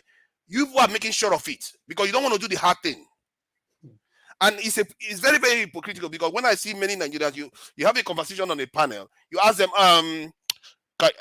what if you have to take this decision as a leader to do the right thing by the people and solve all the problems in the country? They'll tell you, no, I will never do it.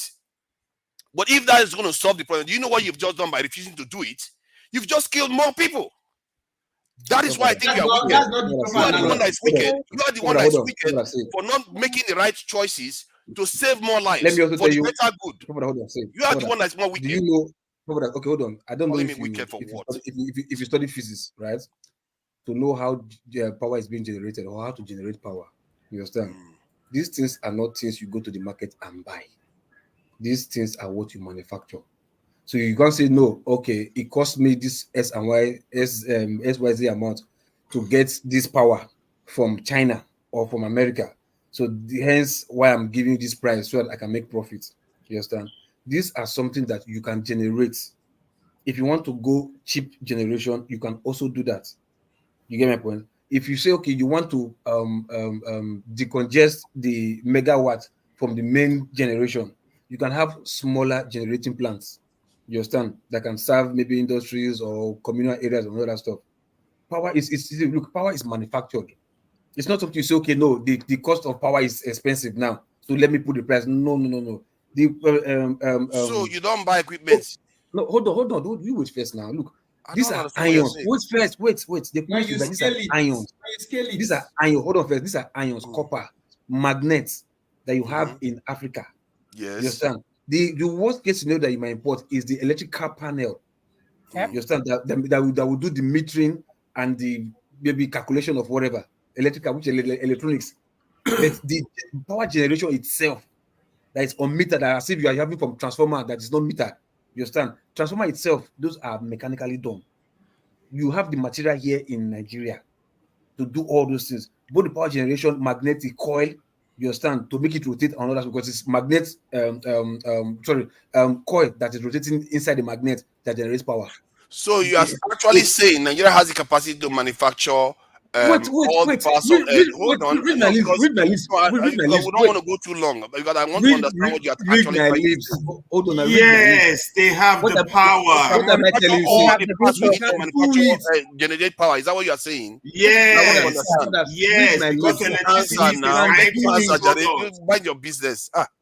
Don't make me put you backstage again. Stop interrupting. Now let me answer your question. I say read my list. Yes, we can do it. Right? What I'm telling you that the worst case scenario that we can generate, worst case scenario are electronic panels. You understand? Worst case scenario with iron chip. But it's not that we are doing it already. Hold on. But why are we working with Siemens then? That's a good point. The pricing that we can even put, why we put this pricing is like, okay, cost of maintenance, cost of manpower, which is staffing, the cost of running costs, you understand, which is recurring costs and all that stuff. That's how you calculate to put your pricing. You don't just wake up one day and say, no, this is the price. Because it's no, that okay, now let's run it down now. Let's run down what you just said. That Nigeria can manufacture all they need apart from the panels. Worst case scenario, electrical panel, worst case scenario. We have people who manufacture them already. Worst case scenario. So how much do things cost? Do you know how much it costs to manufacture? Which one? The things you say Nigeria can manufacture. How much do they cost? The money your senators are using to buy cars would invest in it. You are basically saying Nigeria can manufacture things at the cheapest rate in the entire world. Yes. India does it. Yes. India sells it for 0.8. India does it. India, Pakistan does it. India does it, and they manufacture at 0.8. The China company. Hold on now. The India is boasting about now is what I said our energy cost should go up to, that he's beating me for. But now he's bragging and saying India can do it. More than Indians. Listen to what I'm telling you. I said, right? I said the cost of maintenance, running costs, concurrent costs, right? And staffing. You understand? Then maintenance and all that stuff. Then thinking of what to give back to the government. Those are the things that government use to calculate the price per kilowatt hour. Not the price, because okay, assuming nobody has light in Nigeria, will government make money? No. You understand? Put any number. So that's why I say the what you could do to make you get money for yourself is to like get your raw materials, get whatever you want to get, right? The average cost of running it, put it there. The only way you get your money is how much you now sell. Okay, can we give an example of what has been manufactured in Nigeria that is cheaper than normal? Your consumption that generates revenue for you. Hold on now. We have to try to track things down so that we know what you are saying. If you are saying Nigeria can manufacture things at the cheapest price, give an example of anything that has been manufactured in Nigeria that is cheaper than anywhere else in the world. I think you can start with the cars that they've been manufactured. Together. We don't even have the panels. We don't have the steel. Innocent cars. Innocent cars. Let's check it. And they're nice. We compared with the stuff that they sell around. No, they are half the prices abroad. So they're okay. And then we'll check it out now. We'll get the price. Google is not. No, you don't want to check facts. You just want to talk. As well, I believe you with your glasses. I was watching Nord today. You check the year. It is the same thing. Remember, compare like for like. You check the year. You check the spec, the model. You understand? There are many things you can check to compare. Do you put the price? It's only fair. I will check like for like. I don't know. They don't seem to have their price here. It's only fair. I'm not. Okay. Why don't you compare the price of Innocent to the price of a Kia? Because I think they're almost like the same kind of vehicle. Kia, where is Kia located? Where is Kia located? Is it not in Korea? No, I don't think it's in Korea. Is it Korea? I think Kia. I think it's UK, Japan. Yeah, Korea. I thought Kia was UK or something. They are manufacturing in UK anyway. You get up, apart from no, they manufacture it in UK. They manufacture it in UK. But I can't see the price of South Korea. It's South Korea. Korea. Yeah. Okay, so I think the countries you want to go to, because the countries I was referring to was India and China. those are the places you go to and find their cheapest cars and Okay, find yeah, cars in India and Nigeria. China, they make their keke pay the one we are importing. The tricycle. We can make it here. Does anyone know the price of innocent cars? Because I can't see it. They just I'm have the telling cars. you now, you can get cars for 10 million. You can get cars for 10 You can check. The only way out of our problem is production. All these them stealing money I'm telling and you, stealing money is not going to help us. People will buy. You make more profit. To do that, you know what you are talking about. To do that, if you want to start manufacturing all those equipment, by the time you do everything you're going to do, 10 years or so will go by before you start having that capacity to do everything and manufacture it for the whole country. And you want us to remain like this till that time. We will start from somewhere. What's your alternative? These people are still going to buy new cars next year. What's your alternative? If Angel come down right now and tell Nigerians that, hey, you know what? 10 years time, you have 247 electricity, and everybody religious will believe Angel. You think Nigerians no go to so will chill. 10 years we'll wait. No, we will wait. The problem we are having is let me tell you our problem, Nigerian problem. The taking off of Nigerian government policies is the problem. Because you don't take off well, we will not trust you landing well. It's just simple logic. You don't have what you said. There is no angel in this world. It doesn't exist. You're asking us to rely on angel. It doesn't exist, and nobody is angel. You try to make comedy out of serious matter that Loco just said. Because he's using a context that doesn't exist. Every leader, every context that if you tell Nigerians to wait 10 years that this will be provided. Okay, I'm trying to find the price of you see that price 7,000. I think I should take over moderation. Godfather has failed. So it's either you take over or I take over. This Ferrari, is you need to stop. You need to Godfather stop. You are messing about a lot. This Don't mind him. He's just messing about. And this is serious. Which one is Let me just put this guy. Yeah, that's 80 million. How long was it? How long was this price? I don't know whether it's gone now. That's innocent, right? Yes. How much is that SUV? Is that on your site? 7 mil. No, check the date of the article. Let me give you guys the link because I'm doing it on my phone, but it's thank you. Okay. Check the same car for Kia. Nice. It's the same year. I will check it. I don't know why you guys are doing. I will look for one Chinese car. A more sophisticated, not brand, but in terms of level, I think exactly. Innocent is inside. It's the spec. It's the spec that matters. That's spec. Yeah, the spec. Yeah. Another thing you could check is computers. Zion's computer is doing better, far better. You know. What computer is it? Nigerian? No. We are comparing Nigerian products. I think the cost of production in Nigeria is higher because we don't have some of the facilities. You know, anybody producing in Nigeria has to produce their own electricity, their own water, their own security, transportation, moving stuff. So the overhead might mean that cost of production currently in Nigeria might be higher because some of the facilities that are already in ground in China might mean that they pay less. I mean, diesel is 1,300 Naira per liter. Do you know that? It's too expensive. Diesel in Nigeria, it dropped from 1,400 to 1,250, I think yesterday or last week. Because we don't refine, because that's what I'm saying. So forefathers might be right in the sense that we think naturally production should be cheaper in Nigeria, but you're looking at just salary that you pay people, but everything else that surrounds it. There's a reason why the production is high is because the government has over time failed to do its own due diligence. Forefather is not arguing that point. It's just telling you today you want to produce. Would it be expensive or cheap? He's not arguing that the government doesn't. It's a little bit where they always lean back all the time. We can't do this. No. Forefather, you're making a mistake. Where all this started from. I just said the government is trying to bring in a lot of money, and they turn it to something else. A country that doesn't have plan, it means that the individual entrepreneurs are doing things by themselves. The country has to have a focus. Every country has a focus. What is the focus of Nigeria? How do you know? Are you in government?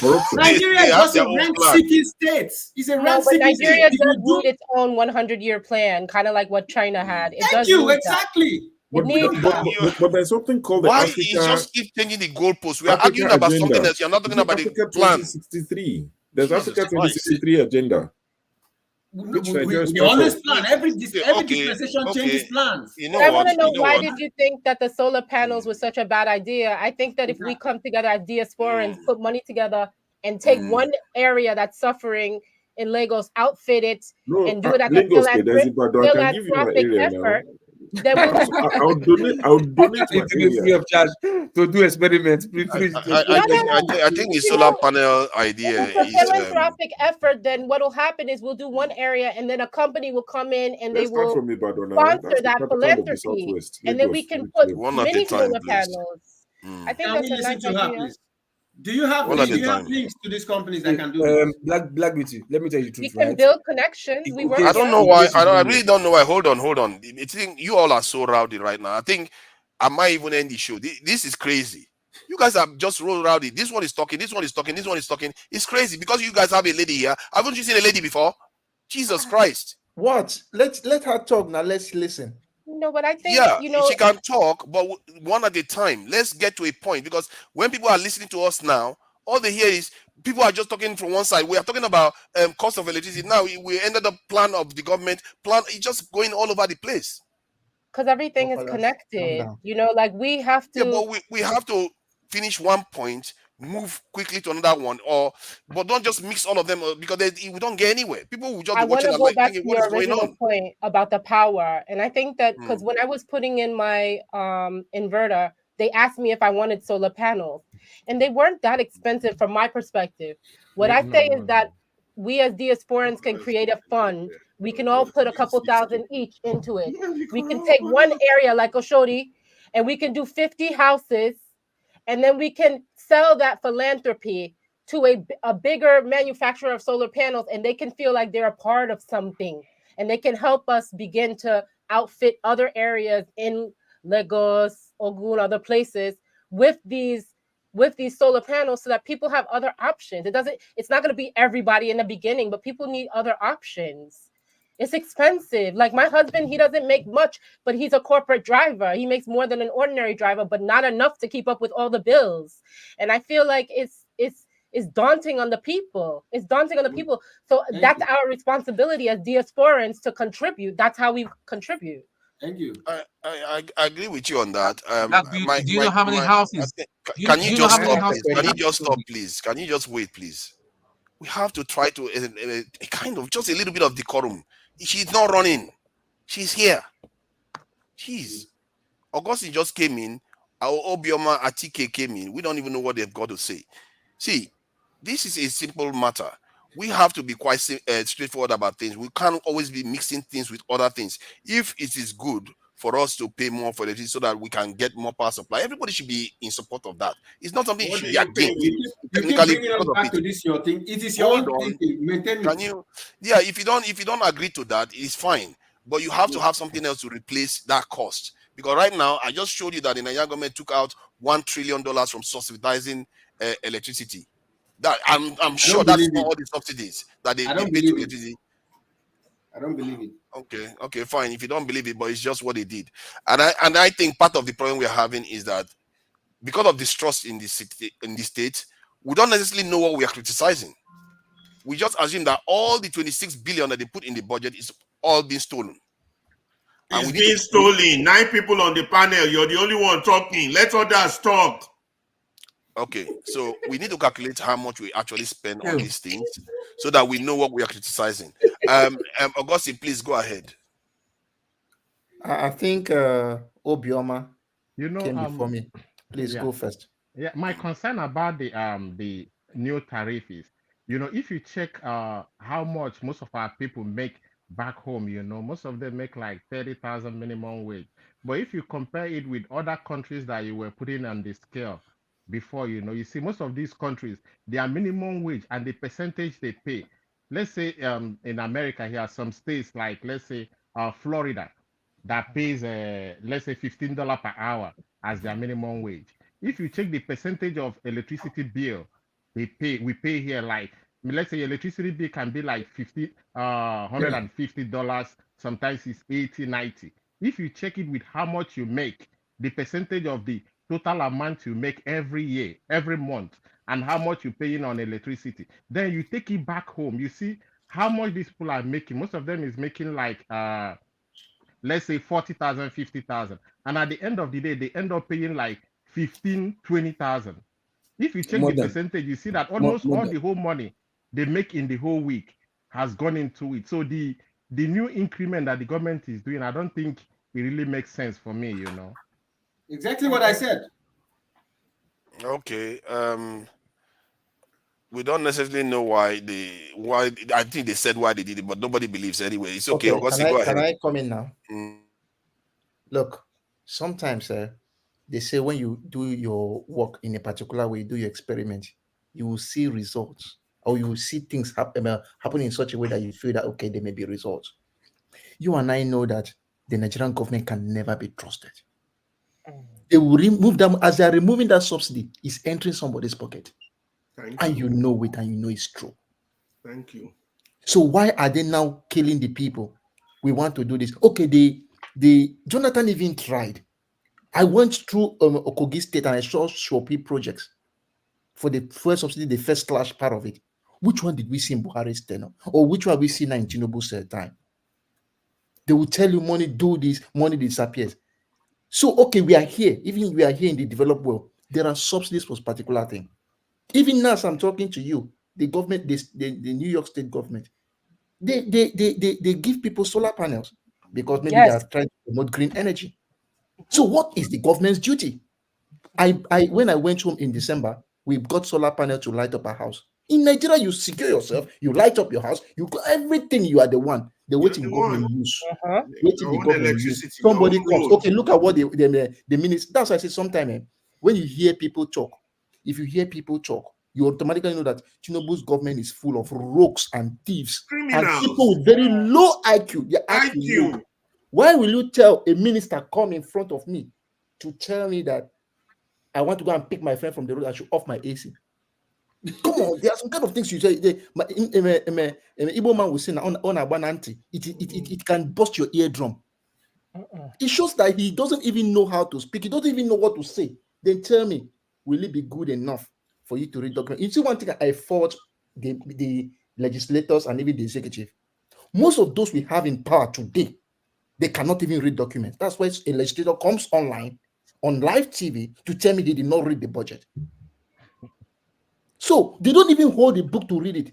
Just read what is there to find out what is on that paper. They don't even have the time. All they know is to go and do their Thanksgiving, as they said. So why do you expect me to trust them? To be honest with you, they are a waste of space. Waste of space. So if he comes and tells me, we will remove 1 point something trillion, let us be happy and put it where? Put it where? In people's other people's pockets.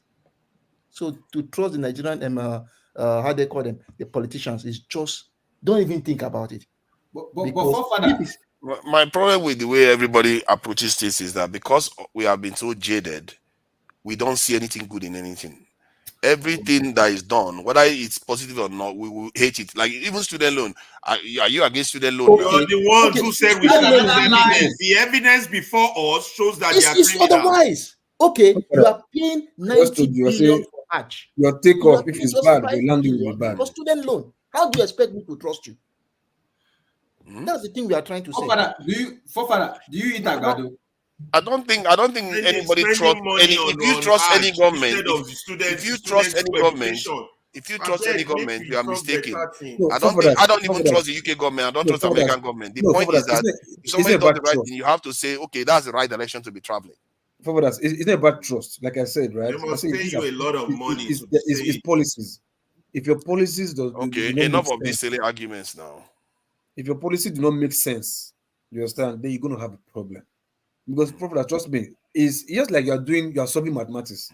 You understand? If I see your procedure, even before you give me the answer, if I see your procedure, the way you manipulate or evaluate your or interpolate your figures, maybe you're looking for like the YDS, for instance, right now. If I see the way your steps are going, I'm like, oh yes, I think you are taking me somewhere. Thank you. That's what if I see that your foundation, I'm like, but common sense, this one and this one, you know, add up now. There's nothing you're going to tell me that's going to make sense to me. Nobody is saying you should believe it. The question is, why are you against the idea? You don't believe. You don't believe. You're against anything they do, then. They don't do anything. They don't have any normal idea. It's not the same minister. Austerity measures. Cut down the spending. We should see it from you as the leader. Exactly. Augustine, I'm listening to you. I'm expecting to hear something from you. We have not held elective position before. We have held elective position before. To be honest with you, I saw my own leader who I was part of. Nobody at the top will get anything if those at the bottom have not gotten. You will see it, and you at the bottom will say, if this person can do this, it means we should all fall in line. And you see everybody falls in line. But this one, you are telling I me agree to with have everything austerity you are measure, and saying. you are Nobody leaving. is, I'm not saying you should give them benefit of the doubt. It's the actual idea, the actual concept that we sometimes may need to pay more. Even if the best leader P2B comes in and he says you need to pay more, are you okay with that then? We are not paying more for what now. What are you paying more for? You want to pay with your kidney? Oh my God, that's something else. Where is the proof of concept? That's the problem.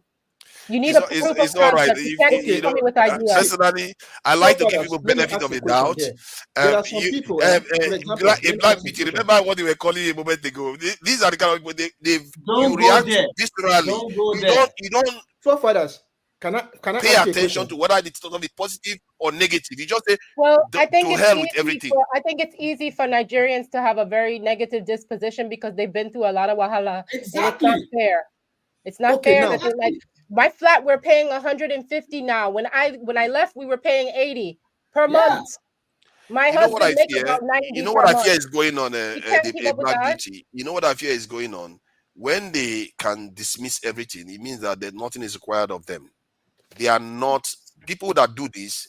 They are some of the easiest going people. They don't want to have to put their mind to doing anything, calculating or holding anybody accountable. They just dismiss everybody. Forefathers, you know what will solve this problem? You know what will solve it? Please beg them not to stop rigging election. They should stop rigging themselves to power. That's what is causing the problem. Let Beauty, you know the last election was rigged. I know that. Yes, I was there. I was there during the election period. When they rig themselves to power, let people want to fix it. They are the ones that rigged it too. They are the ones that rigged it too. And they are accusing the leaders of rigging it. They are the first to go and take a bribe. They are the ones to go and sell votes. They are the ones to take the bribe. And then as I see, they didn't do it. All of you and the leaders, you are just as bad as each other. See, if you can't be in a country that is this corrupt, and you think it's only the leaders that did it. The people who participated in it. You all participated in a little corruption as well. So do you. We all partake in a little low-level corruption too. Those are the grassroots also are to be blamed for everything. Sometimes I gotta pay a little. As I said, those are the grassroots also should be blamed because I've told you, I've always voted in Nigeria. So for even a councillorship, I will go vote because I know it's my duty. Any that I don't go and vote, I'll tell myself you have not done your work. But the point is when we go there to vote, I see people buying the vote and they take it. Are they guilty? Yes, it's true. It is very true that those are the grassroots are guilty. Before we lose track, 2023 was one immoral act after another. That's what got us to this mess we are in. One immoral act after another. In this case, how many percent of Nigerians earn above 30,000? 2023 was how many percent of Nigerians? Majority of the person who changed that result voted who they wanted. Yes. The copper, or maybe those people changed the result. We saw it on TV with all those correction fleet. Were they Tinubu's son? Listen, you know how this is work. You know how this is work. But no, you know. Before we get to that point, how many percent of Nigerians earn above 30,000 in a month? Let's start from there before we start discussing this. No, on average, most of them do. From the data, most of them do earn over 30,000. I'm telling you, how many percent of Nigerians earn above 30,000? Maybe we have most of them earn over 30,000. The data shows both of them earn more than 30,000. The data shows most Nigerians earn above 30,000. Half of Nigerian governors are not paying. Half of Nigerian governors are not paying 30,000. Oh my God! How many people are living employed in Nigeria? Where do you get your statistics from? Half of the governors are not paying 30,000. I don't know what to say to you guys, man. It's not my knowledge I'm using. I'm using the knowledge of people that know better than I do.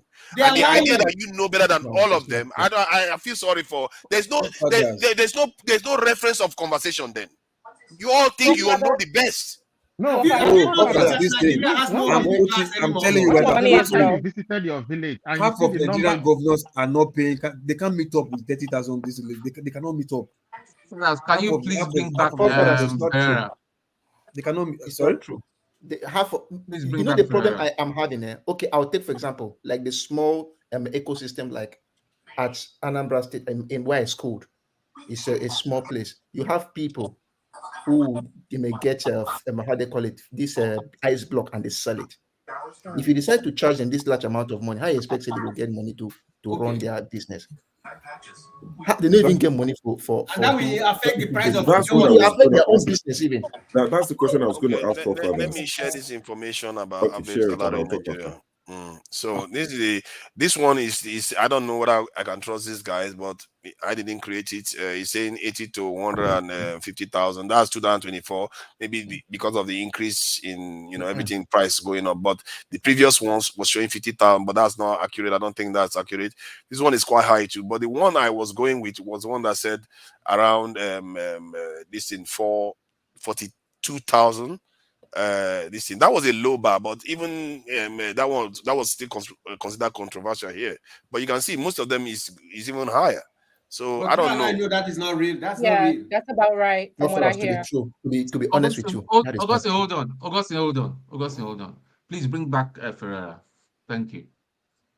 Why? Because if he's there insulting me and calling me agent and they're paying you. But you're happy for them to kick banks out of here and all the rest of it. No, you don't get it. You're the moderator here. Sometimes you need to let it flow. The man was trying to make his point. He shouldn't tell me what he's insulting me. He's insulting me and interjecting every time I talk. He's making it very rowdy. He degenerated the conversation completely. You know that. You can use the mute button instead. Okay, bring him back. Sorry, I bring him back. Use the mute button, please. I want to make one quick comment. Let me bring him back. Do that. I think that it's a top-down type of thing because a lot of these big corporations, these big banks, and all these big people that pay these huge salaries out, even those salaries are not good enough. And all of that trickles down to the local economy, people that got to be paid to drive you, people that got to be paid to feed you. And listen, if your job is only paying you the equivalent of $800 a month, it's going to be hard to disperse that money out amongst everybody and pay for your electricity and things like that. And everyone has to eat. So I think the profit sharing amongst these big banks that pretty much fuel from a top down the whole economy, it needs to be more, because even my job, I went to go get it at Access Bank and they say 400,000 for the month. But when you convert that to USD, I said, well, what the hell? I can't. So I just say to myself, how could you even, I'm not trying to say it like that, but the gate man at my estate, he only makes 35,000 for the I don't want to even tell. It's little. Every time I get a chance to share, I share. Even some government, take it. You want it? Take it. Some government workers have salary. Yeah, and that's the generality of Nigerians. That's the major population of Nigerians. The half salary. Let me just do a bit of paperwork, for subscription quickly. Thank you so much for watching. Thank you. Have you subscribed? Yes, you. Have you subscribed? You. Yeah, before you go, click. It's free. Click. Just that's it. Have you subscribed? You're laughing. Have you subscribed? Have you subscribed? Thank you. Hey, madam, thank you so much. I can see you. We have to get to 100,000 subscribers. By the end of the year, how are we going to do that if you don't subscribe? Yes, you're about to click off. Why? Have you subscribed? It's free. If you don't, ask your son, ask your daughter how to. Just one click. Thank you. I see you. Aha. Thank you very much. I'll see you tomorrow. All right. So from now on, let's just be nice to each other like we are all brothers and sisters. Okay. Who is going next? I'm not holding my breath at all. I'm not holding my breath. Can I say something? I want to go and sleep. Please, can I say something?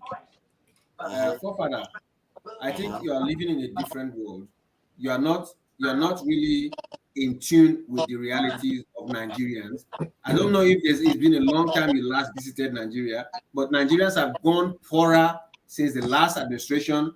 A lot more people have fallen below the poverty level. Now, do you know that Nigeria is the poverty capital of the world? I think you don't know that. Please, before you comment on Nigerian issues, ask people who are on ground. The common man is the conductor, the driver, the gate man, the ordinary cat pusher. They constitute the majority of Nigerians. The people whose salaries you are using to compare are in the minorities. So when you say Nigerians earn 30,000, please go and check, go and cross-check. Even people who are working in local governments, that say they are struggling to earn 30,000. Some of their employers have not been able to pay them salary for over 6 months. Go and ask around. And these are people working with the government. The ones who are not working with the government, they are just layabouts. Some families cannot feed. Do you know that? They cannot buy food. They cannot feed. Please, bro, when you are coming with these statistics, know that you're not giving statistics to people who are just unlearned. All of us here went to school. We have our gadgets here. We read, we see the news, and we get news from Nigeria, from family members. So we're telling you what we know. So you cannot be bringing Google things that are off the cuff and be explaining to us. We know all that. We've seen better sources, and we know what's happening in Nigeria. Thank you very much. All right. I can give you an example of people that came on this panel and testified to what the state of Nigeria is. Also, you may not know it. I do employ people in Nigeria. I'm involved in Nigeria every day. I use energy sources, and I pay that bill. How much do you pay your employees? How much do you pay? I think I'm gonna be disclosing that to you. But the point is that I don't owe you any information. Don't make statements you can't disclose. My point is that I know what I'm talking about. So when you act as if you are in America quoting those type of things you are quoting, when Ngozika came here, there is another economy in Nigeria that most people don't talk about. The Nigerians that are working for people overseas, that are in Nigeria, they're working for people overseas. How many are there? Hold on, can we take it down a notch? They may not be many, but they are there. And by the time you add that and add the ones that are making money from politics, they do add up. And maybe that is why you're not seeing people protest the way they are supposed to be protesting on the street. When people are frustrated here, why are they not going on the street and going crazy? Because the ones in Nigeria know better than you. No. You think you know better than them. And when you work with people, let me finish the point. When you work with people, what that tells you that you get an impression of the pressure out there. The first time I went to Nigeria in 2016, the pressure in terms of unemployment and the need to work was a lot higher. Now you get an impression that if they cannot find work with you, they'll go somewhere else. They have options. Young people, they have options. Every person I come in contact with asks me for a job, forefathers. Every single person. My own, they will get a job and they have option. They go somewhere else. They want to do other work too. Forefathers, are you choosing Nigeria? I'm telling you, I'm in Nigeria. I'm telling you, because they have options. Some of them they will leave a job, then they will go and get other jobs that pay them even more. See, he can say whatever he like. This is my experience. You just sound like that minister. You just sound like him. I'm telling you my experience. You are saying I sound like I'm telling you what I lived through. Henry said that year you are talking about is 2016. It's 100. I'm talking now too. See, let me tell you something. I deal with Nigerians every day. If it's not because today was Saturday where I didn't get up on time, I would have had a word with them. I speak to them every single day. Yeah, the people that are giving you information to spread. It's okay. Hey, believe it or not, I'm just telling you what my experience anyway. So what I wanted to say regarding this issue is, to go back to what I said earlier, making the sacrifice is not the issue.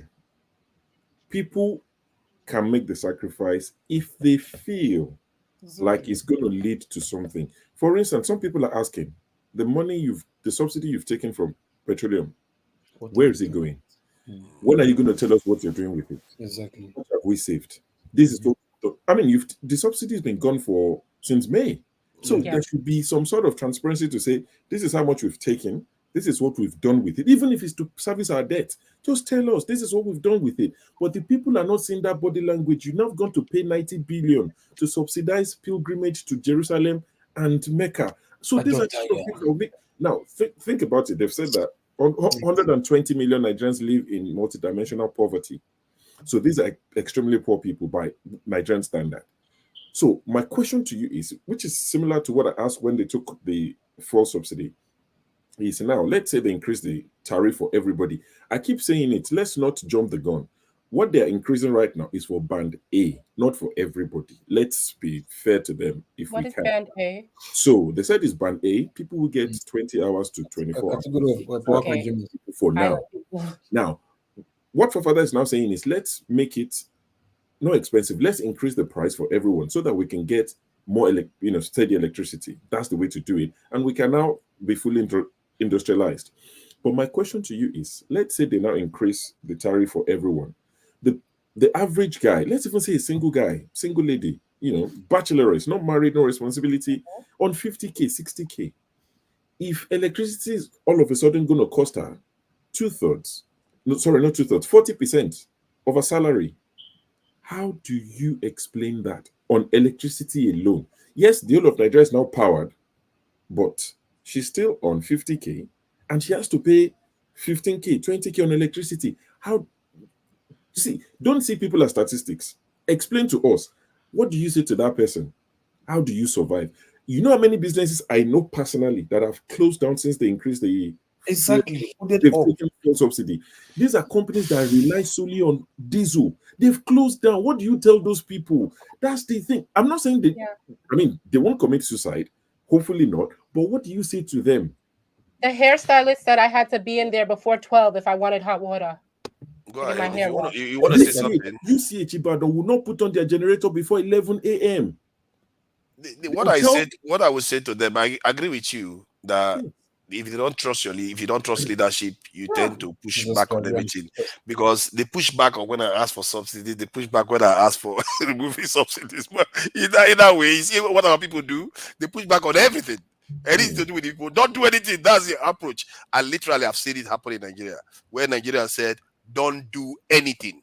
I was at the junction, there was traffic, and there was a traffic warden standing right there, and they said, I told them, why is the traffic warden not clearing the junction? They said, because he doesn't have the power to do that. I said, but why didn't they give him the power to do to clear the junction? They said, because if he has the power, he's going to abuse it. So we'd rather live in this chaos.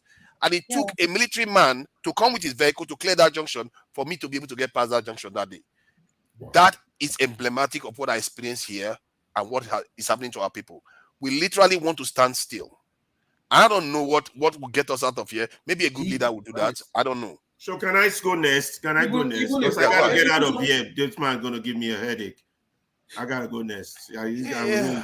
My head is really spinning right now. I gotta go. I want to say a few. Go ahead. You have okay.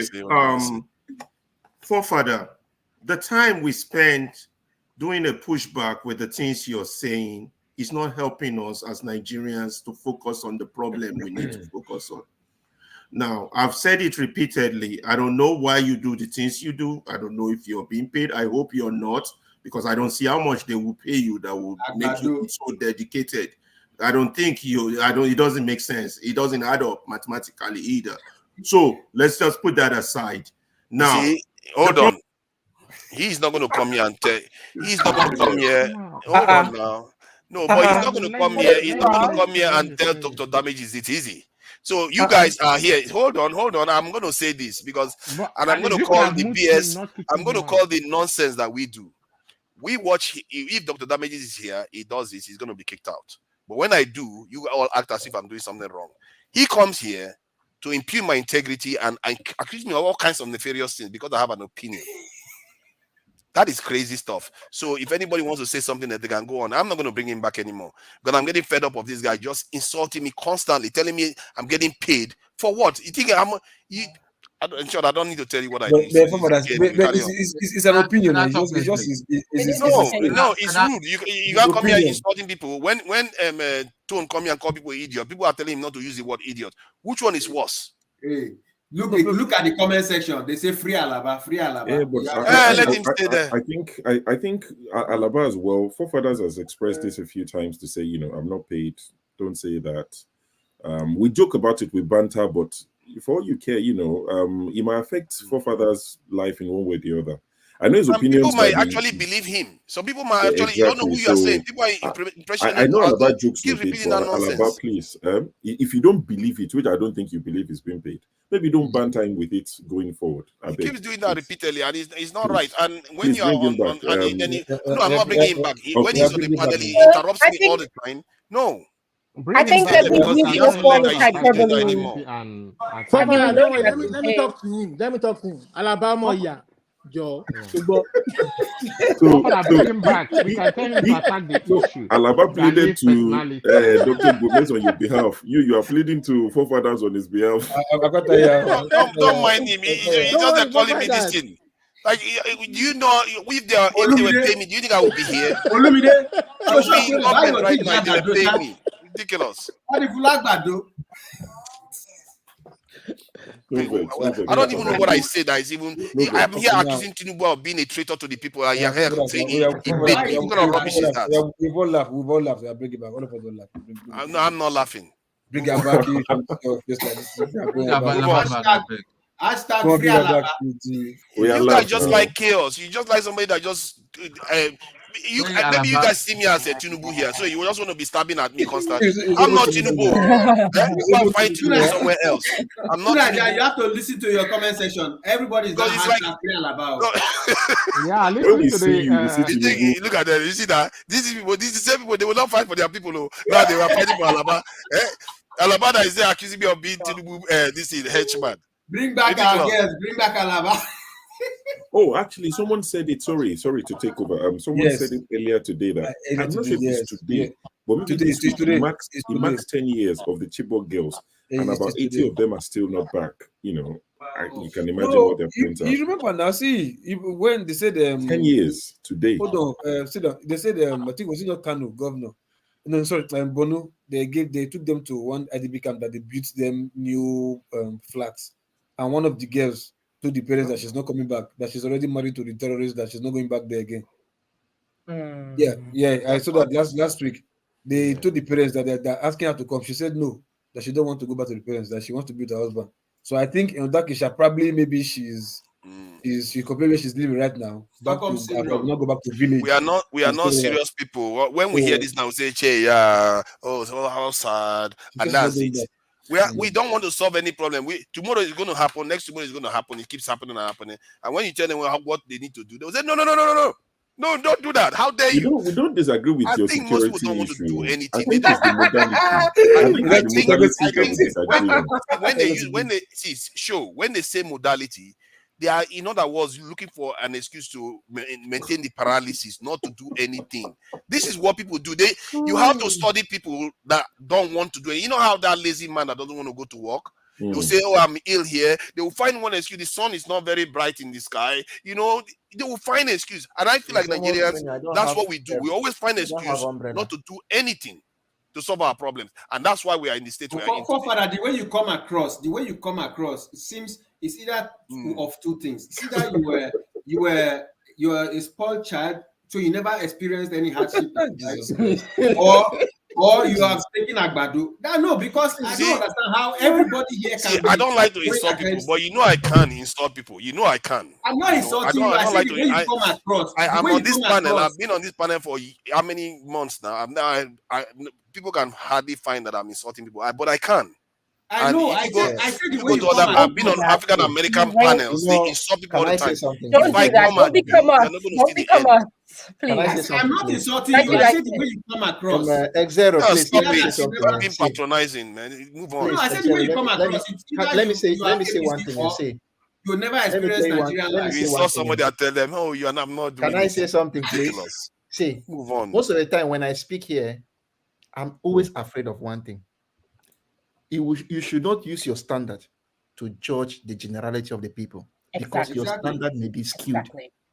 To be honest with you, that's why when I'm giving my opinion, I'll say that this is what I think. But no man knows it all. Even the professor, but the professor for your field. The only thing I know now how to write code in biochemistry. Tell me to write code to design a website. I don't know. Right. Okay, so if you come here now and tell me 1 + 1 is 2, and that is not even your own to prove, because it's something that most people have found out to be true, and you say this is the truth of maths, 1 + 1 is 2, and people disagree with you, when do you now say, okay, I'm right, you are wrong? Now, the 1 + 1 is 2 when you come for your ordinary addition. But to be honest with you, if you ask local will tell you that if you want to talk based on some other topics, how do they call it? Conditional statement in mathematics. That will not be true. You have to know, based on context, you have to know what is right. And that is why I said, you know, go use one thing. I know if it talks because that's why they may do things, then my own is right. No, it's not true. So that's why I want to say that why I brought this whole thing is for us to look at it this way. I was trying to talk with a zero now. Forefathers, you have your opinion. No, we're not supposed to fight for me to know your opinion. When you talk exactly. your own. And then they won't let me rest. My own, how I know. And you know, means I must agree with you. I must not agree with you. Exactly. So if I say, okay, that way you don't talk, I don't hear, but I don't agree with you. And that is what I think. My own it doesn't leads mean them you to will accuse disconnect me of something all from kinds somebody. of things. They will start abusing me. They will start saying all kinds of stuff. It's like, why? You have your own To be opinion, I honest have with you, mine. forefathers, Sometimes you there's can ask something her, I've you can learned. look at the way you I think it was talk to Show made and one statement that Twitter is not for the weak. I remember that statement talk a long time ago. So there's one thing I've learned from Twitter. If person they talk rubbish and I know saying a rubbish in talk, I could just laugh. So that's something I would like you to just do. If somebody comes and tells you this and just forget it. The one that gets on my nerves is because I'm here to learn to an extent and I'm here to share. If somebody blocks that, you have a problem with me. I don't have. You can insult me all you want, say whatever you like. The way you get me, if you look at when I get angry, is when somebody's blocking me from saying what I need to say. Because it's not only about you; it's about people that are listening too. Because I've watched programs before where somebody's trying to share information. Some idiot is just blocking and blocking and blocking them, and I didn't learn anything from it in the end. So that is the one I'm concerned about. So you can insult me all you want. You're welcome to that. But when I really like to get to the end of things and actually get to solutions or understand something more. Because if you are talking to me honestly, generally we get to a better understanding. Look at what a black beauty experienced today. She made a statement that seems to be blanket. Everybody was mouthing her, talking all kinds of things. When she came on stream, we all learned a lot because of it. That is how it's supposed to but be. I also recognize that that's how people get down around here. So when he says, "Are you getting paid?" That's a little bit of a hyperbole. That's a hyperbolic statement. Thank you. We What know did you're you not understand getting from that? paid. The word of the day is hyperbole. Are you saying that it's good that they behave like that? They shut No, the people word down? of the day is hyperbole. Understand? Try to take that. You are not the one I'm asking, Well, please. that's my hands are aching. Don't worry, keep it up for the next 30 minutes. Then we can come back, get back to you when he aches you more. All these We enemies know of you're we know you're bully. So just look you at are my a bigger hand. bully. Somebody Go actually ahead, said go that ahead, he's a go dictator. ahead. He's a dictator. No, I'm not a dictator. Anything. Seriously. Check Seriously, the 2 comment minutes, section. 2 minutes. I beg, Don't mind forefathers. them. They like to 2 call me minutes. dictator. Guys, They all call me 1 minute. autistic. Guys, 2 minutes. But forefathers here, I understand what you're saying. You remember the time they used to attack me all the time? You are the same one that said, listen, I'm reacting. And I learned how to deal with them. So you need to develop, and you need to know Alaba. Alaba is not something serious. You know, Olumide telling me, look at today now, me and Olumide, Basbos. Olumide is still my guy. He's still my brother. He too. Nothing personal or anything. I gave it to Paul. I felt I maybe I went a bit too far. I mean, the decency in me required me to say I'm sorry, not because I cannot say I'm sorry. I'll tell him fuck off and all that, but that is the way life is supposed to be. You know Alaba already, who the kind of person he is. I don't think he's going out there to insult you. It's part of the it's part of it. It's his frustration. Every one of us is look at time is 2:14 in London. You and I mean, we're still sitting up. You know, the missus, You guys don't walk there now. wait.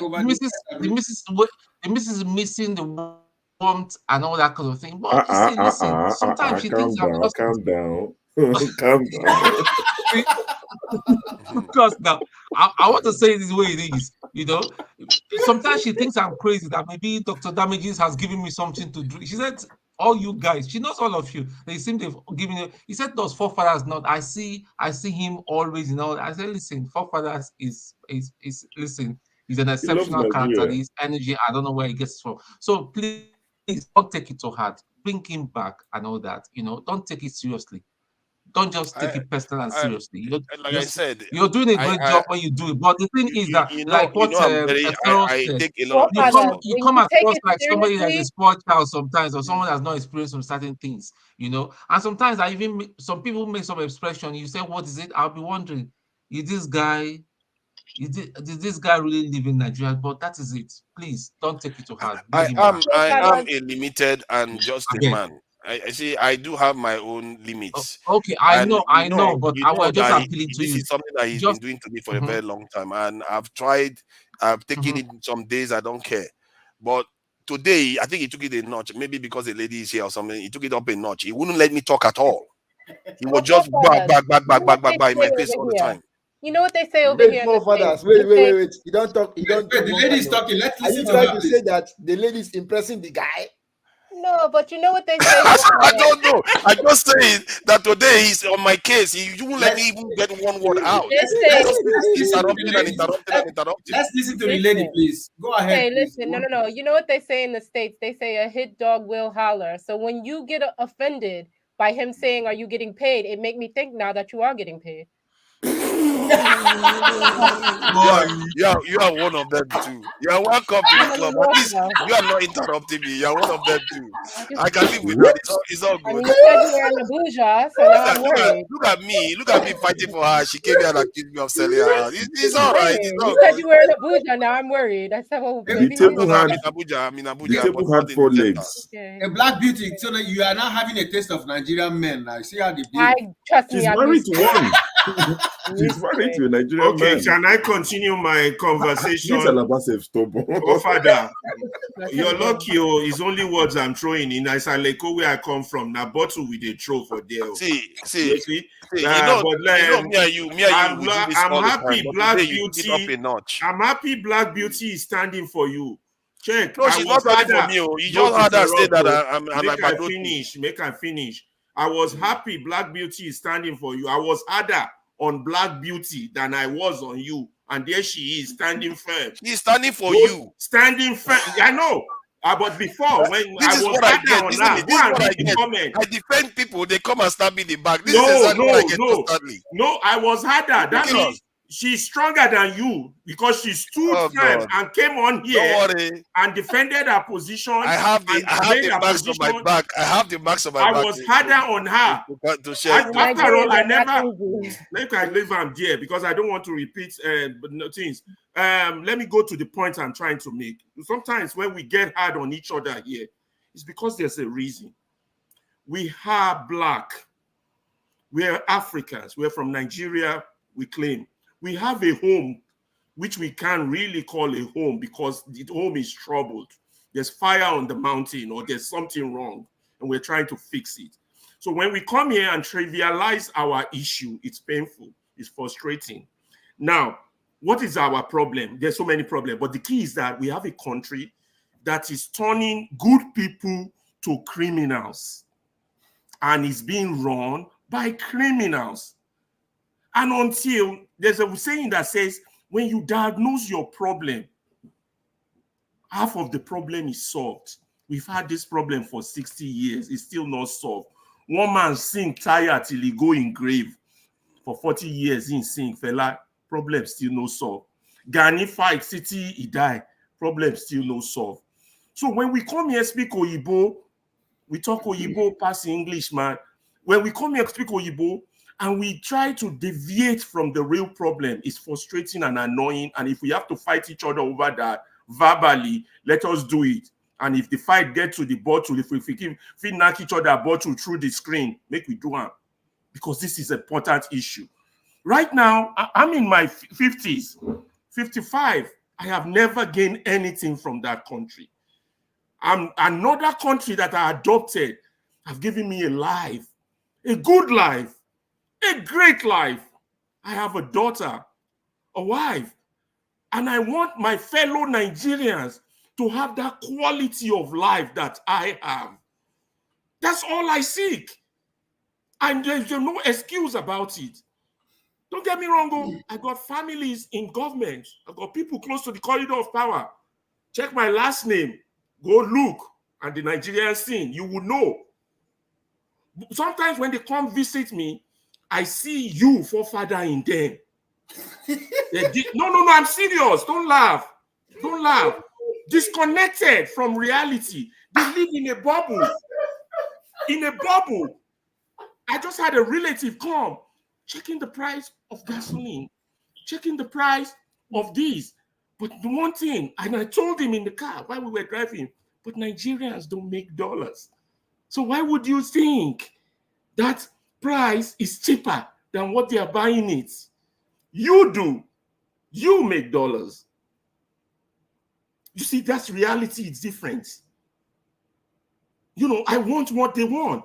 So when we do that thing whereby we are focused on things that excuses the madness. I'm talking of our leaders.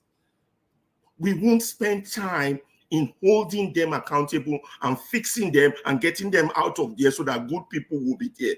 Because we spend too much time on justifying why they are doing what they are doing, even though we have seen what they are doing is taking us down the drain. That's the problem here you have, forefather, and that's why I get into it with you. I'm talking to you now. I'm dead serious. You understand? If me and you agree, I need you. I have analyzed the Nigerian problem for you in terms of numbers. There are 100 of us. 10 of us are educated. Out of that 10, 8 are like our leaders. 8. Only 2 of us think in the right direction. But we can't make the country move unless I get 6 or 4 out of that 8 to my side. So last year, you promised you were going to be different. Now you're going back into what you were last year. You understand? If I get you on my side, it's good for me. You understand? Not just the other 9. The more people we get on our side, the more we can change. The more a louder voice can echo to this nuisance that are ruling us. That this is insane. Nobody does this anymore. The faster we can get them out, the better we can get our people on track. But when me and you get into this back and forth, why they are doing what they are doing and what they are doing makes so much sense and it's taking us to nowhere, in your own opinion, it's taking us to somewhere, and I'm arguing with you that it's taking us to nowhere, me and you lose. They win. Then they win the next election. Then they there for another 8 years. When did I leave Nigeria? 24 years went boom, boom, boom. I've been gone for more than 30 years. You understand? It goes so fast. This is a generation down the drain. We got to stop the bleeding. We don't have electricity not because we can't produce it. Electricity is a scientific product. Human hands made it. We have humans, we have hands. This is basic like that. The only reason we're not producing it is because somebody is stealing the money to produce it. Period. Any other argument falls under the drain. All this graph, whether they pay this amount in China or Japan, and we should have this equal amount, it's all these economic theories they bring in don't make no sense. And when we spend time here doing that, we take away from our people. We won't get to that destination. When you argue that we want inaction because we are pushing back, it's not that. The quicker I convince you, the more people we get on board, the more that thinks like me, the more that speaks like Dele Faronti me, the more, the better for that country. The better. People are suffering. I might not be able to help them now, but before I go to my grave, I have a voice. Let people hear me. When you push back, you don't let them hear me. There might be a child listening. I might make a Martin Luther King out of somebody, a Malcolm X out of somebody, just because they heard the right thing. And that Malcolm X might be the one that will save that country. You don't know. But when we keep excusing madness, because what goes on with our leaders now is nothing but pure madness. Unless you disagree with me on that. And I need you to be on my side. I need Kulata on my side. I need one Nigeria on my side. You know how many people we fought at Luta together during the days of Babangida? Where are they now? Everybody is keeping quiet. Majority of them are professors. Why are they not talking? We fought Babangida, we fought Abacha together. We did Aluta. 2 years I was expelled from school. The same union that Dele Faronti came out from, I came out from that union. You understand? Where are those people now? Why is it only Dele that is talking? Come on, forefather, this is not a joke. This issue is serious, and let's please take it serious. That's all I have to say. One fast thing. I don't want to dilute anything again. I just want to take it to my sleep. What Alaba just said. Good night, everyone. Thank you very much. Yeah, good night. Thank you for coming to spend time with us. Ferreira or Alaba, look, if we are going for a journey, we need people who have standard. Anybody who can be bought and sold, or anybody who is a bigot, I will not stand beside that person to fight. Because anybody, so far as you're a human being, you are my brother, you are my sister, and I fight for you. But a person that is a bigot and a person that you cannot trust, there's one thing I love about Vladimir Putin. He hates people who betray people. One thing I know, maybe I'll talk that based on my own. A man is innocent till proven guilty. But once a man is burnt, you can never ever be trusted. Trust is like a glass. Once it breaks, you cannot seal it again. So all these, some people you call here, some of them are bigots, and I don't stand with bigots. If my own my own people misbehave, I'll look into the. I tell my papa now. My papa messed up one time. I look into it and told him to his face, and he told my son, "Thank you." So I don't stand with bigots. So anybody who is a bigot who comes around here, I can't stand to fight with that kind of a person. Hey, listen, Thank you for that. I agree with that. Let me tell you something. There's a girl that works at the gym that I go to. I go to a gym in Oriental Hotel, and you know, she knows one of my girlfriends who's from Oshun. She does real estate, and she said, "Hey, listen, can you help me get a flat?" I said, "How much you need to pay?" She said, "No more than 200,000 or something like that." And I said, "Damn, what am I gonna help? How am I gonna help her? How am I gonna help her? Because there's nothing that is in this general area that she could afford." I don't come to Nigeria to live better than everybody. I want everybody to be able to have something. I want the girl that serves me my drinks at the gym to be able to afford to live by the gym. I don't want her to have to come all the way from past Aja to come to the gym where she has to work and has to come 2.5 hours because she can't afford to live where we live. She should be able to get something also where we live. And so I understand where you're coming from, forefathers, but everything can't be built on the backs of diasporans. The people that work and service us, that do my hair, that do my nails, they shouldn't have to come all the way from the mainland where they live to come work. They should be able to find a place where they could afford as well. And that's just my thoughts. I think Sho said something about what I was saying, that Nigerians should pay 0.8 as much as the Chinese. I said we should walk up in that direction, that when we do that, we're going to catch up with where they all. Because when I go to Nigeria, one of the things I see is that it's almost as if we are living in a sub-economy where the whole world is operating at a certain level. We are operating, everything is cheap. It's like, and our GDP, everything is so low compared to the rest of the world. And that is because everything has been kept that low. And some of this description that Loco just gave just now, if you remove the context that we are in Nigeria, it will apply to the UK too. Like energy cost and all those problems people are having, it will apply to the UK too. Because they were having that debate in the UK too. The idea that, and I think whenever you try to make you try to suggest some difficult path to solve a problem in the context of Nigeria, because there are corrupt people in the middle of the country or people running the country, everybody just say, "Oh, don't go." But the only thing that works is get rid of the leadership, get a leader they trust, and then everything will be okay. But personally, I believe in that. But if you cannot get there, you have to find other ways of solving that problem, because in the meantime, people are dying, people are getting kidnapped, all kinds of nonsense is going on. So whatever good you can get out of it right now, you get it out. And I feel like there is this level of where people just like professors of creating problems for every solution. Whenever there is any problem, they find something, the reason why it should never go ahead. You tell them to recruit and make their security forces strong, they'll find an excuse for it. You tell them that they remove subsidy from electricity so that we can be able to bring private people into electricity. Oh no, don't do that. Almost anything is paralysis in the context of Nigeria. And we wonder why nothing works. We are all contributing to the reason why the nation is dysfunctional. I've said it before. Every immoral act we commit is like somebody being in a swimming pool, pissing in that swimming pool. And by the time everybody starts pissing in that swimming pool, guess what's going to happen? We're all going to be swimming in our filth. And if we are not careful, we're going to drown in our filth. One of the reasons, my reason for being here, people think I'm here being political. The idea that you're even calling me an Agbado person, it's okay. I'll take that. The idea you're calling me, you think I'm here being political. Can I finish what I'm saying? Can I finish what I'm saying, please? Can I ask a question? Can I finish what I'm saying? No, please. This is what I don't like. People blocking me. I just want to ask a question, Father. Can I finish what I'm saying? You can ask your question when I finish what I'm saying. The idea that you're calling me an Agbado person, I don't care about politics. I don't care about religion.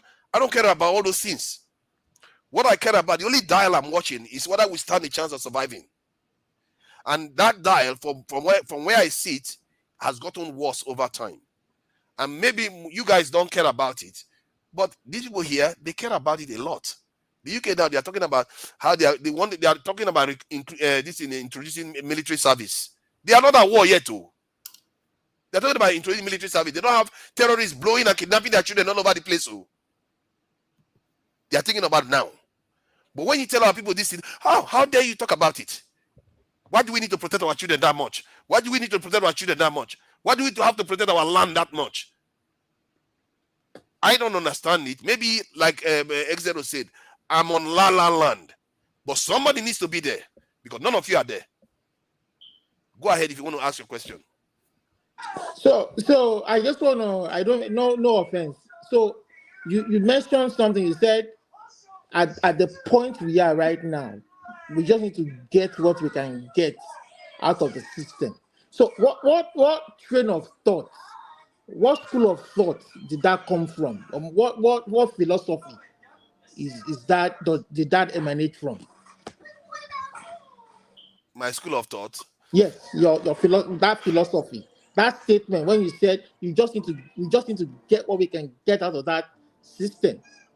You understand? So with regards to that policy, that electric tariff policy that they say that that guy, the government just made. So what school of thought or philosophy guides that statement that you made?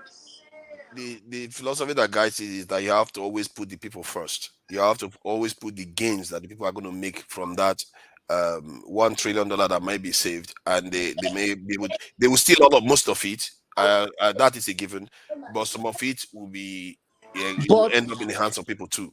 Okay, so, fine. But are you listening to the other 9 people on the panel or their own side of the story, or you just feel no? You see, what is good that you're asking these questions.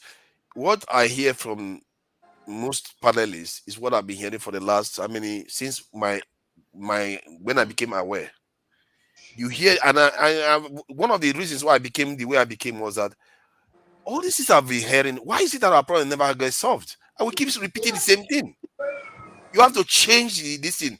You have to find some other reason why the problem remains. And I really wish people would take their time to find out why is it that you cannot pretend as if this is not what Nigerians have been saying for the last 20 years or 30 or 40 years. That's exactly what we've been saying. Why are we not asking ourselves, why are we repeating the same thing over and over again and not questioning maybe there's something wrong here that we are not correcting? Because like when I talked about the ASU strike, when they keep striking, and all it took now maybe to remove this strike now is to student loans. Why did they not fight for that a long time ago? They are professors. They are supposed to be wise. All of them travel overseas. It took only Agbado to come in and say student loans to manage to solve this problem. I don't know. My problem is that when we keep having the same conversation and not leading anywhere, maybe some people should be, throwing some things out there. Think out of the box. Try to find out why things are not working, because you might stumble across a solution that nobody has been looking at before now. That's why I like to hear people out, and this goes to what happened earlier on today. People might think that I'm just trying to be facetious, but you have to hear people out because you don't know what they are saying, whether that might lead to the solution. And I hope people discuss these type of things honestly, because I'm not here for politics, and the idea that I'm for political parties and all the rest of it, I don't care about that. If I was for political party, I wouldn't be here. I assure you, I don't care. There are other things that fascinate me far more. So if who else wants to go next, they can go. Okay, see, this student we are talking about. See, first, it's not that I'm against it, but in the Nigerian context, I'm against it totally, because see, students, they take loan to fund their education and all that stuff, and they graduate, no job. You are giving somebody loan.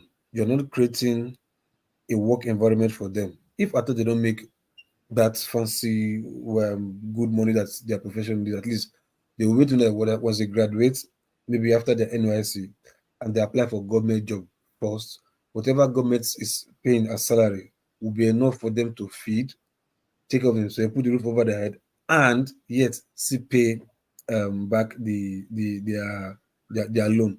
And they're not paying it like, oh, this is how much I'm having. Give me the loan in bulk.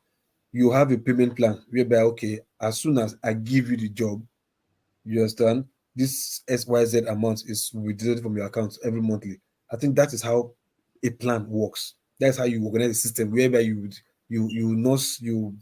think from start to finish. That's a plan. But telling me that I will take what's called loan, go to school, not even sure the quality of the education, which is a subject for another matter to be discussed, not even sure for the type of education I'm having, which I'm not sure if it can put food on my table. But assuming, putting all taking all obstacles away and get the job, who's going to provide a job? The government that is not even having job what's called creating environment for the youth. So why you are supporting student loan? What is the back end for me to pay this back? As inconveniently, without going through stress, fighting or doing whatever I can, which will push me to maybe delve into Sorry, you don't stuff. support the student loan? No. See, look, the thing is, for my own thing is right. Everything is good. It's only bad when the system you're putting it is not okay. It's not functioning well. Whatever policy you want to talk is good, is doable. But if you refuse it in your system, how is it going to materialize, good or bad? If it's going to materialize negatively, then it's a bad policy. The system with which you're going to, have that policy manifest is not good. That system is a wrong system, so which definitely will still, kill your policy. So getting the loan is good, subsidy is good, but the system with which we apply it is totally wrong. That's why I'm against it. It goes back to what I said. Something is bad, so we have to be against it. I don't know. Sorry for that. Sorry, questions. It's bad. What about why instead of okay, don't be against it? Why not like, okay, yes, I don't want you to be against it. Okay, but I want to provide the solution for what your complaints are. Why not looking from that direction? Okay, you're against it. Yes, people will definitely oppose it, but your opposition is what? Is it genuine? Yes. Okay, what is my solution? What am I supposed to do so that I will solve From that what I thing? gather, the student loan is they give you the loan and you are supposed to get a certain type of job that you have to earn a certain amount, like they do in the West here, before you start paying back. Good. My question: who's provided that job? Maybe the person that is a graduate that creates a business. Oh, so that means every student who took a loan now, their end post is not to work for any firm. Their own is to get money to do what? To go. So how would they create the business? Who's going to give them money to create the business? I think you have to educate your people, your masses. Then anybody that creates job will have the workforce to be able to work in that environment. Part of the reasons why people don't create jobs in certain environment is because the workforce is not present there. You see what I mean? The workforce is there. Sorry, if the workforce is not there, we would have been having graduates becoming TikTokers. We would have been having graduates killing themselves, doing all sorts of whatever to get into big world in Nigeria. We would have been having graduates sleeping with one another to get into movie roles, skit making roles. No, I agree with you on that one. I agree with you that the enough jobs are not there, and I can give you a solution for that way. You can create 2 million jobs that is going to stimulate maybe another 5 million. But most people are going to be against it, but because we don't like anything being done. Can I comment? There is an element of paralysis going on in Nigeria that seems to can I comment on the student loan issue, please? You see, like you said, Loco, you're right. All policies are good, but policies have an intended purpose.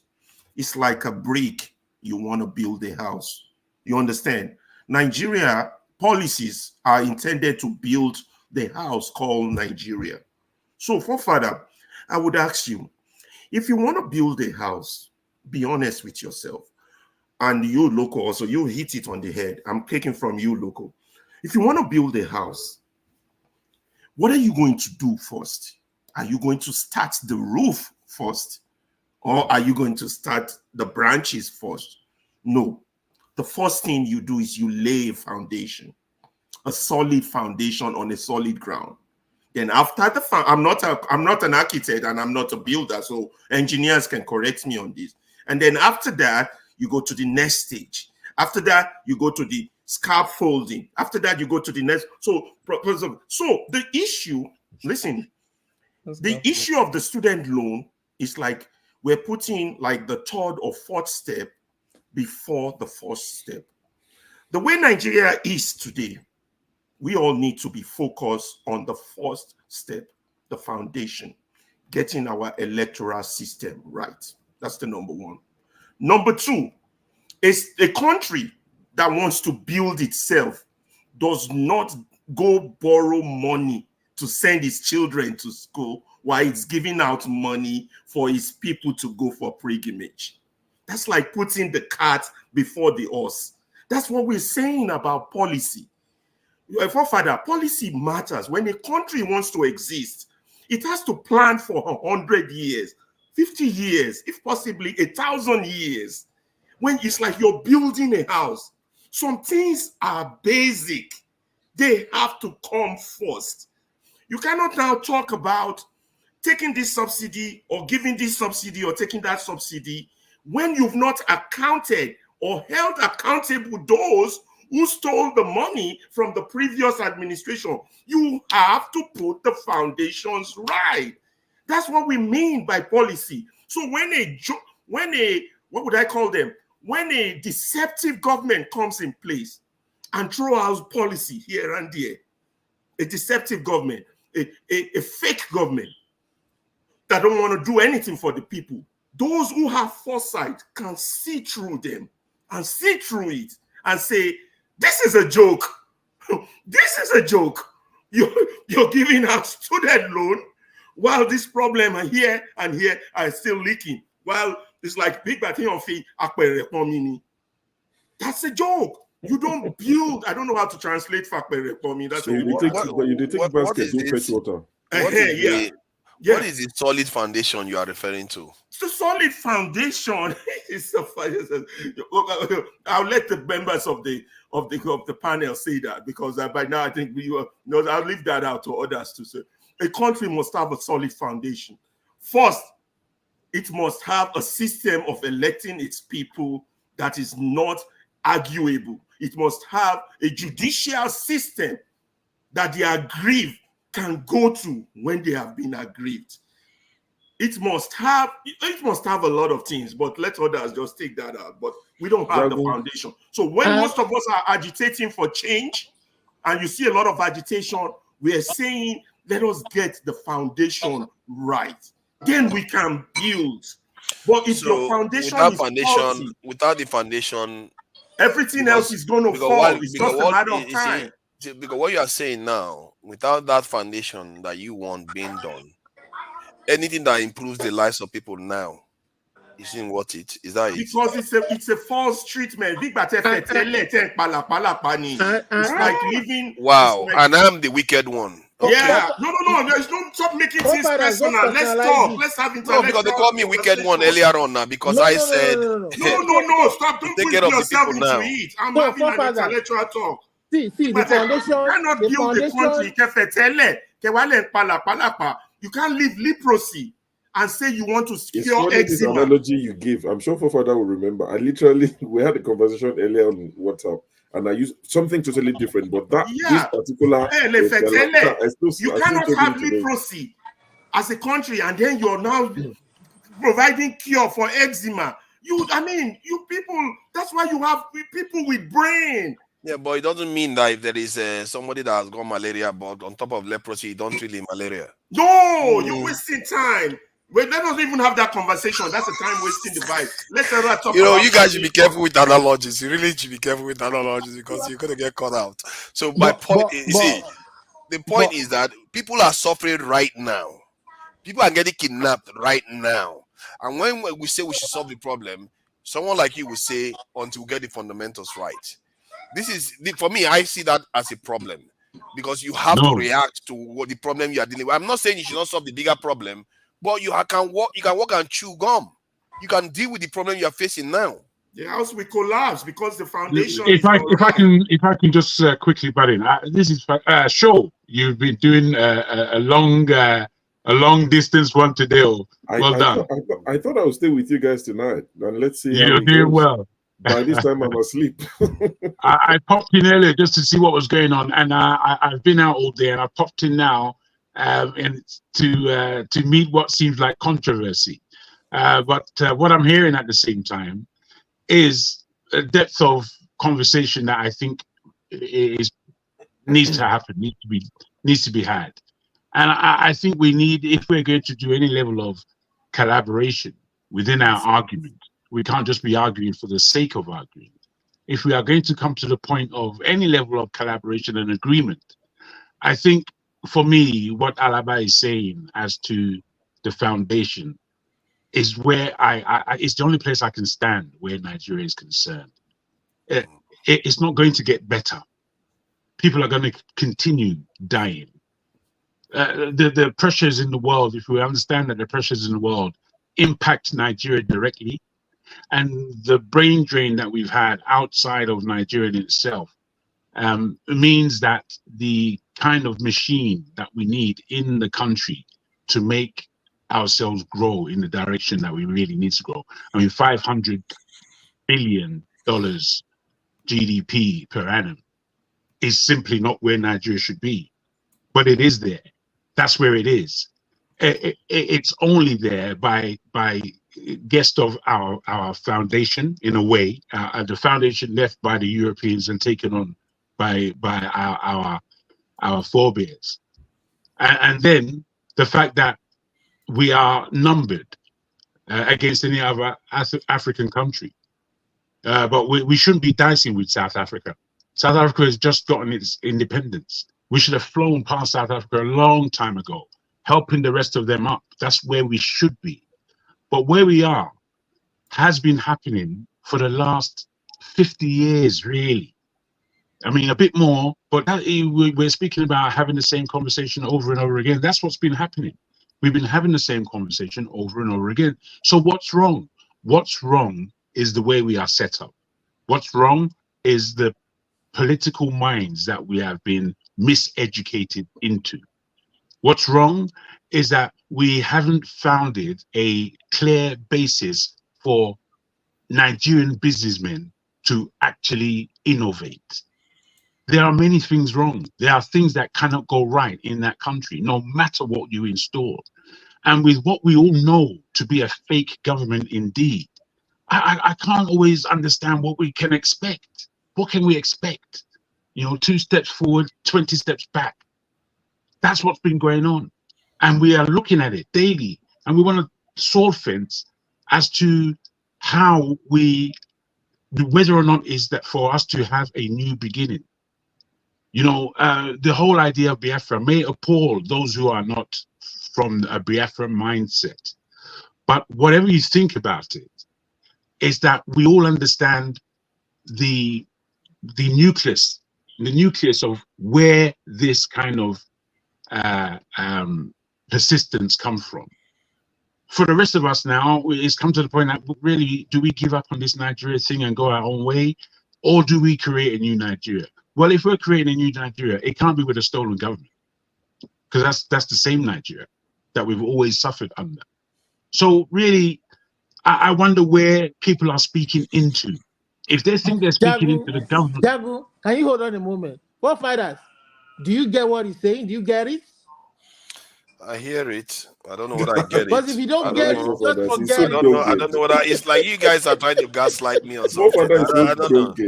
You don't get it. If I ask you now, what motivates me? Can you tell me? What motivates? What motivates me? Where I'm coming from? All my opinion, where the source is coming from. Do you know?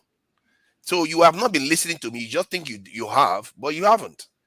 And you are asking me, I'm telling you, I'm listening to what he's saying. I can tell you some of it. But it doesn't mean that the way I would interpret it is the same. I don't believe, I always err on the side of the greater good. And the idea that everybody will like, I feel like, just ask yourself, If your opinion means that you don't get to do anything, ask yourself whether that's a good opinion. But it will be better for you to do the right thing. I mean, not do anything at all rather than do the wrong thing. I guess what most people are saying is let's dismantle what's on ground and start all over. But what you're saying is let's keep building on what we have, and hopefully we can fix it that way.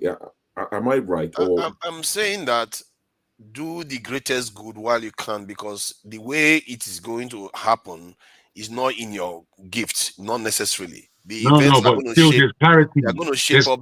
Sorry, forefather. The way Show has just put it is for the sake of clarity. You're saying most of us don't know where you're coming from. That means you don't listen. However, if you answer the question, it may help us to understand where you might be coming from. I mean, I don't take umbrage with where you're coming from, in that it seems to me, if I'm to join this argument, me and you have had our clashes. We don't have it anymore, because I just feel that whatever you say is whatever you say, is whatever you think, whatever you think. There's some things I may agree upon. Most things, realistically, I don't. And where I don't agree from is are these sound bites that you have collected in your minds, or are they steeped in principle at all? Because I'm a man of principle. Once I've understood where my principles lies, as in myself, then I know how to look at the world. When the world is totally unprincipled, as we know it to be today, from wherever we are in the planet, we know the world is completely unprincipled. Our prime minister in this country is unprincipled. The majority of the media is unprincipled. They're lying every time they speak. So this is the world we're living in. In order to protect Nigeria further, we have to really rebuild our psyche. And in order to do that, we cannot follow the psyche of thieves, barons, drug lords, prostitution gangs. We can't follow this. It doesn't take us where are you going with that? Where? I can't see it. So for me, one can argue all these stray arguments that doesn't tell them that, are you a Nigerian at all? Do you know what the fuck's going on? What's going on is that people are dying. And these people who are dying are part of our families. They're not just stray numbers or stray figures. They're family members. So when you put this together, you have to lay your ideals upon foundations of principle. If you're just taking sound bites from all and sundry social media, my brother, then you're what do they call it? It's Gen Z. When don't they know what they're going on with? What can tell you, say, man be woman? All this nonsense that is created in the world for us to spoil our minds with. I can't. I'm too old for that. I don't know where I got sound bites from, but no, I mean that's the way I put it. I like to think that I may be able to speak without necessarily having to get sound bites from anywhere. My point is that regarding the whether it's about doing something now or waiting while some people want to tear the system down, it's because while the system, sometimes you can tear a system down in a different way. You don't always have to, it doesn't have to be an obvious revolution that is very, very quick to happen. It can happen slowly. It can happen by building brick by brick if the people start changing. Or it can happen dramatically. I think what most people think is that they expect to see, while I was growing up, they keep talking about rollings and all that. They expect to see one day everything is washed clean.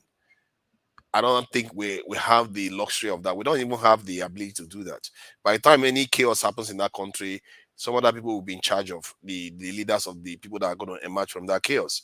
You are not going to be the one. You don't have the power to enforce that leader onto the people. The people that have more power will choose the leader for you, and they will carry on doing their bidding. Question you have to ask yourself is, what I believe is, if you change the people, and that's where me and Alaba agree, because he believes in sensitizing people to hold the leaders accountable and all the rest. If you change the people will force their leaders to do the right thing. I've even had people that know about these things. You can force the wrong person to do the right thing if they know they cannot get away with it. Tinubu cannot force Southerners to turn Christian. Why? Because the people in the South, their mind have turned, they are Christians. You can't change them. Can you imagine if those people say, today, we will not accept you stealing anymore? We know what you are doing. You are betraying us all the time. If those people change like that, the game is over for him. If he doesn't do what they want, they will remove him and put somebody else. So I believe that change can happen in different ways. However, maybe, just maybe, it's true that those people that believe that you have to tear the entire thing down before you build it back up may have their day. But in the context of the war we are in right now, given that we don't have the power, if Russia had a revolution, you can say Russia will get what they want. China has a revolution, they will get what they want. America has a revolution, they will get what they want. Nigeria has a revolution. We can't enforce it. Because the people that are going to fund, the people that will have the biggest guns that will be funded are not going to be doing our bidding. They are going to be doing the bidding of people that have the biggest guns in the world. That's my thinking. That's my own analysis. Because if I was the one sitting on the other side of the fence, and Nigeria, and they want to have the revolution and all the rest of it, I would just fund some people to go and take over the whole. Look at Egypt. Egypt, they had a revolution. Where are they now? A dictator is running the country. The same thing in the Arab Spring that you heard of. You know what it is. No, sorry. If I may, 15 seconds, I'm going to be done. Who controlled the outcome of the Arab Spring? Because the people that have power are the one that control the outcome. But if you change from within, they can't do that much. Please go ahead. Thank you, bro. I understand you. Your observations are accurate. They're right in certain ways in terms of, revolution. But what I will say to you, as far as Nigeria is concerned, the revolution that may or may not take place would have to be intellectual. As much as things are on the ground, it would have to be of an intellectual bias. And I tell you this for free, and it pleases me greatly that I'm not the only Nigerian thinking like I think, because for a long time I have felt that. But as I look around, not necessarily on this platform, but for where people are working diligently in their own. I'm doing my own shit, believe me. However, there are many Nigerians who are working diligently outside of the Nigerian spotlight in a way. However, they are able to interact within that marketplace.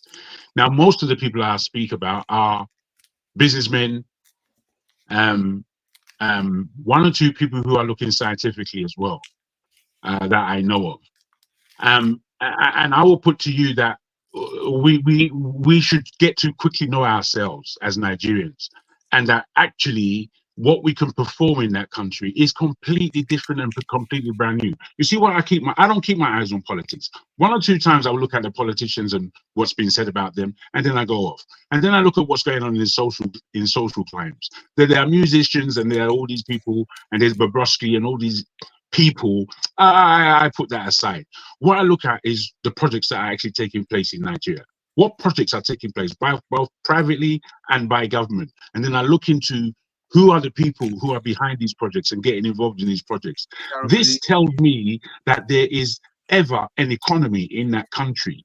If there is such, then we better know how to get a grasp of it, because the economy is better than guns. If you've got the economy, the people can take care of the economy under the 36 states of that country, we've got an eyeballs chance of running this thing. But the fear of that we shouldn't rock the boat. When the boat needs rocking, the boat needs hardcore rocking. We can't keep sailing like we're sailing in, as you put it, or everybody's pissed in it. We're sailing in muck, thinking it's going to take us anywhere. I'm really, I can't follow that. I can't follow that. I can't see, because I tell you why. I've been like this, looking at Nigeria since I was, let's say, 12 years old, knowing in my head that Nigeria is going to be the best country in the world. Today, I'm 57. What am I saying? Who am I going to be boasting to about Nigeria is going to change? It ain't changing nothing. It's only going to change if you are prepared to step into the game and change it. If you are prepared to get into that filth and dig out the filth and clean it out. That's the only way to change. Well, let me ask you then, because let's walk this through, because I see people being a little bit contradictory, because All I said was we can gradually ramp up the price of this. No, I'm not putting what I'm saying against you. I'm just saying. No, not you. No, you. I'm talking broadly. about the people in the chat. All I said was we will ramp up the price of this electricity in Nigeria to the level of China, so that we now belong to the global market of electricity production, where to make our electricity very, very resilient. People just lost it because things are going to be hard. But what you described as difficulties need to happen, we need to tear the whole system down. That is even going to be more traumatic. I didn't say tear the system down, bro. Okay, what did you I say? don't. I spoke specifically about the intellect of our people, and the fact that our intellect has to take us into those political climes, and the fact that we are business people as well. We have to engage in the economy of that country and making sure a lot of that economy is in our own pocket. You said something about the fields, that we needed to do something about. No, the filth being the total wreckage that we know Nigeria is. There's no point in pretending about it. Yes, there may be some glamour in Abuja. There may be some lights in Abia. There may be Lagos shining. However, it's 220 million people we're talking about, and most of them are suffering. So with this, knowing what state I'm from, and knowing that my state really should be one of the richest states in that country. However, it's something like, I don't know, 19th or some the point I'm trying to get to is that you said something about needing something drastic to happen. No, I didn't say drastic. I didn't use these words. What I'm saying is that, look, for 60 years, Nigeria has more or less been the same. It's made a couple of steps back. Apart from everything that has happened from the Nigerian climate has been based on individualism. It's individuals that make Nigeria shine, and that is not good enough. You understand? That's not good enough. If the government and the culture of this country is being led by individuals as opposed to the nation, then we've got a serious problem, because we know if the nation is with us as the individuals in the diaspora, as the individuals in the country, we're a force to be reckoned with. And this is before all these other paraphernalia that would speak of we be Nigerians. This is it. Well, everything you said now is something we've been saying for a long time. As I said, I'm joining in with the conversation as it was being had. This is my input. It's not something against you or against anyone. I'm just putting it out there. Yeah, I have to highlight this comment that said something good about me, because all day they've been knocking me left and right. All these people, don't worry, your days are coming. The day, one day, what I'm going to do, I'm going to put my predictions and all the things that are going to come to be. And when each of them keep happening, I will be taking them off one by one, so that people still understand what they are doing, what is wrong with their approach to sorting the issues out. See, I don't have any issue. For me, I don't know. I will ask everybody this same question. If somebody does something right, even if the person is bad, would you not accept the right thing that they've done? Nah, that's not a good premise. You will not accept it. But look, bro, let me ask you a question. In actual fact, do you feel that it is more important for you to stand alone and stand your ground, as the gentleman said? And I applaud anyone who can stand their ground. Don't get me wrong. I know what it is to stand your ground. But do you come to the point of wanting collaboration with your thoughts, or do you just want to be isolated and say, "I told you so," or "This is my camp"? I'm wondering why you're so proud of what that guy wrote. What's giving you the essence to highlight? I specifically gave reasoning behind it. I said because I've been beaten up all day. That's why I'm highlighting it. So regarding the why I feel I'm standing aloof, because whenever I try to share my own opinion on these things, people feel like I am being wicked and they call me on La La Land, all kinds of names that you are called. And in the end, I could answer that question that you in the end, the people I'm talking about are in the middle of it. I can give you an example of different conversations that it turns out that, okay, let's put it this way, like the issue of canal, when they were breaking houses to clear the canal, people were for not breaking the houses, and they were arguing against me.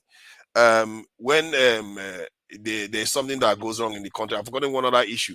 It goes on like that. When it comes to doing something in the country that solves problem, because the people that are doing it or the perception of the government is corrupt, it goes to the heart of the question. Just because there's corruption in the government, should they not do anything anymore? Okay, let me answer that question. But allow me to say hello to the panelists and those watching us and participating seriously on the comment section, of which you're digging out some points. Yesterday, let me make it clear that you and I were in a panel and you were hosting it, and we had a great session, and I focused like a laser beam on communication, right? For leadership as an attribute that's important. So you keep complaining, and you were complaining over there that you're misunderstood. Often you try to chicken out with that excuse, right? Everybody misunderstands you. But if you listen to Jegun, he spoke about symbolism a few minutes ago, so I'm gonna touch on that.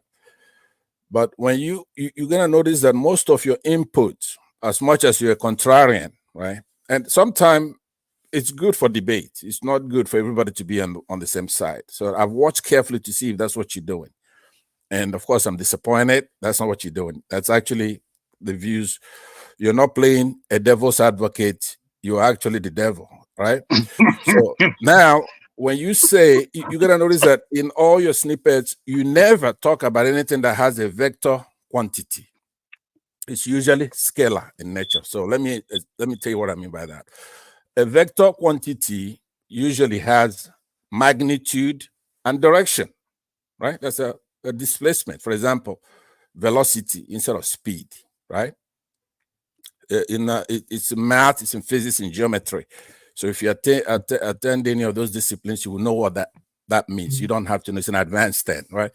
So when you know Nigeria is polarized, right? When most of the complaints, now that's what I'm going to come to Jegun's point, but what I'm going to advise you to do is to go and study the phenomenon. When you're talking about a multi-cultural society such as Nigeria, when you bring your ideas, for example, somebody did a good deed, like you said, to whom, right? It has to have a magnitude and it has to have a direction in that goodwill, right? Because it's a polarized country. If you're taking from so many people over here as a good actor, right, and then you're giving over there, and there's an imbalance, you don't get credit, even though you're doing a good deed. You're doing it for the nation. So this is where we come to Jegun's point that was very important, which is symbolism, right? When you see the complaints that we have about Nigeria, obviously nobody has a complaint about Nigeria because that entity itself has not formed. The idea is an idea. Nigeria is an idea. It can reach to a potential where we have a Nigeria, right? But we don't have a Nigeria. We have a bunch of actors. You were referring to vector, please. Let's get the direction right. Okay. So go ahead. No, what did you say? I was done with you the. Said you went into physics and talked about how vectors have quantity and direction. I'm listening to you. Right. So when I said when somebody does something good in the context of Nigeria to Nigerians, should you reject it because the government is corrupt? That was the point you were reacting to. No, that's what I'm saying. When you do something, it has to have, because you have various acts, you have tribes, for example, you have regions. Okay, so if a government such as we have today goes out there and build a bunch of ports, wharves in Lagos, right? They're doing a good thing, but the direction that those things are being done is lopsided. It's on one side, right? So a critic can then come in and criticize it. Do you understand what I'm saying? It's a good thing, but we need that good distributed all across the country, where you also an example. Do you want to cancel if I can just add to that, you see, a bad person with a reputation of being bad, who has a legacy of doing all kind of unscrupulous wicked and corruptive dealings. This man now comes to the fore, and all of a sudden he wants to appeal to some people. So he begins doing good, what seems to be good. But what is that good not to be questioned coming from this personality? And this being the case, you know, if an uncle wants to give a child a drink of Coke, but he doesn't actually offer the child a drink of Coke. He takes the Coke himself, but he doesn't offer it to the child. Now, the child may think that that's terrible of you, but in actual fact, he doesn't want the child to be hooked on Coke as a drink, and what it does to that child inside. Maybe when that child has grown, he'll come to the understanding, because he's now a fresh fruit drinker and he never drinks Coke. He's come to the understanding of why his uncle did that. But initially, the goodness in what his uncle was doing was seen as poor. You see, we cannot teach corruption. We cannot say that corruption wins. All that says that crime is the winner. Crime is the winner based on your principles. I think we are mistaking specific events or acts for the bigger picture. If somebody can do some good at this moment, it doesn't mean you trust them. It doesn't mean they've won anything. But that good stands on its own. If somebody says, okay, I'm going to give you student loan, but yeah, he goes on to do that student loan, but everything else he's doing is evil. That student loan stands on its own. Everything else is evil. You can judge him as an evil person, but that student loan is one of the good things he did. So that's the point. Okay, let me reclaim my time. You know, one of the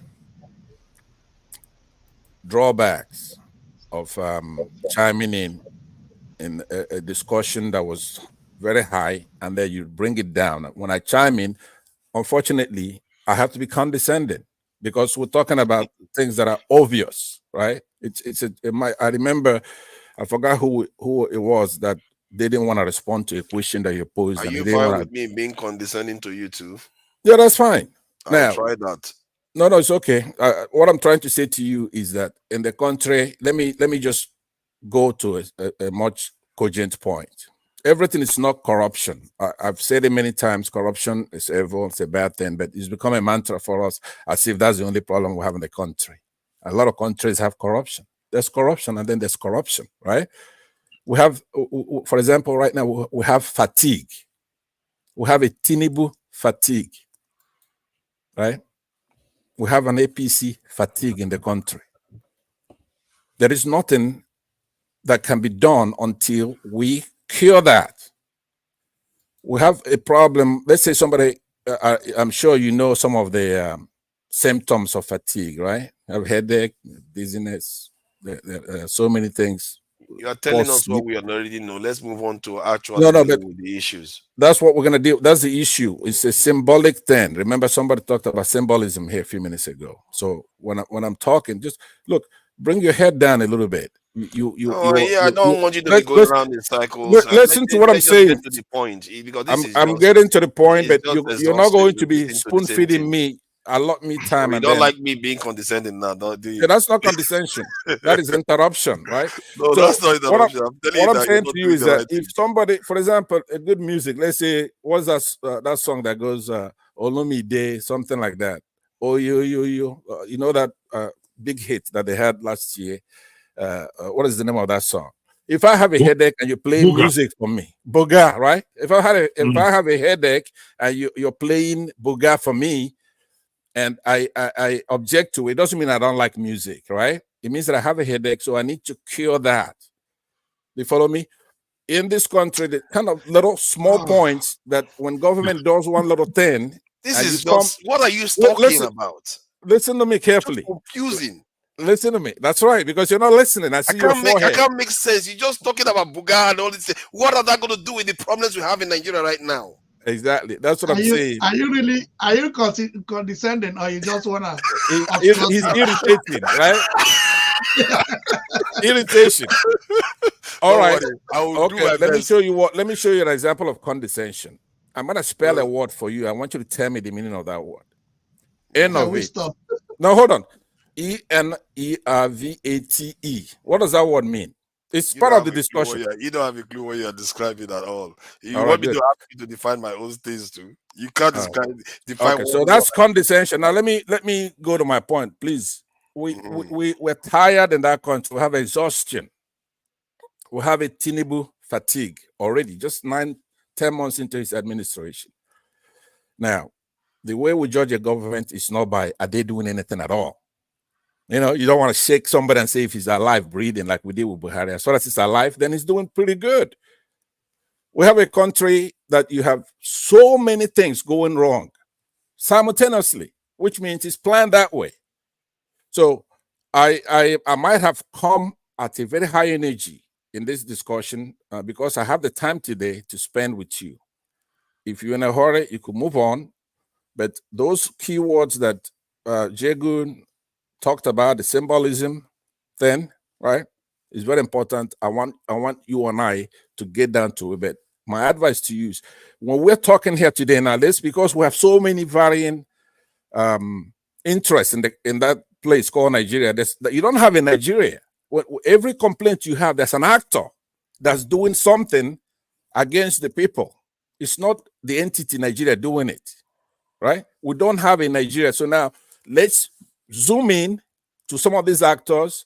And then, of course, somebody says, what's the solution, right? We cannot be as weak as we are. We can't be as timid as we are. Godless, wimpish, spineless. So we're going to have to, at some point, displace, right? It's one of my favorite words now. There has to be a displacement in the country. That's the only way you get work done. By the way, if you look at the definition of work, there has to be displacement, right? So we cannot keep complaining. There is not a Nigeria that's doing anything bad to anybody. You have a lot of interest in the country. Some of it are geographic. Some of it are religious in nature, tribal, and then individuals.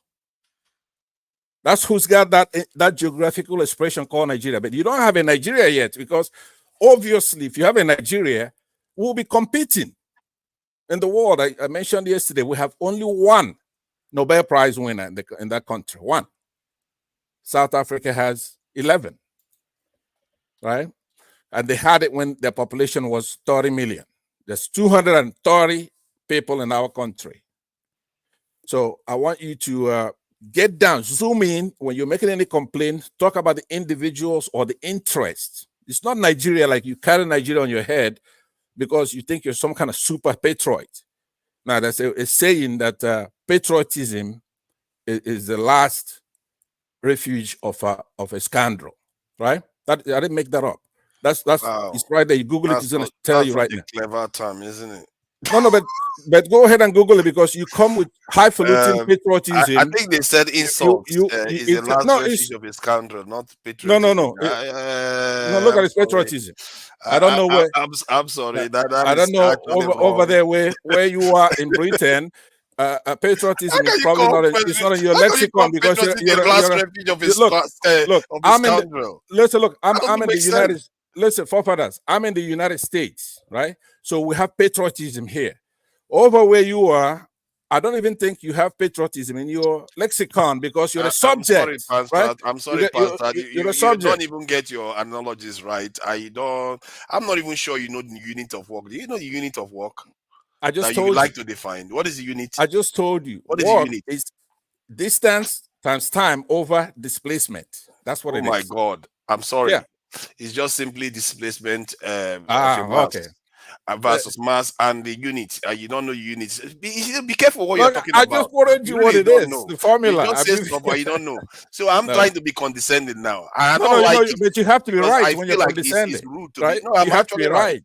It's actually rude to be condescending to people, but you're a good sport. I like that. No, but listen, you have to be right to be condescending. I gave you I'm right. Go ahead. The unit of work is joules, and work is supposed to be displacement of a mass over displacement of mass. Basically, that's what it is. All right. Well, that's the same what I said. You know, you over a distance. Unit of work is waiting. Are you there? But also, by the way, I'll go ahead and give you yield back. But Jagan also used the principle, right? Principle. You see all this guy, Chai, you are very, very happy when he calls me the devil. All this what they want you to talk when he's abusing me. No, but no, when look, I try to get by, they say, forefathers, let him talk, that's let not him talk, let abuse. him talk. It's You call known me a that devil. somebody plays a devil's advocate, right? So it's just a play on the word. Instead of being an advocate, you are actually playing the devil himself, right? It's not. It doesn't mean asige gotoka, right? Was playing the devil. He said asige gotoka get you right? Yeah, he didn't say that. He said I was the devil. Don't even start. He said I was the devil. Don't going on. So, but if I try to embarrass you with all the you cannot embarrass me. Look, he I literally also said the last refuge of a patriot is Are we just jumping in because I just came because of the conversation of welcome, Augustine. This conversation has gone down the drain. A lot of it has gone down the drain today. It's not been personally anyway. Yeah. I don't think is okay. Maybe it's meant to be like this. What can I say? But I prefer a conversation that actually gets us somewhere, that I learn something from. Have I learned anything from this other than? You have learned a lot, but I also I was going to talk about principle. But since you've already recognized Augustine, I want you to come back to me because I'm picking off of what Diego said. You have to look at those adjectives, right? Some of those things that he placed we talked about opinion, principle, symbolism. How those are huge things that we should use to talk about our country. See, it's not. Come back to me after you go to Augustine before you go to. I think I speak the truth came in first. It was no. Yeah, but just come back. It's a young man. Yeah, he's chilled out. Thank you. I speak the truth. So, forefather, I came in when the conversation was going so high, and like you were trying to compare UK, like when you mentioned about them using military service. The challenge I have is that the systems are not the same. The systems are not the same in the sense that no matter how you play politics in America, there are certain areas, the university where I work, there are a lot of Republicans and Democrats, but there are certain areas that you cannot play politics into. Like if a student is not measuring up, there is no politics. The person will, no matter where you belong, you will lose the grant. You will lose the ability to continue to be a student. If you miss number of classes, no matter the political party you belong, it will never make you to continue to be in that. So there are certain places. So the problem we have is the arrogant level of our politicians. They don't see themselves. You see, like one of the conferences, when I came earlier, I was coming from a conference. The president of the university was in that conference. When we were having refreshment, he was just like any other person. He was like any other person. But in Nigeria, you see a common counselor. He is demigod. How can you have a student loan? And the university community are not the ones championing this. You are still angry. You are still infighting with the university community, and you are giving them money. They will just allow you to bring those money in, and they will squander it. See, no matter what Tinubu does, if Tinubu refuses to come down from that high up to become a servant leader and meet people and talk about 2023 election, he will keep getting sabotaged. There is nothing wrong with somebody being a criminal. I don't have a problem with you being a criminal, in as much as you can acknowledge it and ask for forgiveness. So you cannot just feel that there is nothing you will rub on faces of Nigeria with that approach that will succeed. Now, if he had called the university community, I want to do this, let's talk about this. They will do their they will express their frustration. They will do all they want to do, but I said, I want us to talk about this. It might end up being, okay, let's give loan to people that are going to study agriculture. Let's give loan to those that are going to study civil engineering, on road construction. You are beginning something. That is ownership of your own thinking, ownership of your own education. Now, if you go and give loan and somebody studies, okay, now how much are you going to give in loan? One of the places where my cousin is studying in Abia State, the lodge was 250,000 as of last year. In January, the guy did it 450,000. So how much are you going to give them in loan to take care of all these variables? So there is no correlation. There is no holistic approach to things. You throw money to problems. It's not how to. A leader that throws money to a problem never solves a problem. You solve problem, not throwing money at them. Okay, thank you. I agree with you on that. You have to solve these problems, but the question is how we solve the problem. Some people want a big, boom for the problem to be solved, while some people want incremental. Me, I don't have the luxury of picking. I want anyone that works. Period. So, those that get the loan, would they be free to travel outside after graduation? I think they're free to travel. Yeah, you can be. Yeah, as a matter of fact, when you travel, you are more likely to be able to pay it off. So before you travel, I don't think. No, let's say they jackpot now. After you finish university, you are more likely to be able to pay the student loan off. So they will not have any problem with traveling. There are so many things, like there are so many Nigerians, that more than 50 Nigerians here that came under scholarship. Do you know that when I spoke with them, I told them that, guys, it's not just enough that you're here and government sponsored you. I want you to do something. You might not go back to Nigeria. Reach out to your universities. It will not cost you anything to put a plasma in your college and give a data and teach them why you're from here. Some of them tried it. The VC said, no, we don't need you to come here and give us your education. Okay, that's good. So, okay, now I think let's move on to a different topic, because this Nigerian space topic, I'm not sure I've learned too much today. Today has been a bit of, for me anyway, maybe some people enjoyed it. It has been too much of personal attacks and not much of. But I'm here now. I'm here now. Don't worry. I'm here now. Yeah. The discussion about aviation was quite fascinating. I think that's the one that really went into details, and we tried to get something going there. But there is this issue now that is going on. You all have heard about the 7 humanitarian workers that lost their lives in Israel. There are vehicles, 3 different vehicles targeted individually. The first one was hit by missile. Some of them survived that first hit, which I may be surprised, because they stopped when inside the car. And they survived. Some of them survived and escaped and went to the another car. The next car was hit. I think almost all of them lost their lives. Then the third car came on, and that one was completely wiped out too.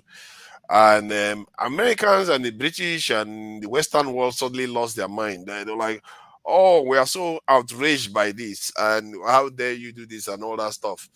They were not outraged when 32,000 people died.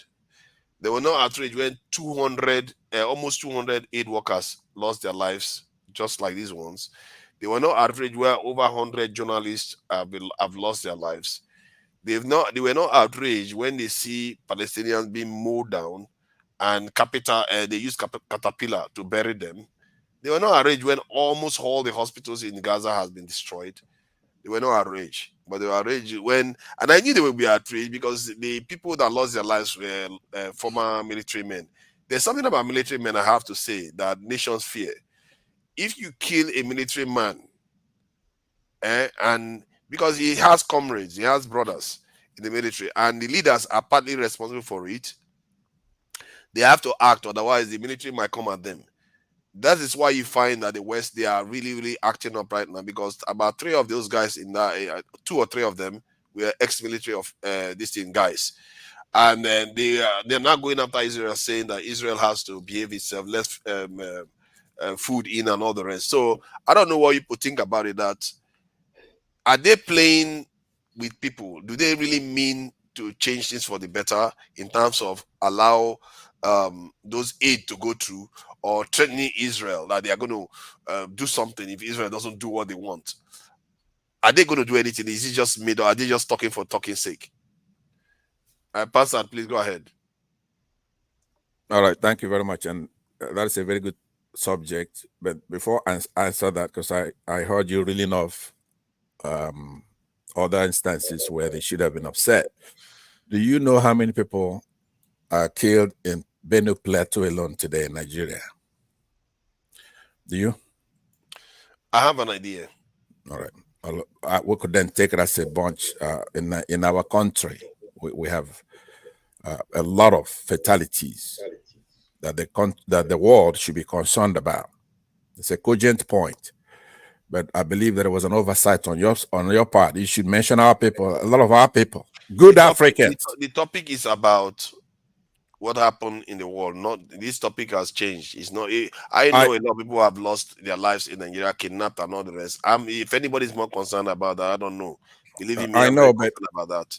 You were relating the very few people, relatively speaking, that were killed, and then the United States and the world are now more concerned, but they weren't concerned. Other magnitude, some cases much more, and they weren't concerned. It's the same thing. You should put us in there in those people that they should have been concerned about. But nevertheless, the main point that you want to elucidate is that, of course, it's mere talk. The United States have been a bad actor here, right? You see the Biden administration playing the same stupid games that Obama played when ISIS was menacing everybody. He pretended like, hey, look, we almost of equal power. How could we get this thing done? Whereas Trump came in and within 30 days, he stopped it, right? So Netanyahu is not listening. I mean, he's trying to embarrass the president of the United States, who is in turn giving him billions of dollars a year. Now, remember, when it comes to this conflict, I'm on the side of Israel, obviously, right? Against the Arab recalcitrants in bringing peace. But now, this is way over the top to go there massacring the number of people that they're doing with our tax dollars here in the United States. But, normally Israel won't be able to pull something like that off if our politicians are not deceitful. You cannot say that you cannot bring the Prime Minister of Israel to do the right thing. And we're all helplessly watching people getting massacred every day. That is way over the top. So there is a political movement. Just like I said, we have a Tinubu fatigue. We have a Biden fatigue here in the United States. It's unfortunate because in his youth, he was quite a vociferous speaker, but he has always been a hawk. But this time he's been deceitful because what would it take to pick up the phone and tell Netanyahu to cut it out? Stop that attack. Before he gets off that phone, they will stop the attack. So how else do you want to measure it? If they haven't stopped their attack, he hasn't told them to do it. So there is a political. And he's looking to sell them more weapons, even. And that's why Nancy Pelosi. I forgot to read that out. I forgot to read. So people understand the kind of weapons we are talking about here. America is looking to sell about 1,800 2,000-pound bombs. These bombs are heavier than some cars. One of them. These are things that are meant to really wreak havoc wherever they are. And 500 is this in smaller 500-gram kilogram this in bombs too, which is half a ton. Those are quite heavy too, and I think 500 pounds. Then there's also I think 23, if I'm not mistaken, one of their most advanced aircrafts. They want to sell 23 of them to Israel too. And this, for me, if you want to bring this to us now, this is what makes me feel like our leaders they are traitors to our people. Look at all the things America is giving Israel. Like, we don't even control one F-16. They are looking to give Israel one of their best aircrafts that they have. 23 of them. We don't even have. Israel has about 250 or so F-16s. I disagree with you. And these on people that are point. supposed to be our friends. Now, I disagree with you on that point, but let me do that at the end. What I'm saying is that the number that Biden, what you see a movement, right? There's coalition of forces try to stop Israel from doing what they're doing. By the way, I'm glad Black Beauty is here because I did want to say something to her earlier when she was here. I was busy, but anyway, forefathers, don't misunderstand me. My position is very clear. I'm against genocide because that's what we have going on there. However, Israel should have those weapons, but they shouldn't behave the way they're behaving right now, because we have a similar situation in our country where Muslims don't want us to have peace, right? You cannot go like what they did on October 7th, hop over the fence and go and kill innocent people who were partying and doing their thing. You're not supposed to do any terroristic activity at all. I'm not going to be for you on that. So, but now I'm supporting them, and don't make any mistake about it. It's just a limited area. But Israel has the right to exist. The United States should support Israel. So only democracy over there. I support Israel's right to defend itself. I actually support Israel's right to go after Hamas. Right. But don't destroy the people. Because what it seems to be going on right now is that they are using Hamas as an excuse to destroy the people and decimate them and find a way to move them away from that place. Exactly. Okay. Please let me conclude. How could that work without collateral damage? Oh, you can do that without killing 3,000 civilians. You can go after the tunnels. They are in tunnels. Yeah, maybe don't steal people's lands in the first place. No, but look, that's the place you can start from. Yeah, no, I'm just going at the rate, because if you go, if you want to go back, you're not going to get anywhere today. Yeah, no, but what I'm saying, I realize a lot of people here want to speak, and a lot of people here I respect, and I want to hear what they have to say. So please don't interrupt me again until I'm done, right? So what I'm saying to you is that this support I'm giving to these Muslims over there against the Jews there, it's very limited, but I am going to now appeal to them. In our country, do the right thing there. Stop terrorizing Nigerians. Let's try to build a country. Because if you want somebody to have sympathy for you, you have to be empathetic yourself. Okay, so now I will leave that alone and admonish Israel for the genocide that they're committing, then they ought to be ashamed of themselves. Yeah. So now I'll go back to, I want to talk to a Black Beauty about what she came on here and I said, oh, wow, what a sharp lady. We shouldn't change the topic. No, I just want to make a statement on that, and I'll leave it alone. Okay. But I noticed that she couched her statement in anecdotal evidence. And I was quite surprised that nobody was able to say to her, Boeing has how many aircrafts? Okay, let's just ratio. If Boeing has 1,000 aircrafts flying commercially, perhaps Airbus has maybe 30 or 40. Average. The gentleman gave us a chart earlier, and we did an average. I forget the gentleman's name that provided that to us. Was it the Blackstone? I think that was Paul or the Blackstone. Yeah. What was the numbers for the ratio wise? Well, they had it was per million. Do I still have the chart? Let me see. I think I still have it. Yeah, I still have it. airsafe.com/event/model/rate. And what we found was that Airbus is operating 6 different vessels, and that their events, which could be defined as fatal crashes per million, that's what they have. Out of the 6 vessels that they're running, and they do have amounts, like they do have numbers. So they have the amount of flights, so 6.5 million, 5.1 million flights for Airbus A330. It's like a detailed chart. What we found was that Airbus, on average, has an event 7.3% of the time, and Boeing has events 21.6% of the time when they're running 16 different vessels. Okay, but here's a problem with that statistic, right? If I have one vessel and I have an event, right, I will be 100%. But if you had if you had 1,000, correct, right, and you have 2, so the magnitude is what we should be looking at. How many aircrafts does Boeing have in operating, right? How many? And then how many does 16 different vessels, aircrafts operating? But one other gentleman said, I think his name is Exero, he said that there was only one aircraft that was having the major issues over the last couple months, which is like a something max. I forget what it's called. But because I just stole a couple of minutes to engage you on that. The only thing I have to say to you is that when you come out on a platform to talk about such grave issues, right? Your sources should be primary sourced. It should be primary source material. It should be like FAA here in the United States. Please. No. It has to be primary source, not even credible source. So not media. Not only media, even credible source is not enough. In this case, you have to have primary source, right? Wall Street And you have to, ma'am, please.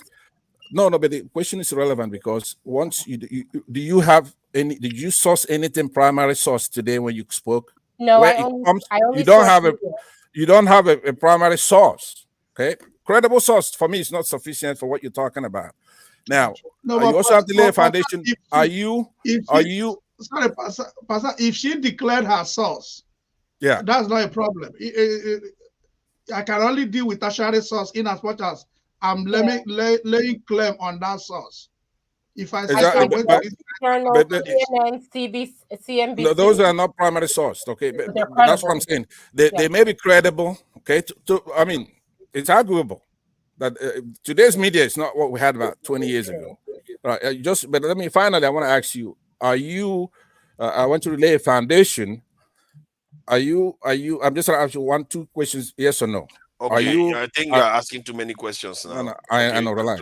Try to round it up. Okay, thank you. By the way, I appreciate that courtesy. So, Miss Black Beauty, and of course you're Black Beauty. Nobody could doubt that. The question I have for you: are you? I want you to lay a foundation. Are you affiliated with any organization that may benefit from? No, not at all. I'm just a patron looking to fly safely. Only okay.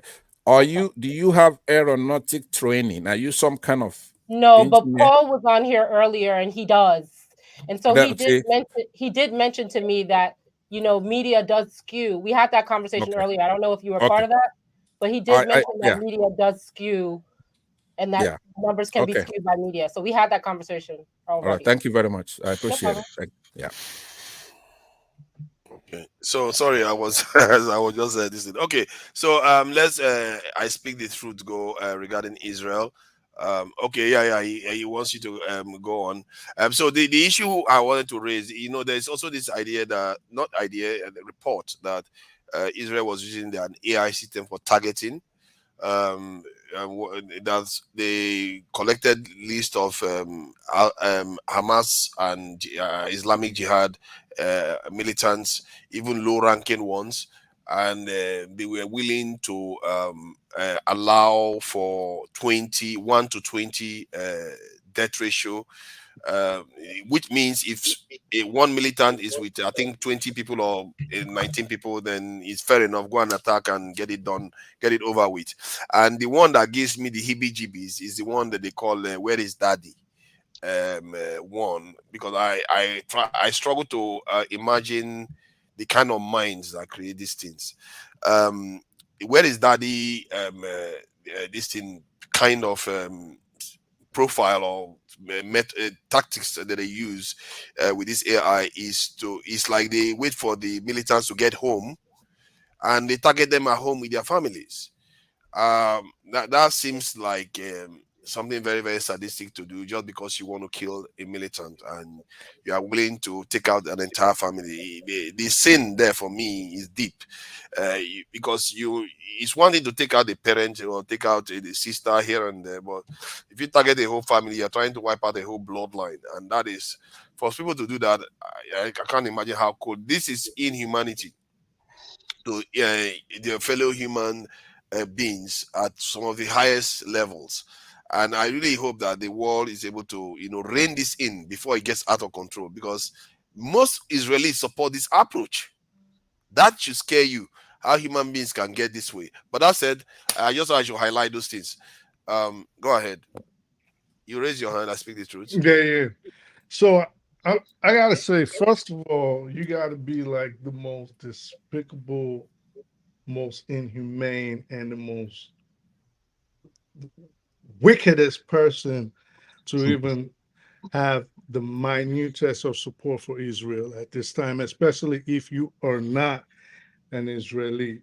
I don't think in the history of, any time in modern history, not even the Nazis, have we seen such vicious and wicked acts from any country, especially that claims to be the democracy of the Middle East.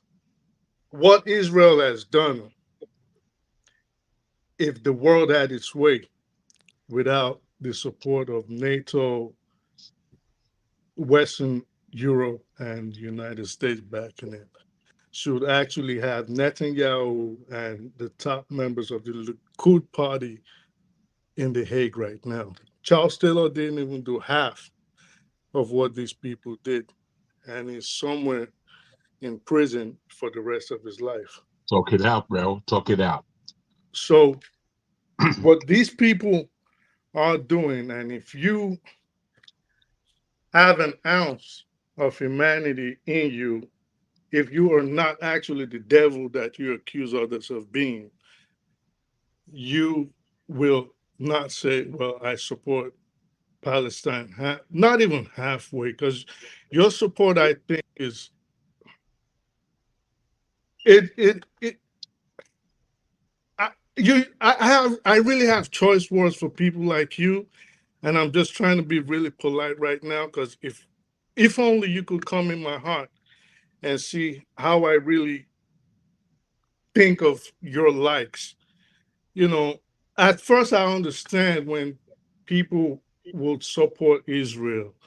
You know, a lot of people mistakenly thought it was a Christian nation, and you know, a lot of people have been brainwashed. But these days we have the information, a lot of information has been exposed, and people are becoming aware that, okay, well, in fact, Israel does not like Christians. In fact, they prefer Muslims to Christians. Not like that does any of those groups any good, but in terms of how they look at them. So for someone as like yourself that is obviously very intelligent and versed, even though your approach of certain things could be, and this is with all due respect, idiotic. I don't think anybody in their right mind should go with Israel right now. And to forefathers, what you were saying about the United States giving weapons to Israel, it is just lip service. They're going to give Israel that weapon. Those weapons, they already budgeted almost $18 billion or slightly over $18 billion in weapons. There's no other reasons they want the weapons. They are planning for long-term control of that part of the Middle East. And Israel is trying their best to escalate. And why is Israel trying their best to escalate the strife in the Middle East? Well, Netanyahu knows the day the last bullet is fired in that part of the Middle East, he's headed to prison, which was where he was supposed to be headed to before he decided to, well, I wouldn't say he orchestrated October 11th. In the future, we will know, just like 9/11. But before October 11th happened, he was on his way to prison, and he knew it. And that is why he's doing his best to make sure that this carnage keeps going and he's escalating. And like you rightfully said, a lot of Israelis are behind him in a nationalistic approach, foolhardy, I might say, by the way. And lately, in the last few days, he attacked Iran. He went into Iran, well, not Iran, he attacked the Syrian embassy in Damascus, the Iranian embassy in Damascus, and killed top Iranian generals in hopes that it'll escalate. Well, if I was the Iranians, what I would do if I was Ayatollah Khomeini and co, I would not attack back.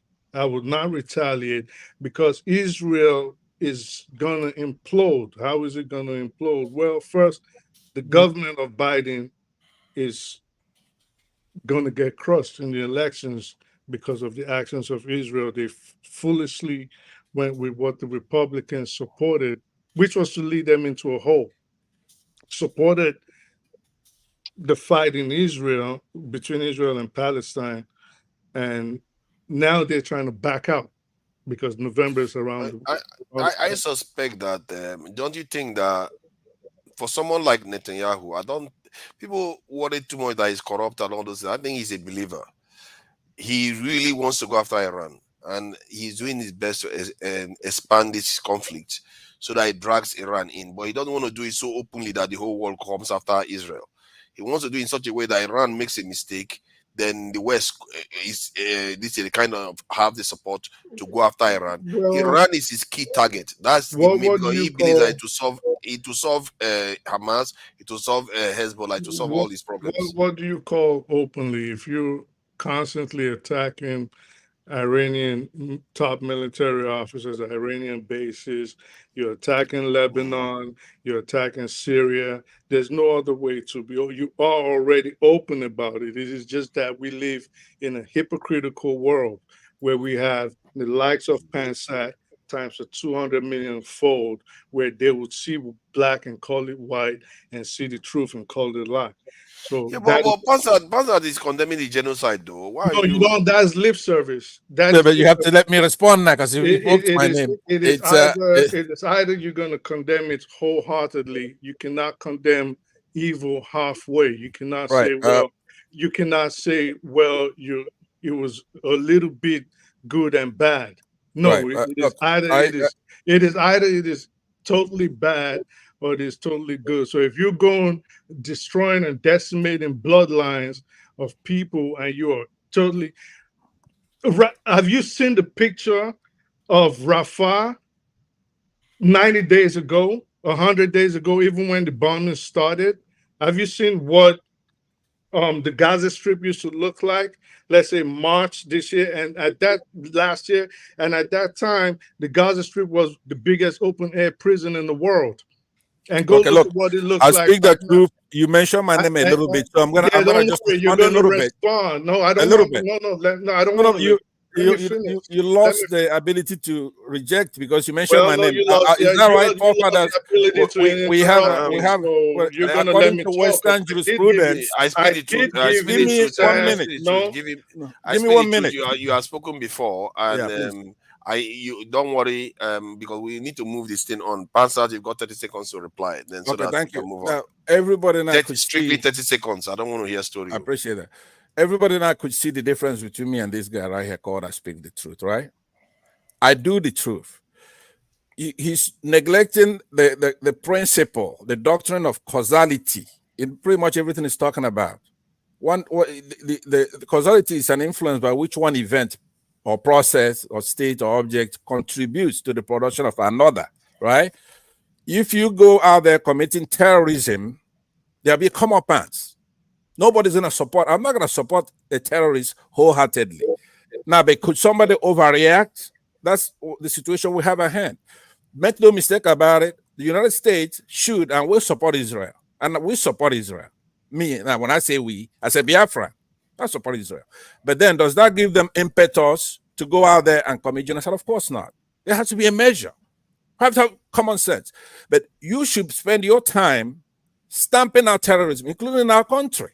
Okay, time. Right? You cannot commit terror and then just. But I want to come back to that discussion. Yeah. So we'll come back if you have to talk about, if you have to talk for about, no, I don't have a question. I have a statement for you. If you have to talk about causality, then we have to go back to what caused the Palestinians to carry out October 7th, and what caused the Palestinians to carry out October 7th was all the evil they've been going through the last 75 years. Like I said, they've been living in the biggest open air prison in the world. They've been having relatives killed. Israel did not start this today. There's Palestinians that spent all their youth up to their 30s in Israeli prisons. They just snatch them up as 10-year-olds and go dump them in prison somewhere. We see it every day. If you don't let me respond. Let me finish. Try to keep it brief so that I speak to keep it brief so that others can speak. Let's be exactly. But I give my time up twice, so I think I deserve. Yeah, but how long is your time? You've been speaking for how long now? Well, I've been speaking probably like 3 minutes. It's not only 3 minutes. is going to this thing. Okay, just use 2 minutes. You know what? So Nah, go ahead. Do your thing. Go ahead. Yeah, Keep talking. because so others can speak, so it goes round. How many I minutes think do I have to Augustine. respond? You don't have any second to respond. Augustine, you want to add something to this? Personally, I wouldn't want to add anything to it, because anything I'm going to add is going to be around sentiment. Is it because you're a pastor? No, it's going to be sentiment, because I know that when you talk about world politics, it's a matter of interest. And I'm against war. I'm against the taking of life, because I know that life is supreme thing. And I believe that all these things, if you take away selfishness and interest, these things can all be resolved. But when we begin to support one party against the other party, even if you go to the genesis of the whole issue, it could have been resolved that first day. So it has always been cause and effect. It has always been that way. So I wouldn't want to. And there's no way, nobody would negate the fact that Israel will be supported by America, because Israel have done a lot for America. So, it is reasonable that they give back to what they have received, and that is interest. Sorry, Just what like has Israel given to America, by the way? I'm not very clear on that. Okay, let's talk about the economy of America. What has Israel given to America that I'm curious. I could volunteer if you want me to tell you. You want me to tell you? If you have America existed even before Hitler. America existed before the Jews became ubiquitous all over the world. So I don't know what you mean by Israel helping America. The friendship between America and Israel has not always been America gaining. So both parties have been gaining from their friendship. Right. If you put it that way, it's different now than saying America is gaining a lot from Israel. I don't know. And they're not getting a lot. The statement is not that much, oh.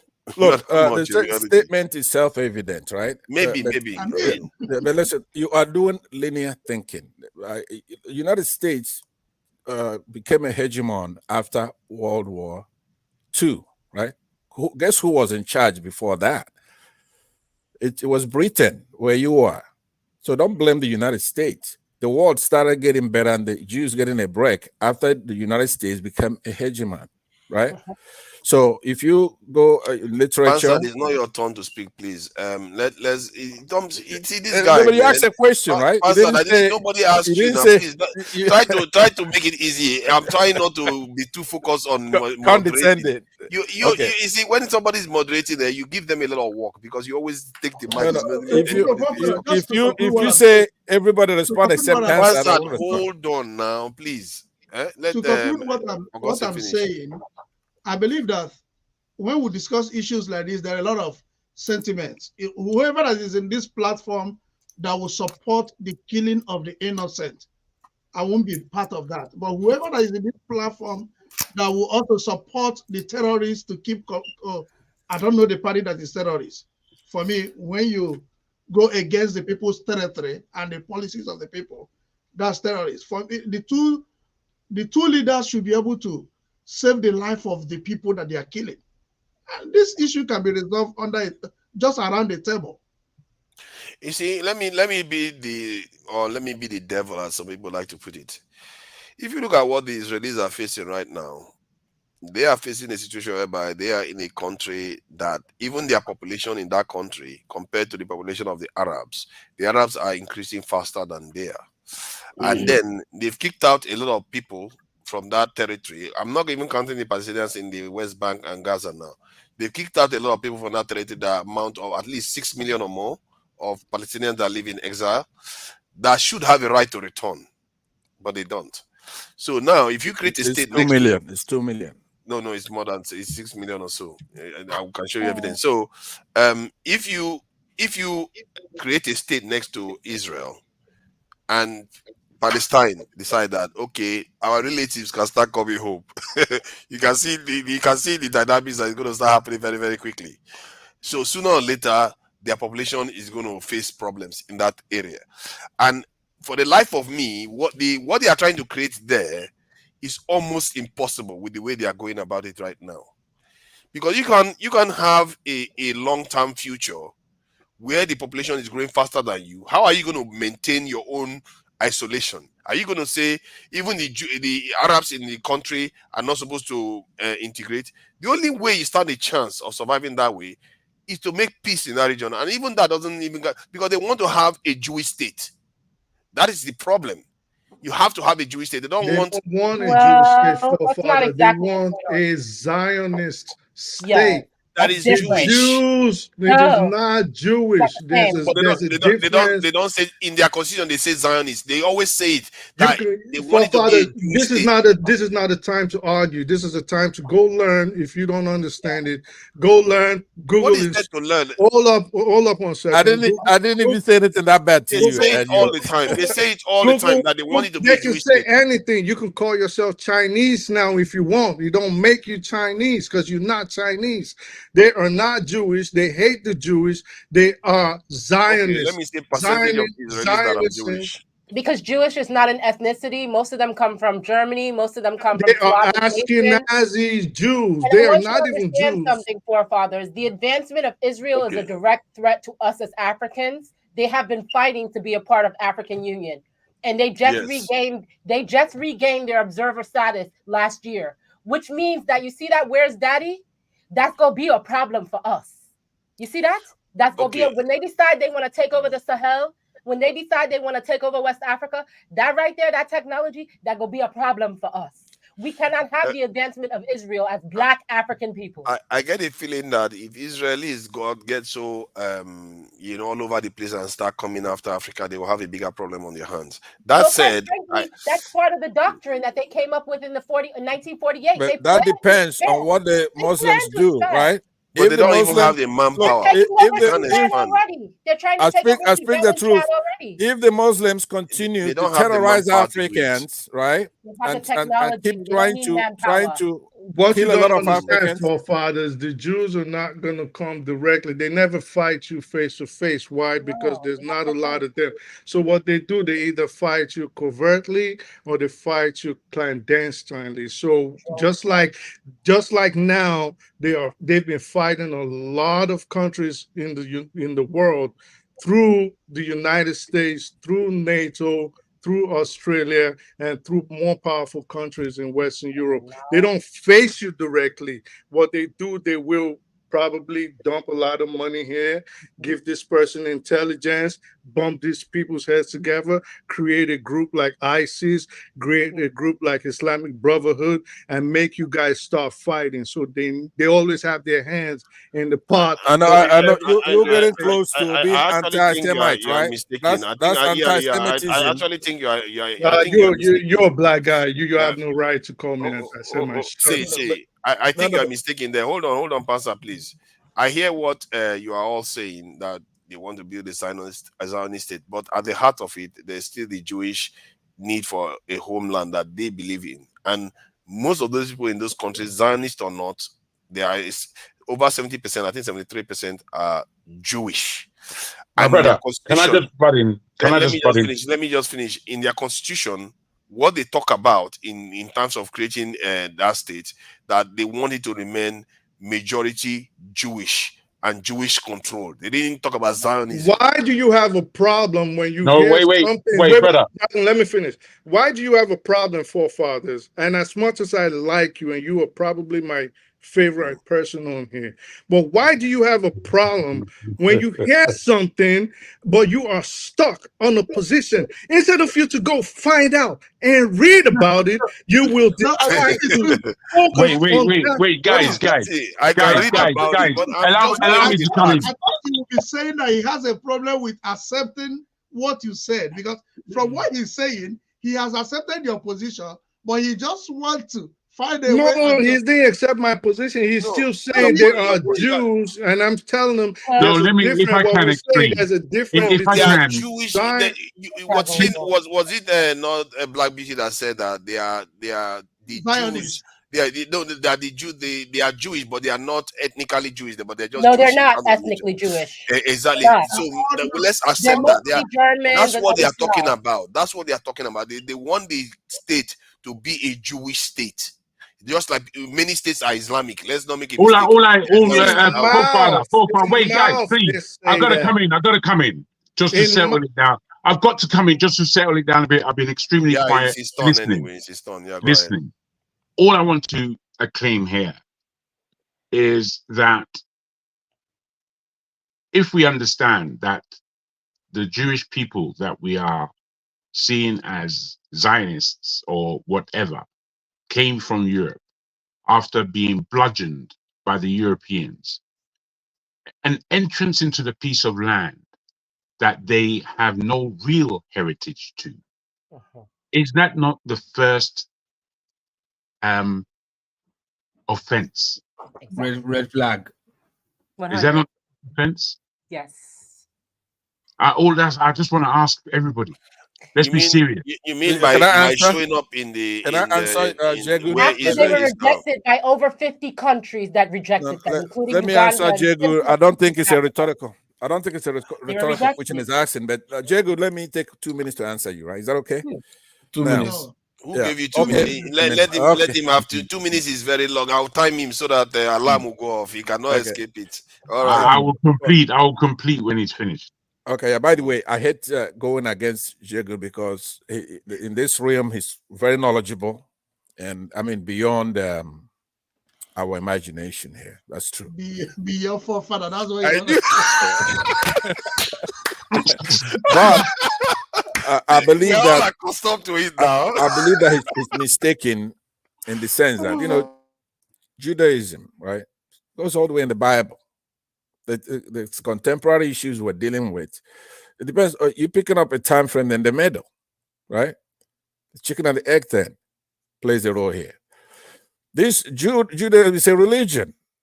So if you go looking at blonde eye, blue haired people, they've been victimized over thousands of years.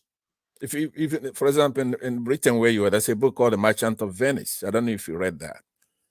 So they were dispersed all over the world, and climate from where? Hold on, they were dispersed all over the world. Let's just from look where? at From where? From what origin? Hold on. No, it's you're not there. You know Israelis from where? Which origin? Okay, from that land called Palestine at some point, right? That is Israel. Let's call it Israel, right? But let me because I don't want to create that debate, because to be honest with you, as an African, all these are none of my business. I don't give a damn who's got that land over there. It's none of my business. The only concern I have is a matter of principle. We have to do the right thing. If you want me to sympathize with you, you have to be a good example elsewhere. Who wants you to be part of their country if they look in Nigeria, you cannot get along with Christians?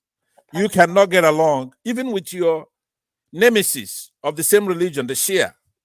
You cannot get along with Yorubas. You cannot get along with the Igbos. You're buying people, you're on a conquest, and you don't want to believe in democracy.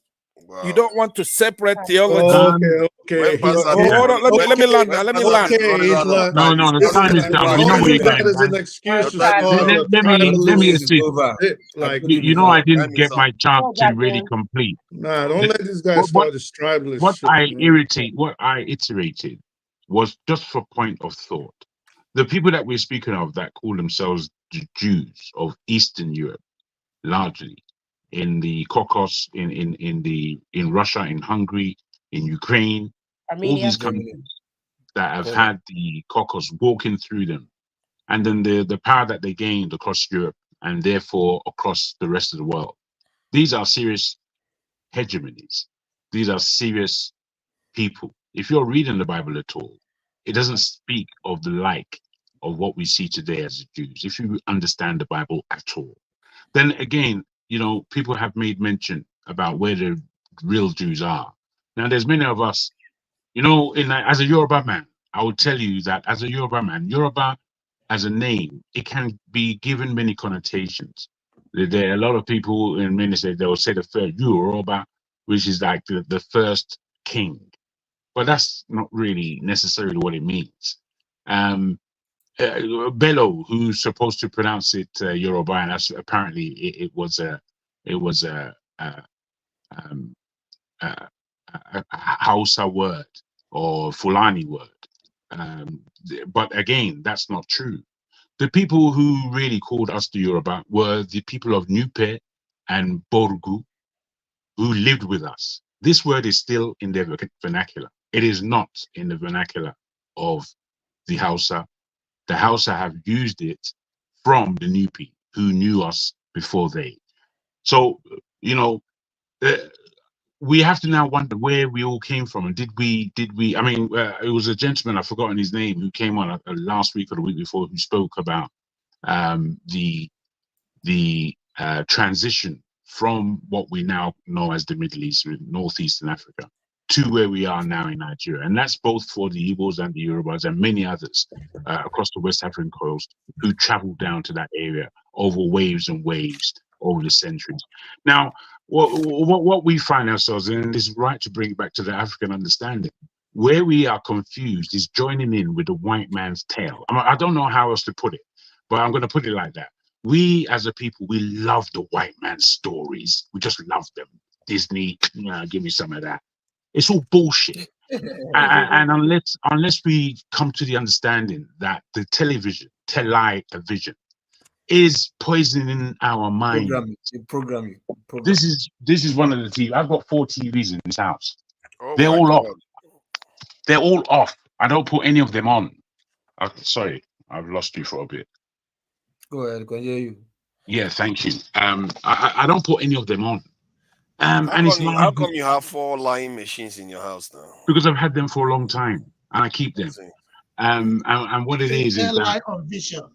yes, so Naim be that. All I'm saying is from the African aspect, whether or not we are the Jews, whether or not the Jews are lost or found, the fact of the matter is we have to watch the story going on. The story is going on in our TVs, in our news, in our social medias. The story is continuing. What are we doing about our story is the issue. You know, the quibbling that goes in Nigeria, you know, most of us are related one way or the other. I mean, blood related. Most of us. Most of us are lingually related, that our languages are joined. Most of the languages that are found in Nigeria are Africa spread. They're spread right over the whole of Africa. Yes. There is a binding lingua franca between us all upon the continent. However, because we don't investigate ourselves, we copy, always copying, always looking for someone else's story. Everybody's shit smells better than ours. And by the time we get into that psyche, we're lost. We're lost. We're looking at the television and taking in the lie, generally, and then spouting it as though we came up with it ourselves. We never came up with bullshit. The more you look at the television, the more you parrot what they say without knowing that that's what you're doing. There are people that come to me and they start speaking, and it's just BBC they're talking. BBC from 4 years ago is what they're talking to me about. It's totally unnecessary for me. I don't need the BBC in my ears. I really don't, because I can read. And that if you're edifies not me. watching television, then you're gonna be out of step, right? And that is one problem I don't want you to have, right? You should be able to discern. You watch something, you don't have to be indoctrinated by it. But if you're quite right. me, You're quite right. But wait. Let me just entertain you that the unfortunately there are those who have discernment and there are those of us that don't. I remember when I was a young person and my grandmother is very small and I would end. Very small and I would end. How many minutes have you got now? Because you 1 or 2. 1 or 2 or in right now. Thank you for your patience. Thank you for your patience. I would end right now. You see the advantage of listening. Wait, can I just finish? Can I just finish, guys? Ejo, let me just land on this. I will land very quickly. Let's not go back and forward. It's taking up time. It's taking up time. What I hear from the lady too, though. Yeah. Thank you. When I was young, both here and in Nigeria, when we used to look at the TV, I used to be looking at my cousins or my auntie or my grandmother and shocked at what they're saying to what the TV was telling us. What they were reading was different from what I was reading. And I knew what I was reading was correct. in that, watching the television is a skill. You have to be able to point out all the subliminals because they're there happening. And if you don't, then you are entertained with the bullshit and you consume that and you believe it. Thank you very much. Thank you. I can't help but notice there is a little bit of resemblance between Jagun and Black Beauty. And also, Jagun, you are sounding a little bit different. Is it because there's an American lady on the panel today? My brother, Not to me, actually, not to me. Forefather, well said. I tell you why well said, because I didn't actually have the moment to address my dear Black Beauty. Hello, You are Jago. indeed Black Beauty. One Hello of my to you. favorite people up here.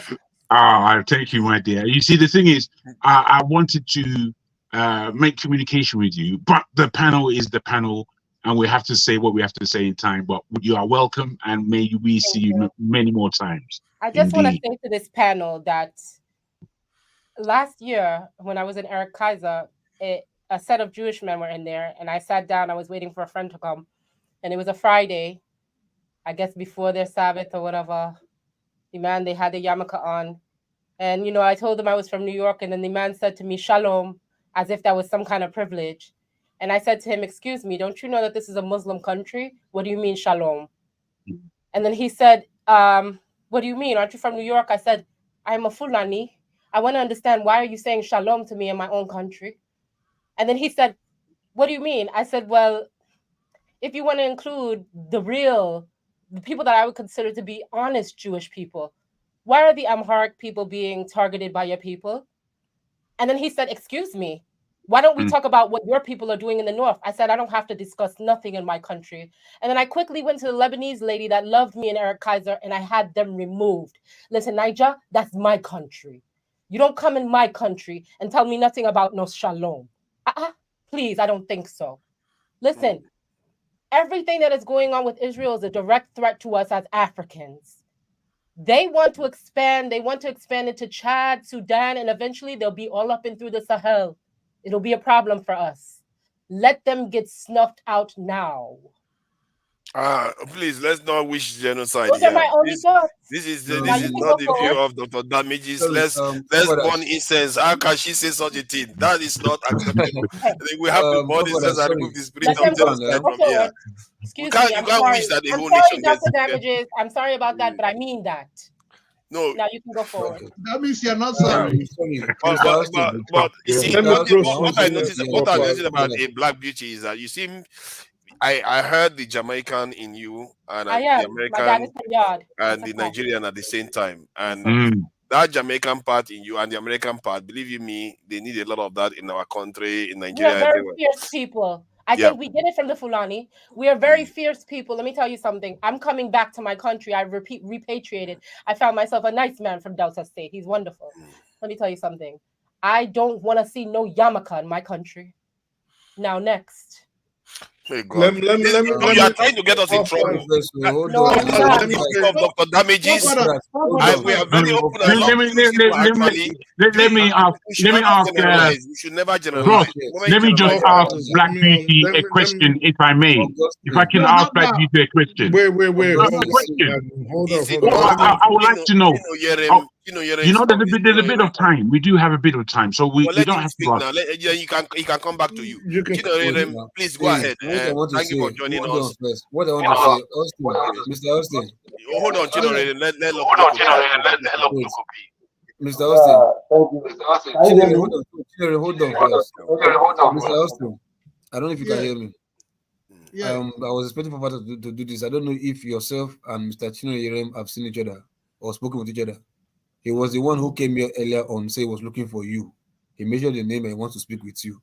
So, Mr. Chino Yerem, I think you can speak with Austin on the private chat if you want to. Other than that, if you have any other thing to say, as regards the issue. Is he a long lost relative? No. Earlier on. That's why I came back. Your audio is echoing. Oh no. You understand? Okay, so he came in earlier and specifically said he wants to see Mr. Austin. You understand? So, and we told him he should come back maybe earlier before now, but I was surprised he's coming now. So now, I think Mr. Austin is here. You can speak with him behind stage. But now, if you want to say anything as regard what we are talking about, you can say it. But Austin is the one that's looking for you. I don't know if you told you Okay, earlier. yeah. All right. Go ahead, Mr. Chinoyere.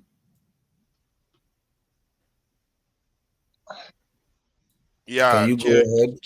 Can you? He's He's confused now. Let me talk to him. Chinoyere, please go ahead. His speaker is disturbing. No, he's trying to I figure don't out think his he can hear audio us. He stuff. can't hear us. But Can that's you hear fine us? anyway. That's fine. Just to make another announcement. On this platform, we cannot generalize about any population. There are good and bad people in all populations. And our Jewish brothers have a lot of great people in there.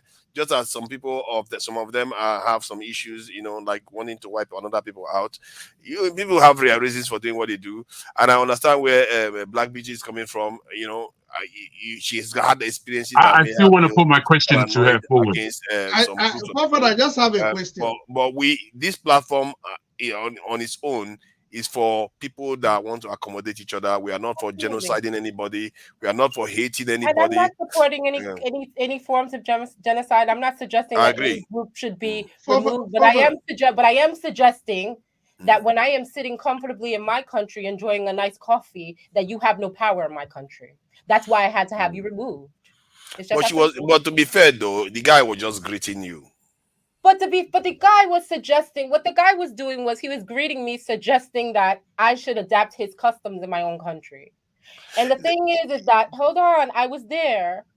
And the thing is that I would not sit in your country and say, Alhamdulillah. I wouldn't say that to you right in Israel. I wouldn't dare do that to you. That's disrespectful.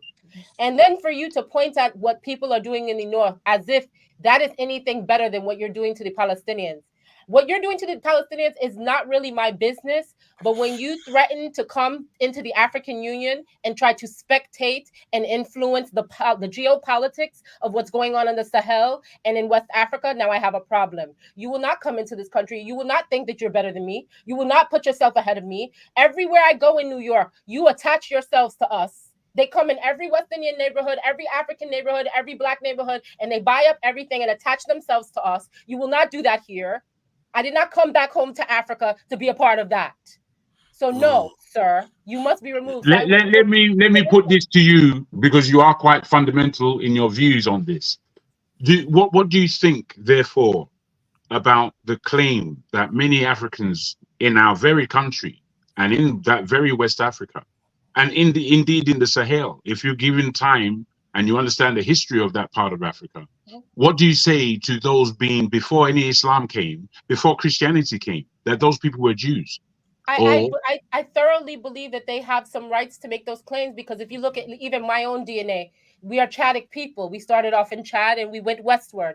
So in fact, that could be true. But I think that if we're dealing with today, I think that what we need to do is we need to look inward as African people. We must not grab onto customs that are new. In the grand scheme of geopolitics, these people are the babies, the infants of geopolitics. We are the ancients. You have no rule over me, not in my country, no. And so what I do is I go and I leverage the man that I pay to be here.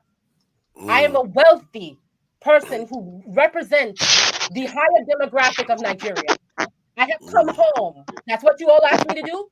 So when I come home and I'm sitting in my coffee shop as an Ausa Fulani in my coffee shop, and you tell me something about shalom, and I tell you no, guess what? The Lebanese lady, she answered to me. That's why you and your friends had to leave. Excuse me? Yeah, you see that's very, very interesting way to look at it.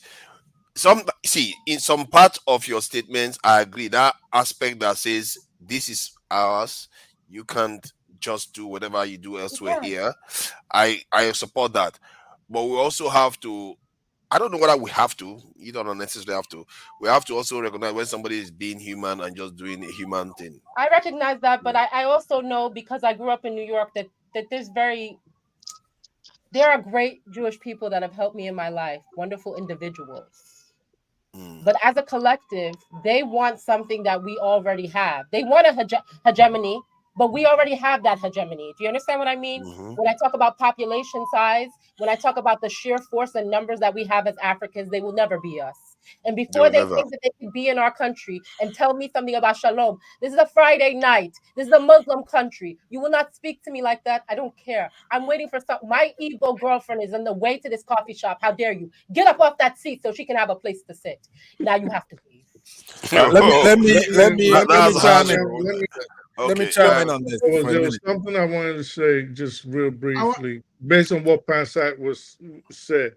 If the Jews right now, the Ashkenazis, the so-called Jews right there, if they're so confident that they belong in that land, you know what they need to allow in their constitution, in the Israeli constitution, allow for DNA genetic testing. Allow for it. And that will let you know, be quiet, Pastor. And that will let you know exactly where they're from. A lot of them did those genetic testings, and where did they say they were from? Belarus, Hungary, like Jacob said, Russia, Armenia, well, parts of Kosovo. You know, they are Europeans. They are from the Ashkenazi areas of Europe. Okay. All right, but I speak the truth. You know that Ashkenazi Jews actually love the Palestinians. I'm not talking about love. I don't care who loves who. I'm talking about who is rightfully rightfully belongs there. I don't care about love. Okay, no, let's take love they belong where the sun don't shine. Let's try to one at a time. I think rightfully belong there. Rightfully belong there is I think maybe you can say the Palestinians are right. They rightfully belong there, given the timeline involved. But now you can say the same thing about America. The Red Indians are the ones that are supposed to be there, or the Native Indians. But that is not what you have now on the ground. I didn't say to mute him so you could talk. Hold on, I'm trying to set it for you now. I'm trying to set it for you so it doesn't keep coming at you. I'm trying to restrict the discussion to what is happening now. We are going back in history when stuff is going on now. But this is not yet history. To admonish that boy anymore. I want you to take action. I want you to remove him. I just want to say to I have a question. I have a very close friend. He's from San Diego, mestizo. And let me tell you something. We always talk about this, me as an African and him as a native to this land. Who do you think is coming back up in this land? They're not Mexicans and Venezuelans. Those are Aztecs, Olmecs, mestizos. They're coming back for the country. And I want to go back home to Nigeria. This is their country. I want to come back home and be comfortable. Okay, please let me. We are going to talk about that because that demographic shift that's happening in America, people don't talk about it enough. I would like. Hold on, Augustine. Just my question. 30 seconds. 30 seconds. Augustine, ask a question now, then you can talk. You know, Pansa, you're not going to talk for 30 seconds. Calmate. Sorry, let's not be insensitive here. Since we started this topic, I speak the truth. Have been deeply passionate about this topic. If you may, can you share with us so that we won't just be feeling unnecessarily as if we're discussing something that is not reasonable? Can you share with us the link you have or just your general concern over this issue? None of your business. It's just general news. Okay. All right. Forefathers. That was a fair question. What is happening today? Nobody wants to be reasonable anymore. Okay, what I want to say here is small, it's short, but it's very, very important, right? So I will see. I'm going to address. I speak the truth, and I'm going to address a black beauty, right? Actually, let me. You have 10 seconds. You say two people. All right. Let me then go to. I speak the truth. I have to tell you something. You're a beautiful sister. You're a Pan-Africanist, as I said in that private session. I'll kiss and tell, right? I commend you for being a Pan-Africanist. No kissing for you. You don't say that. And I have to tell you have to understand something because you identify yourself as a Fulani, right? Yes. You have to know. I don't know if you do know. I do know. Okay, that you have the same problem in our country, right? Even though we're Pan-Africanists, the Fulanese have I come understand into. you don't have to explain it. You I sure? understand it Because well, and it's one of the reasons. hold on, why please, please, hold Oh, on. Because I'm trying to avoid you from being a hypocrite, right? I won't If be. you are emphatic about saying that's their land, they should get out, right? We're saying the same thing to the Fulanis in our country. I know that. They are not I know that indigenous. now. Right, but hold on. Your beauty notwithstanding, I have to tell you the truth. You see, that's the difference between somebody who speaks the truth and somebody who does the truth. I I'm know doing what the truth panel now. I'm on. I know this is the Right, panel of Igbos, Biafra. I understand. right. So that's the thing. In order for that, No. Hold on. in order Pastor, for you to be stop there. consistent, now because I Pastor, want you stop on there, my Yero. side. And I also want you to know that I believe in a Nigeria that Pastor, all tribes can. stop. I believe in a Nigeria because I'm coming back to Nigeria and I wasn't born in Nigeria. I Right. don't see Nigeria that Pastor, way. stop. I No, believe don't let it. What do you mean let it stop? She's talking. Don't talk over her. She said something. I have to I want to speak honestly. She I said something. believe I in a have to Nigeria correct. where Bro. all tribes can coexist. Let her Amongst land. my friends, there's all kinds of tribes. There's even tribes we don't speak about. There's all types of tribes amongst my friends. I'm not the youngest, but I'm younger than most people here. And we don't business with all that tribe stuff. We come to bring the power of the diaspora, however you like to say it. We come to bring it back. We come with our money. We come with our force. We come with our energy. It has nothing. But when I am dealing with the white man, let me deal with the white man. Exactly. Okay, but let me say that. Let me say that is the spirit. Now, what I want you to do, instead of preaching to the choir here, because almost everybody on this platform, Oh no, I had him kicked out the restaurant. I know what I'm doing. Yeah. So you gotta take your message to the Fulanese. That message is very important. Listen, hear me out. I would love to go. Listen. There are things that I would love to do in the north. I would love to inspire. Right. I think Not a lot only of my inspire, friends, but most of my friends are Yoruba. you have to educate them. What did he say? Most of my friends are Yoruba. They're afraid to travel. Listen, I got invited up to go do some things, and they told me not to go. I had them they were holding me back. They were like, "Jackie, don't go, don't go." Don't. I'm not afraid of people. Right. But at the same time, I applaud the things that are happening in Burkina Faso, Mali, and Niger. I have a very close friend who's a businessman from Niger. I see him all the time. He comes down to Nigeria to do business. Fine man, like, to be honest, I want to see what he tells me, that Niger is much nicer than they say. I would like to feel comfortable enough to go up and visit. Unfortunately, the security in Nigeria makes it so uncomfortable that I can't even go to. They say that my family is from Sokoto. I would like to go up there. I just don't want to be killed. Now, I agree with you, but in the way that I envision Nigeria, I envision it being a place of Black excellence. Any Black. But see, the problem is that if you go there and you say what you're saying here, they're gonna kill you. They will stone me like they stoned the last girl who put up the post on the I understand. Right. So, but you have to speak out. Like when you're on this platform, you say it because you have the freedom to say it. And I applaud you. I love you as our sister, and I want you to voice out. You have that power. You're telling the truth.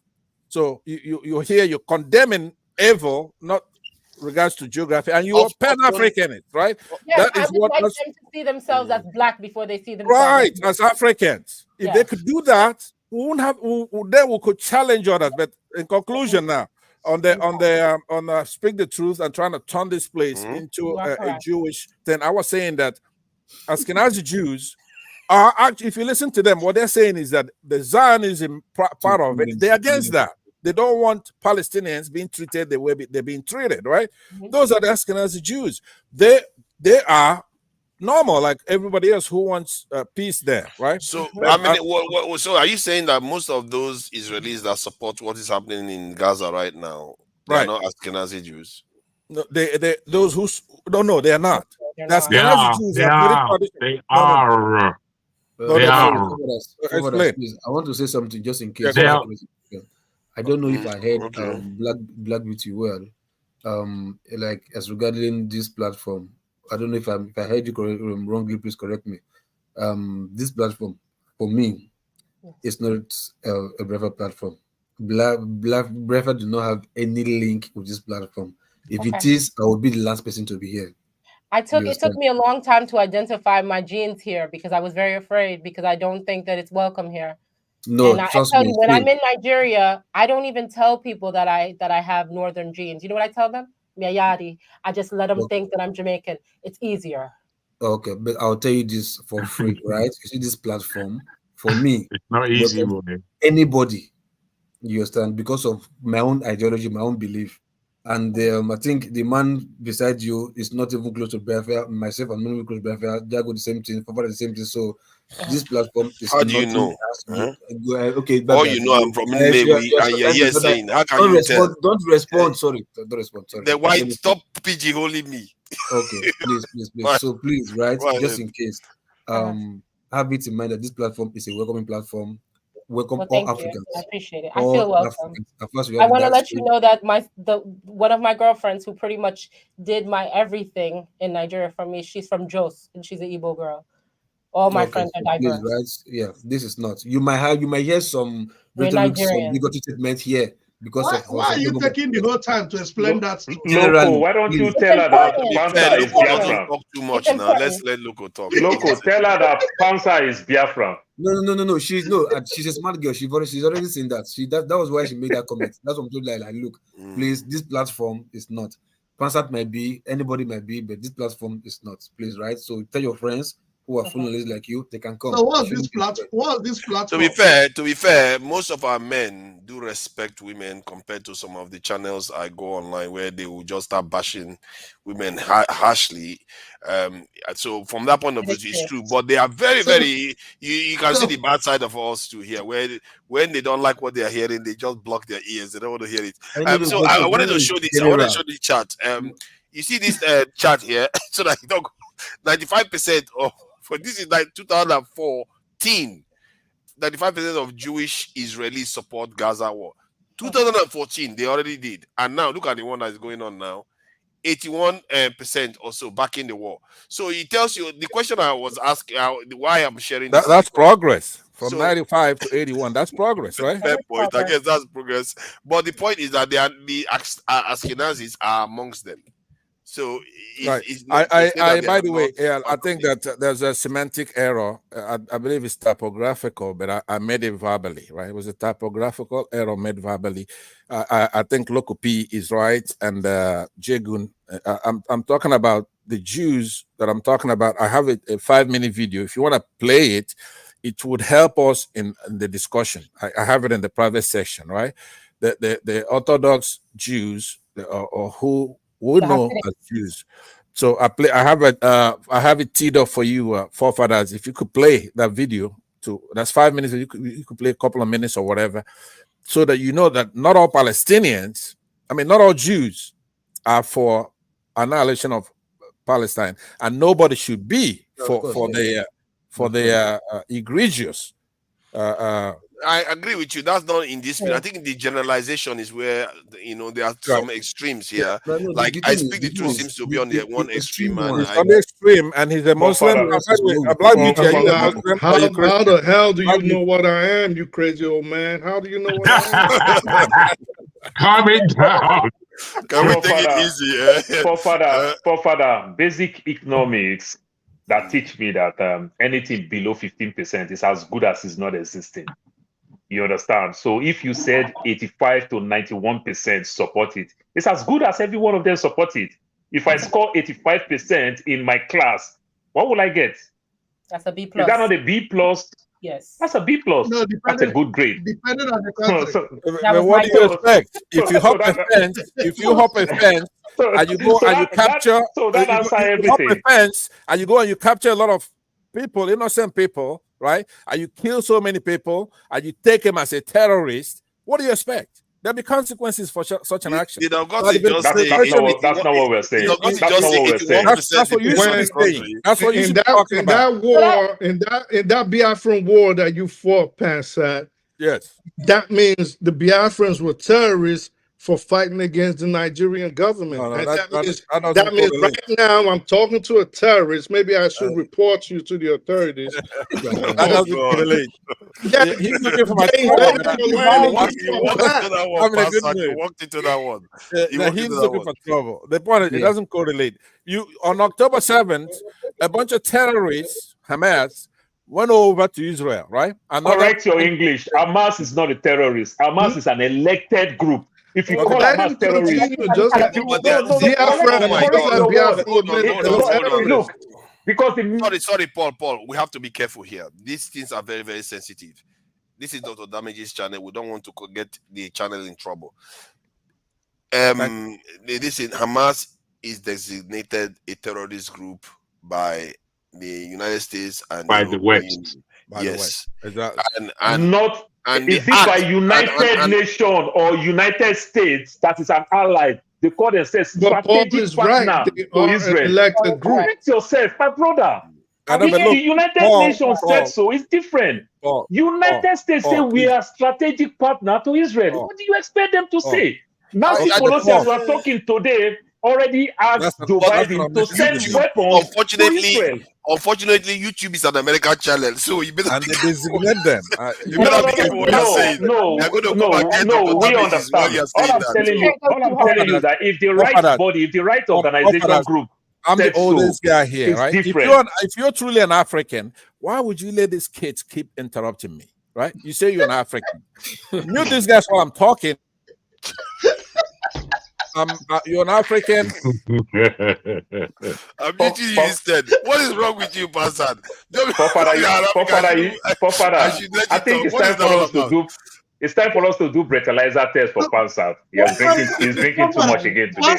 We use any method to make sure that he speaks. We can do anything to make sure that. But I must say that on this Israeli issue, I think me and him are more on the same side. But the idea that okay, yes, Hamas went and attacked the Israelis. That's true. Yeah. And they actually committed terrorist act there. The question, that remains, hold on. The question that remains that people don't like to answer is that the actions Israel is also taking in Gaza can be regarded as terrorist act too. 100%. The killings, the ratios is even worse than that of Hamas. They've killed far more civilians than Hamas. So if they did not prescribe, if they did not call Israel today as a terrorist nation, the same thing they did not call Hamas. It is the United States pushing it by the West. Hamas is an elected group. So you don't call them that. Don't do that, please. That was the one that will get somebody. So if you say, in the UK, if you hold Hamas flag up, they will arrest you. So stop saying Hamas. Two things can be right. They are designated a terrorist group, and Paul is actually saying an act of terrorism. But officially, they did not prescribe them like they will say Boko Haram is a terrorist organization. What they did is an act of terrorism. It's different from say officially they've labeled them as a terrorist organization. America is an act. They've called them terrorist group. They've called them a terrorist America is different. They are strategic partner to Israel. It's not America. We're talking about United Nations. Right. Okay, but hold on. Okay. You see, when you want to do that, exactly. Say, did you know United Nations, did they designate Al-Qaeda a terrorist group? I don't know what they designate them as. I don't know. I'm not sure the United States or the United Nations. No, United Nations. Do they do any designation at all? Call anybody a terrorist group? I'm not sure they do. No, usually they just go based on the countries. I think the term terrorism is an arm of propaganda. The term terrorism in and of itself is an arm of propaganda. Depending on what side you are, it could be considered terrorism. It's a propaganda. Right, because it said that one man's terrorist is another man's freedom fighter. That kind of colloquialism. Nelson Mandela was a terrorist at some point. Yeah, but please. ANC was a terrorist. Why are we creating unnecessary debate, right? What I'm saying, that's irrelevant. All the designation and all that. Hamas is a terrorist organization because if you even go to correct it. Then Israel. So are you saying Mandela's Israel is doing something right now that's worse than that? Terrorism. They're committing genocide on a population. You see, right? That's where I agree with him. Pansa, I owe you a very nice Tennessee whiskey for you to agree. Thank you. I'm gonna sell it. I drink something a little bit more refined. Let me land. Terrorism does not necessarily equate genocide, but every genocidal act is terroristic by nature. Okay. No, the point I'm making, there's something we know about terrorism. Nobody's gonna like this, but I'm gonna tell you the truth about it, right? I just said Israel commits something more heinous right now, and they ought to be ashamed of themselves, doing it with our taxpayer dollars. But terrorism, for example, in our country, cannot happen unless Muslims are involved, right? Because they're spreading ideology, religion, right? In order for terrorism to happen, you are going to be spreading some kind of ideology by violent means. You come with your definitions again. No, go look it up. Look it up. No, look it up. They have this in Irish terrorists. They have different kinds of terrorists. Yeah, they have ideology. Hold on, they have an ideology. But listen, it's the best thing you're gonna do for PSN terrorists, UGN terrorists. Nobody all belong to the southeast. Please mute him. I'm almost done. Try to handle it. The truth is very hard. Right? I'm gonna give you credit for this listening to a degree. Mute him, but no more admonishment. There should be consequences if he talks again while I'm talking. And you shouldn't start maligning one religion or one region. I'm not. Look, let me tell you something. The biggest love somebody will give Nigerian Muslims, what do you call them? What the hell you call them? The biggest love you're gonna give them is the truth. They need to reform. We're in a pluralistic society, a secular society. You can't coddle terrorists, right? You can't, because a lot of it's out of ignorance. For example, you see our sister now. What does somebody open? Because I would have said a Fulani could never talk the way she's doing, but she's educated. Her eyes are open. She knows who she is. She's Pan-Africanist. She's trying to protect us with mother love, mother instinct for the black people, right? Imagine if all Fulani women are like this. Would we have any problem? How many of them have you spoken to? They could serve us. Right? How many of them have you spoken to? Hold on, please. Maybe if you're not busy maligning them, you'll be hearing from them. I'm not. You are interrupting me, and that's maligning them, right? Because if you let me land, which will be in the next couple of minutes, right? What I'm saying, okay, 30 seconds. 30 seconds. What I'm saying is that